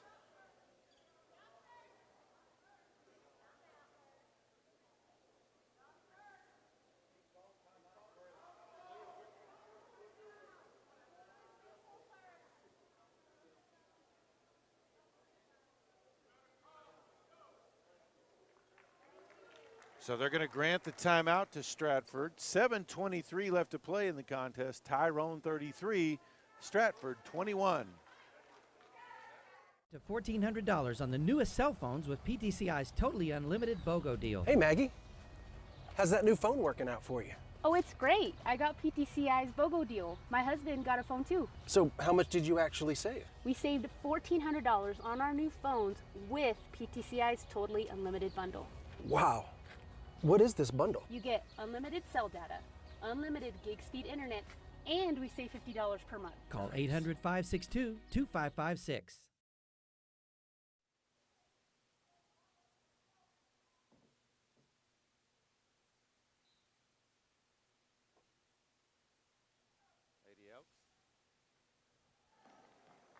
Lady Elks with the ball on the wing. Now in the short corner, can't control it, out of bounds, turned back over to Tyrone. Kind of turned before she had control of the ball. Full court pressure now by Stratford. Ball inbound to Andrews. Beats her defender. Drives all the way, kicks to the corner. Three-pointer is up, too strong. Rebounded on the backside. Tyrone able to get a hand on it. And Tyrone calls the timeout as Stevens had it. No, they'll say no timeout.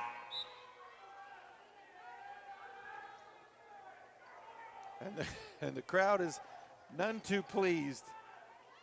I think they called her for the travel call before that.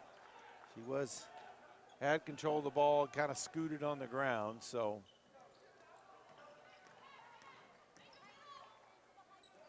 Sometimes there's nuance that our home crowds don't want to see. Deep three, missed off the rim, out of bounds, back over to Tyrone. No harm, no foul, as the Lady Bobcats get it back. 6:48 left in this one.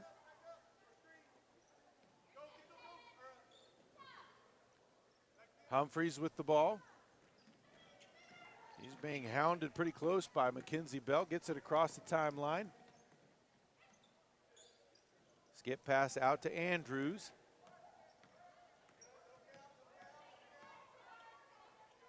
Now Stevens with it out top.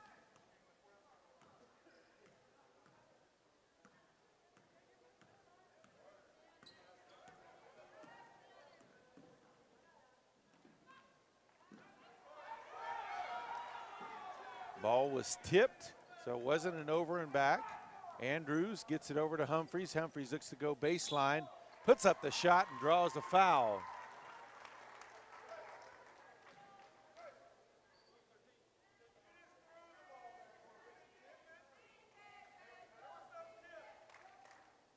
Clements called for the foul, her second, team sixth.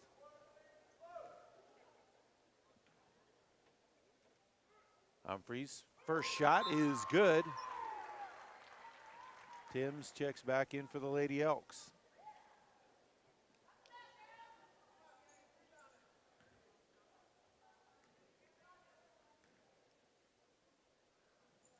Second one good as well. 35-21. Lady Bobcats up by a couple of touchdowns here with 6 to play in the High Plains Tournament Championship. Drive in, lost control, got it to the high post though. Shot is up, rims out. That one went all the way around. Andrews with the rebound, brings it across midcourt. Passes ahead to Humphreys. Gets it to Williams. Williams kicks it back out top. Stevens gets it to Humphreys. Andrews baseline drives, puts up the short shot and draws the foul.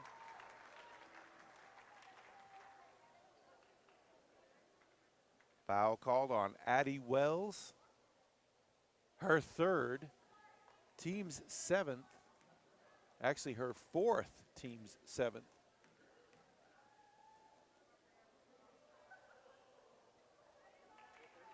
Andrews, that one off the back iron.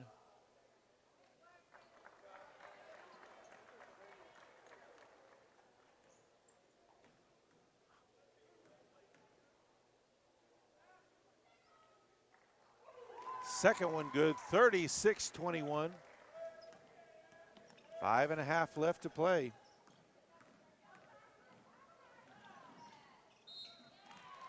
And a foul on the shot attempt. That'll be on Gossman.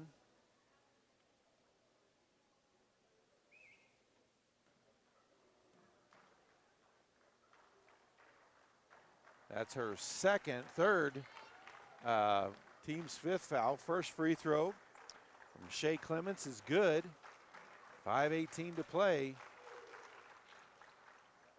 Gets the shooter's roll on the second one. Timeout on the floor, 5:18 to play.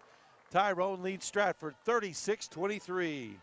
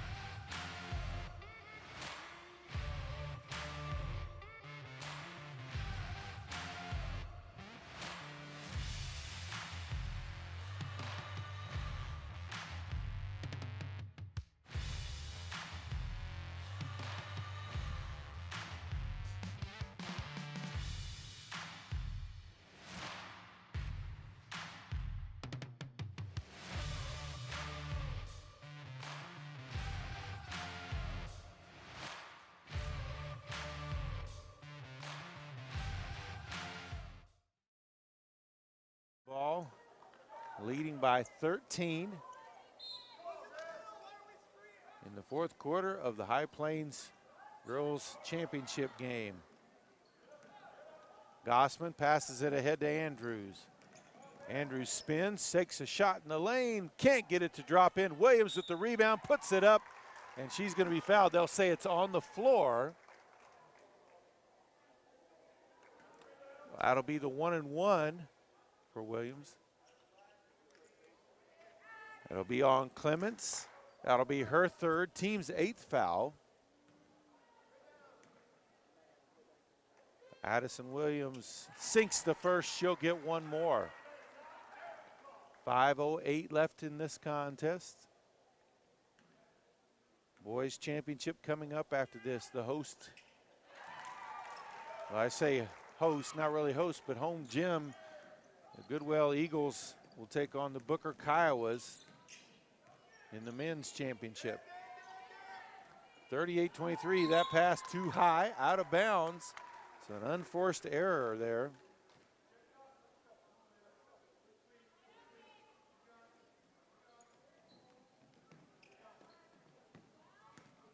Andrews with it. Now he's back in towards the middle. She'll settle it down. Over to Gossman.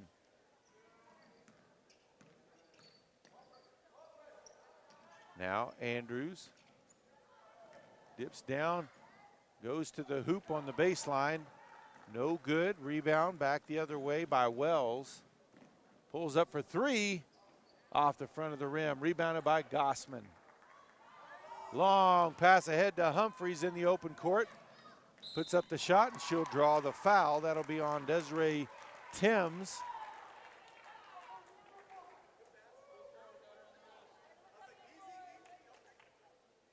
That's her third, team's 9th foul. So at the line for two anymore on Stratford, and it's going to be double bonus. First one is good.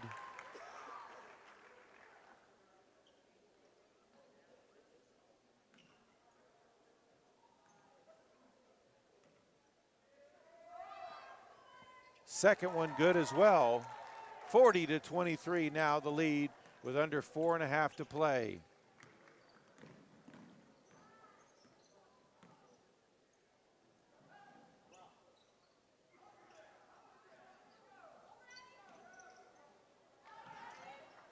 Ball tipped away by Williams. Gossman grabbed the loose ball. Now Williams brings it up.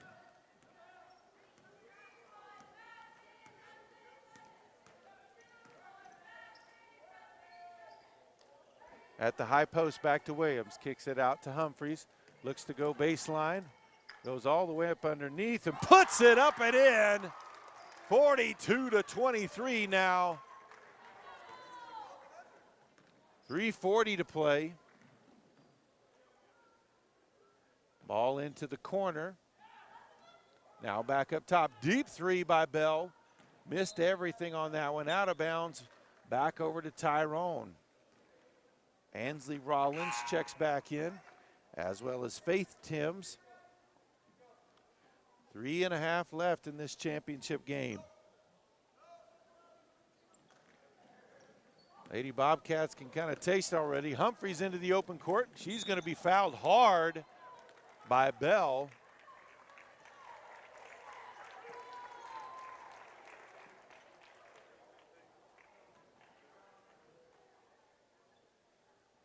That's her fourth. They're in the double bonus now, as that's the 10th foul. Of course, that was on the shot, so she would have got 2 anyway.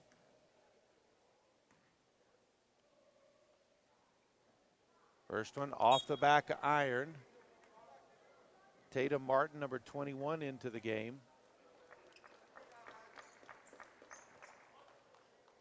3:26 to play in this championship game. Missed the second one. Rebounded by Timms.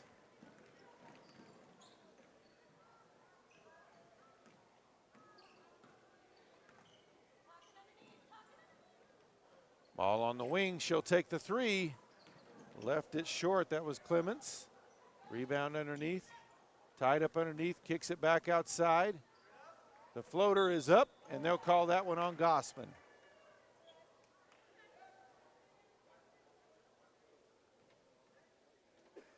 So Shea Clements at the line. That'll be number 4 on Gossman. 6 team fouls. Gets the shooter's roll on the first. 2:58 left to play.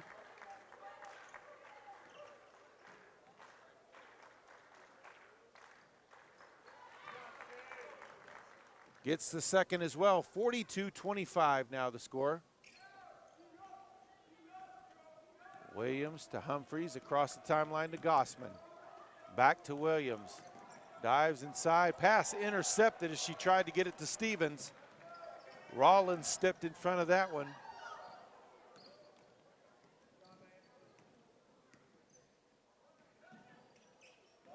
Into the corner, 3 is up. No good. The putback up and in by Clements, 42-27.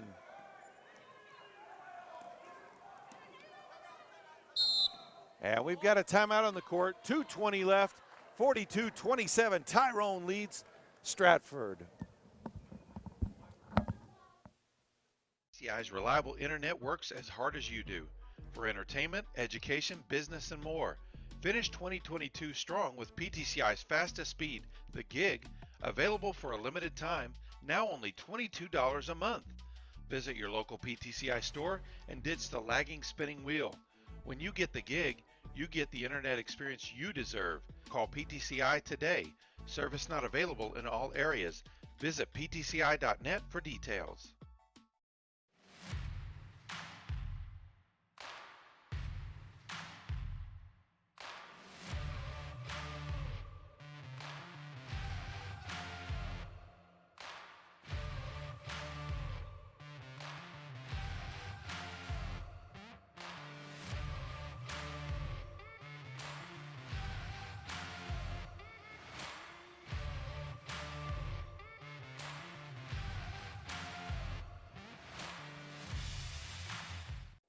So Tyrone ball leading by 15. Into Gossman, back to Humphreys. Now kick it to their side to Stevens. Into Williams. Kicks it back outside. Andrews with the drive, puts up the shot, draws a foul. Foul will be called on Rollins. So Andrews to the line for 2 shots.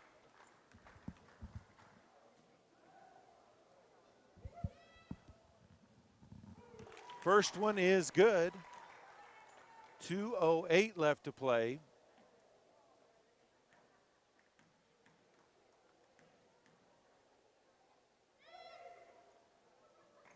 Second one good too. 44-27.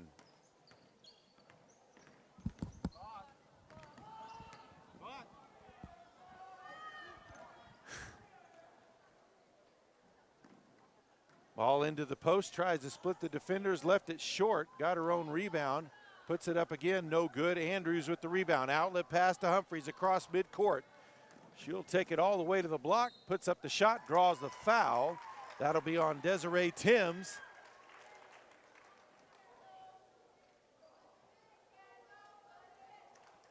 That is her 4th.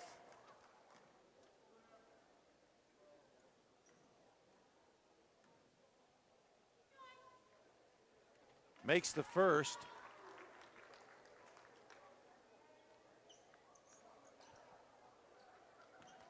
$150 left on the clock. In and out on the second. Rebound by Rollins. 45-27, Lady Bobcats. Up by 18 with 1:40 to play. Three-pointer from the corner is short. Rebound and put back up.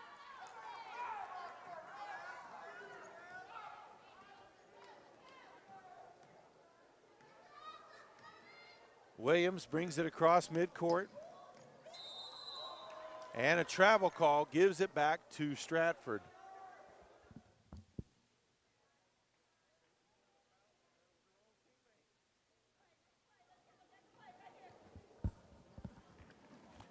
Drive to the basket, too strong. Williams with the rebound, and she's fouled. So they'll walk to the other end. Williams will shoot two, 1:12 to play. And the Lady Bobcats can taste it. That's foul number 1 on Faith Timms.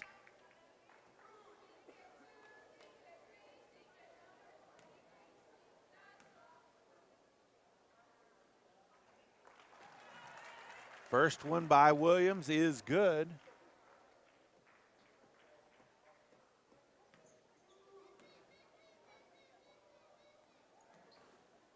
Second one no good. Rebound by Timms. Quickly across the timeline, drives to the hoop, puts it up off the glass, too strong. Andrews with the rebound. She's fouled, so she'll shoot two. That one on Timms as well, her second.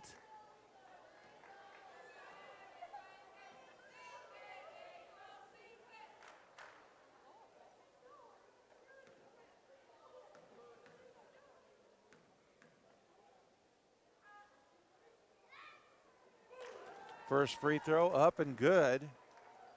1:03 left. And the lead has been stretched to 20. Make that 21 as Andrews sinks the second.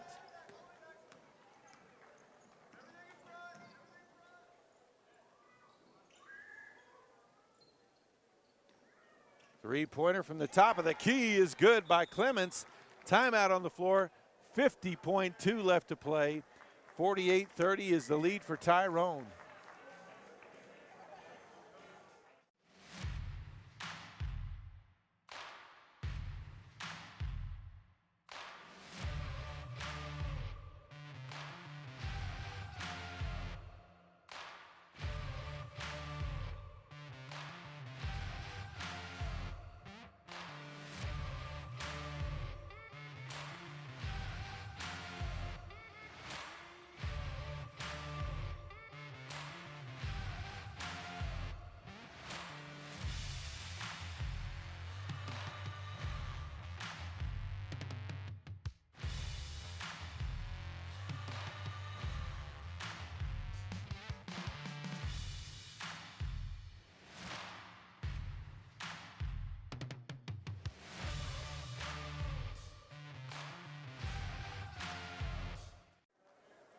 Full court pressure by the Elks. Pass to Humphreys.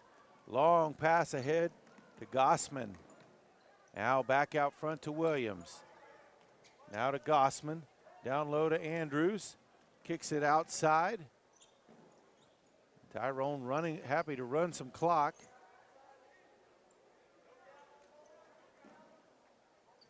Andrews with it in the corner. Gives it back to Stevens off the glass. No good.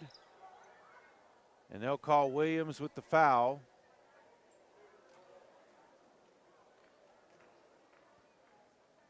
That'll be her fourth. Team's seventh, so they'll walk to the other end, the 1-and-1.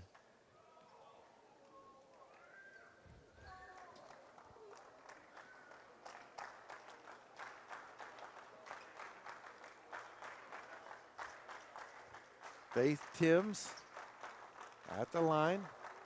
It was going to go. We dreamed. Belinda and I would go around and dream, but eventually we moved over to Boise City, got a plant started here, got government inspection in 1997. About 2011 or 12, we had gotten as big as we could get here. And we had, my mom had started a folder of stores that she put on there wannabe and kept it. And there were over 5,000 names of stores in there that wanted to sell our product. And we couldn't grow here because of the population. And so my mom started praying for buyers, and the Lord sent us some buyers in 2014. By 2015, it took a while, but we reached an agreement to be partners. And since then, we have had a plant in Enid that we outgrew. We bought the building across the street, remodeled it, went into it. It was twice as big as the one we had. When we opened that plant, in 3 months it maxed. So we started on the plant back across the street, added on. It will be opening up in March, and so we're excited about that. We're already in the talks of plant number 4. So it's amazing. We give all the credit to God the Mighty. He's the one that got us where we are. That and some hard work. But you know, it's a labor of love, and we're proud of our jerky. We are. Well, you talked a little bit about your beginnings, and you guys came up with some humble beginnings, almost just some curiosity. You talked about how you had tasted some different jerky and it just wasn't any good, and that's what kind of inspired you to start. Talk about your early days of that and going to selling that stuff wherever you could. Okay, well, I came back from college, and my degree, I'm having a hard time finding a job in it, so I started farming on the family farm. And we golfed, and me and my brother-in-law and his dad and some others. And so it rained one day, and we went to Guyman golfing, and got through. On the way home, I love beef jerky. I bought 3 different kinds that were terrible. I threw them out the window. I said, I can do better than that. And I didn't know if I could or not, but I thought I could. And so I went home and got my Ronco dehydrator out of the closet and went down to my dad's grocery store and picked out 2 or 3 roasts. And on the 3rd try, we had the recipe we liked and put it in this jar up here, which was an old Wild Bill's jar. And I took a $4 roast and made jerky, made $16. And I thought, boy, there's a lot of room for error there. And so, you know, one thing led to another, and we were putting our jerky in different bars and different convenience stores around, and Belinda and I had a route we'd go to, and we'd make jerky in the back of my dad's store at night, and then we'd go on a route when we got it all bagged and ready to go. And we got caught by the compliance officers because we don't have an inspection bug on our product. So we had to gather it up. Nobody had let us have our jerky back, and so we started to work on this facility here in Boise City, and we got grant of inspection in 1997. Of next month, we will be in business 25 years. And so here in this place, legally. We started in 1994. As Belinda says, we bootleg jerky. That's right. Well, you know, there's an outlaw history out here in Cimarron County. You know, that Mesa held many a treasure, they say. So you're just filling in where the area was. But that's an incredible, it's just the American dream that you guys have been able to live out here in the Oklahoma Panhandle, especially all the way out here in Cimarron County, and, you know, providing jobs right here in this place too for many families, and helping to make sure that this place can keep the population that it has at least too as well. And so that's a great thing. You talked about earlier the amount of production that you guys are at and where that's growing at, and how it's just growing at an amazing rate. Talk a little bit more about that, where you guys are production-wise. How many people you have here? How many people you have in Enid? The amount of the product that you're putting out on a daily basis. So as far as production, Boise City here produces about 2,000 pounds of raw meat a day, which equates to about 600 pounds of finished product. Enid, on the other hand, does 26,000 pounds of raw per day. And I'd have to figure that up real quick, but it's thousands and thousands of pounds of actual jerky. We employ 30 people here, and we like to consider them as family. Enid employs 200 to 240, somewhere in that number. It's because of the situation in the world today, it changes, but hopefully when we open our other facility across the road, we'll employ another 150 people, so we'll be up to around 400 employees at Enid. So who knew? God did. We dreamed it would grow. We had no idea how large this thing could get. And well, the operation here, as you mentioned, very family. It's you, Britt, Belinda, your sister. Right. Brad, your brother. Our brother Brad. Is also here. Mama D, we can't forget her. Yep, 87 and a half years old. Still shows up for work just about every day. Yes. It's getting later every day, but, you know, we give her that. She's worked hard all of her life. Yeah. She comes in time for lunch, and then we eat lunch, and she comes back and answers the phones or calls stores as we need her to. And another generation coming in as well. Well, we have 2 generations. Yeah. We have Belinda's daughters both came back and moved their families here from where they had moved to. They want to be a part of the business, and they want their kids to grow up in this area. And then we also have a little boss who's 4, and he's the next generation. His name's Cap, and he thinks he's the boss. He tells us he is. You know, I couldn't do that.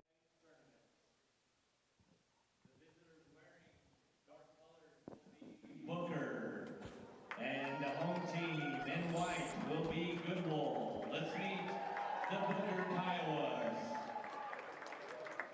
Number 2, Hagen Chisholm. Number 11, Angel Sanchez.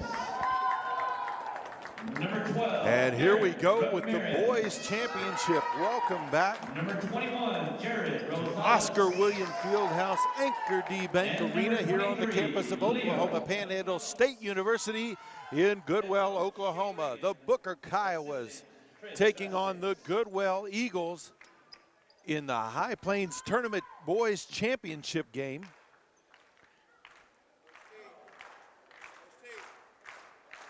The Booker Kiowas got here by defeating Yarbrough 57-41 in the first game, then defeating Stratford 58-47. Goodwell comes in ranked 11th in Class B, defeated Felt in the first game 62-39, and then defeated Tyrone 51-39 to get here.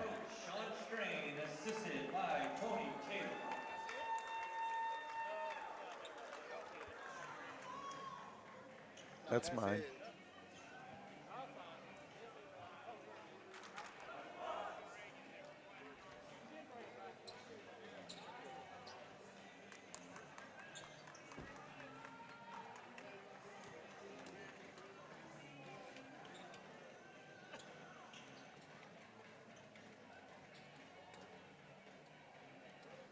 The starters for the Eagles include a senior, number 2, Christian Gaucine.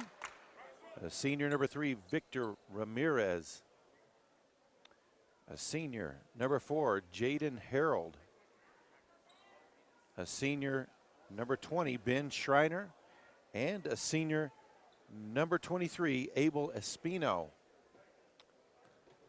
For Booker, jumping a senior, number 23, Leo Banuelos. A senior, number 12, Eric Ramirez. As Booker gets the opening possession. A senior, number 21, Jared Rosales. A junior, number 2, Hagen Chisholm. He's got the ball right now. Pass through, picked up by Gaucine, quickly back the other way. Pulls up the free throw line, outside to Espino. Espino with the drive, kicks out to the corner. Drive, shot blocked by Banuelos. Back outside, stolen away by Rosales. Ball out of bounds. It will stay with Booker. Also a starter, a senior, number 11, Angel Sanchez. Full court pressure by Goodwell. Ball stolen away by Schreiner.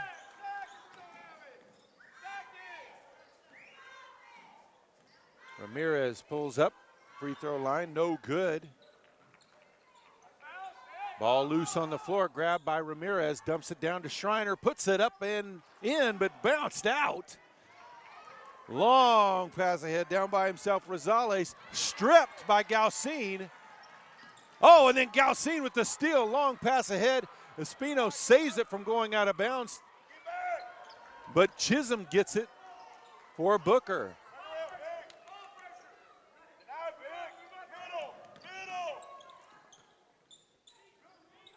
Chisholm with it now. Back out top to Ramirez. So hectic pace here early on. Drives to the basket, draws a foul.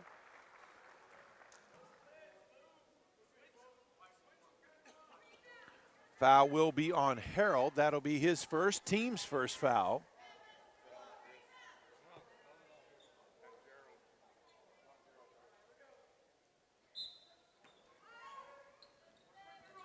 Baseline pass. Rosales, he'll step outside now. He'll try to go baseline. Espino able to cut that off. Tried to get it to Banuelos driving on the cut, but Schreiner stepped in front of it. Harold gets it to Ramirez at the post. Oh, it was short. Schreiner couldn't put it in. And Chisholm with it now. Oh, and he falls on the floor. That's going to be a travel call as he slid.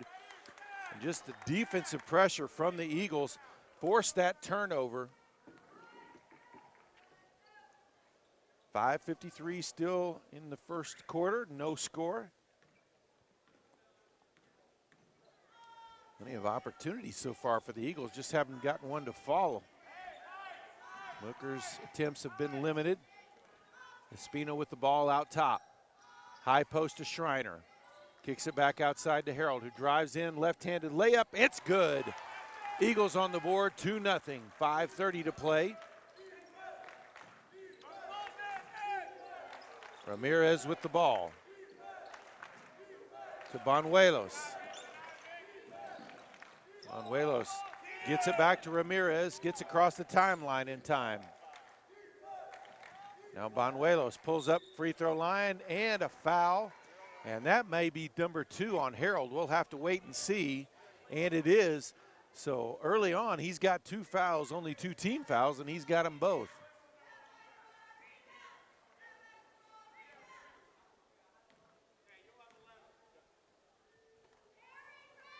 Banuelos sinks the first. Checking in for Harold will be the senior, number 0, Riley Slover.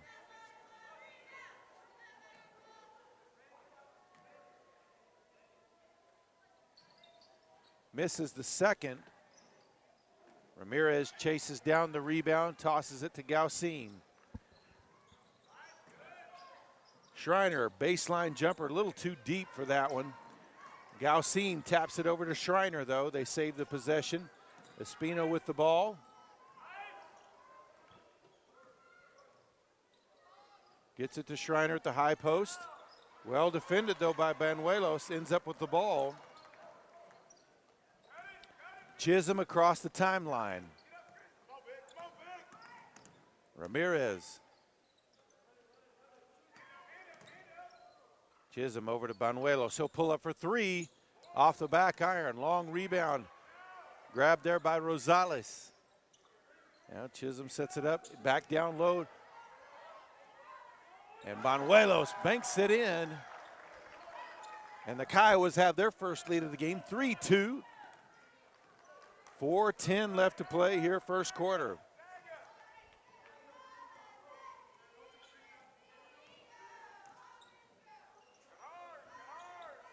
Slover with the ball on the wing.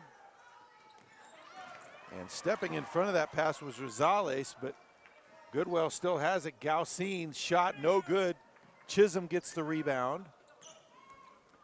Pass ahead to Banuelos, who gets it to Ramirez. Cutter in the lane as Chisholm lays it up and in. 5-2 now the lead. 3:35.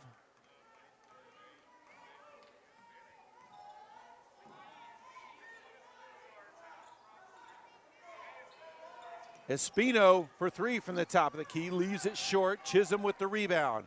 Pass up ahead to Ramirez. And a travel call will give it back to the Eagles. Checking in will be number 12, a senior, Aiden Gonzalez. And also number 24, a sophomore, Mason Taylor.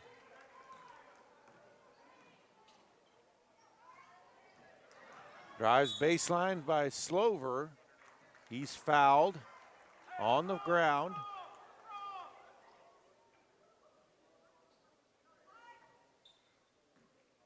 Foul is called on Ramirez, his first, team's first. Dive underneath. Gonzalez missed the shot. Slover with the putback, gets it to drop in. 5-4 with 3 to play here in the first quarter. Still full court man pressure. Pass up ahead, tipped by Mason to Espino. or Taylor to Espino. Will cause that turnover. Now Gonzalez with it, dives inside, gets the shot up, can't get it to fall, but he does draw the foul. Foul is called on Ramirez, so Ramirez has picked up a second already. Both teams with 2 fouls apiece, and each with the player with 2 fouls. First free throw from Gonzalez rattles home. Checking in, a senior number 24, Hugo Avila for the Kiowas.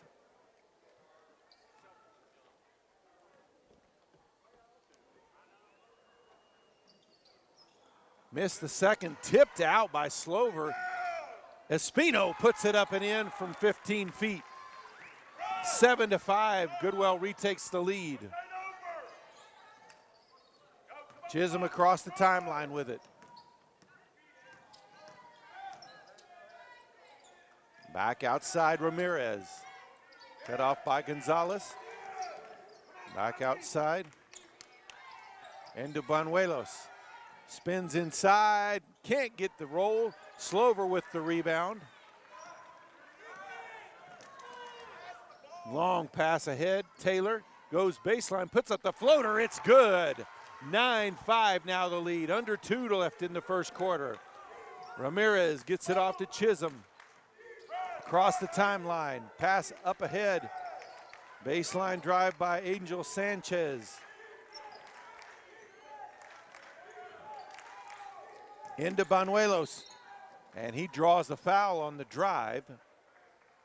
Caught it at the high post, tried to drive in the middle of the lane. That's going to be on Espino. That'll be his first. Schreiner checks back into the game, as does Gaucine. 1:37 left to play, first quarter.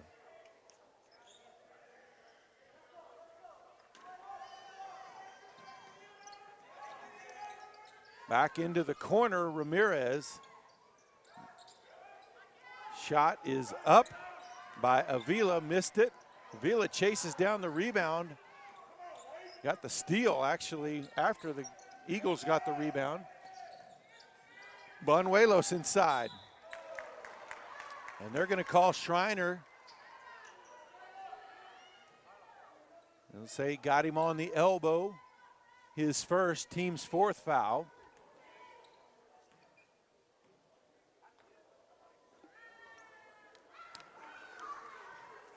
Banuelos sinks the first.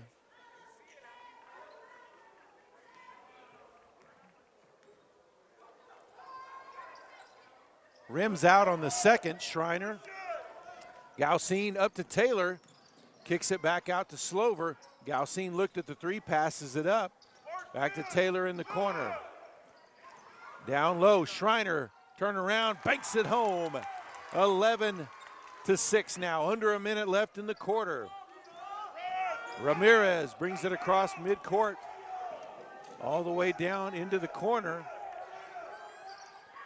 Ball out of bounds and turned back over to Goodwell. 47 seconds left.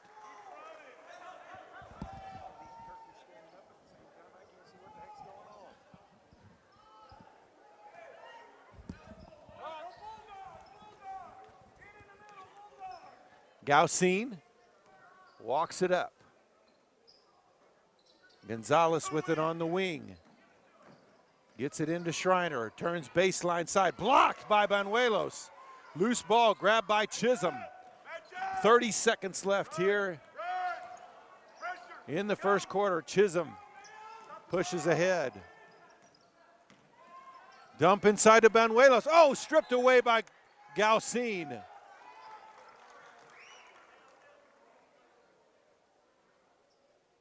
"17 seconds left. In the quarter, ball still remains with Booker. They'll inbound underneath their own basket. Trailing by 5.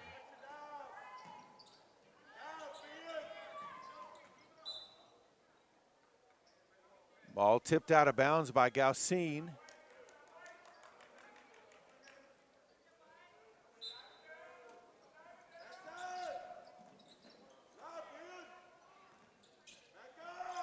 Chisholm into Banuelos.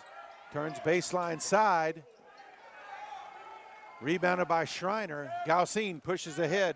5 seconds. Slover leaves it for Gaucine. Over to Schreiner. He'll pull up for the long two. No good. And that is the end of the first quarter. Goodwell leads Booker 11-6.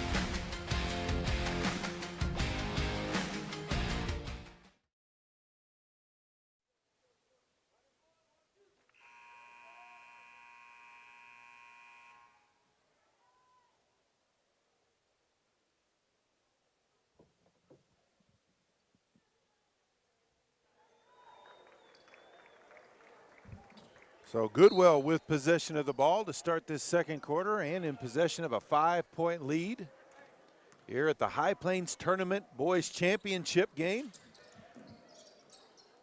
Gaucine gets a screen from Schreiner, tried to give it back to him. Spins, baseline, shot is up, in and out. Chisholm with the rebound for the Kiowas. Push up ahead, pass too strong as Avila couldn't bring it under control. Back over to Goodwell.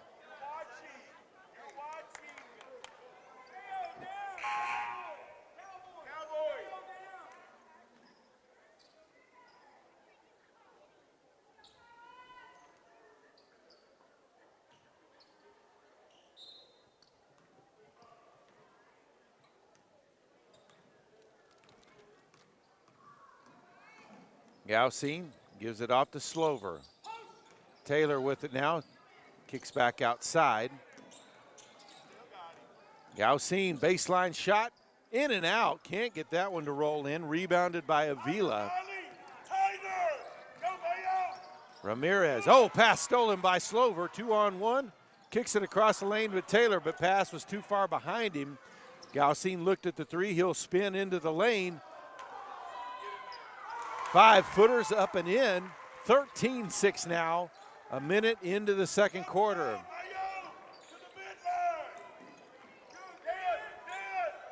Ball tipped away. And they'll say last touch by Booker. Ball back over to Goodwell. Timeout on the floor. 6:49 to play in the second quarter. Goodwell 13, Booker 6.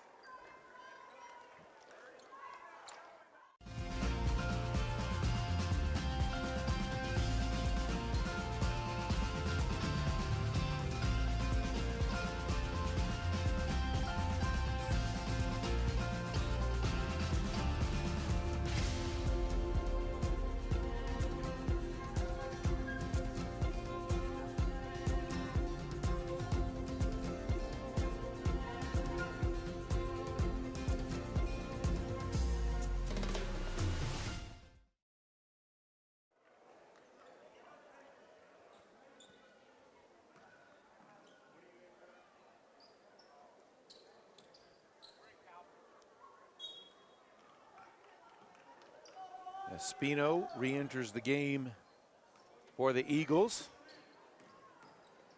He'll take the handoff from Gaucine. Taylor pulls up. That one's good for three.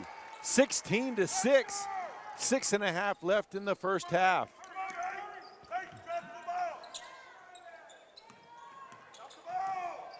Chisholm kicks it to the corner. Avila kicks it down low to Banuelos. Spins inside and a foul call on the shot attempt.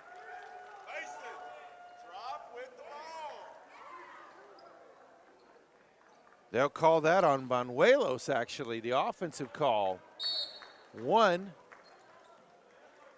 And we've got a technical on the Booker bench.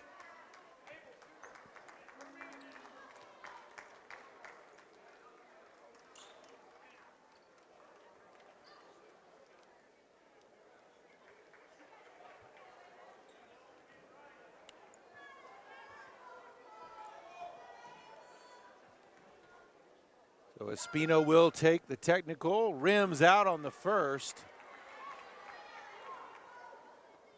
And Kiowa head coach Shane Reagan is not happy the last couple of calls, and he let them know. 17-6 as the second free throw goes in. Ball will belong to the Eagles.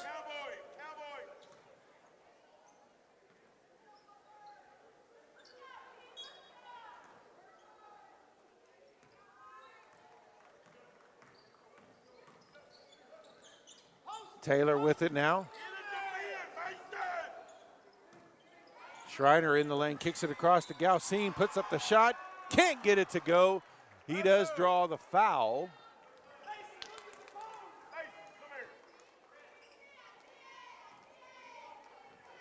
Foul will be called on Rosales.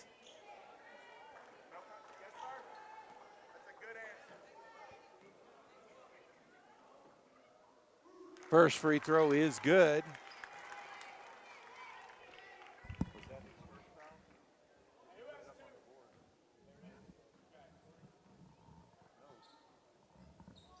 Second one rattles home as well. 19-6 now the score. 6 minutes left in the half. Banuelos gives it up to Chisholm. Drives free throw line.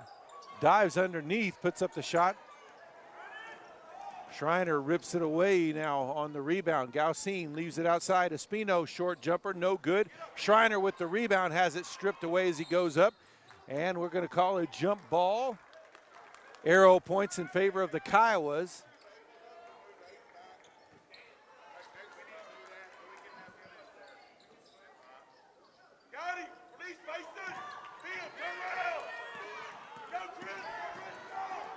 Across the timeline, Chisholm with the ball now. Down low to Banuelos, but Galcine takes it away.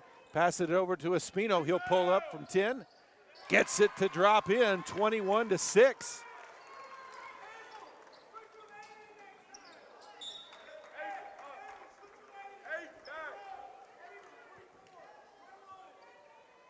.5:17 left on the first half clock.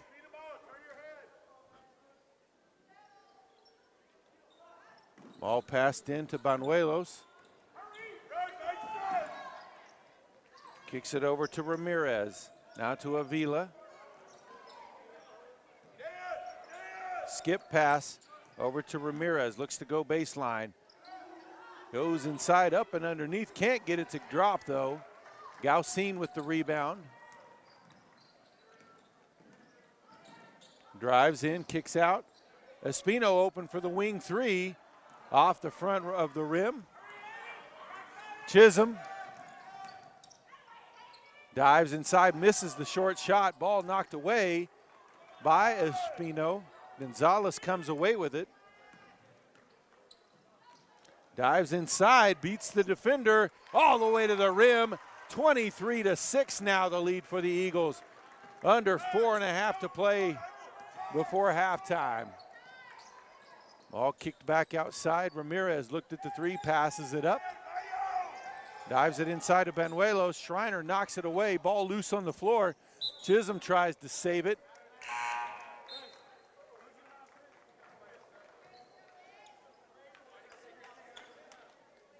And out of bounds, ball back over to Goodwell. 4:09 left in the half.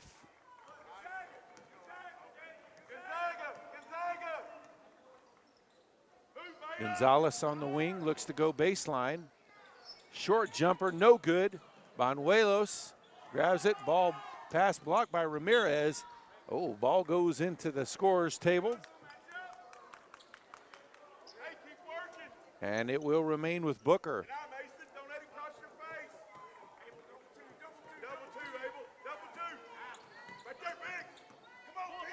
Ball up ahead to Ramirez. Looks to go baseline. Schreiner cuts it off. Espino steps over to double. That's going to be a travel call as Sanchez took the extra step.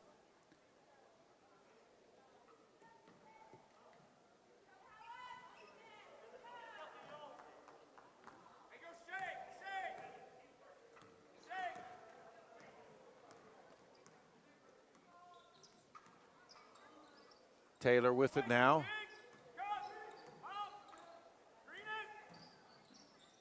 Kicks outside to Espino. Back to Ramirez, who lays it up and in on the cut. Nice pass and cut there by Espino and Ramirez. Double team in the backcourt. Ramirez with it, drives in, and he's going to be fouled. Actually, it was Sanchez, and he's fouled.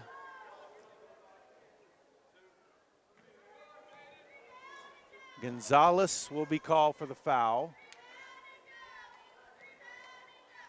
His third already. No, wrong side. That's first free throw is up and good. Slover returns in for Booker.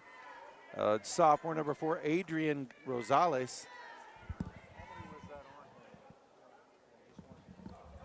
That was just one on Gonzalez. They put it up on the board, but put it on the wrong team. So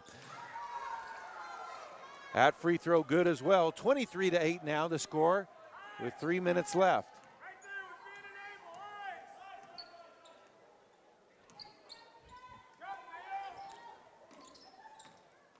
Espino, 4-3, left it short, gets his own rebound, dumps it down low to Schreiner, back outside though. Baseline drive by Taylor. They'll say Booker ball.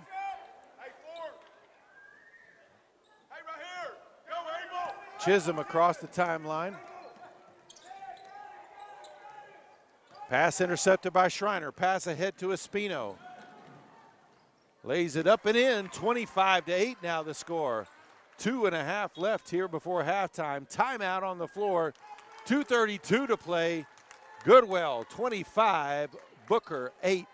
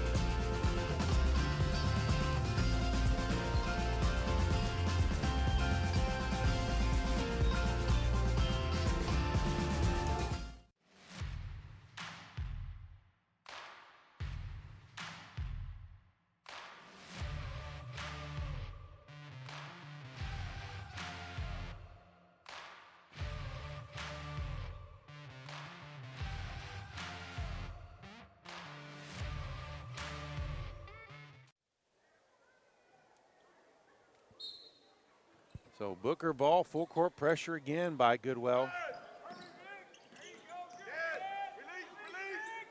Pass over to Sanchez across the timeline. Lost it for a second, but able to gather it back in. Slover knocked it away momentarily. Banuelos over to Ramirez. Gets the screen from Banuelos. Back outside. Chisholm drives to the baseline, shot up, and gets it to rattle home. 25-10, 2 minutes to play before halftime.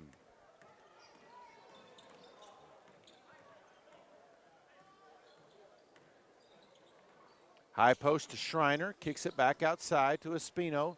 He'll pull up for three, leaves it a little short, and an offensive foul. They'll call that on Ramirez, his first, team's 5th foul.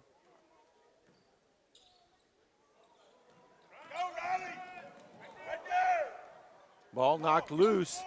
Ramirez able to gather it back in, get it across the timeline to Chisholm. Baseline shot is up and good by Adrian Rosales.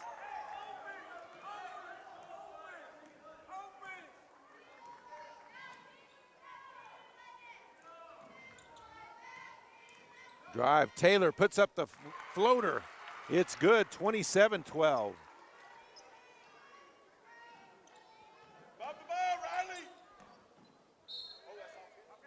Ball tipped out by Espino.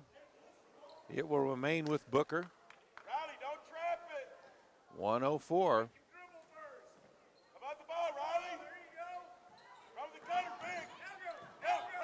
Chisholm across the mid-court stripe, dumps it off to Banuelos, who drives in, lays it up and in. 27-14, 50 seconds left in the half.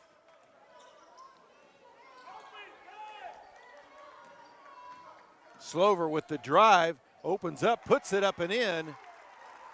29-14.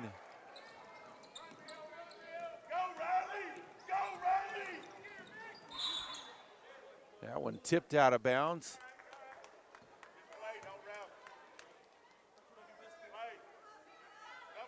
Ball will remain with the Kiowas. Into Chisholm in the backcourt. 30 seconds left. Ramirez with it now. Now back over to Chisholm. 15.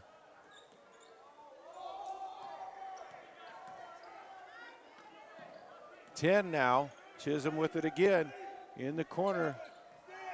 Banuelos with it, 4 seconds left. Kicks it off, Ramirez for three from the top of the key, no good. We head to the half. It's Goodwell 29, Booker 14.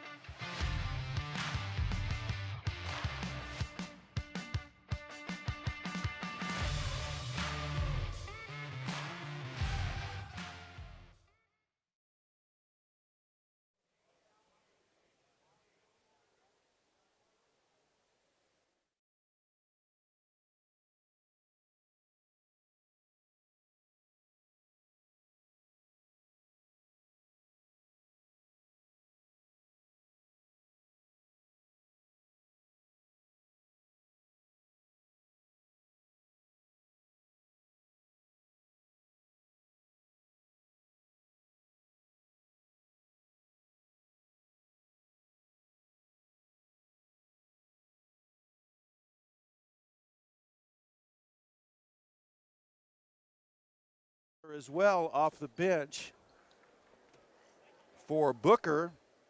Chisholm with 4, Rosales with 2, Sanchez with 2, Banuelos with 6. So Goodwell ball. Harold back in the game. He sat out most of that first half with 2 early fouls. Schreiner with it, turns baseline side, puts it up, can't get it to go. Well defended by Banuelos. Galcin with the putback, no good, but Schreiner puts it up and in. 33-14 now the score. Ramirez across the timeline. Rosales with it. He's going to be called for the travel.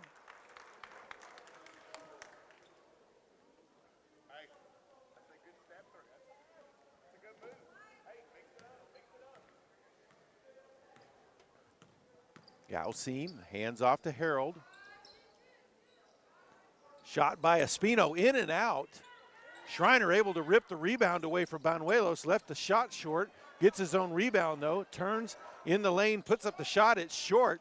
Banuelos affected that one as well. Grabbing the rebound will be Sanchez. Ramirez with it now, back to Sanchez. Kicked it into the corner, Rosales. Now Ramirez. Chisholm, shot from the free throw line, no good. Galcin with the rebound, out in transition, pushes ahead to Espino. Hesitates, drives to the hoop and lays it up and in. 35-14 now the lead for the Eagles. Ball knocked away. Goodwell with it now. Espino dumps it off to Harold, puts it up and in, draws a foul. He'll go to the line for the and one. Ramirez going to be called for the foul.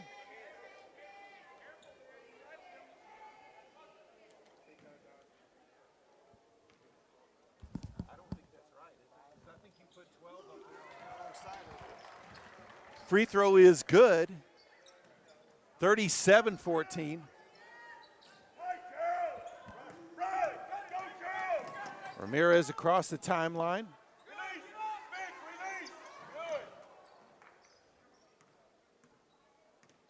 Sanchez at the point.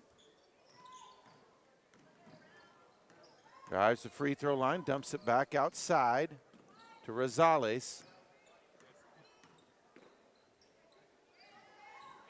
Banuelos goes baseline side, banks it, can't get it to drop in. Schreiner tips it over to Harold. Galcin now kicks it to the corner. Espino for 3. It's good. 40-14. Goodwell leads.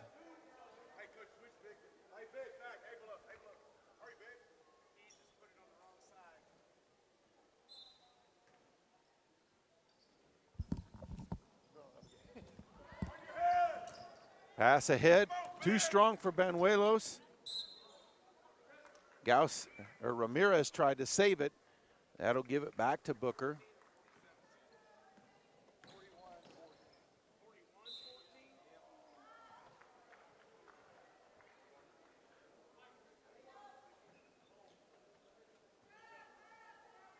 Harold is going to be called for his 3rd foul, first team foul of the second half.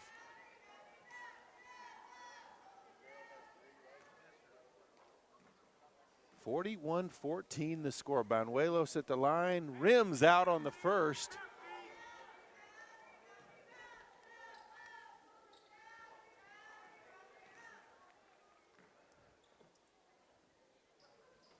Rims out on the second as well. Rebound by Ramirez. Ball on the wing to Schreiner. Galcin pulls up for 3. Off the back iron. Tipped around. Ramirez puts it up. Draws the foul. Foul on number 2, Hagen Chisholm. His first, team second.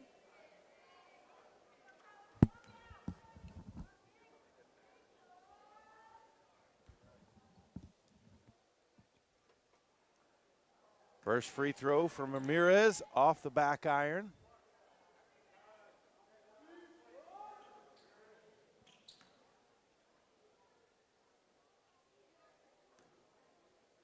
.5:19 left here in the third quarter. Makes the second.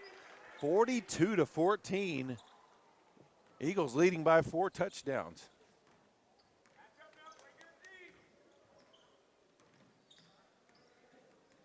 Chisholm guarded out there by Ramirez.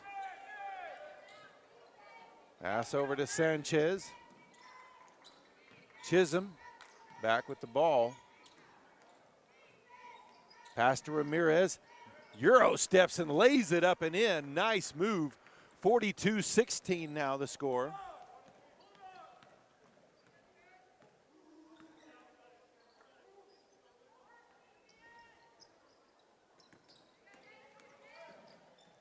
Drive to the hoop by Harold. Misses the layup.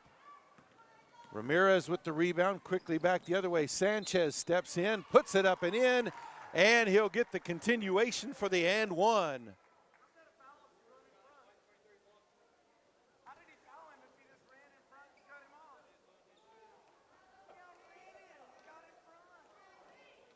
Espino called for his second foul, team's second foul.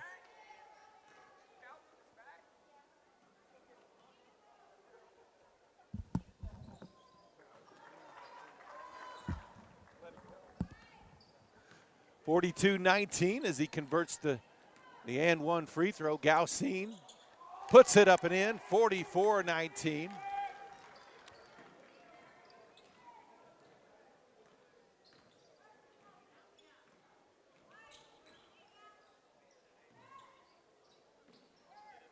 Back out front.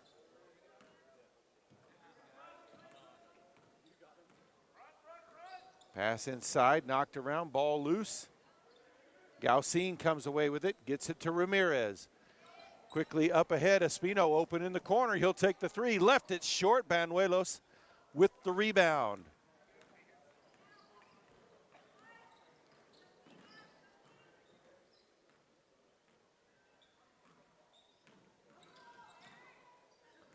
Ramirez, baseline, back out front to Rosales, inside to Banuelos. Puts up the shot, Schreiner with the block. Under 3.5 left here in the third.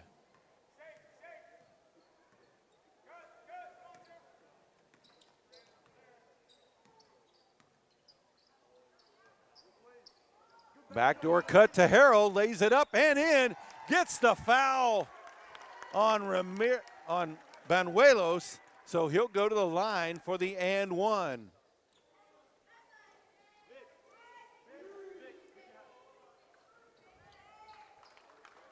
Banuelos' second foul. Slover, Gonzalez, and Taylor come back into the game. 3:06 left in the quarter. And he sinks it to convert the three-point play. 47-19 now.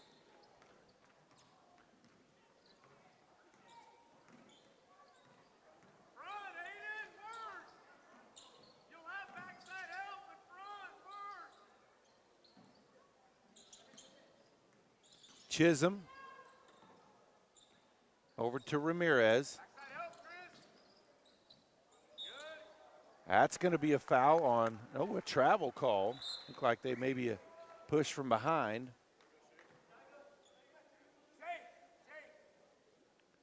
So Hugo Avila and Adrian Rosales back into the game for Booker.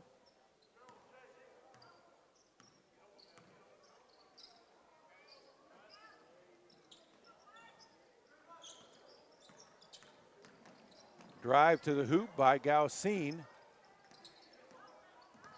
Harold in the corner for three. Left it short. Gonzalez with the rebound. Back outside to Harold. Back up top to Slover, who looks to drive all the way to the hoop and lays it up and in. 49-19 now the score.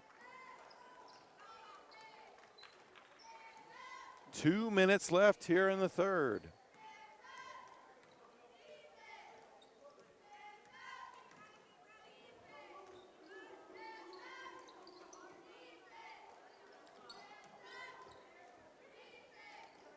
Ball tapped away.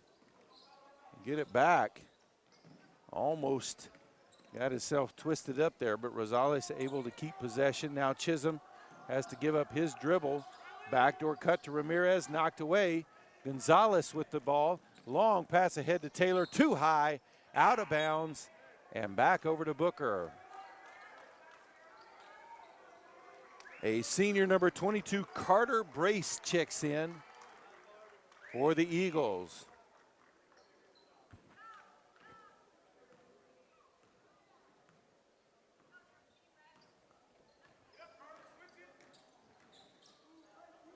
Ramirez in the corner.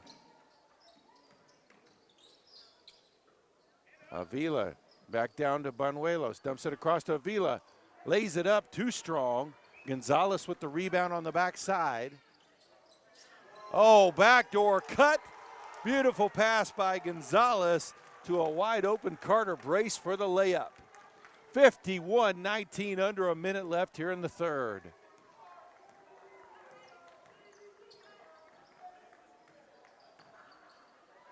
Chisholm for three, no good.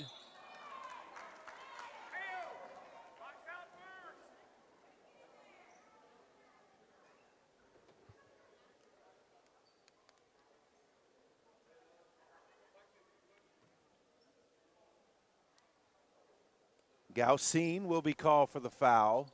His first, team's third.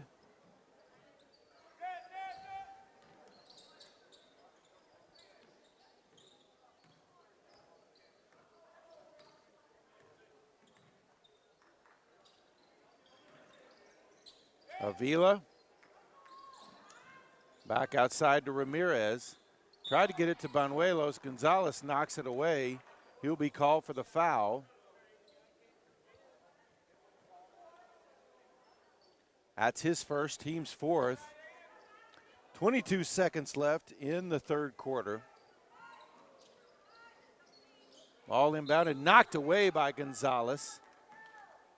From Ramirez, it will stay with the Kiowas.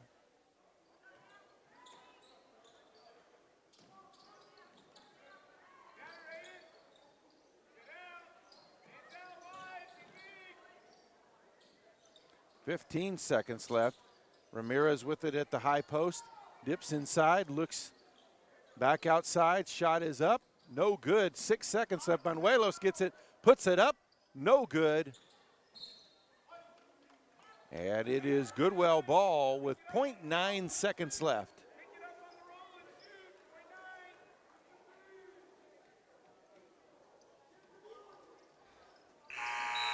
And an awkward shot from Gaucine. Goes nowhere near the basket. That's the end of three. It's Goodwell 51, Booker 19.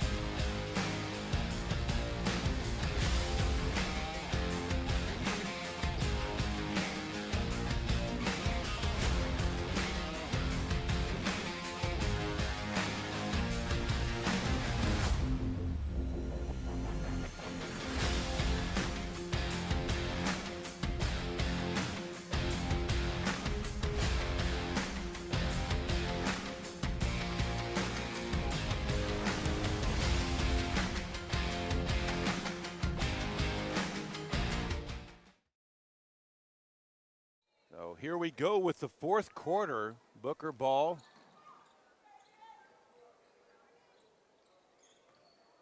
Trailing by 32 as it's been a dominant effort by the Goodwell Eagles. Ball into Banuelos, spins inside, lays it up and in. 51-21. Espino dumps it off. Brace drives to the block, back outside to Taylor. Also in the game, a junior number 34, Cale Collins. for the Eagles. Came in at the quarter break. Brace, ball back outside. Slover back to Brace. Spins baseline side, now back outside. That's going to be a travel.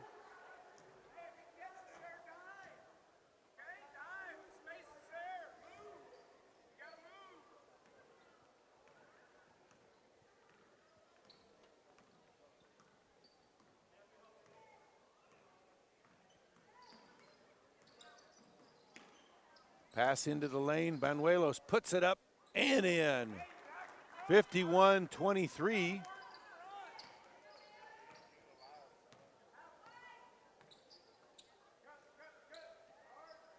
Brace.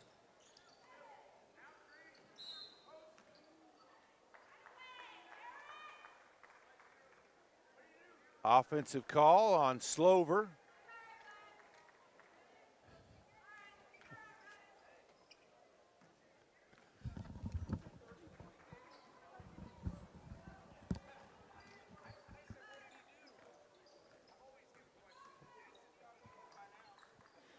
Ramirez with the ball up top. Spins in the lane. Back outside. Rosales with it. Tipped away by Slover. Passes it up ahead to get to Taylor, who lays it up and in. 53-23. 6 minutes to play.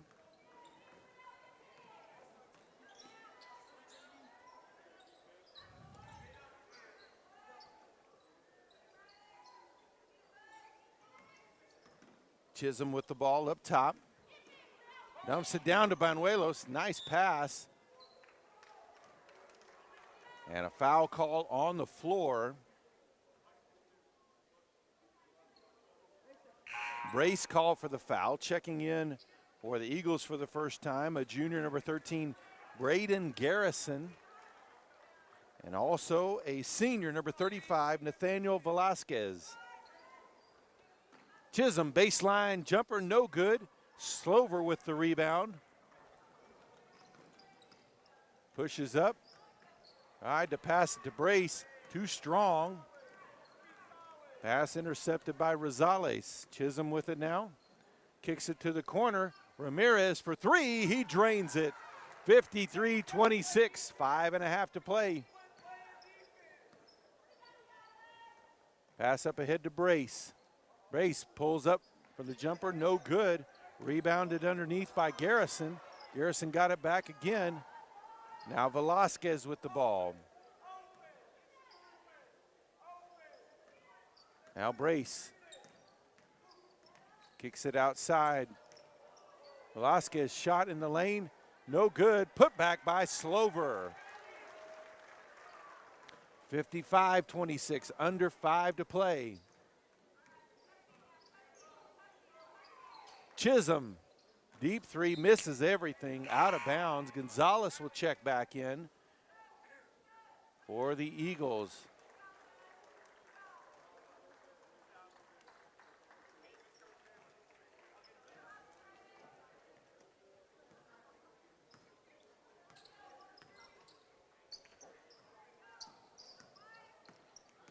Drive in the lane by Collins, puts it up and in.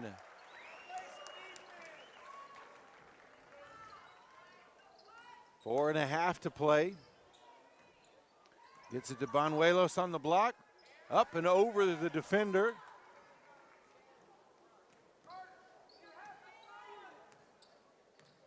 $55-28 now the score. Collins now to Brace. Gonzalez with the drive, finds an opening, can't get it to drop in, but does draw the foul.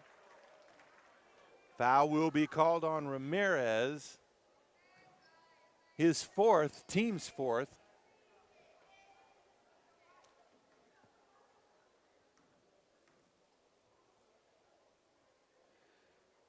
Gonzalez sinks the first. Into the game, Sanchez returns, and also a junior, number 3, Edwin Gallegos for the Kiowas. 3:59 left. Gonzalez gets the second. 59-28 now the score.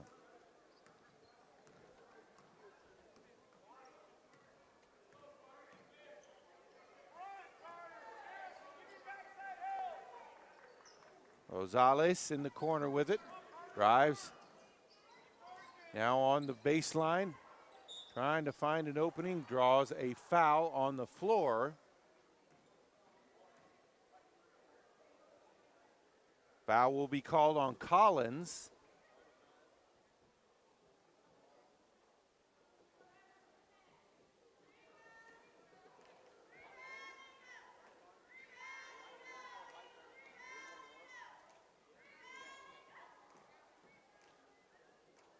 Actually, they'll call that foul on Velasquez, his first foul. Team seventh, so that puts the Kiowas at the line for the 1-on-1 bonus with 3:37 left in the contest. Misses the front end. Rebound put back up by Ramirez. It's rejected there. I believe that was Collins on the rejection. Ball goes out of bounds. It will remain with Booker.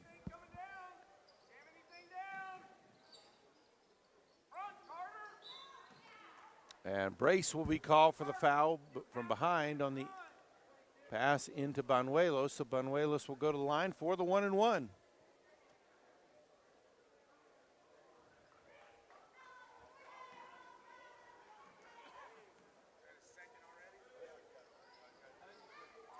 First free throw is good.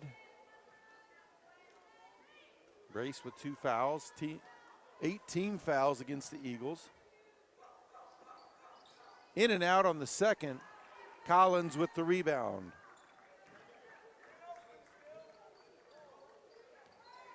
Velasquez brings it up. Now Gonzalez. Gonzalez gets it back. Oh, loses control, able to get it back before it went across midcourt. He'll leave it for Velasquez, who turns inside in the lane, kicks out. Collins, wing 3 off the back iron. Ball bounding around, rebound grabbed by Velasquez, stolen away, and then he's going to be called for the foul.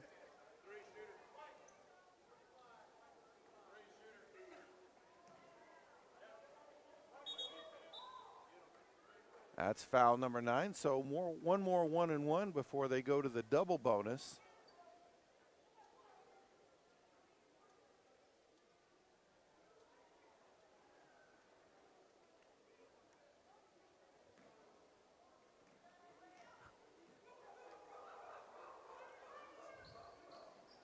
Rims out. Rebound by Brace. Tried to get an outlet pass to Garrison, but he wasn't ready for it. He had turned and started running down the court. So ball back over to Booker.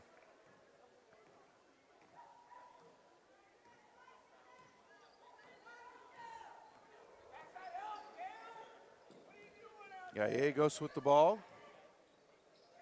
Ball stolen by Gonzalez.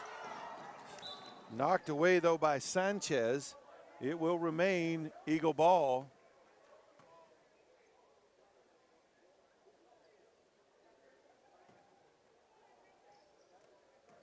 Velasquez.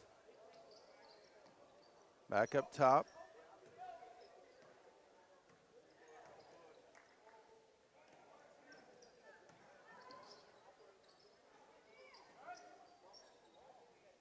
Ball on the wing to Gonzalez. He'll drive inside, puts up the floater, banks it home. 61-29 now the score.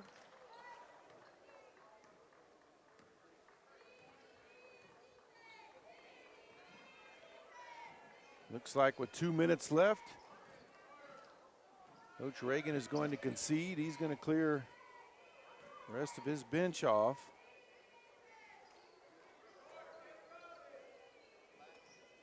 Sanchez. Gallegos gets it back to Rosales. That's almost stolen by Gallegos, or from Gallegos by Garrison. Gallegos drives in and makes the basket. And a ton of subs coming in for both teams.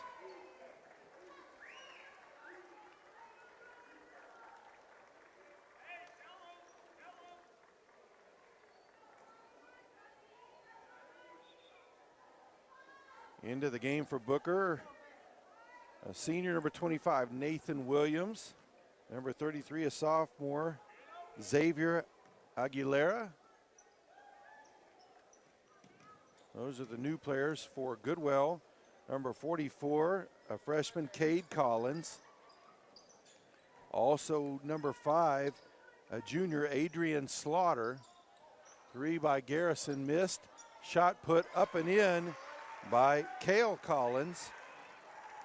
Also in, number 25, a freshman, Johnny Avila, under a minute to play.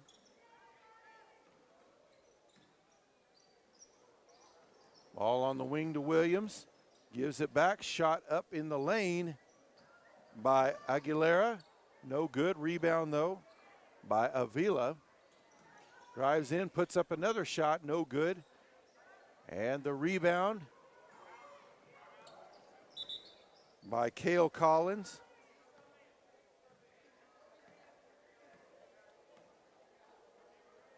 So the Eagles are going to sub some more in.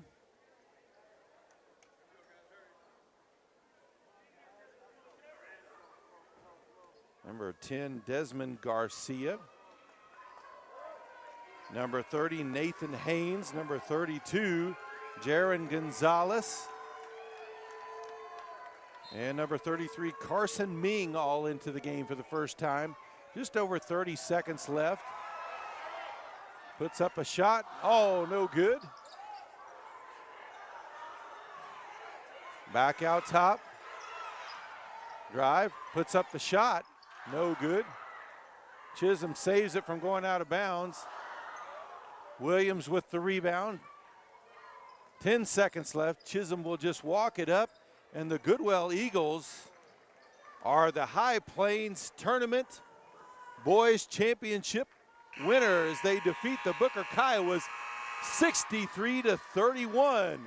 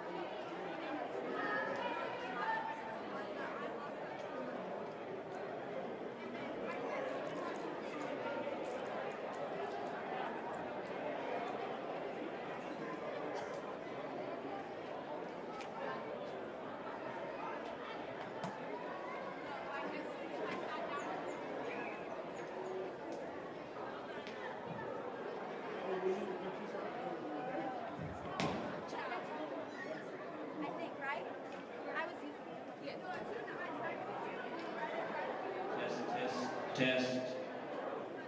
All right, now for our trophy presentation. For the runner-up for the High Plains Tournament in the boys division goes to the Booker Kiowas.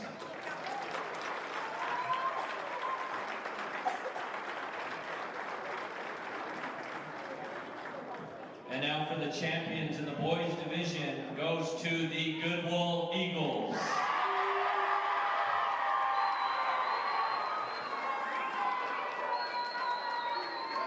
And the boys division winning coach goes to Coach Sean Strain.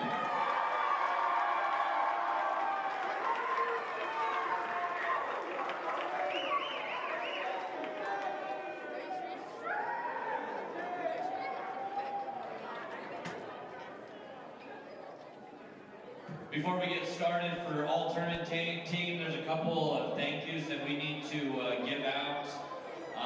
If anybody's ever put on a basketball tournament before, you know it's very, very tough. It's long hours. It takes a lot of months of preparation. First off, thank Tyrone and Coach Witt for giving us a lot of notes from last year's tournament. Did a great job of kind of guiding us for this year, so thank you, Coach Witt. We need to thank Coach Justin House over there for he got a lot of our concession workers, our gate workers, helped me get quite a few things established for helping out make this tournament to be successful. Nolan Ottinger and John Farmer for cooking for us, our faculty and staff for running ticket booths and concession stand, our junior high kids for giving time, and especially want to thank my assistant coaches. We put in a lot of hours and time to make this thing possible, so let's give them all a round of applause. Two sponsorships that we need to thank is TCEC for the trophies, and we also need to thank the First State Bank of Boise City for sponsoring us and helping us aid in finances for this tournament. When we call your name, if you could please come down to accept your plaque. For the girls, from Booker, Jasmine McDougall.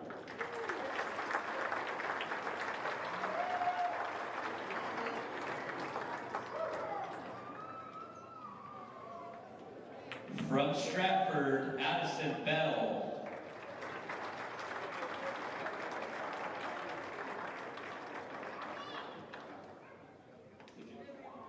From Stratford, Addie Wells.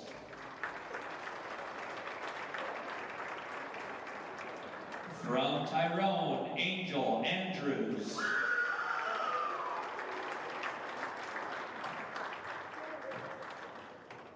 From Goodwell, Gracie Langford.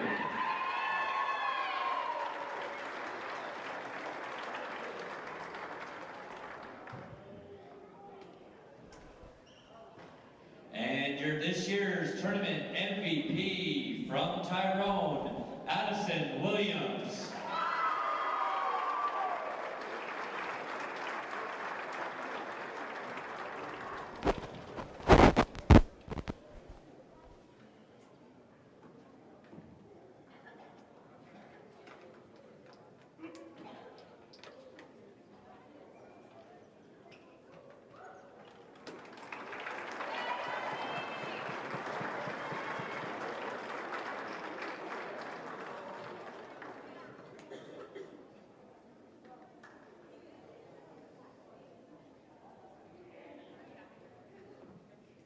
Congratulations, ladies. And now on for the boys all-tournament team.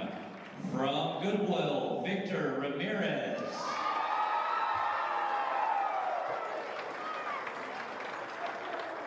From Stratford, Luke Radin.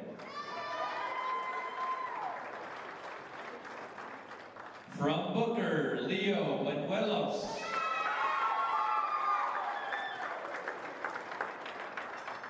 From Booker, Hagen Chisholm.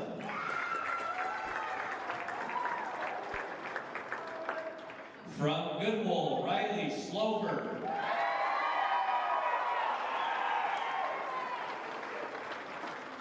And your tournament MVP goes to Ben Schreiner.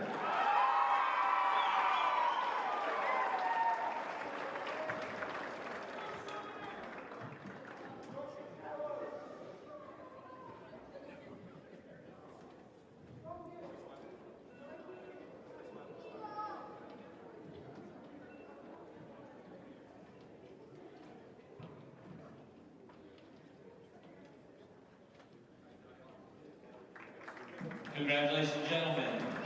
Thank you, buddy, and thank everyone for attending, and we wish all the teams here good luck in the remainder of their season. We wish everybody has a safe and happy holidays, safe travels. Thank you.